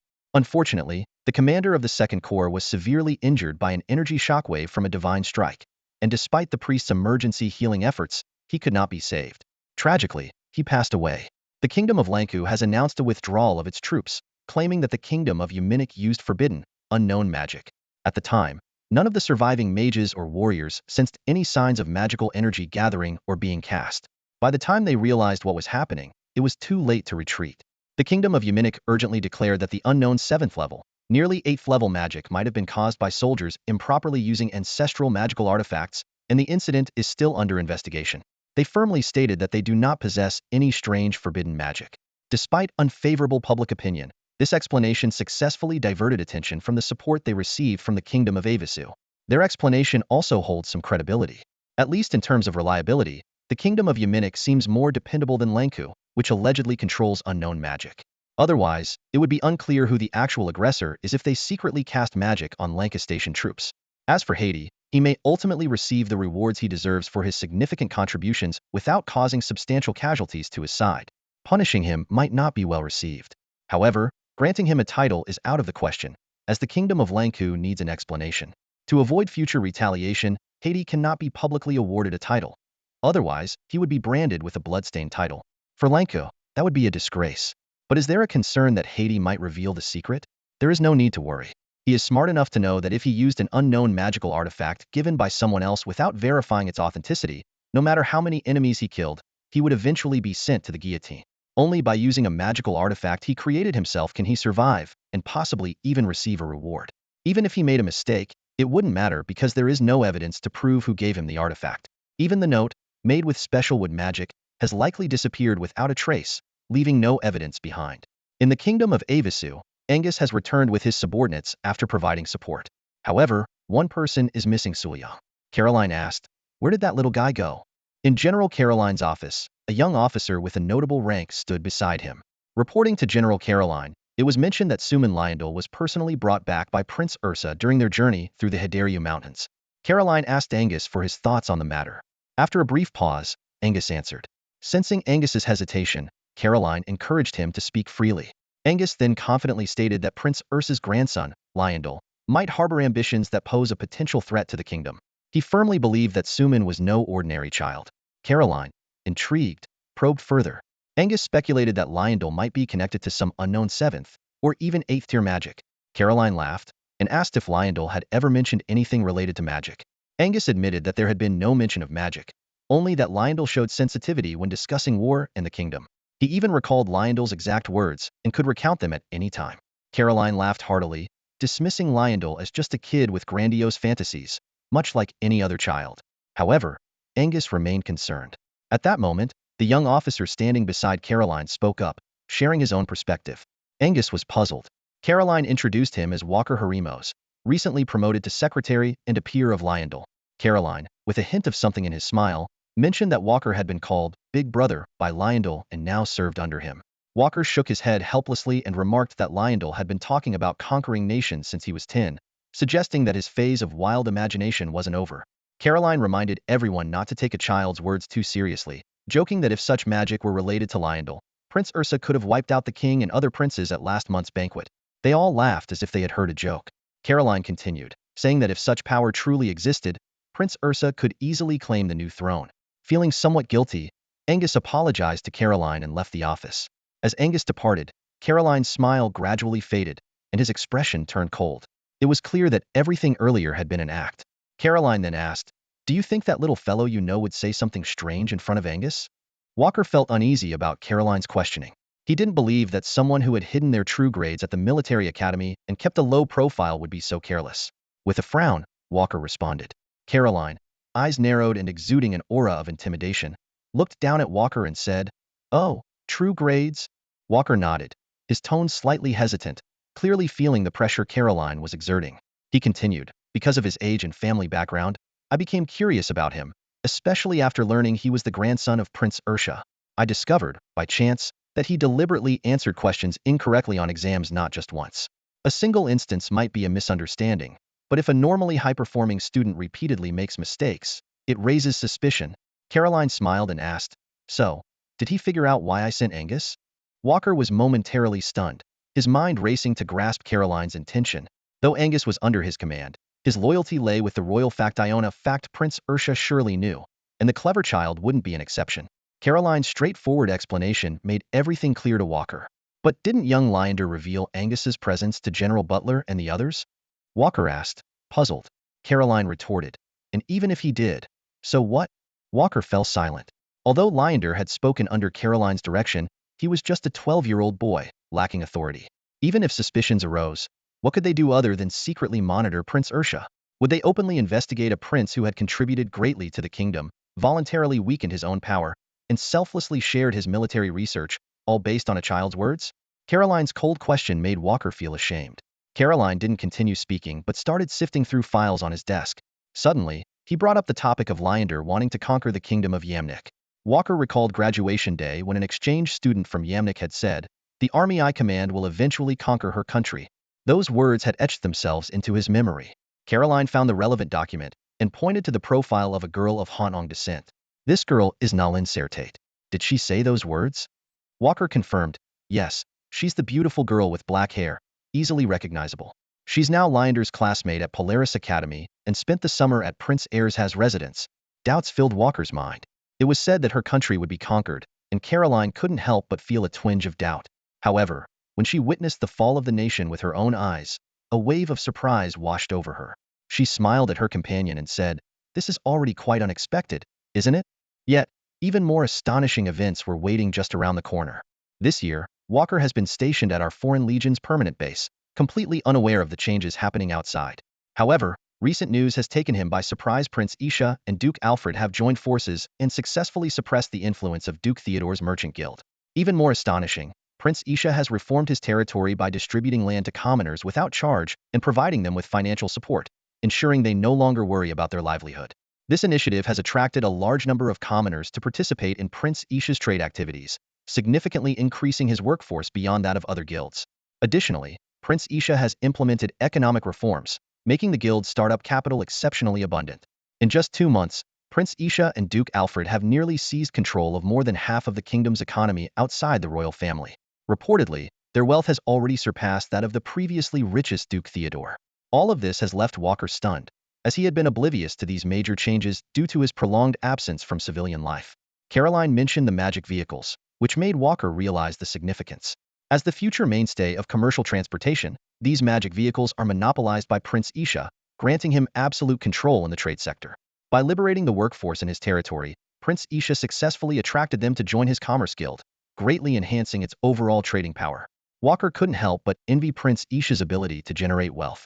He recognized that Prince Isha could potentially surpass the kingdom's wealth, becoming the absolute leader across all social strata in his territory. Faced with such a situation, Walker began to worry about the kingdom's future.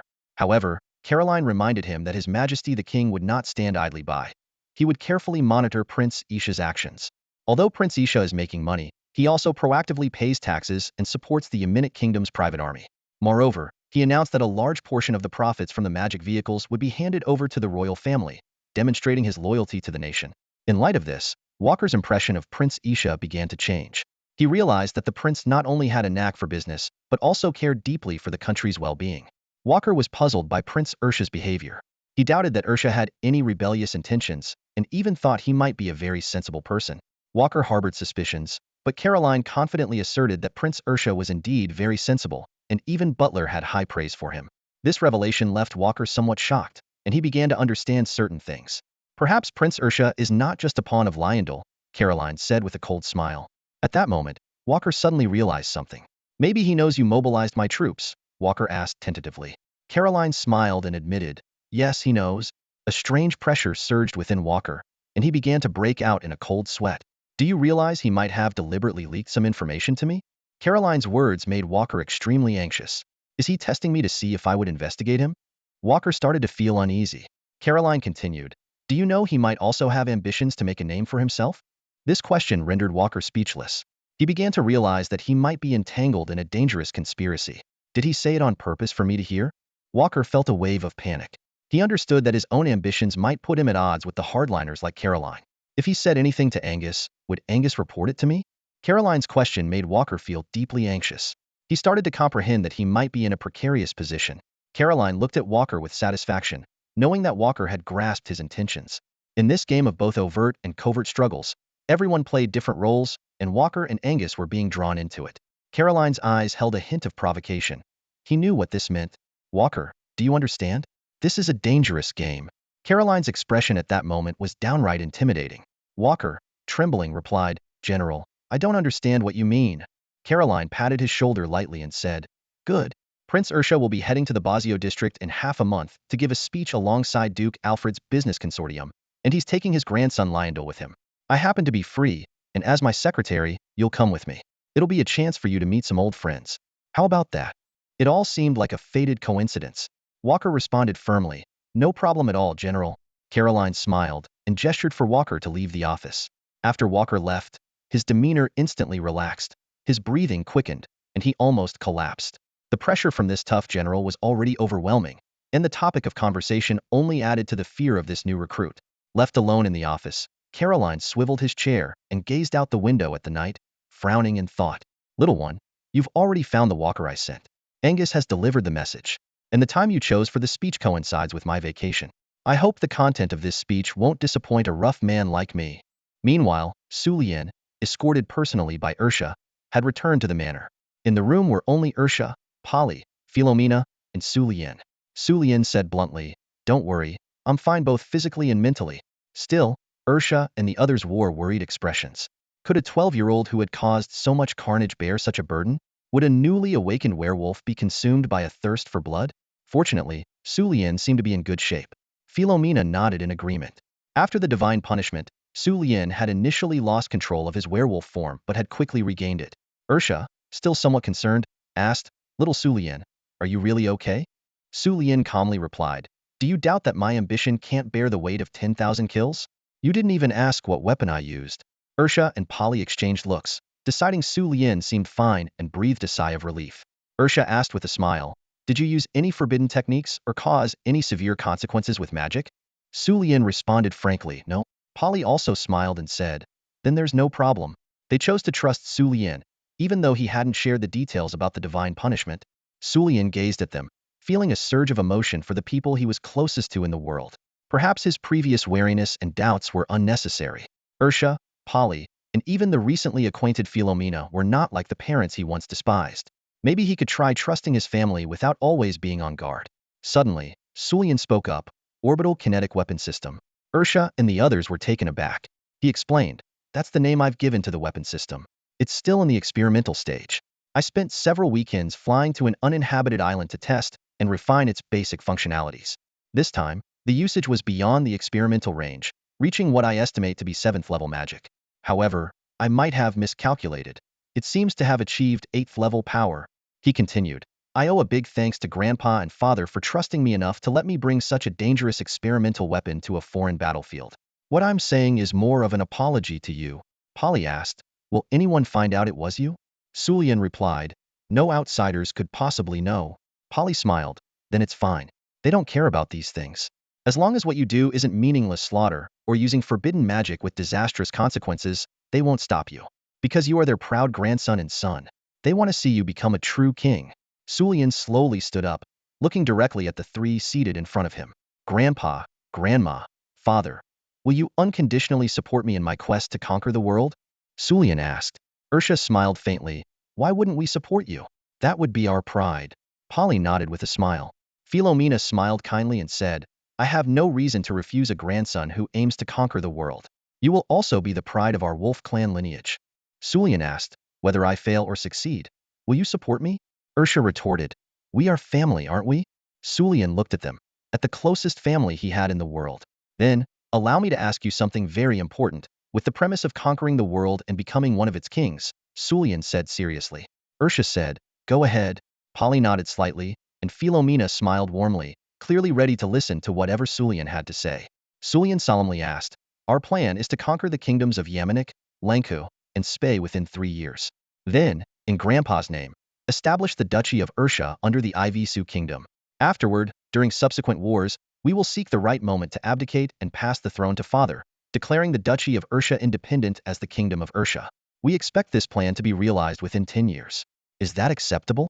This was the initial plan they had devised, and Ursha's reason for proposing changes to magic vehicle profits 10 years later. They planned to declare independence in 10 years, so the magic vehicle profits within the Ivisu kingdom would naturally no longer exist, thus misleading the kingdom's judgment. Ursha nodded. That's right. In 10 years, you'll be 22. In the upcoming battles, if you achieve more victories and conquer 2 more nations, Polly will pass the throne to you. You can then declare the kingdom an empire and become the first emperor in this world. At that point, the entire world will be your stage, Ursa said earnestly. Though their goal seemed distant and perhaps delusional to outsiders, they firmly believed it was possible. The key question is, Grandfather, Father, do you wish for our imperial lineage to continue forever? Do you want our kingdom to rule the entire world eternally? Sulian asked with a determined tone and gaze. Ursa and Polly were taken aback, not expecting Sulian to pose such a question. Even Philomena was surprised. If possible, of course, I would wish for it, Ursa thought for a moment and said. But an everlasting imperial lineage. Polly shook his head. They all understood that even if Sulian conquered the entire world, the stability might only last for a few centuries under hereditary rule. Eventually, accumulated conflicts of interest would erupt. By then, the so-called imperial bloodline might only lead to disaster. Eternal rule? Impossible. Then, would you allow me to overthrow the Ursa Empire and establish a new order? Sulian finally asked. Overthrow? The empire? This time, even Philomena, who usually didn't care much about such matters, was shocked. Sulian stood straight, bent slightly at the waist, placed his left hand on his lower abdomen with fingers together and palm inward. His right hand extended forward, tilted downward, fingers together, palm up. I will establish a new order.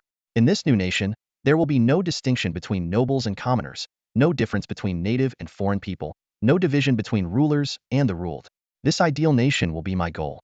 I will call myself a leader, not an emperor. For I will abolish all feudal systems, hereditary rule, and imperial governance in this world. I will create a great nation where all intelligent beings advance together. By then, even the term nation will be obsolete. For our world will coexist harmoniously. Sulian stood tall, left hand unmoved, right hand slowly retracting, fist placed on the center of his chest, with the thumb knuckle pressed against it. This gesture showed a sincere invitation. The clenched fist symbolized unity. It meant moving forward together.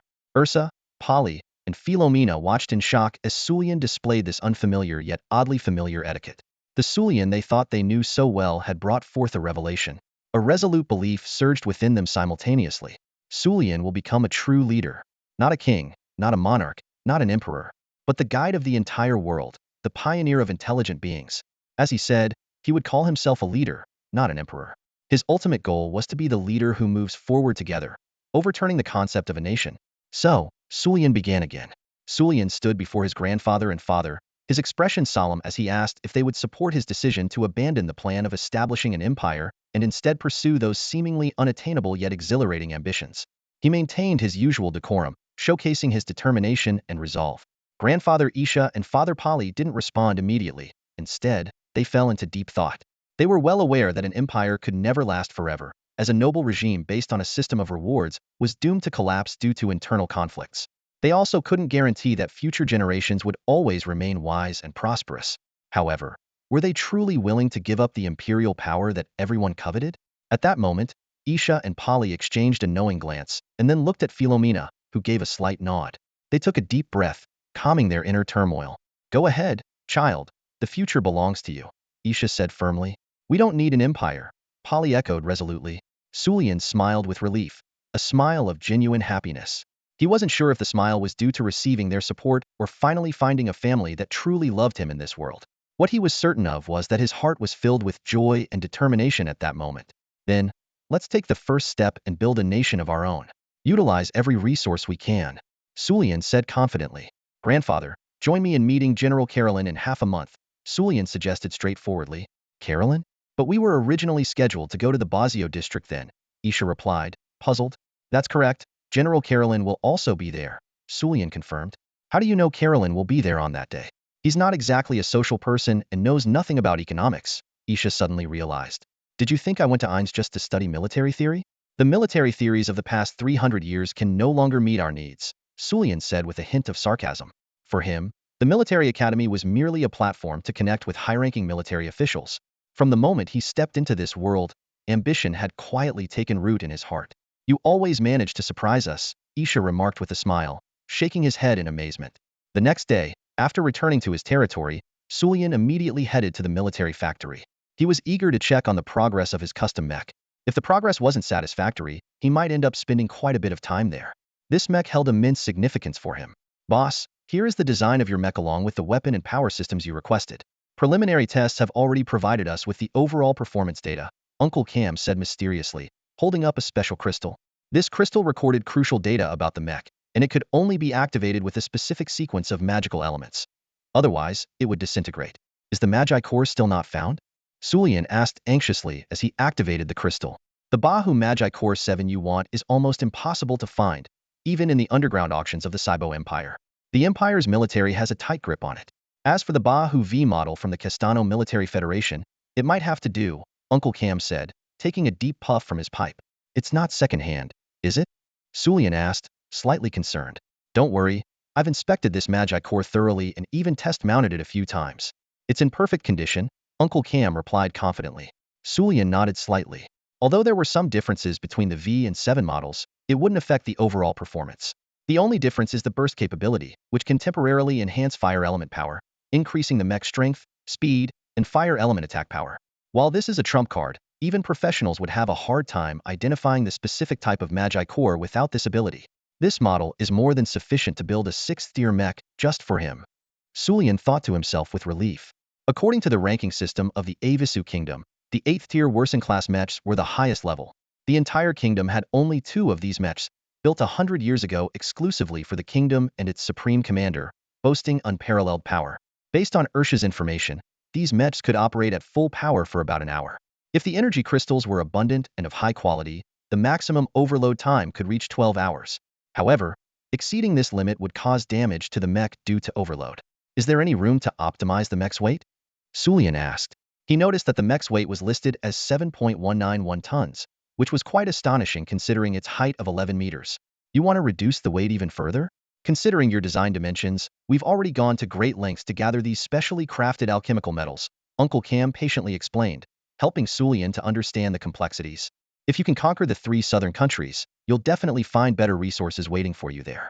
With a steady supply of materials, the small boss can craft top-notch products for you. Uncle Cam was feeling a bit frustrated. He longed for more resources, but the reality of material scarcity left him helpless. Perhaps hiring more senior alchemists to refine special metals could be considered. However, finding such talent is no easy task, and they've done their best already. Uncle Cam sighed. He wanted to improve but faced numerous difficulties. Sulian continued to ask if there was a conflict between the compatibility of battle energy and the magic core. Uncle Cam indicated that overall, there wasn't much of an issue. Sulian's switch mode design was very clever, capable of converting magical elemental power into battle energy, with Sulian himself acting as the converter. This method worked for him, but likely only he could handle it. Sulian's Knight Mecha utilized a dual magic and martial drive. When only using a single magical elemental power core, another device was needed to complement the magic core. However, Sulian's design avoided this cumbersome process, saving both space and cost.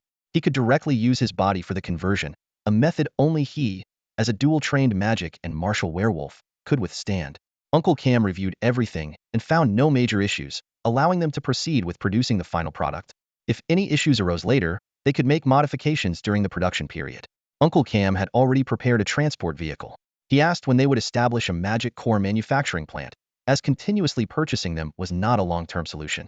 He was displeased with the merchants' behavior, noting that they bought many second-hand magic cores, likely excavated from mining areas. Low-grade night mechas were more efficient than human labor for mining. Uncle Cam planned to recoup costs by dismantling nearly scrapped magic cores and selling them disguised as new to naive nobles. This fraudulent behavior would eventually make those merchants pay the price. However, producing magic cores required a large number of alchemists at least at the 5th-tier mage level, proficient in inscription magic, mechanical principles, and related elemental theories. This was just the basic requirement for mass-producing military standard magic cores. Even with sufficient funds, recruiting such a large number of mages was challenging. Nevertheless, Uncle Cam had plans to establish a low-grade magic core manufacturing plant. After giving a speech and negotiating cooperation with his grandfather in the Poxio district, they would secretly build it in the Hidariu Mountains in southern Poxio. Uncle Cam thought for a moment and realized something. The Poxio district bordered the Lanko and Spey kingdoms. If they could manufacture low-grade magic cores in the mountains, they would only need to transport enough steel to mass-produce tanks and airplanes on site. As for the issues with magic core production, they still had many ideas to explore. This extraordinary manufacturing process is designed to maximize the concentration and storage of magical energy, ensuring a stable output and preventing it from becoming a potential elemental bomb. The entire production process cannot be automated. It must be meticulously crafted by wizards using alchemy and inscription magic. Even the most basic low-tier magic cores require the careful work of advanced wizards. In short, if you want to establish a magic core factory, you first need to train a team of wizards. This team must be proficient in alchemy, inscription magic, and have a solid understanding of mechanics and relevant elemental theories. This is why magic cores are not commonly used in civilian applications. When the nation gathers its esteemed wizards to mass-produce magic cores, is it really for civilian use? Some have suggested that retired wizards could create low-tier magic cores for the public. However, would the nation allow that? If these magic cores fell into the wrong hands and were enhanced, wouldn't that pose a threat to national security? These are the core components of war machines. What about the special alchemical metal smelting plants needed for night mechs? Uncle Cam asked. Seize them. Sulian replied coldly. Didn't hear that, Uncle Cam. Clearly, to withstand magical attacks and reduce weight, the metal used in night mechs must be special alchemical metal. Other materials like alchemical fibers and magic transmission corridors or pipelines are irreplaceable. This explains why tanks and planes are more practical. They offer better mobility and lower risk at the same weight. So, even common metals or mass-produced alchemical materials cannot replace them. Do Sulian and the others need these materials? Absolutely. How will they obtain them? Conquer Yamanek, Lanku, and the Spy Kingdom, and their alchemical metal smelting plants will be ours. They arrived. Uncle Cam. They reached the core warehouse of the Night Mech manufacturing area, constructed from special alchemical metal and protected by layers of inscription magic arrays. Hey, the little boss is here to inspect Dear Dalida. A young goblin whistled. Watch your language or the big boss will dock your pay. Uncle Cam warned. The young goblin was indifferent. With the operation of a special key and a magic sequence, the warehouse doors slowly opened, and the light magic tools illuminated the space. Before them stood an 11 turtle, sleek night mech. Its entire body was a dark blue hue, carrying two specially crafted anti-magic swords of varying lengths on its back. Embedded in its left arm and chest were magic crystals for spellcasting. The cockpit was located at the back, with another magic crystal embedded in the palm of the left arm for generating a magic shield. Two alchemical metal plates, bearing the insignias of Prince Isha and the Avisu Kingdom, were subtly painted on the chest, hiding secret mechanisms. There was also an auxiliary weapon arsenal at the waist. In terms of design, this mech features a sharp, angular appearance overall, but its front incorporates more streamlined elements to reduce air resistance. This is Sulian's first night mech, a Tier 6 Circe-class night mech, codenamed Kanglin SK. Thong refers to the mech's color, while Lon signifies the magic core of the Black Gale Demon Tiger used in its construction. SK stands for Super King. This is the first mech that Sulian ever dreamed of. He walked forward in a daze, reaching out to gently touch the body of Kanglin SK, feeling the allure emanating from the mech. Do you need to drive now? Uncle Cam asked. Sulian smiled and shook his head, displaying an unusual calmness. Everyone was a bit surprised. Sulian extended his fingers, gently touching the Kanglin SK night mech, while releasing his magic. He began chanting a draconic incantation, summoning mysterious and invisible spatial powers, showcasing his ability to command the world. He endowed the mech with the power of spatial transformation, preparing to teleport it to its destination. Transparent magical waves enveloped the entire mech from bottom to top, scanning and preparing for the teleportation. Sulian's spatial magic ensured that there were no unstable alchemical metals within the mech, making it ready for the teleportation. Finally, space twisted, and the mech completed its free teleportation, appearing behind Sulian. A young goblin exclaimed, "Wow, the boss magical prowess is amazing. Such a large mech, it must take at least a third-year spatial teleportation to accomplish that, right?" Uncle Cam proudly explained that he had known Sulian design the mech with the consideration of using spatial magic for emergency teleportation. Although this method is only suitable for emergencies due to the enormous consumption of magic, especially for long-distance teleportation, and the large size of the mech further increases the magic drain. Nevertheless, the mech successfully completed the teleportation. Sulian asked, "Did you make it according to my specifications?" Uncle Cam assured, "Don't worry, it's done exactly as you requested. None of the other goblins know about it. But I still recommend not testing it now to avoid any issues that might prevent timely repairs. It's crucial to have it ready before the presentation." Heeding Uncle Cam's advice, Sulian and those around him cast dark magic to block mental detection, ensuring their covert actions went unnoticed. Sulian continued to channel magic, enhancing its power, and activated a soundproofing spell. Uncle Cam reminded, "The strongest we have here is a 5th-tier mage, so we should remain cautious. The current warfare relies heavily on night mechs. Prudence is always wise." Sulian ceased his magic infusion. They stood in darkness, with only faint elemental glows illuminating the surroundings. The entire process showcased Sulian's calmness and caution, as well as his mastery and control over magic. Sulian extended his hand once more, but this time his palm faced downward. A drop of fresh blood, forced out by magic, trickled from his fingertip and finally fell to the ground. This drop of blood contained the power of an elven spell, conveying emotions of equality, kindness, and compassion. With his sincere blood, Sulian formed a pact with the Kanglin SK Knight mech before him, making them the most steadfast partners. The contract was sealed, and the summoning began. The blood rapidly transformed into threads, guiding the infused magic to weave a vast and intricate magical array around the Kanglin SK Knight mech. As the magical array gradually took shape, a peculiar magic began to envelop the entire night mech, slowly merging into it. This process was akin to the ritual of summoning a familiar. Uncle Cam furrowed his brows slightly, his mind filled with various thoughts. There had been attempts by goblin engineers to create summonable Doritas, but none had succeeded. For mages who understood summoning magic, altering the capabilities and costs of Doritas would lead to significant efficiency improvements, yet all attempts had ended in failure. No one had been able to create summonable metal.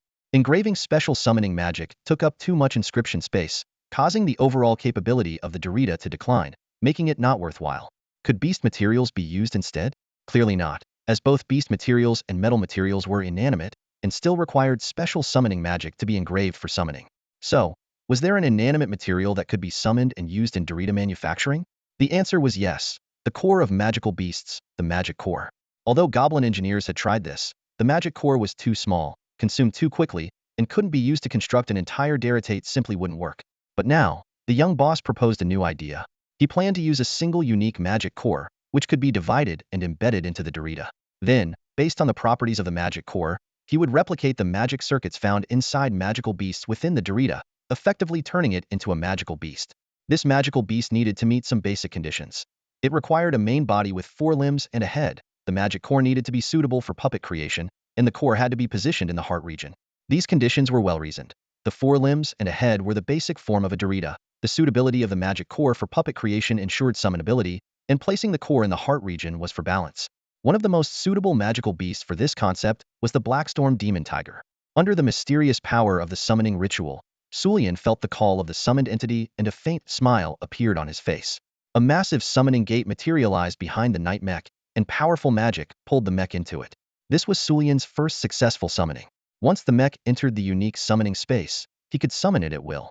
The Kanglin SK Night mech was successfully drawn into the summoning gate, which then closed, marking the success of the summoning. Uncle Cam excitedly pumped his fist, overwhelmed with joy. Although this wasn't the world's first summoned entity, it was the most cost-effective, requiring only one magic core. Sulian designed it, and Uncle Cam built it. Sulian activated the summoning magic again, and the massive Kanglin SK Knight Mech reappeared before him. Now, the Kanglin SK Knight Mech was truly complete. Uncle Cam laughed with delight. Those old folks in the clan better not underestimate me now. I'm going to give them a real surprise. Sulian smiled and held him back. Don't rush, Uncle Cam. Uncle Cam patted his chest and said, Young master, you seem pretty calm for someone who just created something like this. Sulian gently stroked the mech's body and said with a faint smile, this is just a minor invention. Compared to conquering the world, it's nothing. Uncle Cam was taken aback, sensing something different about Sulian, as if he carried a regal air. Sulian invited Uncle Cam to the military port to test drive the mech, and Uncle Cam nodded in agreement. In the tank training area at the military port, Sulian attempted to pilot the Kanglin SK, originally a 5th-tier Biarchy Battle Chi Knight mech. After a series of upgrades and modifications, it had become a 6th-tier Sursic Magic Warrior dual-mode Knight mech. Uncle Cam also sensed the change in Sulian, as if the 12-year-old boy before him had transformed into a mature individual with a monarch's demeanor. In the end, the Kanglin SK Knight mech would be publicly declared as a 5th-tier Biarchy Battle Chi mech, while its true capabilities would remain hidden. Special alchemical armor would cover the left chest and arm magic stones to protect its real power from being exposed. This is a Wonio Faken Knight mech that only Sulian can pilot. It's his first one and symbolizes his status during his speech in the Boxio district. As the only grandson of Prince Ursha, this will be his stage to showcase himself. This mech also represents the rise of Prince Ursha's power and the emergence of new strength. Moreover, it is crucial information that needs to be conveyed to General Caroline, one of the 3 major generals of the Avaisu Kingdom. A brand new Knight mech, a brand new ambition. Today is the day of the speech. Sulian set off from the port of the Peter Saint territory at the crack of dawn, piloting the latest Kanglin SK Knight mech. This mech was disguised as a brand new purchase from the Inying United Kingdom, presented as a 12th birthday gift for Summan Lyander's grandson, Sulian. If the nation discovered that Ursha possessed the capability to independently manufacture a 5th-tier Dochi mech, regardless of whether its core and materials were imported, it would be seen as a potential threat. Currently, Ursha's wealth is staggering, and the ability to produce the first 5th-tier mech suggests at least the potential to mass-produce 1st-tier mechs. The speech is taking place in the Basu district, the capital city of Burglo district. This city is adjacent to the city of Earl in Duke Alfred's territory and also near the Hideriu Mountains. The entire area is flat, with 2 small rivers converging from the mountains, making agriculture very prosperous. The only occasional trouble might be the appearance of magical beasts from the mountains. The main purpose of Ursha and Sulian's visit is to introduce their advanced farming machinery technology used in agricultural reforms. Additionally, they plan to offer high salaries and generous benefits to attract homeless peasants from Earl's territory to work in Peter Saint, thus boosting their commercial activities. At this moment, on the high platform set up in the square, the ground trembled slightly. The new Knight mech appeared. Wow! This new Knight looks amazing with its sleek design and dual swords. It must be a Dochi mech, right? Your info is outdated. This is a custom-made 5th-tier Dochi Knight mech for Prince Ursha's only grandson, Lyander, ordered from the distant Inying United Kingdom. So extravagant. Ordering directly from abroad? Has our country been so stable for too long that the mechs from our Knight Research Institute no longer meet Prince Ursha's standards? Inying United Kingdom is right next to the Gnome Nation, with top-notch technology. People immediately gathered around the new Knight mech, discussing it fervently. This new mech represented the financial power and new prestige of Prince Ursha's faction. So Sulian had to pilot it personally in this public speech to demonstrate Ursha's strength, especially with so many factions watching closely. From the nearby streets, one could see and hear the speech from high-rise buildings like restaurants and clothing stores. What does the kingdom's faction think of Prince Ursha's new Knight mech? The roaring sound of the magic core has been modified, making it impossible to identify the model, and the external armor is surprisingly made entirely of lightweight ingy metal. While this greatly reduces weight, it might compromise defense performance. Is this really a product of the Inying United Kingdom? It's hard to say, given how far the Inying United Kingdom is from our Alpha Empire. Apart from sea trade caravans, we have almost no contact. The merchant faction believes that the alchemical metal consumption of this new Knight mech must have reached Circe's 6th-tier level. As expected, to showcase authority, they could directly commission such a mech. It seems Prince Ursha's public speech and future collaboration plans are quite ambitious. Nobles, this Isha, he sure knows how to flaunt his status. Giving his grandson such an extravagant gift for his 12th birthday, why doesn't he get himself a grade 7 Shem Magic Knight? Head better. So we can have a reason to propose this to the king. Many eyes are on this event. Even with attempts at concealment, the mental energy focusing on the square was clearly detected by Isha, a powerful archmage. Isha continued to smile and greet the surrounding crowd, while internally discerning these mental energies. These familiar sensations? It seems quite a few old acquaintances have shown up, whether they are his brothers or other ennobled factions. They are growing increasingly sensitive to our subsequent actions, and are likely harboring suspicions about my collaboration with Duke Alfred. But that's fine. After today, they'll have a clearer picture of who we can ally with and who we need to suppress. Only by stabilizing the order within the kingdom can we ensure our future plans proceed without hindrance. Resolute in his thoughts, Isha floated out of the carriage and ascended the platform where Duke Alfred was already standing. Suelian himself piloted the Azure SK, standing by the platform in standby mode, maintaining the hum of its magical core to provide a unique background sound as Isha delivered his speech.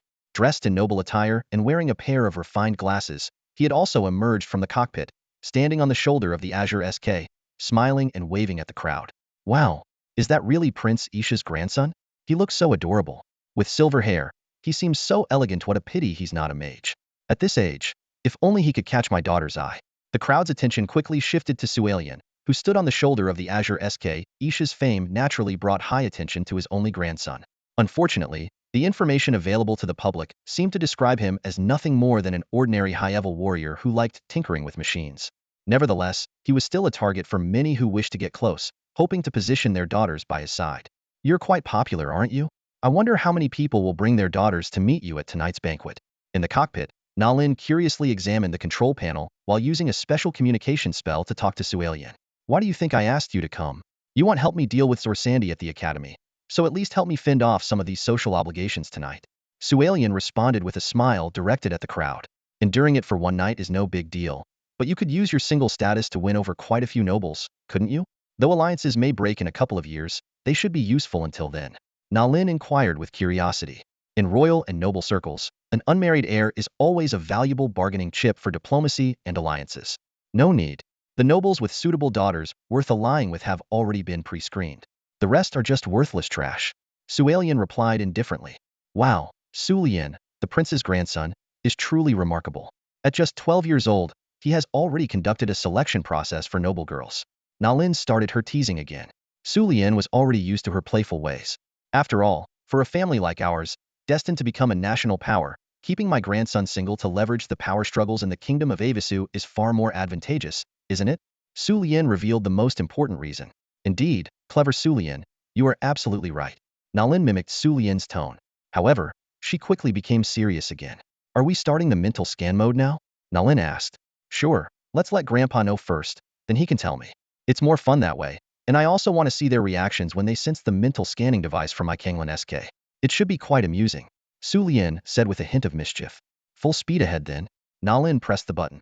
The powerful mental scanning capability was unleashed from the Kanglin SK Night Mech, imperceptible to ordinary people. Instantly, the hidden members of various factions around them displayed astonished expressions, their eyes all focused on Suelian, who was perched on the shoulder of the Kanglin SK. Suelian covered his potential smile with his hand and gently pushed up his glasses, as if to say, even if I cover it, I can still see through you. This was a 12-year-old's challenge from the grandson of Prince Ursha. Ha ha ha, this Liandel is so interesting. I like him. Caroline, dressed in ordinary clothes, laughed in a street-side cafe. Won't this draw too much attention? Walker asked, a bit worried. Oh, isn't that even better? Caroline laughed even harder. Walker paused but quickly understood. If most people think Suelian is just showing off, relying on his grandfather Prince Heirs has power to flirt, that's exactly what Suelian wants them to think. As the sole heir, if he appears lacking in ability, isn't that what they want to see?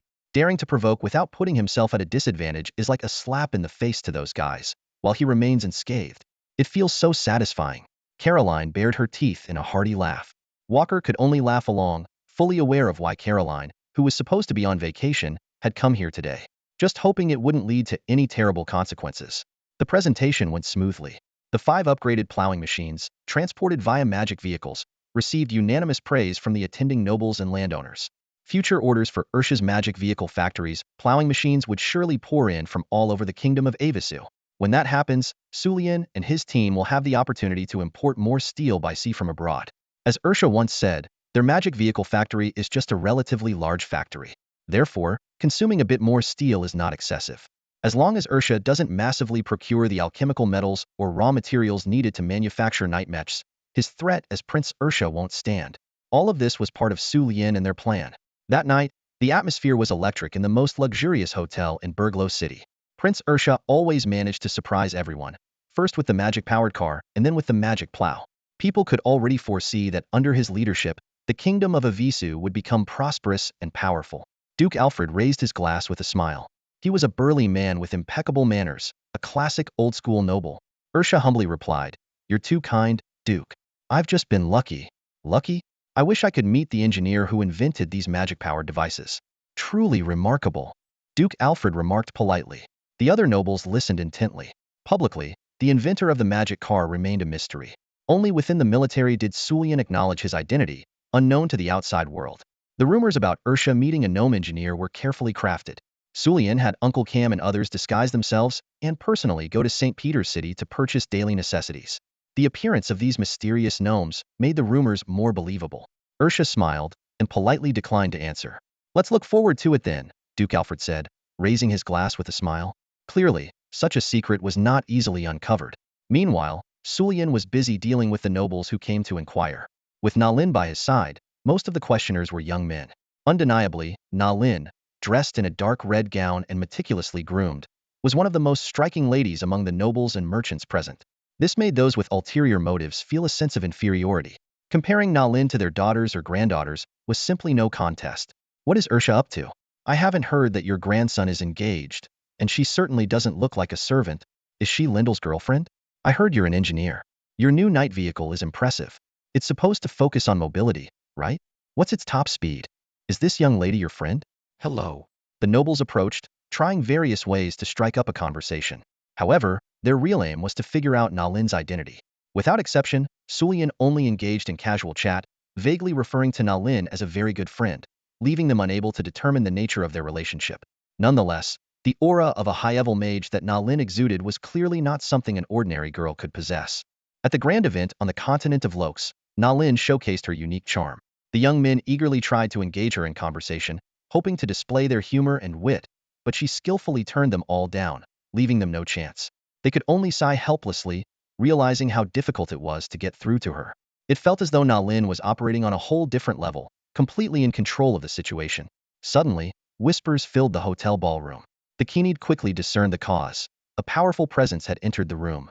General Caroline, an 8th-tier holy warrior, had arrived with an air of menace. "Wow, there are so many people here. If I'd known, I wouldn't have squeezed in," General Caroline remarked, somewhat surprised by the crowd. The attendees were all visibly astonished to see her, including Suli and his two companions, who feigned surprise. General Caroline's arrival was an honor for everyone. Without her, the peace and security of the Avisu kingdom might not have been possible. Duke Alfred, the host, immediately stepped forward to greet her, recognizing her irreplaceable role in the nation. Hearing his words, even those unfamiliar with General Caroline showed their respect. Everyone knew that, despite the kingdom's stability due to its geography, military strength was crucial, and General Caroline was a key figure in that regard. "You're too kind. I'm just here on a rare day off and heard about your and Prince Ursa's lecture, so I thought I'd drop by. I hope you don't mind," General Caroline said with a smile. "I didn't expect you to come. Had I known, I would have prepared some stronger drinks. The ones here are a bit mild," Prince Ursa quickly added. "No worries at all. I brought my own. Whether for a fight or a drink, having good liquor is essential," General Caroline replied, laughing. "General Caroline, you're as lively as ever," Duke Alfred said with a smile. "But since you're here, we can't let you drink your own liquor. I'll have someone fetch some strong drinks right away." "That would be wonderful, thank you," General Caroline responded. Then, noticing someone familiar, she said, "Isn't this Walker from the Halamos family? It's been years, and now you're all handsome soldiers." A subtle emotion flickered across General Caroline's face, but she quickly regained her composure. "Since you all know each other, I won't need to introduce my new secretary," she said. "Prince Ursa, Duke Alfred, I apologize for the sudden visit," Walker said, clearly aiming to show a friendly attitude. "No need to apologize, you're always welcome," Duke Alfred replied warmly. Walker felt a sense of admiration for Duke Alfred, appreciating his respect for soldiers. Unlike some nobles who saw the military as a waste of their taxes, Alfred valued their service. "By the way, I heard Linder is here too. Where might he be?" Walker asked proactively. "You know him?" Prince Ursa seemed surprised but quickly pointed out Sula's location.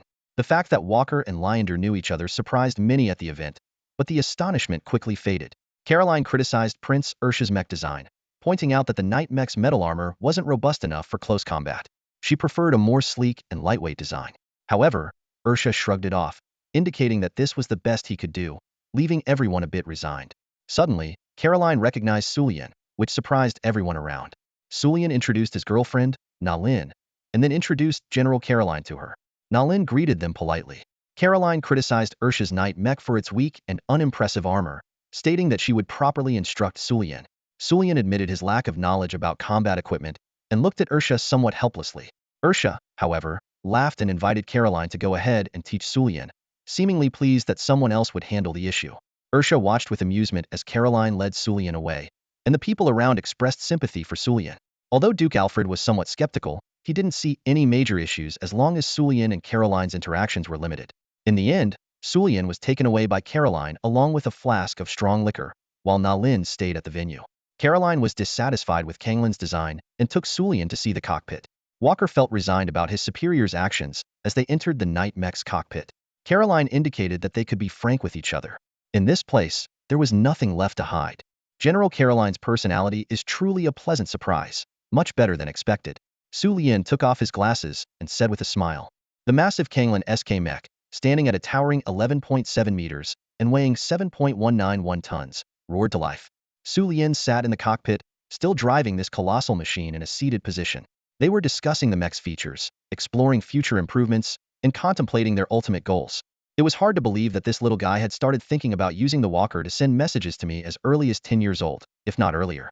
Caroline watched the Kanglin SK as it powered up and asked Sulian when he started harboring these unrealistic fantasies.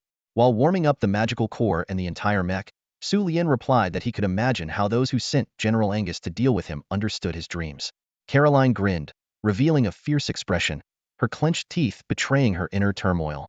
She continued to press, "This little guy, where do your fantasies come from? How do you plan to achieve them? And how will they end?" She claimed to be a rough person, only yearning to make a name on the battlefield and be remembered in history. However, the kingdom's constraints prevented her from doing what she truly wanted, trapping her in a circle where she could only gaze at the outside world without stepping freely into it. She knew she was unfit to be a king and had no desire to get involved in tedious political affairs. She only craved war, pure and unadulterated war. Yet, she lacked a reason compelling enough to make her go all out, a reason worth her total devotion. Perhaps she needed a king truly worthy of her loyalty. Caroline extended her hand, gathering an uncontrollable force of fighting spirit, revealing her inner rage and struggle. She compressed, squeezed, and controlled that energy, finally clenching her fist, veins bulging as if she might lose control and explode at any moment. Field Caroline, this fearsome figure, was one of the 3 most powerful generals among the 5 in the Avisu kingdom, and the only one of common birth. In the various conflicts and wars of the Avisu kingdom, she volunteered to fight, accumulated military achievements, and after over 30 years, became a war fanatic. Her strength was unmatched, her achievements undeniable, and her prestige unshakable. Field Caroline was one of the most aggressive generals since the kingdom's founding, wielding the greatest power over the external army. Her presence constantly intimidated neighboring enemies, deterring them from coveting the kingdom. However, this also bound her within the kingdom's constraints. Now, despite the kingdom's continuous utilization of her, she was under constant surveillance, a beast ready to break free at any moment. Perhaps one day, the kingdom would have to consider how to control her. The situation had reached a point where, as the first light of dawn broke, Field Caroline brandished his fanged claws, revealing the wildness and determination deep within him. Before him stood a young boy, filled with naive fantasies yet brimming with courage and resolve.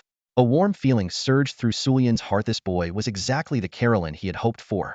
He met the criteria of Isha and matched Sulian's own expectations. Among the entire military hierarchy of the Avisu kingdom, Caroline was the only high-ranking individual worth attempting to collaborate with. Now, it was time for Sulian, also known as Suman Lyondal, to respond. Born into this world with grand ideals, he had strived relentlessly towards them. Sulian piloted the Kanglin SK, taking a significant step in his life. From the age of 3, he began harnessing magical power, and between the ages of 4 and 7, he delved into alchemy, potions, and machinery, eventually advancing to a high-ranking mage. Sulian piloted the Kanglin SK, his twin swords poised on his back.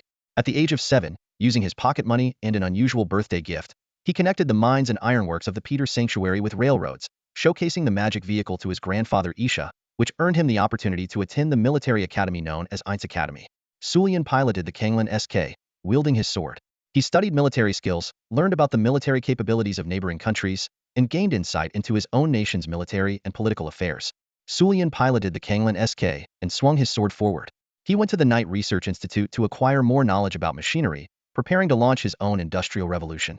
He updated the technology tree, boosted agricultural and industrial productivity in his territory, increased prestige and economic strength, and developed a foundational industrial system. Sulian piloted the Kanglin SK and swung a second sword. He then proceeded to the Polaris Academy, seeking out promising research students and winning over potential collaborators among the faculty and professors. Sulian piloted the Kanglin SK forward, his twin swords slicing through the air with unwavering determination and courage. He harnessed the power of the magical core, converting his fighting spirit into a force that radiated crimson energy, illuminating the city under the night sky in a display both awe-inspiring and fearsome. This power was not sought for dominance or authority, but to fulfill his own ambitions. To conquer the world, unify all nations, and create an everlasting glory. In him, there was a display of unparalleled conviction and resolve. He embodied what it truly meant to be a ruler. This was no longer the fanciful dream of a 12-year-old boy, but the vision of an emperor with unmatched majesty and commanding presence. Caroline looked at the young man before her, no longer seeing a naive child, but a leader with immense ambition and determination. She pledged her loyalty to Sulian, expressing her willingness to serve him, achieve great feats, and eliminate any obstacles in the path of his ambition. Sulian smiled and asked Caroline for suggestions on improving the night mech. Caroline responded with her usual smile, noting that there were many areas for improvement, as if the previous intense moment had never occurred. The entire scene exuded a sense of ease and harmony, and their collaboration seemed destined for a great future. The banquet hall was buzzing with excitement. Caroline couldn't help but burst into laughter as she admired Sulian's night mech. She praised the intriguing design of the dark blue machine emitting red combat energy, expressing her pleasant surprise. Holding a wine jug, she put her arm around Sulian's shoulder and bent down as they walked into the venue, showcasing her unique and hearty personality.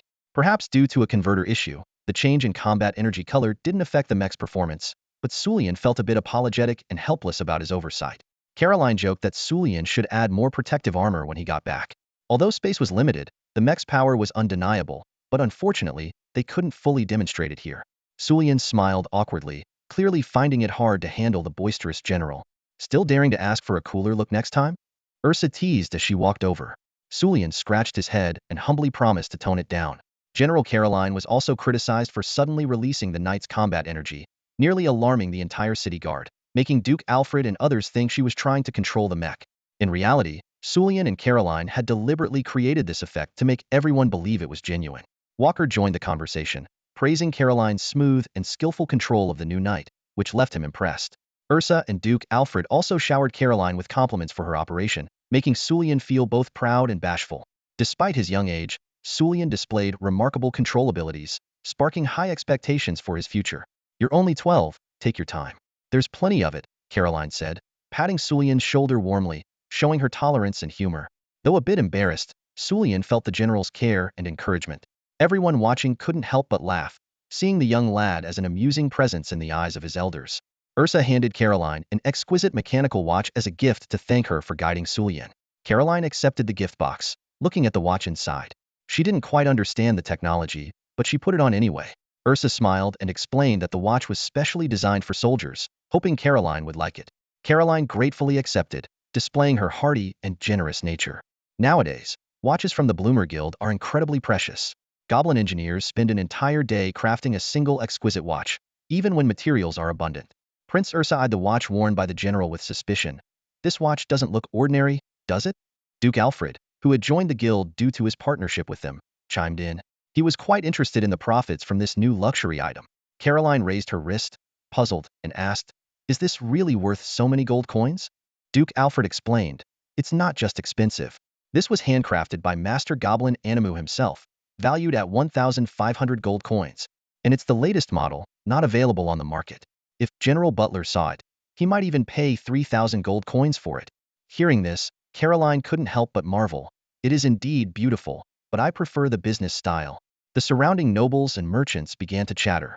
Caroline was bewildered. How could a watch be worth a fortune? In the kingdom of Avisu, 10 gold coins could buy a cow. Was this watch really worth 300 cows? These nobles and merchants were going crazy over luxury items. The price was actually set by Sulian. In this world, the value of gold wasn't as high as in the original world because wizards could be hired to mine gold. With the help of wizards, mining and refining gold became much easier.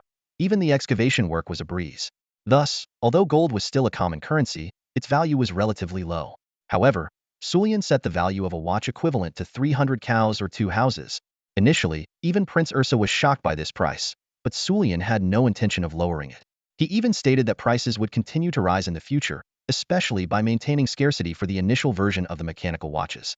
This meant that the price could be continuously increased through scarcity. Even if it were worth 3,000 cows, those vain nobles and merchants would still buy it.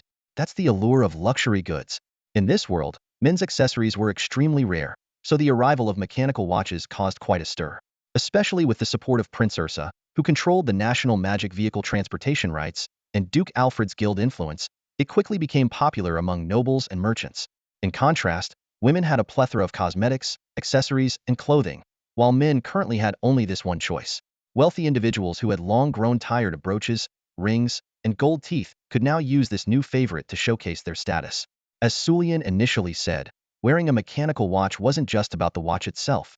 It was a symbol of a man's noble status. Ah, suddenly this thing on my wrist feels a bit heavy, Caroline couldn't help but sigh. 3,000 gold coins. This exceeded his normal monthly salary. As one of the top 5 generals in the entire kingdom and one of the 3 highest-ranking officials, his regular salary was only this much. Yet, to these wealthy nobles and merchants, this was merely a luxury item to flaunt their status. These people were incredibly rich. Sulian felt a sense of relief and pride for coming up with such a clever idea to make money off these folks. This was definitely beyond what Prince Ursa could achieve. During the banquet, young Caroline smiled at the general and said, "General, you are the most respected general in our kingdom. This watch is not that significant for someone like you." General Caroline laughed heartily and replied, "Haha, I feel the same way." The people around them laughed in agreement, clearly having no objection to the general being the most respected. Of course, if Generals Monslow and Butler were present, the situation might have been different. But since it was a 12-year-old child speaking, no one would bother to gossip about it. After the banquet, many people started discussing the mechanical watch, eager to know how many more would be released, what types, and what levels. Men were particularly keen on owning a watch that signified status. In today's circles of nobility and business, attending a banquet without a mechanical watch would be embarrassing.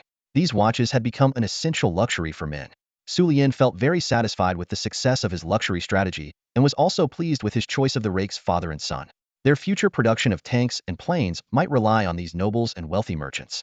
After all, having just one mechanical watch for so many formal occasions wouldn't suffice, would it? So, having a few watches to match one's status made sense, right? At 11 p.m., Sulian prepared to go out. Nalin, curious, asked, "What are you doing up so late?" Without looking back, Sulian continued checking his belongings and activated a soundproofing spell. "If you're curious, come and see for yourself," Nalin said with a smile. Sulian flatly refused. "I'm planning to scout for a suitable mountain location to build a magic core factory. I've been too busy with school, learning blood combat skills and blood magic, or staying at the munitions factory. I need to see for myself to feel assured." Nalin lost interest immediately. "That sounds boring. I'm going to sleep." Sulian shook his head speechlessly. With a simple spatial magic spell, Nalin returned to her room to sleep. Sulian felt a sense of helplessness. He shook his head slightly and checked his belongings once more before deciding to use spatial magic to leave the room. Deep inside, he was filled with both fear of the unknown and anticipation for the challenges ahead. Through countless trials, Sulian had long grown accustomed to solitude and adventure. Each departure was a step towards returning even stronger. He knew well that only by constantly surpassing himself could he become truly powerful. The red moon shifts, casting a bright, pale blue light over the land tonight. Sulian chose not to teleport directly outside the city. Instead, to conserve his magical energy, he opted for a simple spatial transfer to a street, moving stealthily under the cover of darkness. He understood the importance of moving unseen at night and had trained himself to navigate the shadows without being detected. Often, he would slip over the city walls and venture out covertly, knowing that such skills would be invaluable in the future. Standing on a rooftop under the night sky, Sulian used his combat skills to leap gracefully from one spot to another, his mind filled with reflection. Ever since he fully awakened his werewolf bloodline, he found nighttime movements exceptionally comfortable. In contrast, he had grown to despise the scorching daylight. He could distinctly feel his battle energy flowing more smoothly in the nighttime environment. If he fully transformed into a werewolf, His combat power would be further enhanced by the moonlight. Nighttime seemed to be the domain of the blood clans, a truth that held in both worlds. Su Lian knew that in this state, even a sixth-tier sun warrior might not stand a chance against him. Was this the advantage of bloodline power? Compared to this, his once confident magical talent, though now bolstered by blood magic to rival a sixth-tier grand mage, only matched that level. But in terms of combat prowess, he was ahead by 2 tiers. Thinking this, Su Lian couldn't help but smile. Reaching the pinnacle of his strength would indeed be ideal. Moving like a shadow under the night sky, he skillfully evaded the patrolling guards and scaled the city wall, arriving at the magic vehicle station outside Burglow City. Regardless of where the future magic core factory might be built, as the transportation hub of the Poxio district, the magic vehicle station was worth investigating. The best way to observe it was naturally from above, using levitation and invisibility magic. However, as Su Lian levitated halfway up, he was startled to find someone hovering in the night sky ahead. To be precise, it was a young girl riding a broomstick, wearing a tall hat. Even without night vision magic, Su Lian could clearly see the distant figure. Suddenly, the girl appeared right beside him, making Su Lian's hair stand on end. This kind of instantaneous movement indicated at least the power of an 8th-tier holy mage, akin to the strength of figures like Polly and Ursa. A girl riding a broomstick and wearing a tall hat, could she be a witch? Su Lian's eyes turned crimson, his body transforming into a half-werewolf state, ready to confront her. Wow, you're a little werewolf and recognized me right away. But your bloodline aura is very peculiar. Are you a hybrid? Su Lian turned to look at her, his heart filled with curiosity. The young girl furrowed her delicate brows, revealing a trace of confusion and distress. Upon closer inspection, she realized the witch before her embodied cuteness to the extreme. With an oval face and fair, slightly pink skin, her delicate features were highlighted by her large, expressive eyes that sparkled with a unique brilliance. Her pink twintail hair almost matched her height, with the ends curling into spirals. Despite her youthful appearance, her petite frame made her only slightly taller than Na Lin. From her attire to her accessories, everything adhered to a pink and white Gothic style, showcasing her meticulousness in every detail. Even her brown broom was adorned with girlish elements. Compared to her, Na Lin seemed more childish.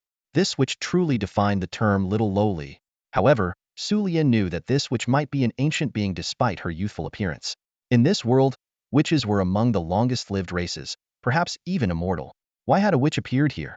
Su Lian remained calm and questioned her with suspicion. As a unique race, witches and vampires didn't have any significant enmity, so her sudden appearance shouldn't pose a threat. Why can't we witches travel around like you vampires? The cute witch retorted. I understand that. What I'm asking is the reason for your appearance. Your sudden presence makes me uneasy, Su Lian said bluntly. Oh, I'm here to check out that big machine, the cute witch replied, pointing to several magic-powered vehicles parked at the station. Magic vehicles? Why are you interested in those? Su Lian asked, puzzled. So they're called magic vehicles? Magic-powered. Huh? The name sounds okay, but it lacks a bit of grandeur. How about magic behemoth? Magic iron dragon? Or magic conductor? The cute witch pondered seriously. A name is just a label.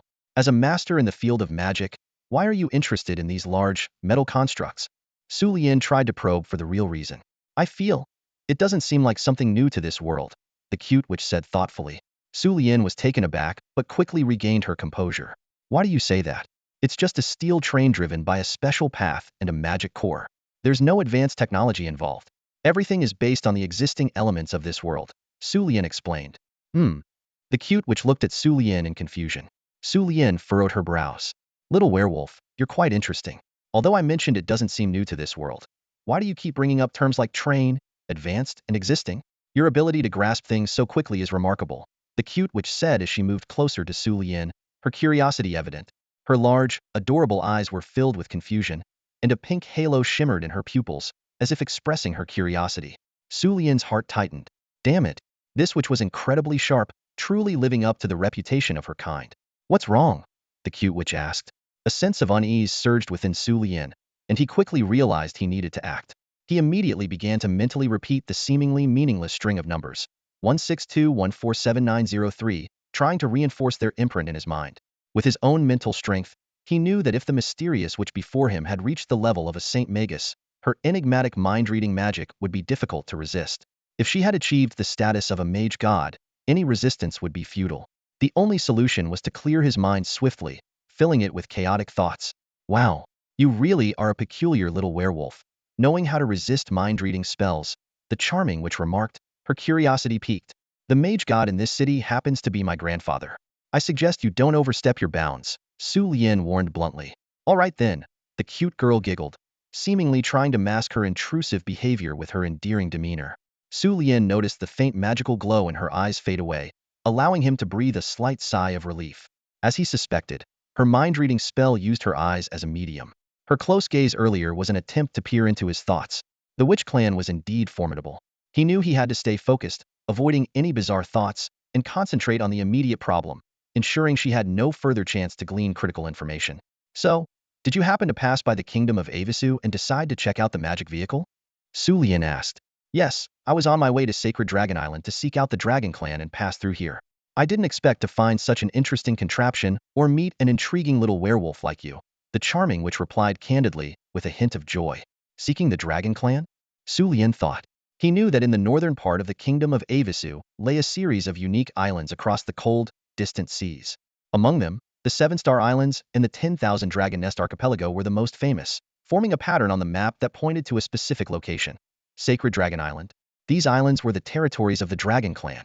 The Dragon Clan was the most powerful race in the world, second only to the mysterious Witch Clan. Pure elemental dragons were rare, so despite their massive size, they didn't need vast territories and didn't settle in specific regions. Unless they caused catastrophic events, they could roam the world freely, with no one daring to provoke them. Furthermore, the dragons of this world had a distinctive feature. All the mightiest elemental dragons were dual practitioners of magic and combat skills, reaching at least the 8th tier upon maturity. They possessed not only formidable physical strength, but also top-tier combat abilities and magical prowess. The reason they chose to settle on remote and harsh islands was to create a safe environment for their nests. These places, inaccessible to other races, were ideal for protecting dragon eggs. Therefore, encountering dragons anywhere in the world was not surprising, and one could even attempt to establish contact with them. However, embarking on a journey to the dragon's lair overseas is an extremely perilous endeavor, as anyone who approaches the dragon's dwelling is seen as a thief of their precious resources and is met with severe punishment. Yet, for the enchanting witch before us, this doesn't seem to be a concern. According to legend, there exists a special bond between the dragons and the witches, a connection that is far from uncommon. There appears to be a mysterious link between the two, one that inevitably sparks curiosity. Su Lian tossed a specially crafted crystal to the charming witch, who swiftly analyzed the data of the magical vehicle. Her quick unraveling of the magical sequence left Su Lian somewhat astonished. The charming witch handed the data back to Su Lian and suggested that when designing magical sequences, one should not rely solely on pure elemental attributes. Instead, factors such as elemental mixing, elemental defects, elemental gaps, and elemental mutations should be included to increase the difficulty of decryption. Reflecting on this, Su Lian realized that such a complex magical sequence was beyond his current capabilities. The charming witch explained that only by setting such intricate codes could secrets be better protected. Otherwise, ordinary witches could quickly decipher them. Curious, Su Lian asked how long it would take her to crack a sequence set according to her own recommendations. The charming witch replied that the slowest record among witches was 179 years, 15 months, and 7 days, which left Su Lian in shock. Su Lian explained that these witches, with their formidable magical knowledge and long lifespans, could eventually crack any magical sequence. The charming witch wondered how Su Lian had obtained this data, given that it was a state secret. Su Lian smiled and said that its complexity was on par with that of night mechs, so directly presenting it might be the best option. He then briefly introduced himself as a prince and noble of the kingdom, with his family controlling the entire transportation network of the kingdom of Avisu, as well as its construction and manufacturing technologies. Even the kingdom had to request their family's assistance to access the most advanced technologies. The charming witch understood, realizing the intricate connection between the magical vehicle and Su Lian. She developed a keen interest in this transformative invention, recognizing its extraordinary nature. Su Lian praised her for easily spotting these peculiarities, mentioning the genius goblins of the past who had invented the magical elemental power core that changed the course of wars. The charming witch added that although this technology might have only altered wartime logistics, it had significant civilian applications. Su Lian agreed, noting that it represented a form of progress. The charming witch introduced herself as Zillalai Hymerita, or simply Zillalai. Sierra straightened up slightly, exuding a confident and captivating aura as she introduced herself sweetly to Su Lian. Su Lian smiled back and replied, "Hello, Sierra." Looking at the seemingly 15-year-old charming witch before him, Su Lian couldn't help but marvel at how short the lifespan of his kind was compared to hers. Sierra proudly explained, "Even without practicing magic, we witches can live up to around 1,000 years." The intensity and type of training can further determine our lifespan. Some witches even outlive dragons. Sulian nodded in understanding, realizing the truth behind her words. Observing the young-looking witch, Sulian pondered whether a witch's physical age and mental maturity were synchronized. Sierra's demeanor matched that of a typical 15-year-old girl, yet she showed none of the wisdom one would expect from someone 152 years old. This might be a unique trait of the witch race, Sulian mused. Despite the richness of environment, knowledge, and abilities, the limitations imposed by physical age on mental maturity remained, making this extraordinary race all the more intriguing. Sierra's words left a positive impression on Sulian, prompting him to openly declare his identity as a vampire. Sierra nodded. Indeed, as long-lived races, apart from those self-important elves, our relationships aren't too bad. After all, what's the point of harboring grudges when you've lived so long? Sulian understood that Sierra's response hinted at the low regard witches had for humans, which also explained why Professor J's descriptions of witches were always so enigmatic. Even information about their lifespan was shrouded in mystery when it came to Sierra. Sulian couldn't help but worry that if Sierra discovered he was a vampire werewolf, she might leave immediately or take action against him. Do you know my grandmother? The legendary werewolf warrior, Philomena Lycaon? Sulian couldn't resist asking. Interacting with the witch meant access to magical powers and knowledge far beyond those of other races, a rare opportunity for him. Sierra's eyes widened in surprise. Philomena is your grandmother? That's truly incredible. Sulian felt a bit puzzled by Sierra's unexpected reaction. She moved closer, her eyes glowing with a blood-red magical aura, clearly using some form of observational magic. Sulian felt uneasy, unsure of what Sierra was examining. Sierra spoke with a hint of mystery. Since you mentioned Philomena, there are some things I can't discuss. Those are your family's private matters. But the fact that you're still alive is a miracle in itself. Sulian's heart filled with doubt. Sierra's words suggested that there was more to the story than he knew. Sulian was astonished to find himself still alive, and this filled him with a sense of miraculous joy. He began to think back to when he was 2 years old and critically ill. Could there be a connection between what happened then and now? He started to wonder if there was some special magical deal between his grandmother and a witch, or perhaps a curse causing this situation. However, Zilalai's expression didn't suggest anything serious. So what was the reason? Zilalai smiled mysteriously, covering her mouth, indicating she couldn't reveal too much. Sulian got the hint and didn't press further. He displayed a generous attitude, smiling as he said, "If it's inconvenient, I won't force you." Zilalai nodded appreciatively, looking pleased with Sulian's open-mindedness. "Thank you. I was planning to stop by the palace to get data on this strange train, but you've saved me a lot of trouble," Zilalai said happily. Her personality was as charming and delightful as her appearance. Sulian responded with gentlemanly politeness, "You're welcome. Consider it a small gift for meeting the first adorable witch, though it's nothing precious." Sulian felt delighted by Zilalai's gesture. Suddenly, Zilalai surprised Sulian by using spatial magic to find a return gift. She asked if there was something specific he wanted. Sulian jokingly said he wanted a top-tier magic core blueprint or the secret of the elven floating talent. Zilalai shook her head and replied, "Sorry, I can't give you those." Sulian understood and realized that dealing with witches might be a good way to get what he wanted. Sulian suggested leaving a locating magical device as a return gift and invited Zilalai to visit the magic train manufacturing plant. Zilalai agreed happily, finding a pink pocket watch as a gift. Sulian looked at the watch with some curiosity, and Zilalai explained that it was her regular timekeeping item. It would move when they were close, allowing them to sense each other's presence. Zilalai seemed very satisfied with her choice of gift. Sulian expressed concern about whether the gift was appropriate, but Zilalai was unconcerned. She believed the pocket watch was a well-used item, especially since she was over 150 years old. Sulian didn't question it further and accepted the gift. Perhaps what he meant to convey is that in most social cultures, a man giving a woman a pocket watch typically signifies a certain level of affection. However, a subtle feeling was growing in Qian Lily's heart. For this kind-hearted and innocent girl, revealing such intentions at this moment seemed even more awkward. Maybe the best approach would be to wait until she returns, then hand the pocket watch back to her directly and pretend that nothing ever happened. Everything would return to normal. Zilalai flew on her broomstick, waving goodbye to Sulian. "I'll be off now. Can't wait to enjoy the feast you've prepared for me when I return," she called out. Sulian responded in a childlike tone, "Safe travels, Sister Zilalai." "All right, bye-bye," Zilalai replied, then unleashed her magic, drifting away and disappearing into a faint glow in the air. Watching her departure, Sulian realized she must be a mage of formidable power. As Zilalai vanished, Sulian's childlike expression faded.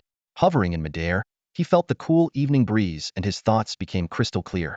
He mused to himself, "Grandmother seems to know something about the witches, but despite knowing I'm skilled in both magic and martial arts, she has never mentioned them. Perhaps, like grandfather and father, she is keeping secrets from me. Maybe they think it's not the right time to reveal everything. But regardless, I won't let their secrecy hold me back. Zielali can connect with the Dragon Clan, so I must maintain a good relationship with her. This might be my chance to acquire vast knowledge about the witches, top-tier magic core schematics, and the secret of the elves' floating abilities. Zielali High Marita of the witches, I hope you can provide the benefits I seek. With that thought, Sulian also vanished, heading towards the Black Darius Mountains. The hands of his pocket watch shifted as the distance between him and Zielali increased. Confirming the watch's authenticity, he placed it into his magical storage ring. The Black Darius Mountains separate the Avisu Kingdom from the Yaminic, Lanku, and Sibai kingdoms, with the widest point spanning 200 kilometers. The eastern end of the range also cuts off contact with the Wino Kingdom, leaving only the border with the Stankalo Kingdom without a mountain barrier. However, that region is exceptionally cold, rumored to be the burial site of 3 powerful elemental ice dragons. Because of this natural geographic advantage, the southern and eastern parts of the Avisu Kingdom are relatively isolated, maintaining a peace rare in a world rife with conflict. The Avisu Kingdom even has the strength to extend its borders beyond the Black Darius Mountains, effectively incorporating the entire range within its territory. Staring at the dark mountains ahead, Sulian marveled. This magical world is truly astonishing. The darkness before him wasn't due to the night, but the sheer, towering presence of the Black Darius Mountains. The northwestern part of the range has an average elevation of over 2,000 meters, with the highest peak reaching an impressive 7,000 meters. Hiding a magic core manufacturing plant in this vast mountain range is truly a clever idea. The selection criteria are clear. It should be on the border of the AEL region, near the Black Darius Mountains, in an area with sparse mineral resources and difficult to mine. This location should also lack towering peaks and dense forests to avoid exposure due to the presence of powerful magical beasts.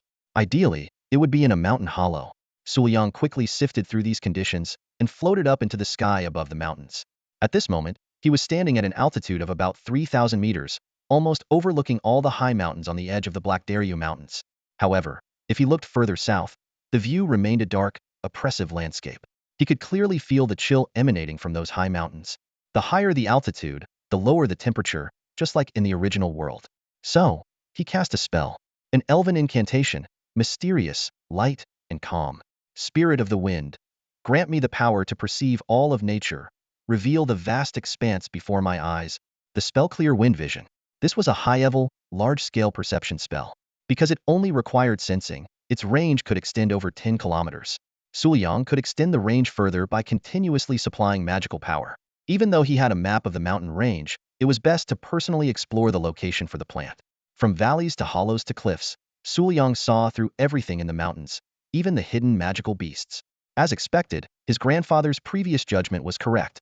Building in a mountain hollow was the most suitable. However, that location was far from the nearest mining area's magic vehicle route, and opening a new route would attract attention. Comparatively, a hollow that had already formed a pond behind the mining area was more suitable. Although small, the pond's water had accumulated from a stream flowing through the valley. The stream was a natural source of kinetic energy, flowing through the high mountains with significant elevation differences. Suliang smiled. Perhaps he could propose slightly changing the location of the magic core manufacturing plant. But the final decision would depend on whether Senior Joshi had made any research breakthroughs. Kinetic energy and magical element conversion hoped Joshi could develop the necessary technology. Otherwise, even recognized talent could be underutilized. After finishing his exploration, Suliang left the AEL region satisfied and returned to Berglo City.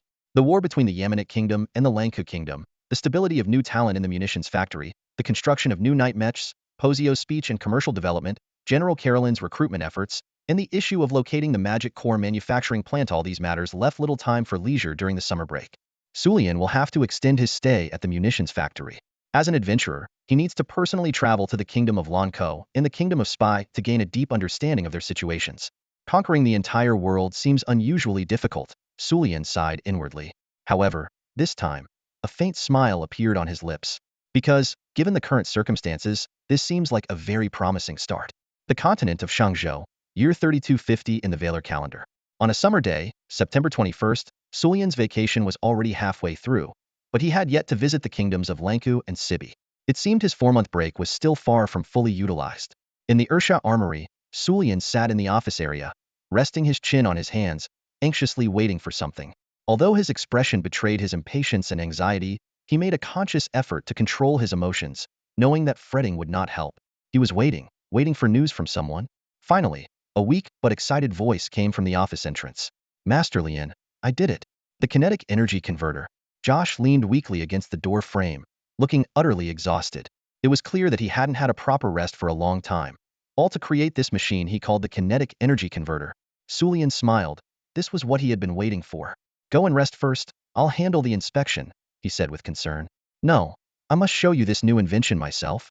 Without your inspiration, I would never have completed this world-changing invention, Josh said, still excited. All right then, lead the way, since you speak so highly of it. Sulian replied with a smile. At the same time, Sulian ordered the surrounding workers to clear the area and protect Josh throughout. He also summoned the car mechanicians. Yes, Master Lyender. The personal guards responded with a salute. Josh, smiling weakly, led the way. Sulian used his magic to gently support Josh, almost making him float ahead. Finally, they arrived at Josh's workshop. In the center of the room stood a massive machine, nearly 8 cubic meters in size. Various components were scattered around, and traces of stimulants could be seen. Clearly, Josh had put in tremendous effort for this machine. Despite his youth, he was confident that what he created under Sulian's guidance would go down in history. Mevis was also present. As the second-best mechanician after Uncle Carm, she had been involved in the machine's creation. Is this ready? Uncle Carm asked hastily as he rushed in upon receiving the news. Yes, it's finished. Mevis nodded excitedly. She had just completed the final adjustments to ensure it was ready once Josh called Sulian over. Dark magic. Isolation? Sulian personally cast a spell, enveloping the workshop. Mevis added an extra layer of anti-detection magic to enhance the workshop's protection. Start it up, Sulian said decisively. All right, Josh nodded. Mevis activated the machine and ignited the prepared fuel.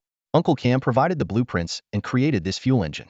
It's evident that it has been modified and installed into this machine. As the fuel engine roared to life with a deafening sound, the entire mechanical apparatus began to operate. This device, known as the kinetic element converter, started its function. The design of this machine was inspired by Lord Lien's previous insights and complemented by your developed fuel engine. With the release of kinetic energy and my modifications, the machine, through a specially inscribed alchemical propeller, can more efficiently absorb surrounding elements. With sufficient fuel, this machine can continually collect elements from the air and convert them into kinetic energy. Additionally, I had Professor Mavis embed a runic crystal for element storage, ensuring that even when element supply is temporarily unnecessary, the machine can still continuously collect and store elements. And these elements are the purest. They can provide any magical core or other magical devices with the necessary magical elements.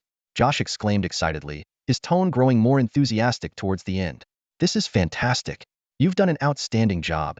Although this machine doesn't use the high-end technology of a magical element power core, as Professor Mavis once said, the key lies in the design concept. Often, the design concept is more important than rigid technology, Lien praised without hesitation. He knew he could have created this himself, as it essentially functions as a generator. The difference is that in this world, it generates elemental energy instead of electrical energy. His primary goal in inspiring Josh and involving Mavis was to cultivate talent with innovative design thinking. He couldn't always rely on technology from his original world because there are many differences between the two worlds. Especially when the resources of the original world are depleted, it is crucial for talents to have stronger creativity and innovative thinking. Cultivating talent must start early. That's incredible, Josh. This essentially converts fire elements into other elements, utilizing kinetic energy in the process, Mavis said, pleased for Josh. As a student of her academy, she was very familiar with the research topic. Indeed, fuel has always been used for starting fires or as cheap lighting. In special circumstances, it can also be used for fire attacks in warfare. But if fuel consumption could be converted into elemental power more quickly, it would be a qualitative leap for tanks, airplanes, and the elemental energy supply of Dalida. Even in future improvements, Uncle Cam also expressed his approval and already had many ideas. In future improvements, it might even be possible to no longer need fuel. The fuel engine could serve solely as a cheap power engine. This would be the necessary energy source for mass-producing tanks and airplanes, rather than being used for extracting elements from the air and converting them. Lien decisively rejected this notion. Uncle Cam, Mavis, and Josh were a bit surprised. What does this mean? They wondered. So, what's the full name of this machine? Lien asked. Kinetic element converter, Josh answered hesitantly, feeling a bit fatigued from the prolonged research. Kinetic. Mavis seemed to notice something. The imaginative idea of kinetic energy conversion piqued Uncle Cam's interest, prompting Sulian to inquire about their thoughts in a commanding tone. The three of them felt an inexplicable sense of awe, as if the authority in his voice struck directly at their souls. Without hesitation, Mayway pointed out that any entity with natural kinetic energy could replace fuel as a power source. Uncle Cam first thought of wind, while Joshi mentioned water, although he seemed a bit tired. Sulian clarified that wind, which rages across the land and mountains, naturally holds potential for kinetic energy conversion, and water flows with height differences can provide a more stable and continuous conversion. They unanimously agreed that the construction of elemental stations should draw from the past models of power plants, leveraging this world's unique advantages to temporarily store elements. In a commanding tone, Sulian asked them about their ideas. Cam suggested building large windmills in storm-prone areas to collect elements, while Joshi believed rivers could serve the same purpose. Additionally, they thought of using the elemental corridors of night mechs to transmit elements through long pipelines to munitions factories, thereby sustaining the magical energy required for operations. Sulian told them that Uncle Cam would further explain another matter, but Mayway and Joshi should understand the significance behind the machine. Suddenly, Sulian revealed his true identity was a vampire werewolf, which greatly shocked Mayway and Joshi. Sulian warned them that the more secrets they knew, the heavier the burden and the more severe the consequences of betrayal. Even though Mayway was a 7th-tier archmage, she felt the pressure emanating from Sulian, while Joshi couldn't help but swallow nervously, unable to conceal his inner tension. Finally, Sulian lightened his tone, stating that if he truly intended to betray them, he would have already fled with various high-tech devices. He wouldn't dare to offend Ursa and her powerful vampire warlord husband. Uncle Cam waved his hand dismissively and said, "Mage God? War God?" Josh and Mavis couldn't help but feel a tightening in their hearts, as if an invisible force was pressing down on them. Even though they had never considered betrayal, they still felt immense pressure in the presence of such a powerful figure. On September 25th, Prince Isha and Duke Alfred jointly announced their plan to build a new plow manufacturing plant next to the mining area within the Al territory. To keep this plan under wraps, they secretly excavated and constructed a new facility in a hollow behind the mines, named the Magic Pump Station. This station is based on the kinetic element conversion technology designed and modified by Uncle Cam and Mavis, aiming to continuously convert elements and block the stream behind the mining area. A large quantity of steel, workers, and magicians were transported to the mining area in Al territory. With the assistance of the magicians, the new factory is expected to be preliminarily completed within 2 months. The subsequent machine tool manufacturing and refinement work may take over a month, and it will take about 4 months to commence large-scale production of the magic-powered plows. As for the Magic Pump Station and the Magic Core manufacturing plant, due to the need for secrecy, they are expected to take 6 to 8 months to build. Sulan's main concern is whether the Magic Pump Station will negatively impact the surrounding environment. He worries that using natural potential energy to convert elements might lead to a depletion of elements in the area, causing various issues. However, Isha believes the impact will be minimal, as elements flow naturally between heaven and earth and will replenish themselves. As long as not all elements are stored away, the converted magic power consumed by the factory will still return to nature. Sulan decides to conduct experiments to confirm this before making a decision, as he does not want to achieve unification at the expense of the environment. He hopes to create a new world that is prosperous and thriving, not one of destruction. If the test results are favorable, Sulan envisions a future where the industrialization process is fully realized, with a continuous supply of magical power, robust transportation infrastructure, and an efficient new agricultural system. This will lead to more workers, more durable machine tools, and a qualitative leap in food production, industrial capacity, and inter-industry transportation. Society as a whole will enter a virtuous cycle, with increasing output and capacity, and a faster pace of operation. In such a dire situation, even those with just a princely territory might expand their influence. Once everything is stabilized, the next focus will be military strength. The internal combustion engine has been successfully developed. Sulian has secured all fuel production areas in the Kingdom of Ivisu and dispatched Isha to purchase the extraction rights for the next 10 years. Additionally, the fuel production areas in the kingdoms of Yuminik, Lankau, and Saib have also been identified. Once conquered, the relevant extraction machinery will be immediately transported via newly built magic vehicles. Controlling non-renewable energy sources is crucial. With internal combustion engines and a continuous fuel supply, under a perfected industrial system, the lowest cost steel production conditions can be achieved. An ordinary country can only produce a few hundred 30 or night mechs a year, advanced magic cores, high-grade alchemical metals, war. But through the lowest cost, achieving the highest combat power in a surreal struggle. October 1st. Only a month remains until the November school term begins. Uncle Cam, it's going to be tough on you all from now on. Sulian and his team are bidding farewell to Uncle Cam. It sounds like you're saying we won't get paid, but as long as we get the money, we'll get the job done. Uncle Cam. Because next, Uncle Cam and his top-tier mechanics will gradually move to the new magic core manufacturing plant. The dwarven craftsmen who have been responsible for building this massive military factory over the past few years will also be heading there.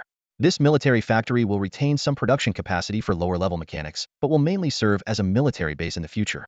Weapons have been manufactured, but it is crucial to ensure that soldiers know how to use them. Therefore, Isha will select around 2,000 soldiers from their now 30,000-strong private army to learn how to operate tanks and planes, matching the current number of tanks and planes they have produced. As the expansion plan progresses and more weapons are added, the number of tank operators and pilots is expected to increase to 5,000. The enemy. Take the Kingdom of Lankau, for example. The nation has 16 army groups, plus other miscellaneous troops, with a standing force of around 200,000. Each army group, similar to the Kingdom of Ivisu, is equipped with about 300 second or third-year mechs. Including other guards and retired models, the total number of second or third-year knight mechs is estimated to be between 6,000 and 8,000. However, due to prolonged warfare, the number of third-year knight mechs might only be around 2,000. The rest are mostly second-tier or similar to the first-tier knight mechs of the Kingdom of Ivisu. Watching the magic vehicle carrying them away, Sulian stood silently next to Isha. The soundproofing spell was activated, almost instinctively. Has the blood been released as instructed? Sulian asked softly. Yes, Lord Lyondel, as per your and Lord Isha's instructions, the blood you provided has been added to their drinking water, the guard replied. Very well, you may leave, Sulian nodded slightly. The guard departed. You are getting quite adept at this, Isha remarked with a slight chuckle, a hint of admiration in her tone. Blood. The blood of the bloodline, when used, can turn others into their slaves. This power can be enforced when there is a significant disparity in strength. Therefore, even if the other party ingests a small amount of blood, although it cannot fully control them, it can partially sense their location, serving as a form of surveillance. Thus, no matter where they flee, as long as they are not discovered and eliminated, Sulian can track their whereabouts. This surveillance range even includes Philomena's blood. The two of them will monitor those who possess new weapon technology. This includes the powerful Grand Magus Mavis. This is just a necessary measure. Given the convenience of the bloodline's abilities, using this method is more effective than casting special tracking spells on everyone. Moreover, apart from Uncle Cam and Teacher Mavis, no one will realize we are monitoring them in this way. Without this mental burden, they won't have rebellious thoughts. Sulian spoke calmly. His demeanor increasingly matched his appearance. That lofty aura became more evident in him. Even the prince, the powerful mage god Ursha, felt a sense of awe and fear when he saw his proud grandson. Perhaps this is what they call being born to rule? But now is not the time for us to marvel, is it, Grandpa? Sulian asked with a smile. He realized that his cold attitude might create a rift between them. Indeed, the number of private troops in the territory is still insufficient. Raising it to 30,000 during peacetime is already the limit. We must understand that our territory's total population is just over 900,000, with only 60 to 70,000 young people aged 18 to 24. Recruiting one-third of these young people, plus the old private troops, can barely reach the current 30,000. Your estimate is that 50,000 are needed. Ursha also understands this, but as a prince, he can only expand the private troops to 50,000 during wartime if the territory does not expand. So, the promotional work can almost begin. The agricultural reforms we started in May, the first batch of wheat and corn planted, have already been uniformly harvested. The early maturing wheat has been harvested, and the corn is being harvested. These primary food crops, as the first batch of harvests, have already been distributed to the residents. Additionally, a basic grain allowance will be issued every month. Sulian could imagine the joy of those who received the grains and allowances. They were originally commoners, even serfs. Being able to eat their fill was their greatest happiness, and now they are much wealthier than other commoners and will become even wealthier. So, what if someone tries to take away everything they have just gained now? Grandpa, have you ever heard this saying, I could endure the darkness if I had never seen the light? Since they've already gained it, no one is willing to lose it, Sulian said with a smile. His smile sent a shiver of fear down Isha's spine, the fear of political intrigue. Spread it. Rumors, public opinion. Spread them all, he exclaimed excitedly. The kingdom, the other princes and nobles, they envy everything about Peter's domain. They plan to strip Prince Isha of his territorial rights, and all the benefits for the people will vanish with it. Food, money, even the basics for survival might no longer be guaranteed. Everything will be taken away again. The only choice is to always be ready to resist. Su Lian's eyes gleamed with determination and resolve. He was committed to defending his territory and his people, no matter the cost. The next day, Su Lian was preparing his travel gear at the military factory. He had already stored his summonable Kanglin SK Knight mech into the summoning space. Additionally, he decided to bring along the leftover nostalgia bombs he had previously made for fishing. There were about a dozen of them, and since they were just lying around, he figured he might as well take them. He also carried the finest handgun he had crafted, equipped with special alchemical bullets capable of penetrating a mage's magical shield. This weapon was unknown to his opponents and could be more effective than magic in certain situations. Nalin, watching him curiously, asked, "Aren't you going on an adventure? Why bring so much stuff?" Sulian smiled and explained, "I plan to personally investigate the situation in Ranku in the Kingdom of Sibai. This involves dealing with formidable adventurers and parts of their military. Without Uncle Lion accompanying me, I need to stay vigilant." Sulian continued selecting the appropriate magical and mechanical tools. As for the necessary potions, he had already had them prepared by teacher May Weiss. He also packed some special toxins and poisonous mists as a precaution. Toxins can be extremely effective in critical moments. Although Sulian had considered learning poison magic, the scarcity of experts and the lack of a suitable mentor had led him to put that idea aside for now. Nalin, still curious, asked, "Do you really have to go in person?" Sulian paused his actions and turned to look at her. She was surprised, not knowing why he was looking at her. "Have you heard of the snow mountains mentioned by adventurers and travelers?" Sulian asked. Nalin replied, "Yes, I've heard of them. They are beautiful yet dangerous places." "Exactly. The snow mountains are beautiful and dangerous, but how accurate are their descriptions? Do you think the snow mountains you see will be the same as what they saw?" Sulian continued. Nalin, slightly puzzled, said, "Probably not." She was beginning to understand. Sulian didn't trust the information provided by dispatched soldiers, hired adventurers, or special merchants. Without a professional intelligence network, they were focused on monitoring the movements of the kingdom of Avisu and had little capacity to expand outward. Additionally, Sulian had a personal reason. "What personal reason?" Nalin asked curiously. Sulian explained, "I can't change the fact that a war is about to start, but I want to see the lives of their kingdom's commoners with my own eyes. This will provide more justifiable reasons for the invasion. I don't revel in brutality and killing, nor do I advocate justifying war. But if there is a relatively just reason, the participants' psychological burden will be lessened, and their inner beliefs will be stronger." Sulian's personal reason was to give himself a rational justification. Even though his resolve was firm, he still needed a more comforting reason, one that could also influence other participants. Sulian felt a tinge of helplessness as he watched Nalin's departing figure. She was always brimming with curiosity and a spirit of adventure, facing everything with enthusiasm and courage. In contrast, he was a thoughtful and cautious person. He knew that thorough preparation was essential before heading out, and that he needed to help Uncle Cam and the others resolve any issues that might arise in his absence. After organizing his belongings, Sulian exhaled deeply and leaned back in his chair, closing his eyes. His mind was a whirlwind of thoughts, contemplating the current situation and the plans ahead. "Everything is so tightly scheduled," he muttered to himself. "Rumors and public opinion take time to spread, and there were still unresolved matters with Zillalai on Shanglong Island. These issues wouldn't be solved overnight." He thought he might have miscalculated slightly and should ask Zillalai when she could return. "Will I miss her if I head to Lanku and Sibai next?" he wondered. But he believed it wouldn't be much of an issue since they had met in the Boxio district before, and her return route would likely pass through Lanku and Sibai. Given their proximity, they would sense each other's presence when passing through. "Next, I need to visit Principal Brown Nehemiah of Polaris Academy before the school year starts," Sulian pondered. There weren't many safe resources left to mine. The remaining ones were either top-notch technical students or retired teachers. With the principal's support, a lot of trouble could be avoided. He hoped to address these matters before leaving Polaris Academy this year. Gaining the Academy's support would make his subsequent plans unfold much more smoothly. After taking his teacher away, Sulian felt a bit uneasy. He knew that if his colleagues had any complaints, he must be ready with appropriate compensatory measures. Cooperation and compensation both needed to be prepared. He began to think about what else needed to be prepared. Agriculture, industry, transportation, military. There were so many aspects to consider. He felt powerless over the forces he could influence, especially the nobles and officers, who would have reservations about a mere 12-year-old. He realized he didn't yet have enough prestige and connections to compare with them. Despite his efforts to win over Carolyn, Tuttle, and Duke Alfred, with some help from Nalin, he had reached his limit. He understood that his age imposed limitations, leaving him with limited options. Therefore, he decided to first accumulate strength, knowledge, connections, and skills. Suddenly, Sulian stood up excitedly. He used magic to open the office door that Nalin had closed when she left. He remembered there were some things that needed optimization and repair, so he called out loudly, "Come here, there's work to be done. Let me take a look first." Someone outside responded, "Got it?" Sulian decided to get to work immediately. In the office area, he started optimizing and repairing some small items. He guided the workers on how to improve the mechanical drive shafts, refine the control inscription magic materials, and to address the issue of jammed handguns.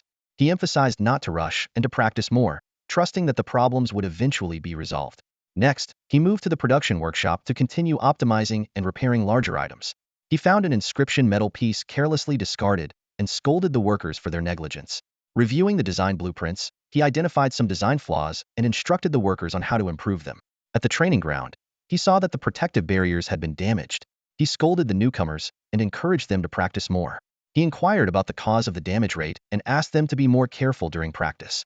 He discovered that some golems had been used for fishing and angrily instructed the workers to correct their mistakes. In the munitions factory, he busily handled various tasks. Previously, he could rely on Uncle Cam's help, but now he had to take responsibility himself. Despite consulting Ursha, he knew that until he left, he was the interim person in charge. This was an opportunity to increase his prestige, and he was happy to accept it. However, on the day before his departure, he received shocking news: his sister, Sivaya, had suddenly fallen seriously ill. This news made him realize that he had more important matters to attend to. Sulian rushed home from the munitions factory, worried sick about his sister, Sawiya, who was gravely ill and receiving treatment from the Pope. Polly quickly intercepted him, reassuring Sulian not to worry because their grandmother was there, and she would make sure everything turned out fine. Sulian sensed the 7th level self-healing magic array operating in the manor, indicating the severity of Sawiya's condition. He anxiously asked how things had escalated so suddenly. Polly tried to calm him, saying that with both the Pope and their grandmother tending to Sawiya, there was no need to panic. Taking a deep breath, Sulian tried to steady himself, surprising Polly with his effort to stay calm. He recalled how healthy his sister had been before and couldn't help but worry about what might have gone wrong. Meanwhile, Nalin stood nearby, lost in thought. Sulian noticed Polly's evasive demeanor, but chose not to press her. Instead, he turned to Nalin, asking if the situation could be related to the werewolf lineage. Nalin explained that while she could sense the bloodline aura in Sawiya, it was significantly different from Sulian's. She hesitated, expressing how unsettled she felt about the situation. Sulian suddenly realized that Sawiya's bloodline awakening might be causing a conflict between her vampiric and human heritage. Nalin's speculation made it clear to Sulian that his sister's illness was no ordinary sickness. Looking at Polly, Sulian became aware that the magical aura enveloping the manor felt oddly familiar, reminiscent of the magic surrounding him when he transmigrated. He realized that 2-year-old Sawiya was facing a similar bloodline conflict crisis that he had once endured. Nalin, with her knowledge of alchemy, also understood this. She pointed out that when Sulian was 2, he too had gone through a severe illness that required the Pope's intervention. The striking similarity of their experiences left the three deep in thought. Sulian had always been puzzled by something, and this question grew even stronger after he reached a certain level of proficiency in potion making. He began to suspect that ordinary severe illnesses couldn't possibly require high-level healing magic and top-tier potions to cure, nor would they be beyond the Pope's ability to heal. Sulian had long felt that his illness back then was somewhat unusual. It was only because he didn't understand this world well enough that he didn't immediately think of the issue of bloodline. But now, everything had become clear.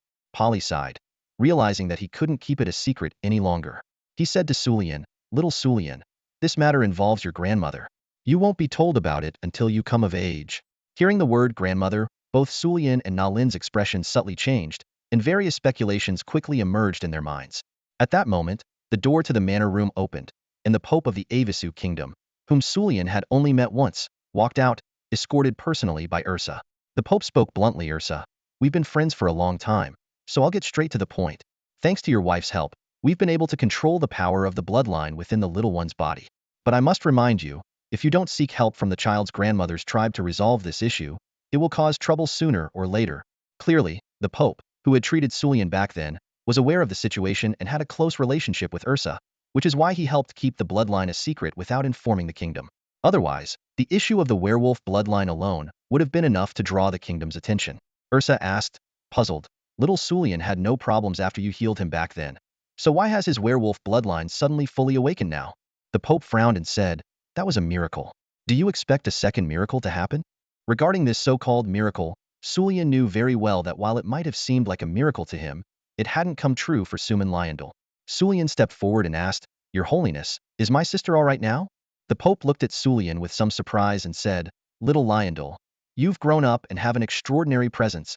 The Pope noticed that despite being just a 12-year-old child, Sulian's demeanor was more composed than Polly and Ursa, showcasing an extraordinary temperament. The Pope said, "Sulian, your sister is fine for now. As long as your grandmother is by her side, she should be okay at least until she comes of age." You should understand that the situation is similar to when you were young, but you can't rely on another miracle. Sulian nodded and said, Okay, may I go see my sister now? After the Pope granted permission, Sulian and Na Lin walked into the room. Ursa watched them leave and then looked at Polly, clearly indicating that Sulian had already figured out some of the situation. Since it wasn't a long, snowy night, the Pope said, No need to see me off this time. Ursa then asked Ryan to escort the Pope to the magic train station. The Pope nodded, and Ryan, already prepared, promptly escorted the Pope away without further delay. Watching helplessly as Uncle Ryan took the Pope away from the manor, young Sulian's emotions were indescribable. Ursa sighed softly. It seemed he had foreseen everything, but this time, due to Na Lin's situation, his guesses were more accurate. Polly also felt helpless. He had always been exceptionally smart and knew not to ask about things they were unwilling to reveal. But this time, since it concerned his sister, he couldn't help but inquire. Ursa was deeply conflicted, unsure whether to smile wryly or feel resigned. Sulian always gave off a subtle sense of familial attachment, but this time, he clearly leaned more towards his sister rather than reason. After a moment of contemplation, Polly suggested, Maybe we should tell him in advance. And what good would that do? You insisted on bringing Ivy out, against the opposition of her kin. Your mother saw her as a nuisance. Even now, your mother is still resentful, believing you should have returned to the werewolf clan to inherit their power. Now, we have to deal with the children's bloodline conflict. She certainly won't let this go easily, Ursa sighed. Philomena had always had a lukewarm attitude towards her father Polly and was even more dismissive of her mother Ivy. Although Sulian didn't hear Polly and Ursa's conversation, he roughly understood the situation. The truth was simple. Polly could have fully awakened his werewolf bloodline and obtained more powerful inheritance, but he chose to give it up because of his mother, which deeply disappointed Philomena. Similarly, because of his mother, their children would inevitably suffer from bloodline issues. Sulian was the best example. Otherwise, he wouldn't have reincarnated. Sevia's condition was equally concerning. Philomena silently lamented that if Polly hadn't chosen Ivy, he might have been stronger, and their children, her grandchildren, would at least be healthier. Suddenly, Philomena appeared before them with a cold expression. Are you talking about me behind my back? Her voice was icy. Ursa quickly waved his hands, explaining, Of course not. We were just saying that Sulian's concern for his sister is actually a good thing. Philomena ignored Ursa and turned to her son Polly. The Pope should have told you to find a time to go to her clan to deal with this issue. Sevia is not Sulian. If she takes another risk, she might not live past 16. Bloodline conflict is not something I can solve alone, Philomena said coldly. Polly lowered his head and replied, Yes, mother. Philomena snorted coldly. Ursa wanted to say something to Polly, but before he could speak, Philomena interrupted. And you?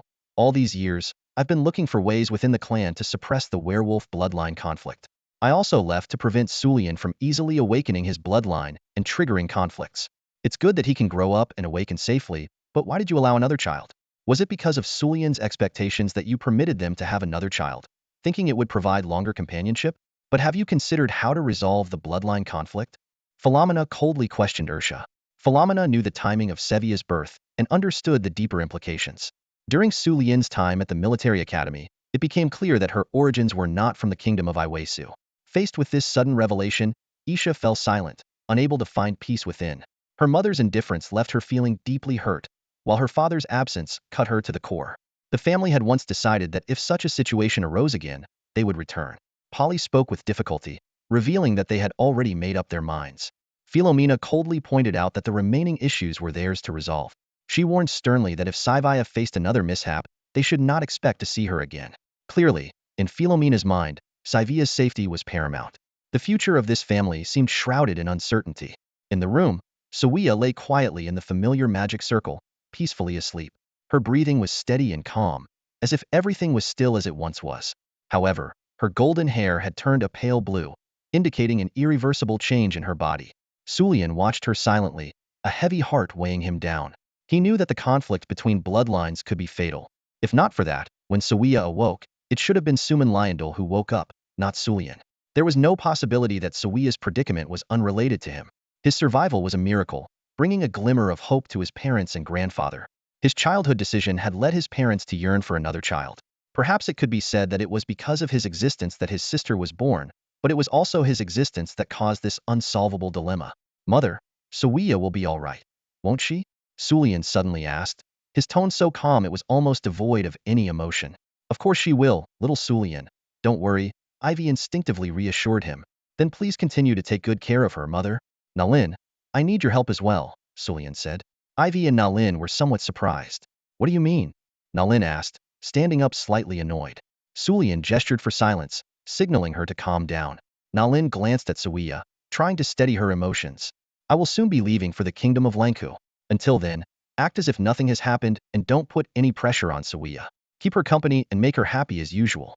Compared to me, an often absent brother, staying by her side might make her uneasy.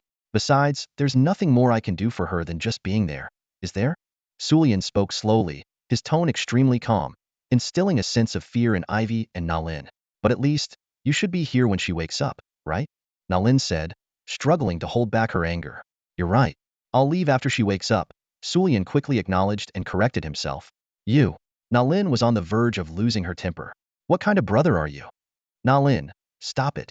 This is our problem, Ivy intervened, understanding why Sulian was reacting this way. He was rational. She knew that staying wouldn't help Suiya in any meaningful way, other than turning an occasionally present brother into a constant one. They had kept the situation with Sulian's grandmother a secret from him, never mentioning it. Even though he had matured, sometimes even frighteningly so, they still chose to remain silent. What could Sulian achieve by staying? With his knowledge of alchemy? Or his healing magic? He could do nothing but add to his own worries, affecting his mood, and potentially impacting Ivy and the others. Nalin, come here for a moment, Sulian said, turning to her again. I'm not coming over, Nalin retorted angrily, turning her head away. What kind of brother is this? Even if you're rational, there should be a limit. Sulian spoke again, his tone tinged with a hint of coldness. Nalin followed Sulian into the adjacent room, her heart simmering with anger, but she restrained her emotions. The door closed behind them, and a soundproofing spell took effect, leaving Nalin puzzled. She realized that Sulian might have something important to share with her, something he didn't want Ivy to know. With a hint of coldness in her voice, Nalin asked, So, what exactly do you want? She was furious about how Sulian had treated Savia, and perhaps also discontent with his attitude toward his own mother. Sulian took out a pocket watch and asked Nalin to keep it safe. The pink pocket watch had been given to him by Zillalai, which further confused Nalin. Why do you want me to hold on to this? And why did a girl give it to you? What does it mean? She asked. Sulian replied mysteriously, It might help Savia. Nalin, still puzzled, inquired, Then why not give it to your own family? Sulian explained, Because you are a bloodline. Nalin was even more confused. A bloodline? I don't understand. Sulian urged Nalin to keep it a secret, and to help find a girl with pink hair if needed. His demeanor was solemn, making Nalin sense the importance of the matter. Although he had a special emotional attachment to the pocket watch, he chose to entrust it to Nalin for the success of his plan. Before leaving, Sulian reminded Nalin again to entertain the girl in his place if necessary. He knew the plan couldn't afford any disruptions, so he remained calm and rational. On the magic train, Sulian wore a mask, lost in thought about his decision. A waiter brought him coffee, and Sulian handed him a tip, his mind preoccupied. Throughout the entire process, Nalin felt Sulian's internal struggle and sense of responsibility. She also understood his rational choice. Sulian raised a cup of coffee, tasting its bitterness, trying to calm his restless mind. He pondered, if his suspicions were correct, Zillalai might be able to help with Saivia's issue. However, the encounter with the witches turned what should have been a friendly meeting into a plea. Although he believed Zillalai to be kind-hearted, this shift undoubtedly left a bad impression. He hadn't expected this opportunity to be used for his sister. Maybe he realized he wasn't decisive enough. Perhaps, subconsciously, he understood that his sister, unlike his grandfather, felt more like true family. Was he really Sulian or Suman Lyndal? Putting down the cup, he looked at his hand and clenched his fist. Attention passengers, our magical train is approaching its final stop in the Poxio district Darl.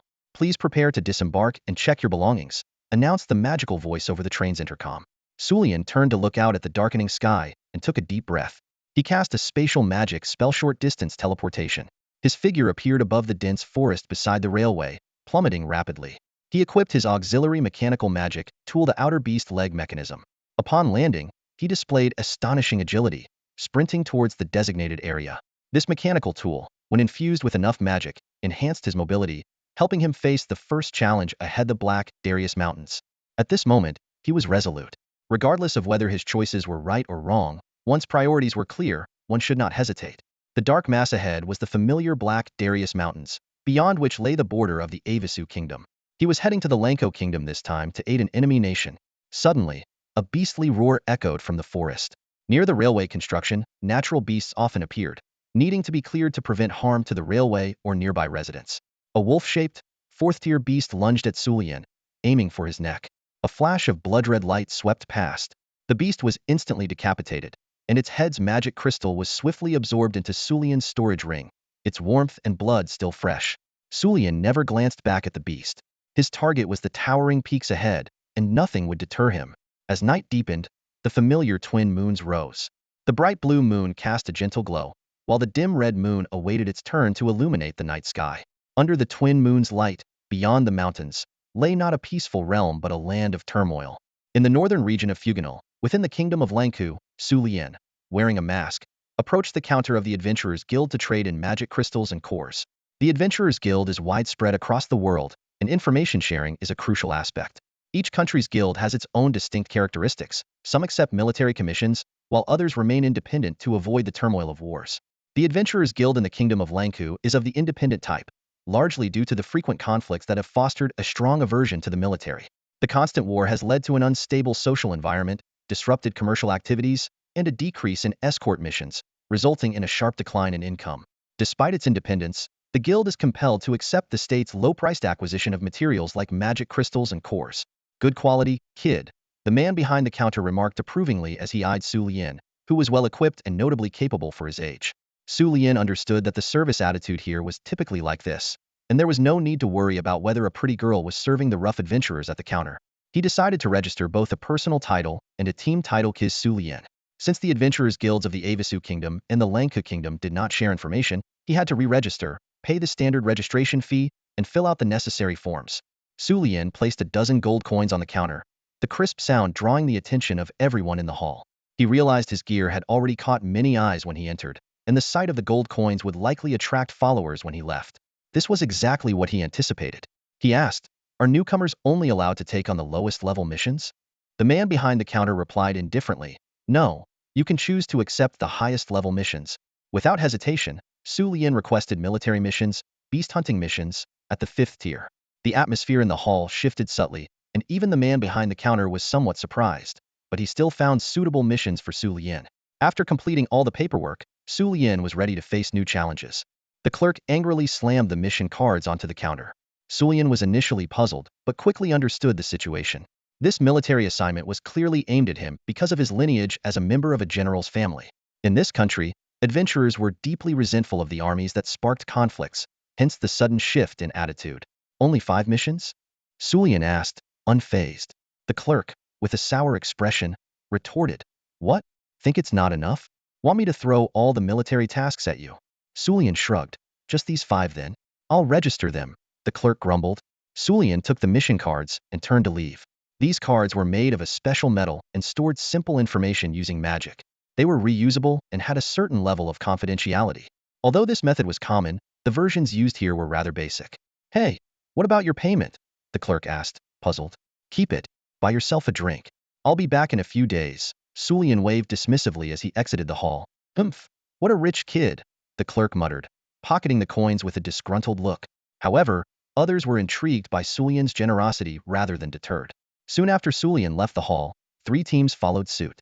The rest, seeing this, opted not to argue and continued their idle chatter, their expressions showing mild displeasure. The clerk didn't bother to warn or stop them. After all, if a general's child met an unfortunate end, it wouldn't be his fault. Who knew the kid's true identity anyway? Su Lian left the city and headed to the designated forest to post the missions. His mental awareness extended to the people tailing him. Among the 3 teams, the strongest was merely a 4th-tier Starlight warrior, relatively weak. The number of mages was also sparse, indicating that the national environment hindered adventurers' prowess. Those with real strength would likely venture to other countries. "I hope you can provide the information I need," Su Lian thought, quickening his pace towards the forest, seeking a better spot to make his move. "Keep up." The people behind him saw Su Lian speed up and thought he was trying to escape, so they hurried to catch up. To them, this rich kid was a big catch they couldn't let slip away. However, as they entered the forest, Su Lian suddenly disappeared. "Where is he? Something's off. Fall back a bit. Quick, use detection magic." The 3 teams reacted differently, and their actions revealed which team would be the best to target first. Make sure to take them all out, starting with those likely to flee. Su Lian cast a 3rd-tier water-based area spell Quagmire. The last team was completely trapped in the muddy swamp, caught off guard by the sudden magic with no chance to resist. Oh no, this is magic beyond their capabilities, and it's being cast by a mage. Damn it, run. They immediately realized that the opponent could instantaneously release a third-tier spell, indicating at least a fifth-tier mage's level. The leading warrior was only a fourth-tier Starlight warrior, and the strongest mage in their team was merely mid-tier, not a match at all. Run? Easier said than done. A mechanical crossbow bolt struck one of them in the thigh. A barrage of low-tier spells followed: ice spikes, stone spikes, fire arrows, wind blades, lightning strikes. The remaining four were hindered by the swampy terrain, unable to evade effectively, and could only struggle to block with their weapons. One of them was an archer, armed with only a short blade for close combat, unable to fend off all attacks. Even the low-tier spells inflicted significant injuries. For them, the enemy's goal was to eliminate the entire team, forcing them to scatter and flee. The leading warrior was quick-witted, but Sulian had no intention of letting them escape. Another mechanical crossbow bolt shot out, hitting the archer in the thigh. The rest were hit by a third-tier mental attack spell stun. They fell into a brief stupor, allowing Sulian to close in and strike their thighs with his sword. The sudden assault was so swift they had no time to react. By the time they regained their senses, they were already hit, and two of them, affected by the paralyzing poison, were immobilized. Two others, waking from the mental attack but unable to move due to their leg injuries, were easily captured. The weakest mid-tier mage had no choice but to surrender his staff. Drink it, Sulian commanded, handing out 5 bottles of an unknown potion. Faced with his sword's threat, the adventurers hesitated but had no choice but to comply. A third-tier poison, you'll die within 10 to 20 minutes. If you want to live, wait obediently for me to bring the antidote, Sulian said, slashing the mage's thigh before turning to leave. His movements were fluid and practiced, as if he had done this many times before. In reality, it was Sulian's first time, but he seemed to have a natural talent for it. Just like close combat, where he fully awakened his werewolf bloodline, making him nearly unbeatable among his peers, at least at the top level. Quickly, using almost the same tactics, he first restricted the enemy's movements with area spells, then took them down one by one with paralyzing poison crossbow bolts. Under the suppression of absolute power, these people couldn't resist at all. Even those who tried to flee couldn't escape the fifth-tier mage's mental control range in a short time. With a simple space spell, though it consumed some mana, he could easily catch up. 3 teams, consisting of 4, 5, and 6 members, totaling 15 people, were all captured. Now, they were brought deep into the forest. First, without hesitation, Sulian decapitated one person, splattering blood on everyone. Though his face was also covered in blood, his cold expression struck fear into their hearts. This young man was undoubtedly extremely dangerous. This thought simultaneously flashed through everyone's mind. Next, I will ask questions, and you will answer. Sulian asked coldly, are you satisfied and clear? Your lives depend on it. Instantly, everyone nodded frantically like chickens pecking at grain. Who would dare to defy him in the slightest? The beheading just now was done by someone who didn't even blink, such a ruthless character.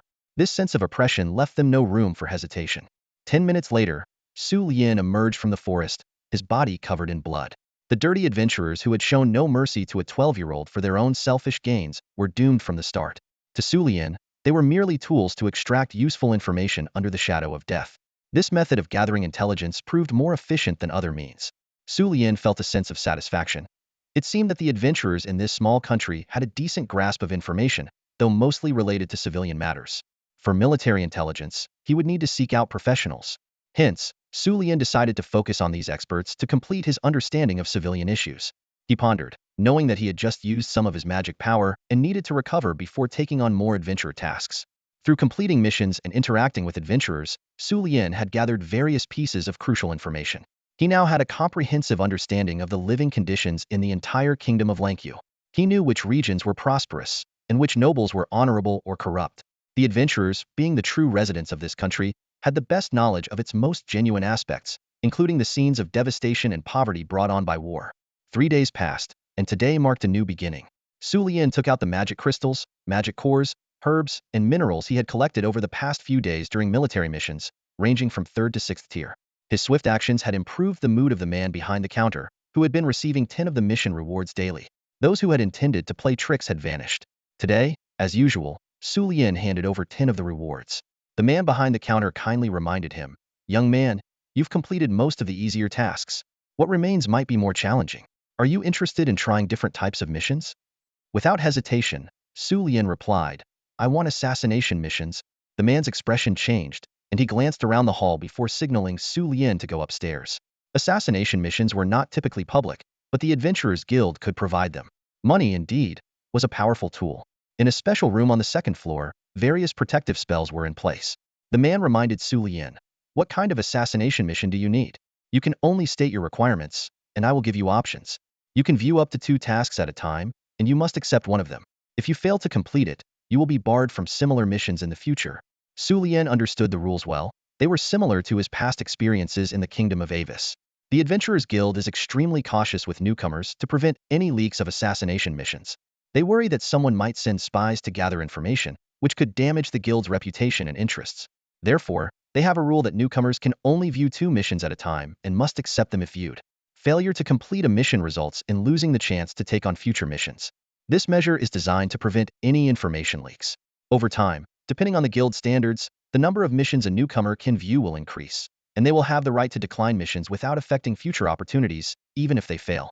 Su Lian unhesitatingly expressed a need for missions involving the assassination of military personnel or nobles, and the more despicable the target, the better. This surprised the counterclerk, as Su Lian previously didn't seem like someone who would assist the military. However, Su Lian coldly reiterated the request.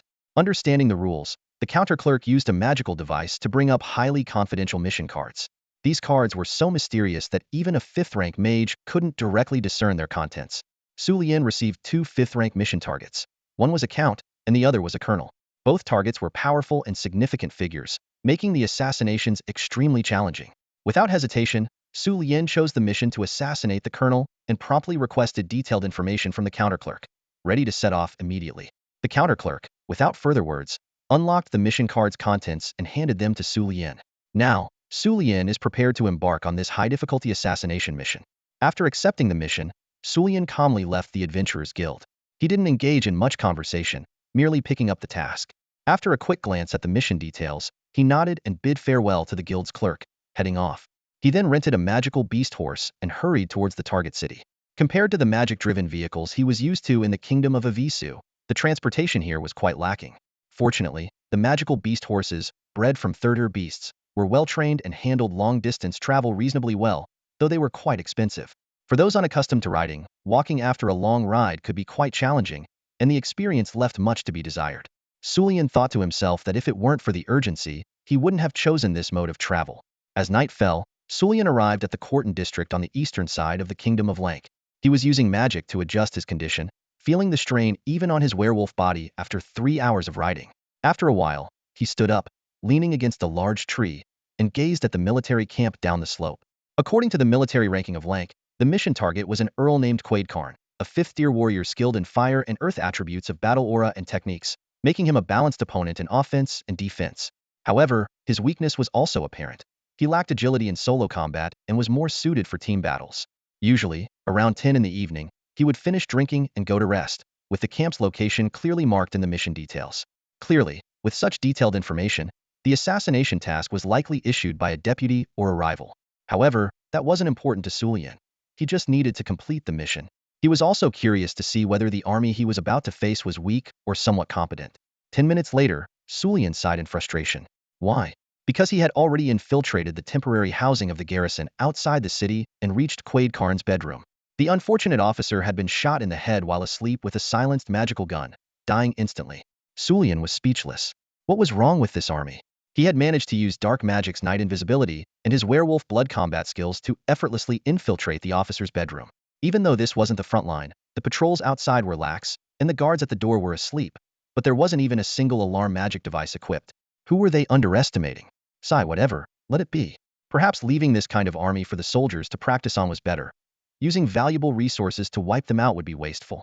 Su Lian decided to take the target's head and then use a spear to cover the bullet wound, showcasing a single, lethal strike. Slipping through the dark streets, he skillfully wielded his magical powers to cloak his presence, avoiding early detection. This seemingly ordinary man possessed extraordinary skills and wit. He was far from pleased with the environment, considering the place downright terrible. After some twists and turns, he finally arrived at the Adventurers Guild in the Quarton district, his destination for the day. He quietly entered the hall and handed the task scroll to the receptionist. Here, he would showcase his courage and intelligence, embarking on one adventure after another, exploring the unknown world. 2 days passed, and Su Lian infiltrated another military camp, losing interest in the situation of the Langku Kingdom. He found that most of the troops here were inefficient, with some even using night mechs as clothes hangers, which he found intolerable. Frustrated, Su Lian threw a fireball from a distance, destroying all the mechs being used as hangers. He couldn't tolerate such behavior. Even with poor discipline, night mechs should not be treated this way. He decided to take action and punish them. However, the situation was slightly better with the army stationed on the front lines. Su Lian was discovered 3 times while attempting to infiltrate at night, but eventually managed to take down a powerful 4th-tier Star Warrior officer. He gained a preliminary understanding of the conditions of the Lanka Kingdom's civilians and military, and decided to head to the border between the Lanka Kingdom and the Sibai Kingdom. Upon arriving, he found the border indistinct, marked only by a tilted, broken boundary stone. This left him feeling disheartened, as the chaotic border situation was unsettling. Seeing smoke in the distance, he guessed it might be a village and decided to investigate. Su Lian resolved to go to the Sibai Kingdom, the most crucial of the 3 kingdoms he planned to conquer. Although the Sibai Kingdom is landlocked, it borders 4 other nations, making its geographical position complex and its relationship with the Kinrui Empire particularly tense. Historically, the Sibai Kingdom had been conquered but successfully rebelled with the help of the Wino Kingdom, only to be betrayed in the end. This led to a series of conflicts and power struggles, leaving the region in constant turmoil. Su Lian originally planned to conquer the Sibai Kingdom and then push the enemy forces eastward to counter the threat from the Wino Kingdom. He believed that due to the Wino Kingdom's betrayal, they were unlikely to cooperate again. This way, he would only need to deal with the Finkan military state to the south, reducing the pressure significantly. Therefore, he placed great importance on controlling the enemy forces strategically. Traversing this war-torn land, Su Lian sighed, his heart heavy with helplessness and sorrow. He cautiously equipped the leg bone of a beast and began his journey for the day. His destination remained the Adventurers Guild of the Sibai Kingdom. He planned to immerse himself in the lives of the common people as an adventurer, and then obtain assassination missions from the guild to personally assess the country's military and political landscape. The cities, towns, and villages he passed through made him acutely aware of the nation's suffering. Greedy adventurers would stop at nothing for the sake of money, and the Adventurers Guild pushed newcomers to accept assassination missions for profit. The entire country was steeped in the presence of soldiers and nobility. Most heartbreakingly, Su Lian witnessed the nation's decay and corruption firsthand. Women in rags, their eyes vacant, lined the streets, and men could obtain what they wanted with just a few copper coins. In the slums, the sight of starving children and beggars was heart-wrenching. It was disheartening to know that these scenes occurred in one of the top 10 cities of the Sibai Kingdom. Su Lian regretted not spending more time in the major cities of the Lanka Kingdom, failing to notice the filth beneath their surfaces. Standing at a crossroads, he felt the fearful gazes of the impoverished around him, their eyes filled with dread at the sight of a young stranger in fine gear. Su Lian wondered what he was truly seeking. He sighed deeply, realizing that war only brings misfortune, and empires are forever shadowed by it. In lands ravaged by conflict, where could genuine happiness and perfect laughter be found? Only by fighting can one achieve peace. Passing through the slums, Su Lian offered no charity, knowing such kindness was merely a fleeting comfort. On the other side of the street lay a different, quieter world. In a weapon shop, Su Lian calmly selected a weapon while the shopkeeper observed in silence. He picked out a short sword and inquired about the price. The shopkeeper quoted 15 gold coins, and Su Lian smiled as he paid. Su Lian knew very well that the price of the sword had been tripled, because its actual cost was far more than 1 gold coin. Considering the forging and middlemen's profits, 5 gold coins would be the maximum. Despite some reluctance in his heart, Su Lian paid without hesitation. The shopkeeper took the gold coins and beamed with a bright smile. "Shopkeeper, what do you think of the current state of the Kingdom of Spei?" Su Lian asked. The shopkeeper seemed ready for the question. "Young man, do you want to hear my honest opinion? The version the kingdom wants you to hear, or what others want to hear," he replied. Su Lian answered without hesitation. "I want to hear your honest opinion." The shopkeeper spoke bluntly. To put it simply, the kingdom is in a terrible state. The taxes are outrageously high, and they are constantly trying to draft my son into the army. If I hadn't paid off the military, he would have been taken long ago. "Oh, aren't you afraid I might be someone from the kingdom?" Su Lian asked, somewhat surprised. The shopkeeper laughed and replied, "Would someone from the kingdom come out of the slums?" Su Lian suddenly understood and burst into laughter. "Ha ha ha! Indeed, no noble from the kingdom would set foot in those filthy slums. Even ordinary residents avoid them. Perhaps only those naive, kind-hearted fools would venture there," Su Lian remarked. In the end, Su Lian bought the sword and wished the shopkeeper's son would inherit the business rather than go to war. Leaving these simple blessings, he exited the shop. "Take care, young man," the shopkeeper called out warmly. After leaving the shop, Su Lian strolled through the bustling streets, witnessing the most prosperous scenes of the nation. Eventually, he left silently, as if he had never been there. On October 21st, in the year 3250 of the Valerian calendar, Su Lian concluded his brief journey through the kingdom of Lanku and the kingdom of Spei, which lasted 17 days. He personally experienced infiltration and combat, observed the living conditions of the people, and gathered military intelligence firsthand. He could only say that both countries were in a terrible state. Whether in bustling cities or impoverished villages, they lacked the vitality and dynamism that a country should have. The despairing remained in despair, and the contented were anxious. Only those in power could fully enjoy everything. Su Lian mounted his magical beast horse once more, looking back at the easternmost city of the kingdom of Spei for the last time. He knew that the next time he returned, it would not be as a covert visitor, but as a conqueror. Let's take one last look at the border between the two countries, and then return as planned, Su Lian muttered to himself. He knew clearly that this would be the place where his resolve would be solidified. Only when he witnessed the brutalities of war did his desire to end the dreadful conflict intensify, and only then could he firmly envision those seemingly unattainable dreams. He understood well that he could not be swayed by fleeting moments of beauty, for he harbored within him the vision of an almost unattainable ideal nation, a country poised to emerge on this land. Throughout this journey, his heart was filled with a deep yearning for peace and a hopeful outlook for the future. He was willing to fight tirelessly until those dreams became a reality. At the border between two countries, a city located at the center of their boundary has turned into ruins. Once a bustling metropolis, its prosperity has vanished in the flames of war. The crumbling walls and shattered buildings still faintly echo its former glory, yet the overgrown weeds and climbing vines ruthlessly testify to the passage of time. Despite this, smoke from cooking fires still drifts through the air. Through a sense of spiritual perception, one might discover that around 1,000 residents still hold their ground in this small city. In the wake of the war, it's remarkable that a city designed to house 10,000 people still has a tenth of its population surviving. This dilapidated city is called Wokikam. Su Lian walked steadily through the streets. He had returned the magical beast's horse to the merchant guild in the previous city, so he had to travel here on foot. He was surprised to find so many people still living here, many of whom were adventurers and smugglers. A few original inhabitants remained, but their numbers were sparse. Su Lian looked around. Wokikam currently fell under the jurisdiction of the Lanwu Kingdom. If conflict broke out again, this city, situated on relatively flat terrain, would likely be overrun by the enemy, as its buildings could not provide effective defense. His arrival quickly caught the attention of the powerful individuals in the area, but Su Lian paid them no mind and headed straight for the northern part of the city. There, he clearly sensed about 200 ordinary residents. Evidently, they were the true natives, steadfastly holding onto their land. Most of them were elderly. Su Lian extended his spiritual perception further north and found some cultivated fields, where they grew their sustenance. His presence piqued the curiosity of the old men, while the young people approached their hiding spots cautiously, adopting defensive postures. It was clear that they were wary of this well-equipped stranger, possibly due to previous negative encounters with outsiders. Su Lian chose a spot near the city center to sit down. He sat quietly, saying nothing, as if merely seeking a brief respite. After a while, the young people, seeing that he remained motionless, concluded that he simply disliked the areas crowded with adventurers and smugglers, and had come here to rest.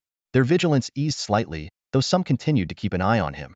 Trust was evidently hard to come by for outsiders here. As the sun began to set, the smoke from lunchtime fires gave way to the smoke from evening meals. Su Lian sat quietly, passing the afternoon in silent observation. Is this what a land ravaged by war looks like? Su Lian mused to himself. His spiritual perception continued to quietly observe everything around him. Most of the survivors were elderly. Their food was simple and coarse, consisting of dough paired with wild vegetables gathered from Waknoshire, and occasionally some cultivated produce. Their lives were extremely frugal, with oil and salt considered luxuries. Su Lian could even imagine these old folks spending long nights after their evening meals, with oil lamps being a rare extravagance. The wind magic continued to spread, and murmurs from the surrounding crowd began to fill the air. People were concerned about the child who had been sitting there all afternoon. Some suggested caution. After all, his weapons and armor were not to be taken lightly. Distant onlookers kept a wary eye on him, their conversations filled with speculation. The elderly appeared more worried, while the younger ones seemed vigilant. Perhaps if it weren't for his attire, the stranger might have been driven away already. Or, if he had been in rags, they might have approached to check on the unfortunate child. Was this the mark of prolonged warfare?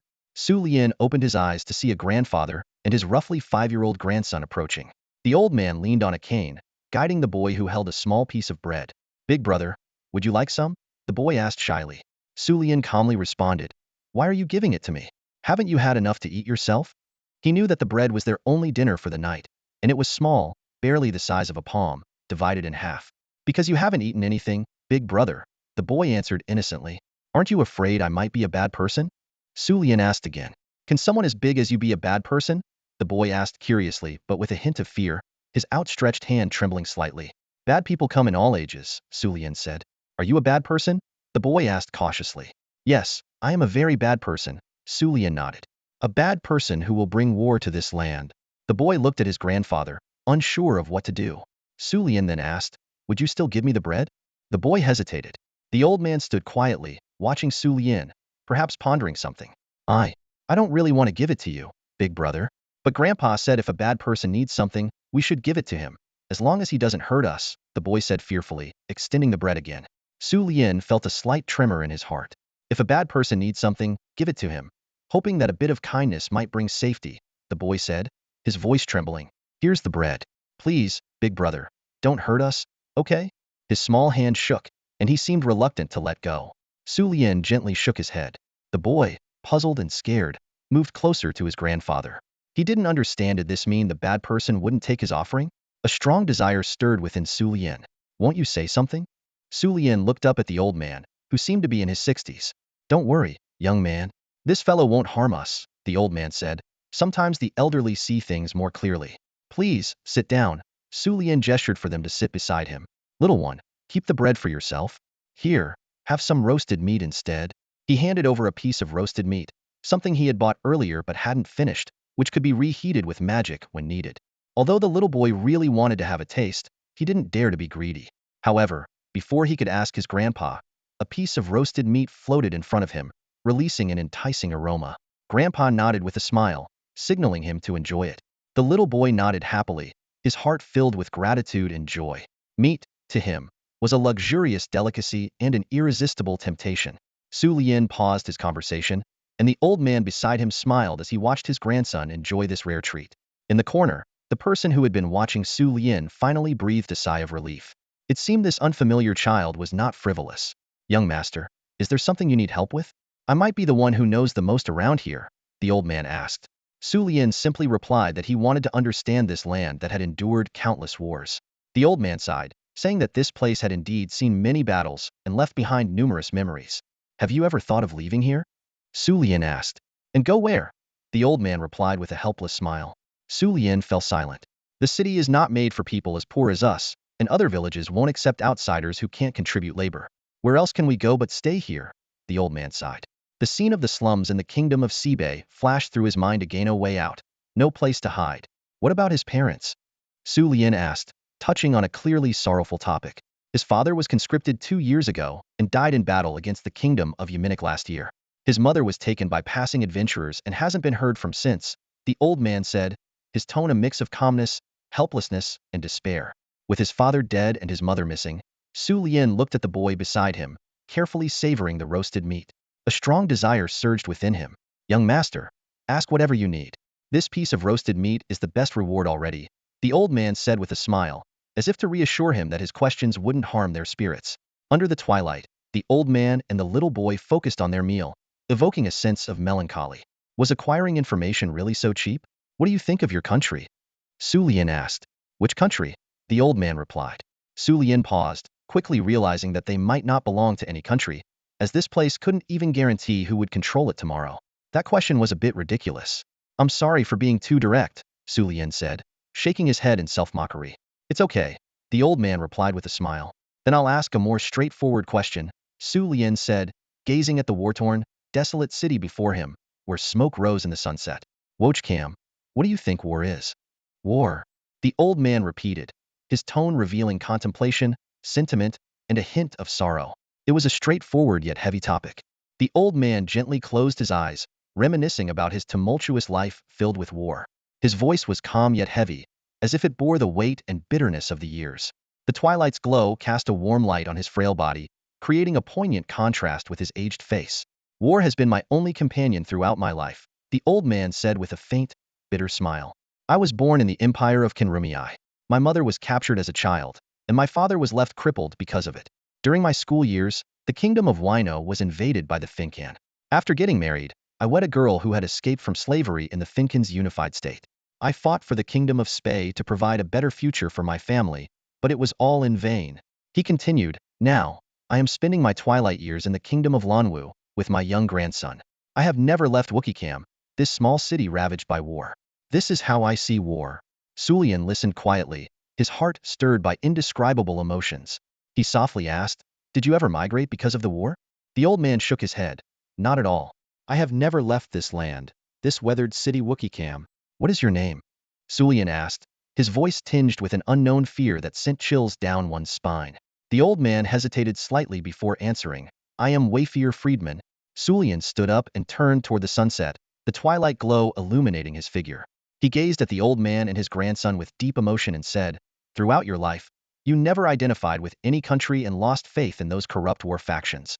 But if one day, a nation emerges that offers basic human rights and dignity, free from exploitation and oppression, would you accept it and let your descendants love it?" The old man looked into the distance, as if glimpsing a possible future. He sighed softly. "Perhaps, I might hold a sliver of hope. Though I dare not dream, my heart might still cling to a bit of hope." Sulian suddenly unfurled a piece of red cloth in his hand. It was a flag, symbolizing hope and change. The old man looked up in confusion. Nearby, war erupted once more. Soldiers fled the battlefield in terror, chariots shattered amidst the roaring chaos, and the once mighty knight's armor was reduced to fragments. The old man picked up the banner and resolutely held it high. Though he knew in his heart that the nation did not exist, he firmly believed it would come to greet him personally. Su Lien removed his mask, revealing a delicate face and a gaze that was both determined and aloof. He spoke a fantastical vow. The old man gazed at the youth in the twilight, as if he saw not the setting sun's demise but the dawn's rise. When he took the banner, the youth had already vanished from sight. Only one sentence lingered in the air.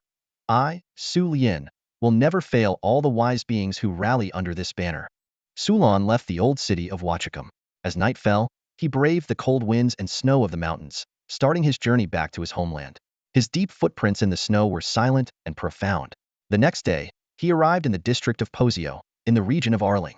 Strolling through the streets of Arling, he felt at peace, not in a hurry to return home. Suddenly, a voice broke the silence. "Hey, have you heard? The king seems to think Prince Ursha is making too much profit and plans to reclaim his lands and control of the magic train." Sulan was taken aback by the news. Prince Ursha had funded the construction of the railway and the magic train out of his own pocket. How could the king take it back? What would the other nobles and princes think? "Yeah, I heard that too," another voice chimed in. Prince Ursha said had increased the revenue given to the kingdom from 2% to 7% in 10 years. His son and grandson won't be able to inherit this extra operational control. That's right. Every month, when taxes are collected, the old folks say Prince Ursha voluntarily paid extra.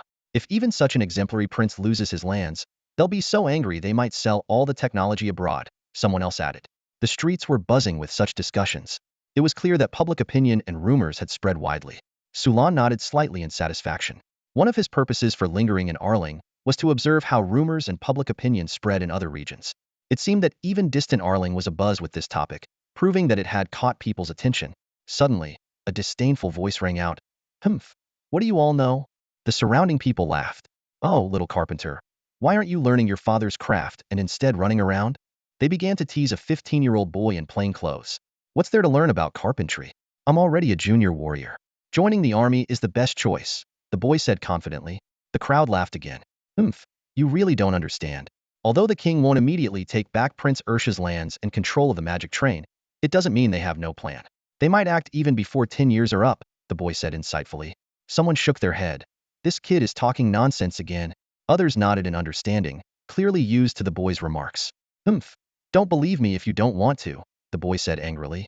At this moment, Sulan, still wearing his mask, walked through the crowd. "Why would they act within 10 years? He asked directly. The crowd paused for a moment, seeing a young child, albeit well-equipped. They thought he was just playing with other children. One person answered, "Because his reputation and wealth are growing too fast. Soon it will be beyond the kingdom's control." "Oh, what reason is there?" Sulan continued to ask. The boy looked puzzled. "Are you sure you want to hear?" Few people wanted to listen to him. The adults thought he was talking nonsense, and his peers thought he was daydreaming. Sulan nodded with curiosity, signaling for him to continue. Given that Prince Ursha now possesses immense wealth, he has leveraged it to initiate large-scale agricultural reforms. He has driven all the landowners and nobles into commercial activities, while the commoners have been forced into factory work. Astonishingly, both landowners, nobles, and commoners are pleased with Prince Ursha's decisions. They are extremely loyal to him because they understand that true happiness lies in being his subjects rather than returning to the kingdom's rule. With wealth and prestige, one can build a formidable army, a perceptive young boy pointed out. This boy was quite sharp, and the kingdom had already noticed this, which is why they first spread rumors and manipulated public opinion. However, his response was, "Haha." An old gentleman laughed. "Young carpenter, you can boast all you want, but Prince Ursha's territory probably has a population of less than 1 million. If you exclude half of them as the elderly and women, you're left with about 250,000 men. How many of them can be recruited as soldiers? Even if you have 150,000, these men are not enough to form a well-equipped army. Not to mention the night mechs that ordinary people can't resist. Just one is enough to conquer a village without mechs." An older man chuckled. This idea seems quite normal to the average person because, in their eyes, the Frostblade night mechs stand 5 meters tall, made entirely of special alchemical metal, practically invulnerable. Against a 1,000-strong ordinary army, they can easily maneuver and dominate. Without night mechs, there's no real power. This has been a military consensus since the establishment of Dalida. Night mechs are the rulers of war. However, even with the strict restrictions on alchemical metal materials and the inability to smuggle high-grade magic cores on a large scale, Prince Ursha cannot manufacture powerful night mechs. But time is on his side. With Prince Ursha's current financial resources, even if he can only acquire 1 high-grade magic core per month, even if it's secondhand, he could possess 16 in a year and 80 in 5 years. If he could acquire some raw materials or directly purchase some alchemical metal, he could potentially assemble 1 to 230 night mechs in 10 years. The young boy shared his thoughts. The people around him were slightly surprised. It seemed this plan wasn't too far-fetched. The kingdom's regular army consists of 30 corps, totaling 12,000 soldiers, and 350 night mechs of various models. Even without considering other units, the regular army's strength is 360,000 soldiers, and 1,500 night mechs of all types. This has been the kingdom's solid foundation for hundreds of years. What can Prince Ursha possibly do to shake it? Sulian asked bluntly, dressed in fine gear, making his point seem quite valid. The premise is that all the corps will still follow the kingdom's orders at that time, the young boy said confidently. Sulian frowned slightly. This kid was interesting. Your speculation seems a bit far-fetched, doesn't it? Sulian countered. Indeed, the idea does seem a bit far-fetched. In this country, those who aspire to become legion commanders or generals are usually either from noble families or ambitious individuals with grand dreams. If someone were to guide them, they would surely follow. The young man appeared more confident. Although it was just a guess, he spoke as if it were a certainty. Alas, the little carpenter always loved to fantasize. While there might be some people like that, for all 5 generals and 30 legion commanders to be such people, that's ridiculous. And you, little guy, you'd better not listen to the carpenter's nonsense, or you'll be misled. Exactly. The surrounding people were filled with mocking words, completely dismissing the child's speculation. Finally met, have I? Sulian couldn't help but smile beneath his mask. It had been 10 years since he reincarnated into this world, always on the lookout for such a genius, but unfortunately, he had never encountered one. Even in the field of research, he had to personally dig out talents from the academy. Pure serendipitous encounters were non-existent. Now, finally meeting one made him feel somewhat emotional. If he hadn't met one soon, he would have seriously doubted whether such geniuses even existed in this world. Thankfully, now there was one. As for what level of genius this young man was, that would be known once they took him back. Is your family in the carpentry business? I happen to need some furniture. Can you take me to see your shop? Sulian tossed a silver coin as a reservation fee. Sigh. The brief contact with silver always causes some physical discomfort. Shall we go? The young man nodded. Business was business, after all. The surrounding people were somewhat disappointed. Hey, I thought you, young master, enjoyed listening to those wild tales. You should have said you needed a carpenter earlier, someone remarked. With ample time, listening a bit more won't hurt, Sulian said with a smile to the young man. Let's go. All right. The young man nodded. They walked through the streets, leaving behind the place of gossip. Before long, they exited the city gates. Is your home outside the city? Sulian asked deliberately. Stop pretending. You said you wanted to meet someone, but you didn't say who. And you want custom furniture? With all that gear on you, it's impossible you just find some random roadside carpenter to brag about it. I know nobles and wealthy merchants prefer ordering furniture from specialized guilds, the young man said disdainfully. So, is this the place for our conversation? Sulian asked. By this time, they had reached a spot about 100 meters from the city gate, hidden under a big tree, away from the main road. If you can use a soundproofing spell, this will do, the young man said. This kid is quite intriguing.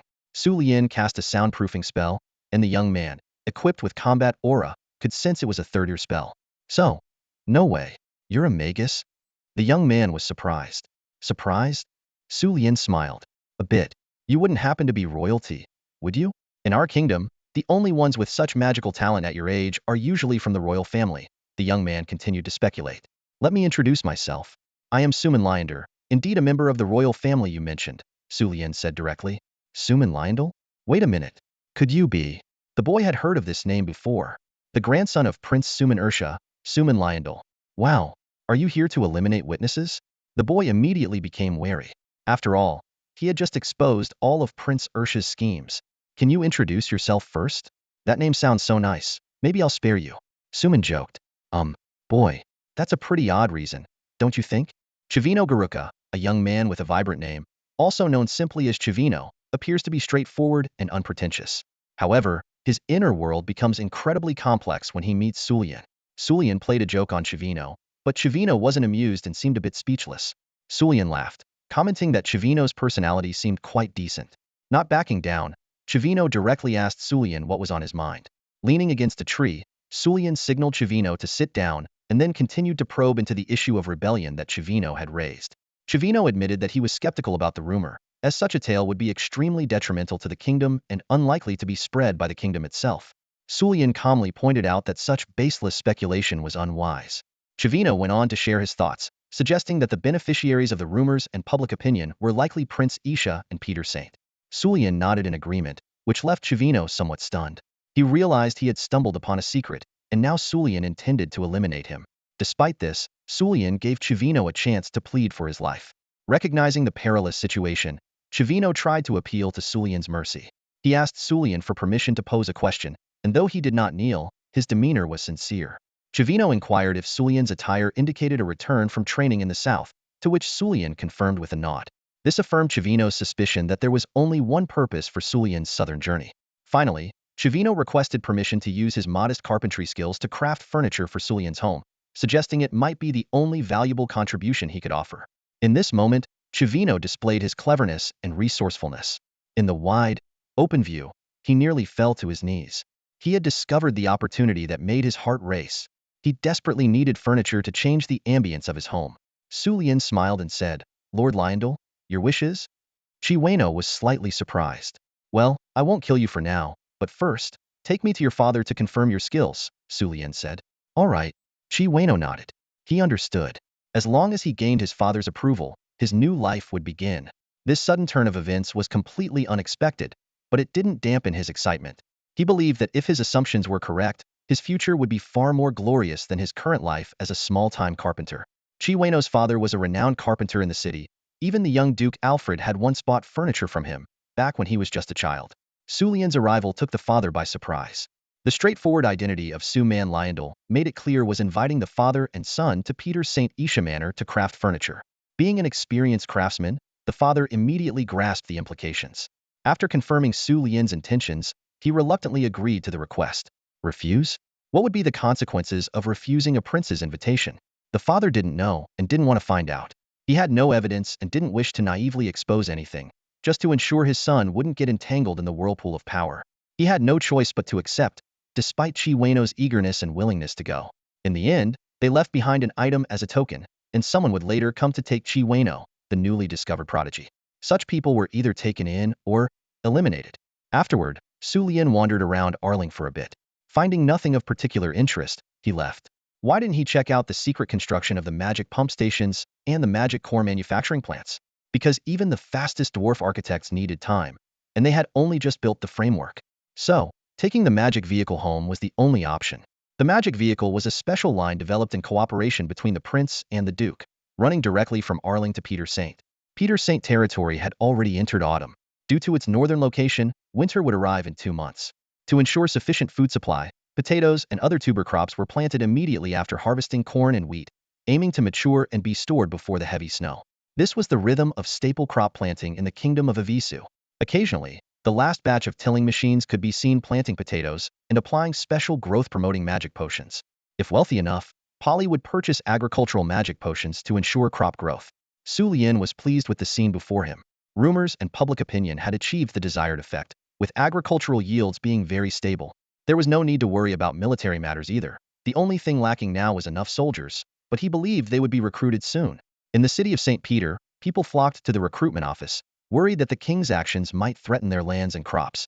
Their history of exploitation by nobles and farm owners left them uneasy about the future, compelling them to stand up and firmly support Prince Ursha.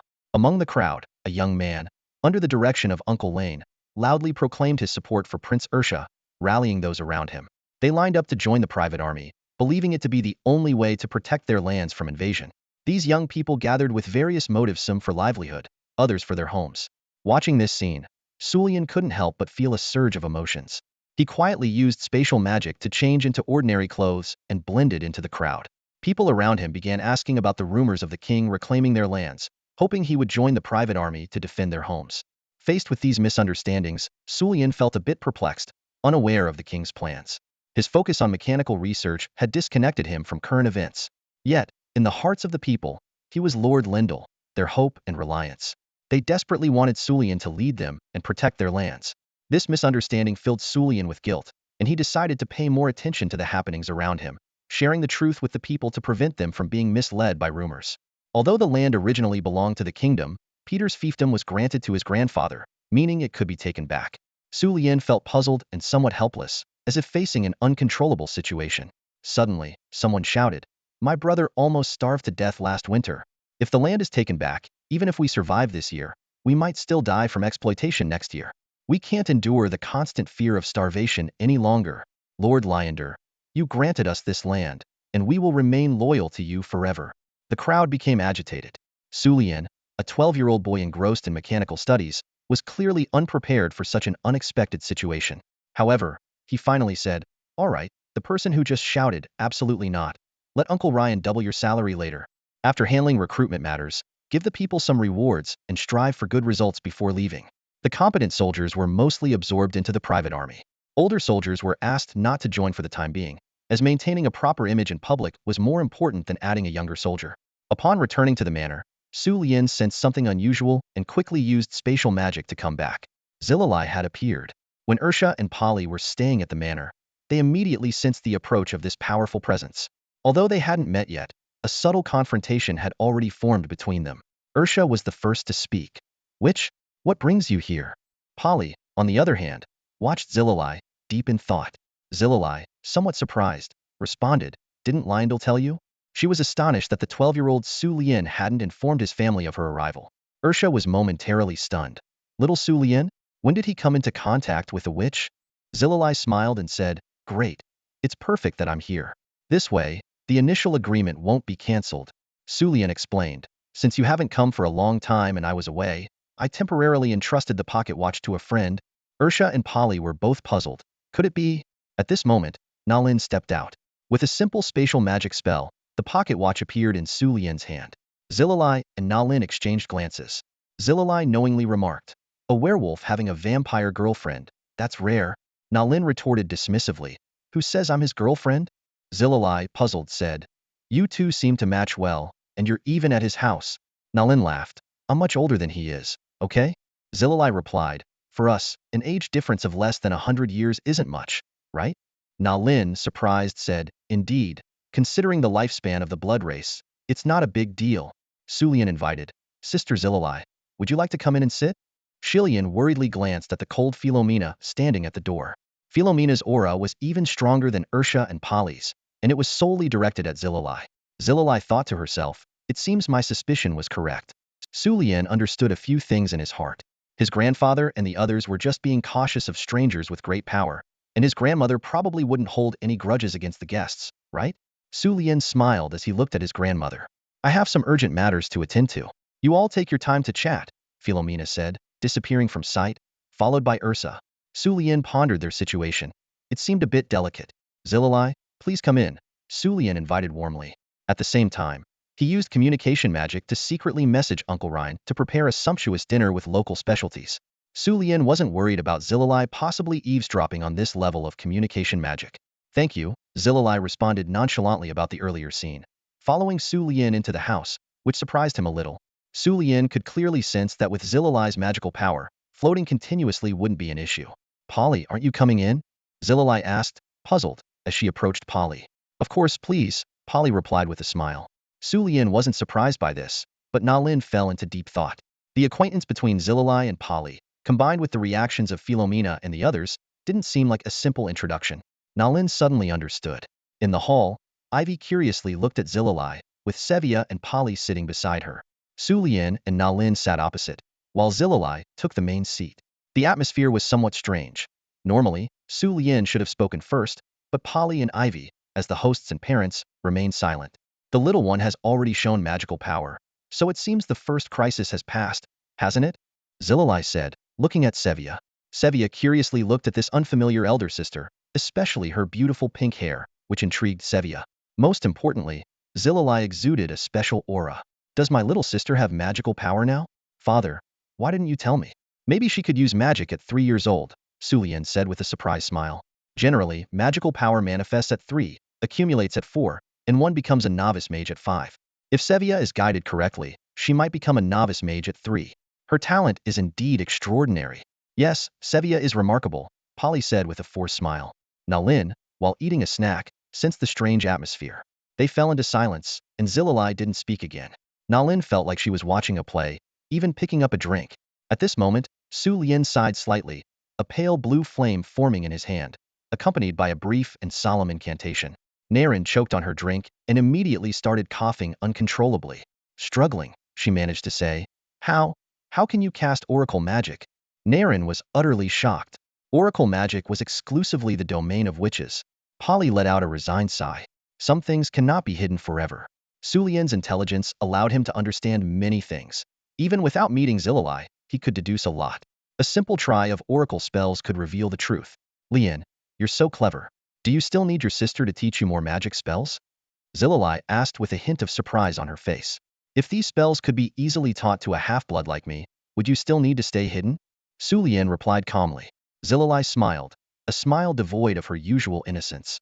Since I was young, I have studied world history, including ancient conflicts, though my understanding is not complete.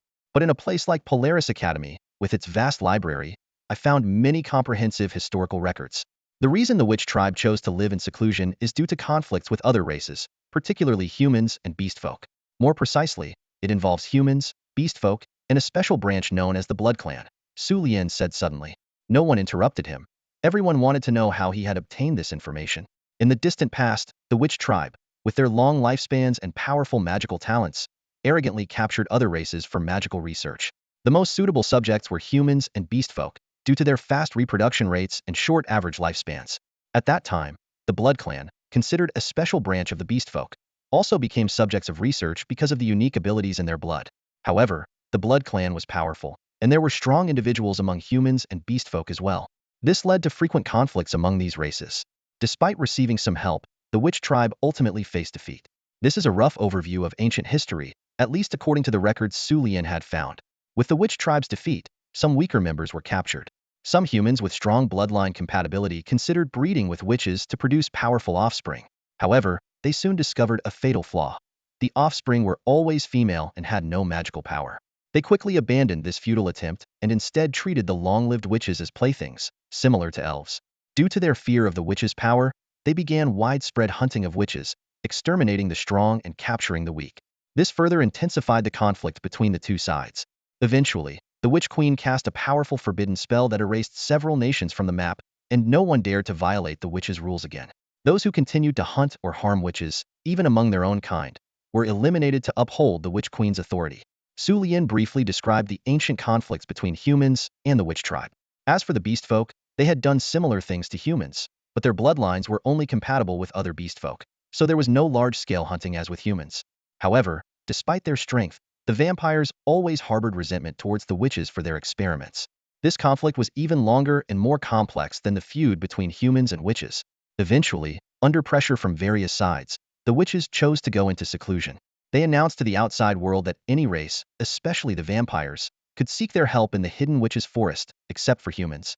This marked the end of the historical conflicts between witches and other races, and they withdrew from the world. This was the ancient history of the witches that Su Lian discovered in her research. Nalin remarked, "It seems quite complicated." She couldn't help but reflect on the hatred and battles, sensing the bloodshed involved. Su Lian said calmly, "It's not over yet." Nalin wasn't surprised. She had already speculated as much. Humans discovered a unique secret. A few half-blood witches who had not been taken away possessed extraordinary magical talents. These half-blood witches' descendants were no longer bound by the limitations of the witch race, potentially opening up new possibilities. Consequently, a scramble for the witch descendants began among humans. At that time, the witches were at war with the vampires and couldn't fend off the human threat. Therefore, the Witch Queen made a decisive choice, using the vampire's blood curse magic to unleash a widespread and powerful curse. This curse drastically shortened the lifespan of any offspring between witches and other races. Only witches and vampires could lift this curse. Sulian continued narrating the subsequent grudges. That decision was ruthless, Na Lin exclaimed, somewhat in admiration. She thought it was a decisive move, sacrificing that generation of half-blood witches to avoid future troubles and directly crushing the greedy humans. Sulian also expressed his admiration openly. He said, despite some issues, the history you found is mostly accurate. The hatred between humans and witches is ancient and over time. Especially with the rapid changes in human society, it has largely been forgotten. However, the vampires and witches are different. Their hatred for us has persisted to this day. Although they seek our help when needed, they rarely come to us voluntarily. Zillalai added, it's easy to understand. Witches look down on humans, and humans change too quickly. With the witches in seclusion, the ancient grudges have become difficult to sustain. But the vampires are different. They are also long-lived and have a keen memory. Even with the witches in hiding, they haven't forgotten. Observing Philomena's attitude towards Zillalai, one could sense the unmistakable disdain. Sulian's explanation made Na Lin understand better, while Polly and Ivy had mixed reactions. Sulian recalled that his parents had told him his mother's name was unique because Kibo was her surname, and Alusha and Miranda represented the clan names of her parents. When people from different tribes married, they often combined their clan names. However, in his mother's original tribe, they inherited the father's surname, so his mother was not from the kingdom of Iwesu. Sulian found this explanation quite reasonable, although he had initially thought it was a bit odd. His mother's full name was Ivy Kibo Alusha Miranda. However, Sulian began to have doubts because if his grandmother also belonged to a clan with surnames, his mother's appearance should match that of a nomadic tribe, but she was an exception with no such features. Sulian slowly and clearly expressed his suspicion, noting that he had observed this for a long time. He noticed that people with clan surnames generally came from nomadic tribes of the grasslands. He had seen people from these tribes on the merchant ships at the port, and his mother's appearance did not match theirs at all. More importantly, since he could remember from the age of 2, his mother Ivy's beautiful appearance had hardly changed. Other than being naturally beautiful and aging slowly, the only other possibility was longevity. Therefore, Sulian speculated, based on his sister Shili Li's name, that Kibo might indeed come from his grandfather, but Alusha Miranda should be changed to Shamarita. Sulian looked at his parents and calmly presented his guess. Shili Li's full name was Shili Li Marita. If Sulian's guess was correct, his mother's full name should be Ivy Kibo Shamarita. Shili Li was surprised by Sulian's guess, but also acknowledged it. His parents looked somewhat resigned, while Na Lin still seemed puzzled. Na Lin curiously asked if there were special rules for witches' surnames. Shili Li explained that according to ancient witch legends, the most powerful witches with the highest magical talents originally came from 7 legendary witches, each representing one of the 7 main elements. Each witch had one of the surnames representing these elements. Hai stood for the water element, and Ivy's surname Sha stood for the earth element. However, this was symbolic and did not mean they were necessarily skilled in that element. Shili Li added with a smile that they were proficient in all elements. Na Lin curiously asked, what about Marita? She didn't care about Zillalai's final attempt to show off. Zillalai is a surname that Iwei and I developed over generations, Zillalai explained mysteriously. Magic spirit tree surname? Na Lin asked, intrigued. Yes, we witches plant magic spirit trees in different regions based on where we live. These trees are nourished by the blood of witches and produce fruit called birth spirits. When a witch reaches a suitable age for reproduction, she consumes one of these fruits to conceive. Consuming a birth spirit from another region is also effective, but it will change the surname, Zillalai patiently explained. Suliang suddenly understood. So that's how it works. He felt he now had a better grasp of the legend of the Zimu River from the Kingdom of Women, where witches could plant something akin to Zimu River, called magic spirit trees. Each tree represents a surname and is nourished by the blood of all the witches in that region. Because witches are long-lived, they can consume birth spirits from other regions to conceive. This unique method of bloodline inheritance allows them to reproduce. So, every witch has one of 7 surnames, and Zillalai and Iwei belong to the sea and sand surnames, Suliang thought, surprised. Exactly, it's quite a fascinating way to reproduce, Na Lin said as she began to understand the intricacies. She couldn't help but joke. So, does that mean Zillalai and I are somewhat related? Zillalai laughed and replied, yes, but a single magic spirit tree is nourished by the blood of dozens of witches, so based on other races' standards, we would be considered distant relatives at best. Although we do share a blood connection, it's much more diluted than typical familial relationships. Suliang had a moment of realization. I see. Every 10,000 years, the familial hierarchy is reset to balance the reproduction rates across regions. This way, even if witches live far apart, they can adjust reproduction rates during each reset, ensuring stable population growth. Indeed, resetting the hierarchy every 10,000 years has become a tradition for us. Anyway is in the ant generation, so you can call me sister without being wrong, Zillalai clarified.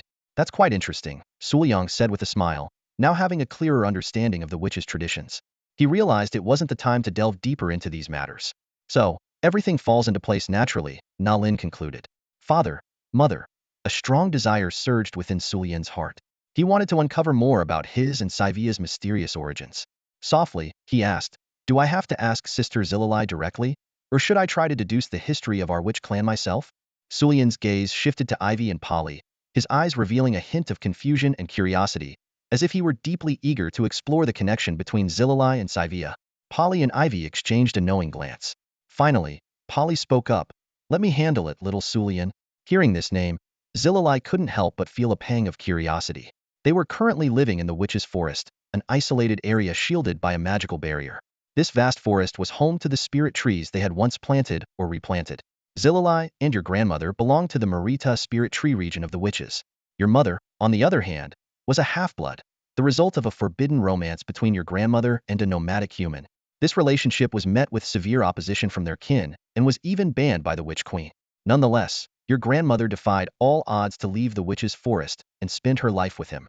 That human, Ivy's father, passed away nearly 2 centuries ago. It was around that time that your grandmother returned to the witches with your young mother. Polly began to recount Ivy's heritage, clarifying why Ivy, despite lacking magical talent, could give birth to a son like Sulian with extraordinary magical abilities. Ivy herself was a first-generation half-blood witch. Although she didn't possess magical talent, her descendants would inherit powerful magic due to the witch's bloodline. Sulian couldn't help but softly ask, Grandfather, did you ever meet him? Polly nodded. Given Zillalai's unchanged appearance, it was clear that if Ivy hadn't used transformation magic to maintain her looks, no one would guess she was around 200 years old. The longevity of witches compared to humans made love seem like a painful ordeal. With a lifespan of 1,000 years compared to a human's mere century, love was perhaps destined to be a tragedy. Sulian sighed softly, coming to a realization. He understood that his reincarnation into this family must have had a purpose. They had all endured unfortunate family circumstances. One could imagine the displeasure and even disdain felt by their kin when your grandmother decided to pursue a love that was both opposed by their people and warned against by the Witch Queen. After your grandfather's death, your grandmother returned with your mother to the witches. Due to historical reasons, half-blood descendants of humans and witches found it even harder to be accepted by the witches. Given their long lifespans, such an environment was bound to last a long time. It wasn't until 200 years later that Polly took Ivy and Sulian away from the witches. Fate, indeed, is a journey filled with irony. Polly, a descendant of both vampire and human bloodlines, is enduring a love story filled with irony and pain. Suddenly, he gains a deeper understanding of his grandmother's disdain for witches. It's not just because of historical reasons, but also because the vampires are far more tolerant of hybrids than witches. Philomena proudly supports Polly's return to the vampire clan and even prepares him to learn and inherit greater werewolf powers, showcasing the clan's attitude towards hybrids. Cecily agrees with this view, while Na Lin silently observes, as her own family's misfortunes are related to this issue. Her father, August, is a proud and selfish man, which has made her family situation quite miserable. Sulian curiously asks his father why he went to the witch clan. Was it because he liked magic and wanted to learn it? Polly straightforwardly confirms Sulian's guess. His grandfather and grandmother were both powerful beings, especially his grandfather, who was a grand magus before Polly was even born. His father's magical talent was exceptional, and from a young age, he yearned for the power of magic. Therefore, he once sought his mother's help to find a powerful vampire magician as a mentor to learn stronger magic. Sulian continues to ask why he eventually went to the witch clan.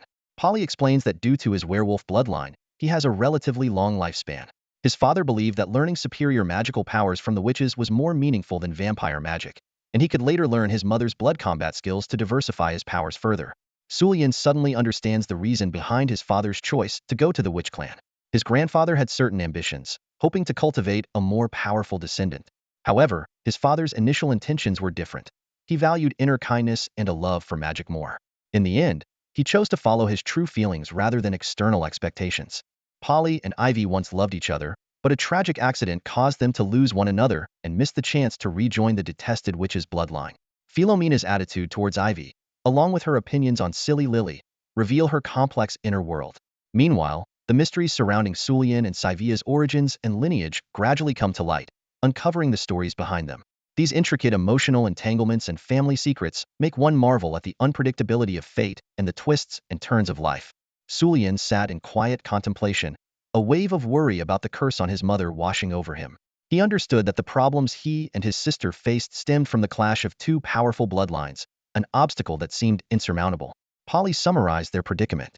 Once, the Witch Queen had cursed all witches, limiting their ability to coexist with offspring from other races. To prevent exploitation by humans, the lifespan of hybrid offspring was severely reduced. Only witches and bloodline kin could lift this curse, which was rooted in their blood. Yes, your grandmother has lifted that curse, Polly nodded. So, does this mean our current problem is mainly due to the conflict of bloodlines? Sulian's expression changed slightly as he mulled over the idea. This is an inevitable challenge of racial fusion, especially with human blood involved. Once a bloodline awakens, the fused bloodlines will inevitably clash. When you left the witch's forest, you were warned that even if Aunt Ivy's curse was lifted, your descendants would face bloodline issues. Unless one bloodline is never awakened.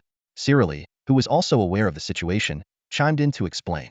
In other words, the only solution is for a vampire expert in potion making to completely suppress the bloodline of the bloodkin, or for a witch expert to suppress the witch's bloodline. The ideal scenario would be to ask the Witch Queen to strip away the witch's bloodline, correct? Sulian slowly voiced his hypothesis. Polly and Ivy were astonished that he had figured out the solution, even though no one had ever disclosed these details to him. Polly began to wonder if Sulian had somehow overheard her conversations with Ursa and Philomena, but it seemed impossible as they were both high-level mages, and he was just a child. Your reasoning is impressive. Are you really only 12? Could it be that the awakening of your witch bloodline has slowed your growth? Cyrily looked at Sulian in confusion. Despite that, don't you know when our father left the witch's forest, Sister Cyrily? Sulian retorted. Cyrily nodded. It wasn't surprising that Sulian could make such a deduction. When Saivia was in danger, the Pope had mentioned Philomena's help, making it easy for Sulian to link the solution to the complete suppression of one bloodline. In this world, only the Witch Queen, who could curse all witches, might possess the strongest means to cure them. If a curse could reduce the lifespan of hybrid offspring, then stripping a single hybrid's bloodline through a similar method wasn't impossible. Then why can't our father simply return to the witch's forest and ask for help? Sulian continued to probe. Because the opportunity for your grandmother to seek help from the witch clan was exhausted when I went to learn magic. Other powerful bloodkin won't request help for hybrids like you. The lifting of your mother's curse was only permitted after your grandmother pleaded with the Witch Queen. Therefore, Polly's expression turned somber. So, the opportunity has been used up, and no one else is willing to help? The hybrid bloodline of Suman, Saivia weighed heavily on her heart, and her health issues caused her brother Sulian and sister Ivy to worry. Ivy tried to comfort Sulian with warm words, promising to take Saivia to the witch's forest for the queen's healing. Sulian remained doubtful, wondering if their father had only given part of the story. Ivy felt sorrowful, knowing these were just the tip of the iceberg.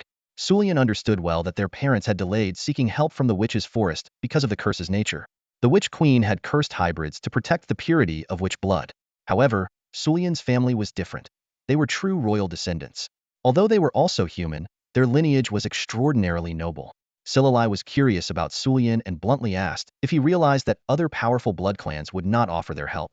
Sulian was well aware, but chose to avoid the topic, his intelligence impressive. Silili secretly admired him, finding her little brother quite intriguing. Sulian sighed inwardly, acknowledging that although Silili was mature in age, her sharpness surpassed ordinary people. The wisdom of a powerful mage was extraordinary, akin to their grandfathers. Sulian asked directly if, as a werewolf who had awakened the witch's bloodline, he was eligible to seek help from the witch clan. Silili replied that it depended on the queen's decision. She explained that ordinary blood clans had to meet certain conditions to request assistance. Werewolves needed to be at least 16 years old, while vampires had to be at least 32 and possess the strength of an 8th-tier holy magus or holy warrior. Sulian then inquired about their parents, asking if Saivia was safe under their grandmother's care. Polly confirmed that she was generally safe. Sulian wasn't too pleased with such a vague answer, but he chose not to dwell on it.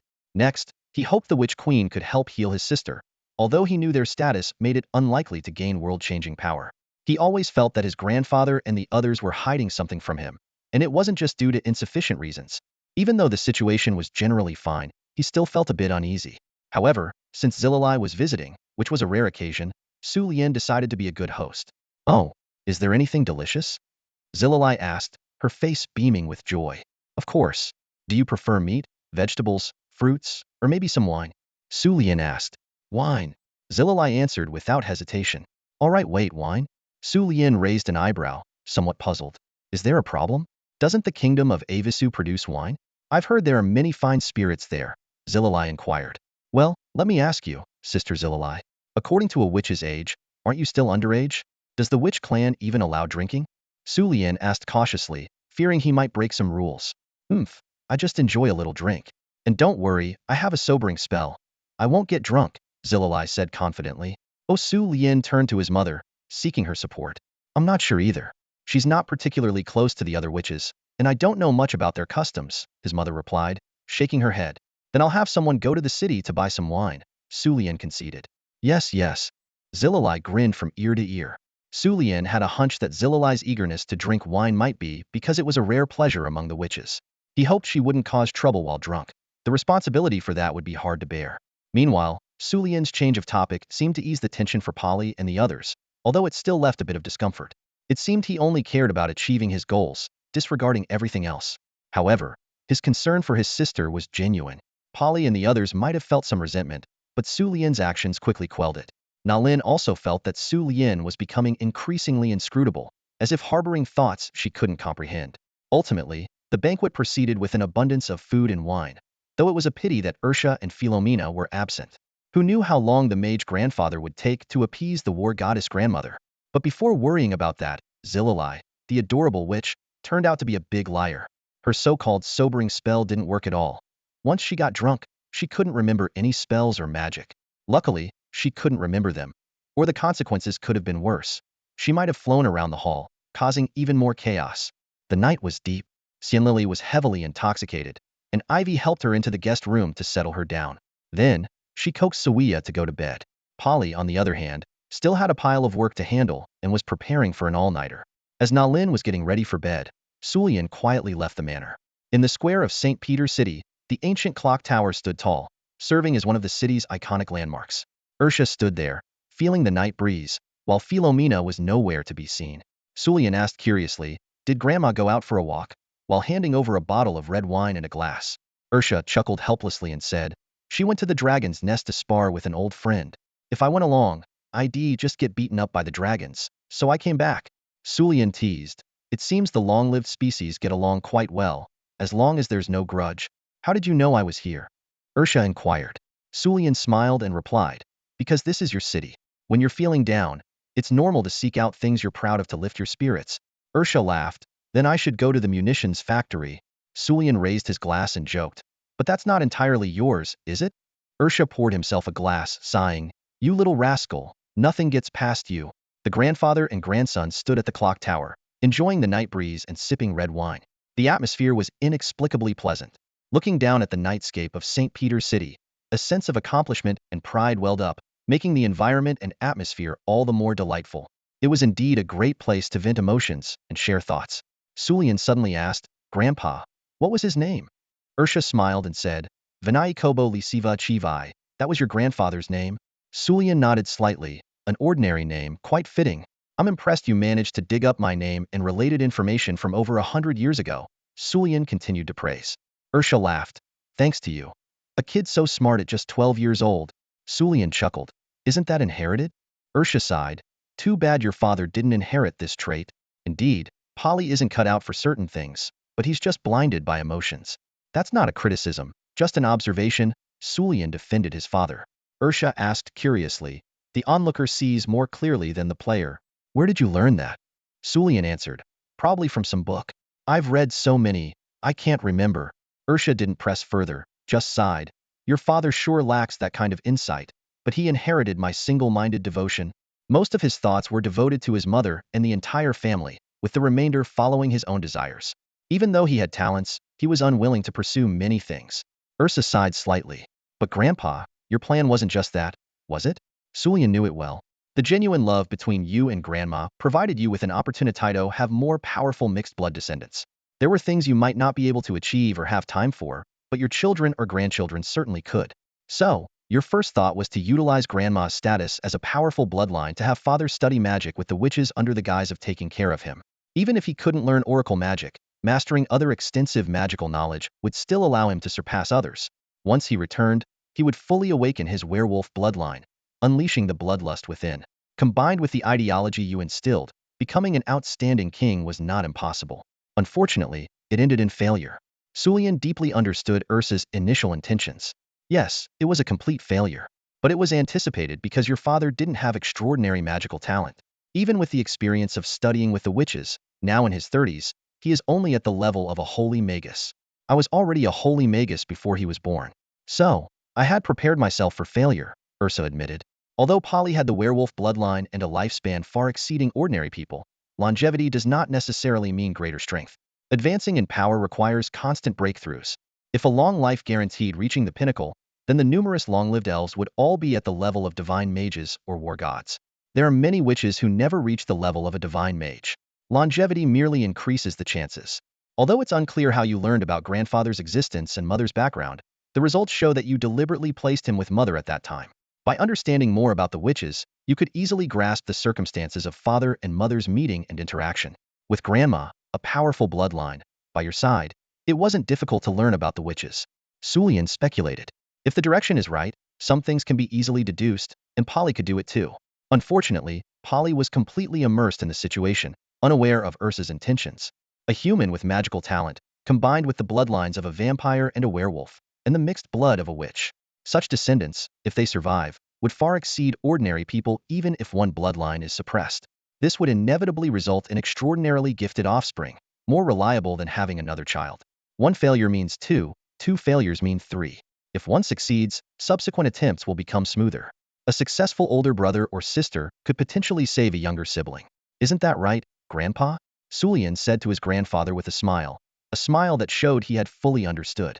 The person he used to be was nothing more than a disposable pawn in his grandfather's eyes. Ursa started to regret having such a clever and formidable grandson. Yet, he smiled proudly, acknowledging that it was because of his decision that Sulian existed. He felt proud of Sulian's accomplishments, as Sulian not only met but exceeded his expectations. However, Sulian remained indifferent, as he was never the child originally anticipated. Sulian expressed his dissatisfaction to Ursa, stating that although his birth was his grandfather's decision, he did not want Ursa to make similar decisions in the future because of his existence. He warned Ursa, mentioning Sawiya, who was not only his grandfather's granddaughter, but also his sister. He firmly stated that his grandfather should remember that the future would be led by him, not by Ursa or anyone else, but by himself, Suman Lyondel. As Sulian finished speaking coldly, his eyes turned blood-red, and a dark blue flame ignited in his hand, incinerating the glass goblet. He possessed the powers of both a vampire and a witch, and these were just part of his abilities. He had knowledge, ambition, rationality, and stability qualities unique to him. Ursa laughed heartily. Haha, you are indeed my greatest regret and my greatest pride. The absolute one and only. He laughed joyfully, paying no heed to the fact that such words could be seen as treasonous to the royal family. Because what he needed was a grandson like this, one with absolute ambition and power, capable of achieving the dreams he couldn't fulfill for various reasons. That child was the 12-year-old Suman Lyondel standing before him. Sulian maintained a mysterious expression outwardly, but smiled with satisfaction inwardly. He realized that his grandfather was truly an ambitious man, capable of surpassing limits, possessing ample resources and connections, even maintaining relationships with the Pope and the head of the academy. This was someone who had prepared all the conditions for his son or grandson's ambitions. Sulian believed that even if he, a reincarnated and transmigrated grandson, did not exist, or if there was no suitable grandson to inherit his ambitions, his grandfather would have reignited his own ambitions. In his heart, he silently referred to his grandfather as Suman Ursa. That's all for today. Thank you so much for watching. I hope you guys enjoyed. If you wish to have another part of this recap, please give us at least 1,000 likes. Please don't forget to comment and subscribe to our channel for more content like this until next time.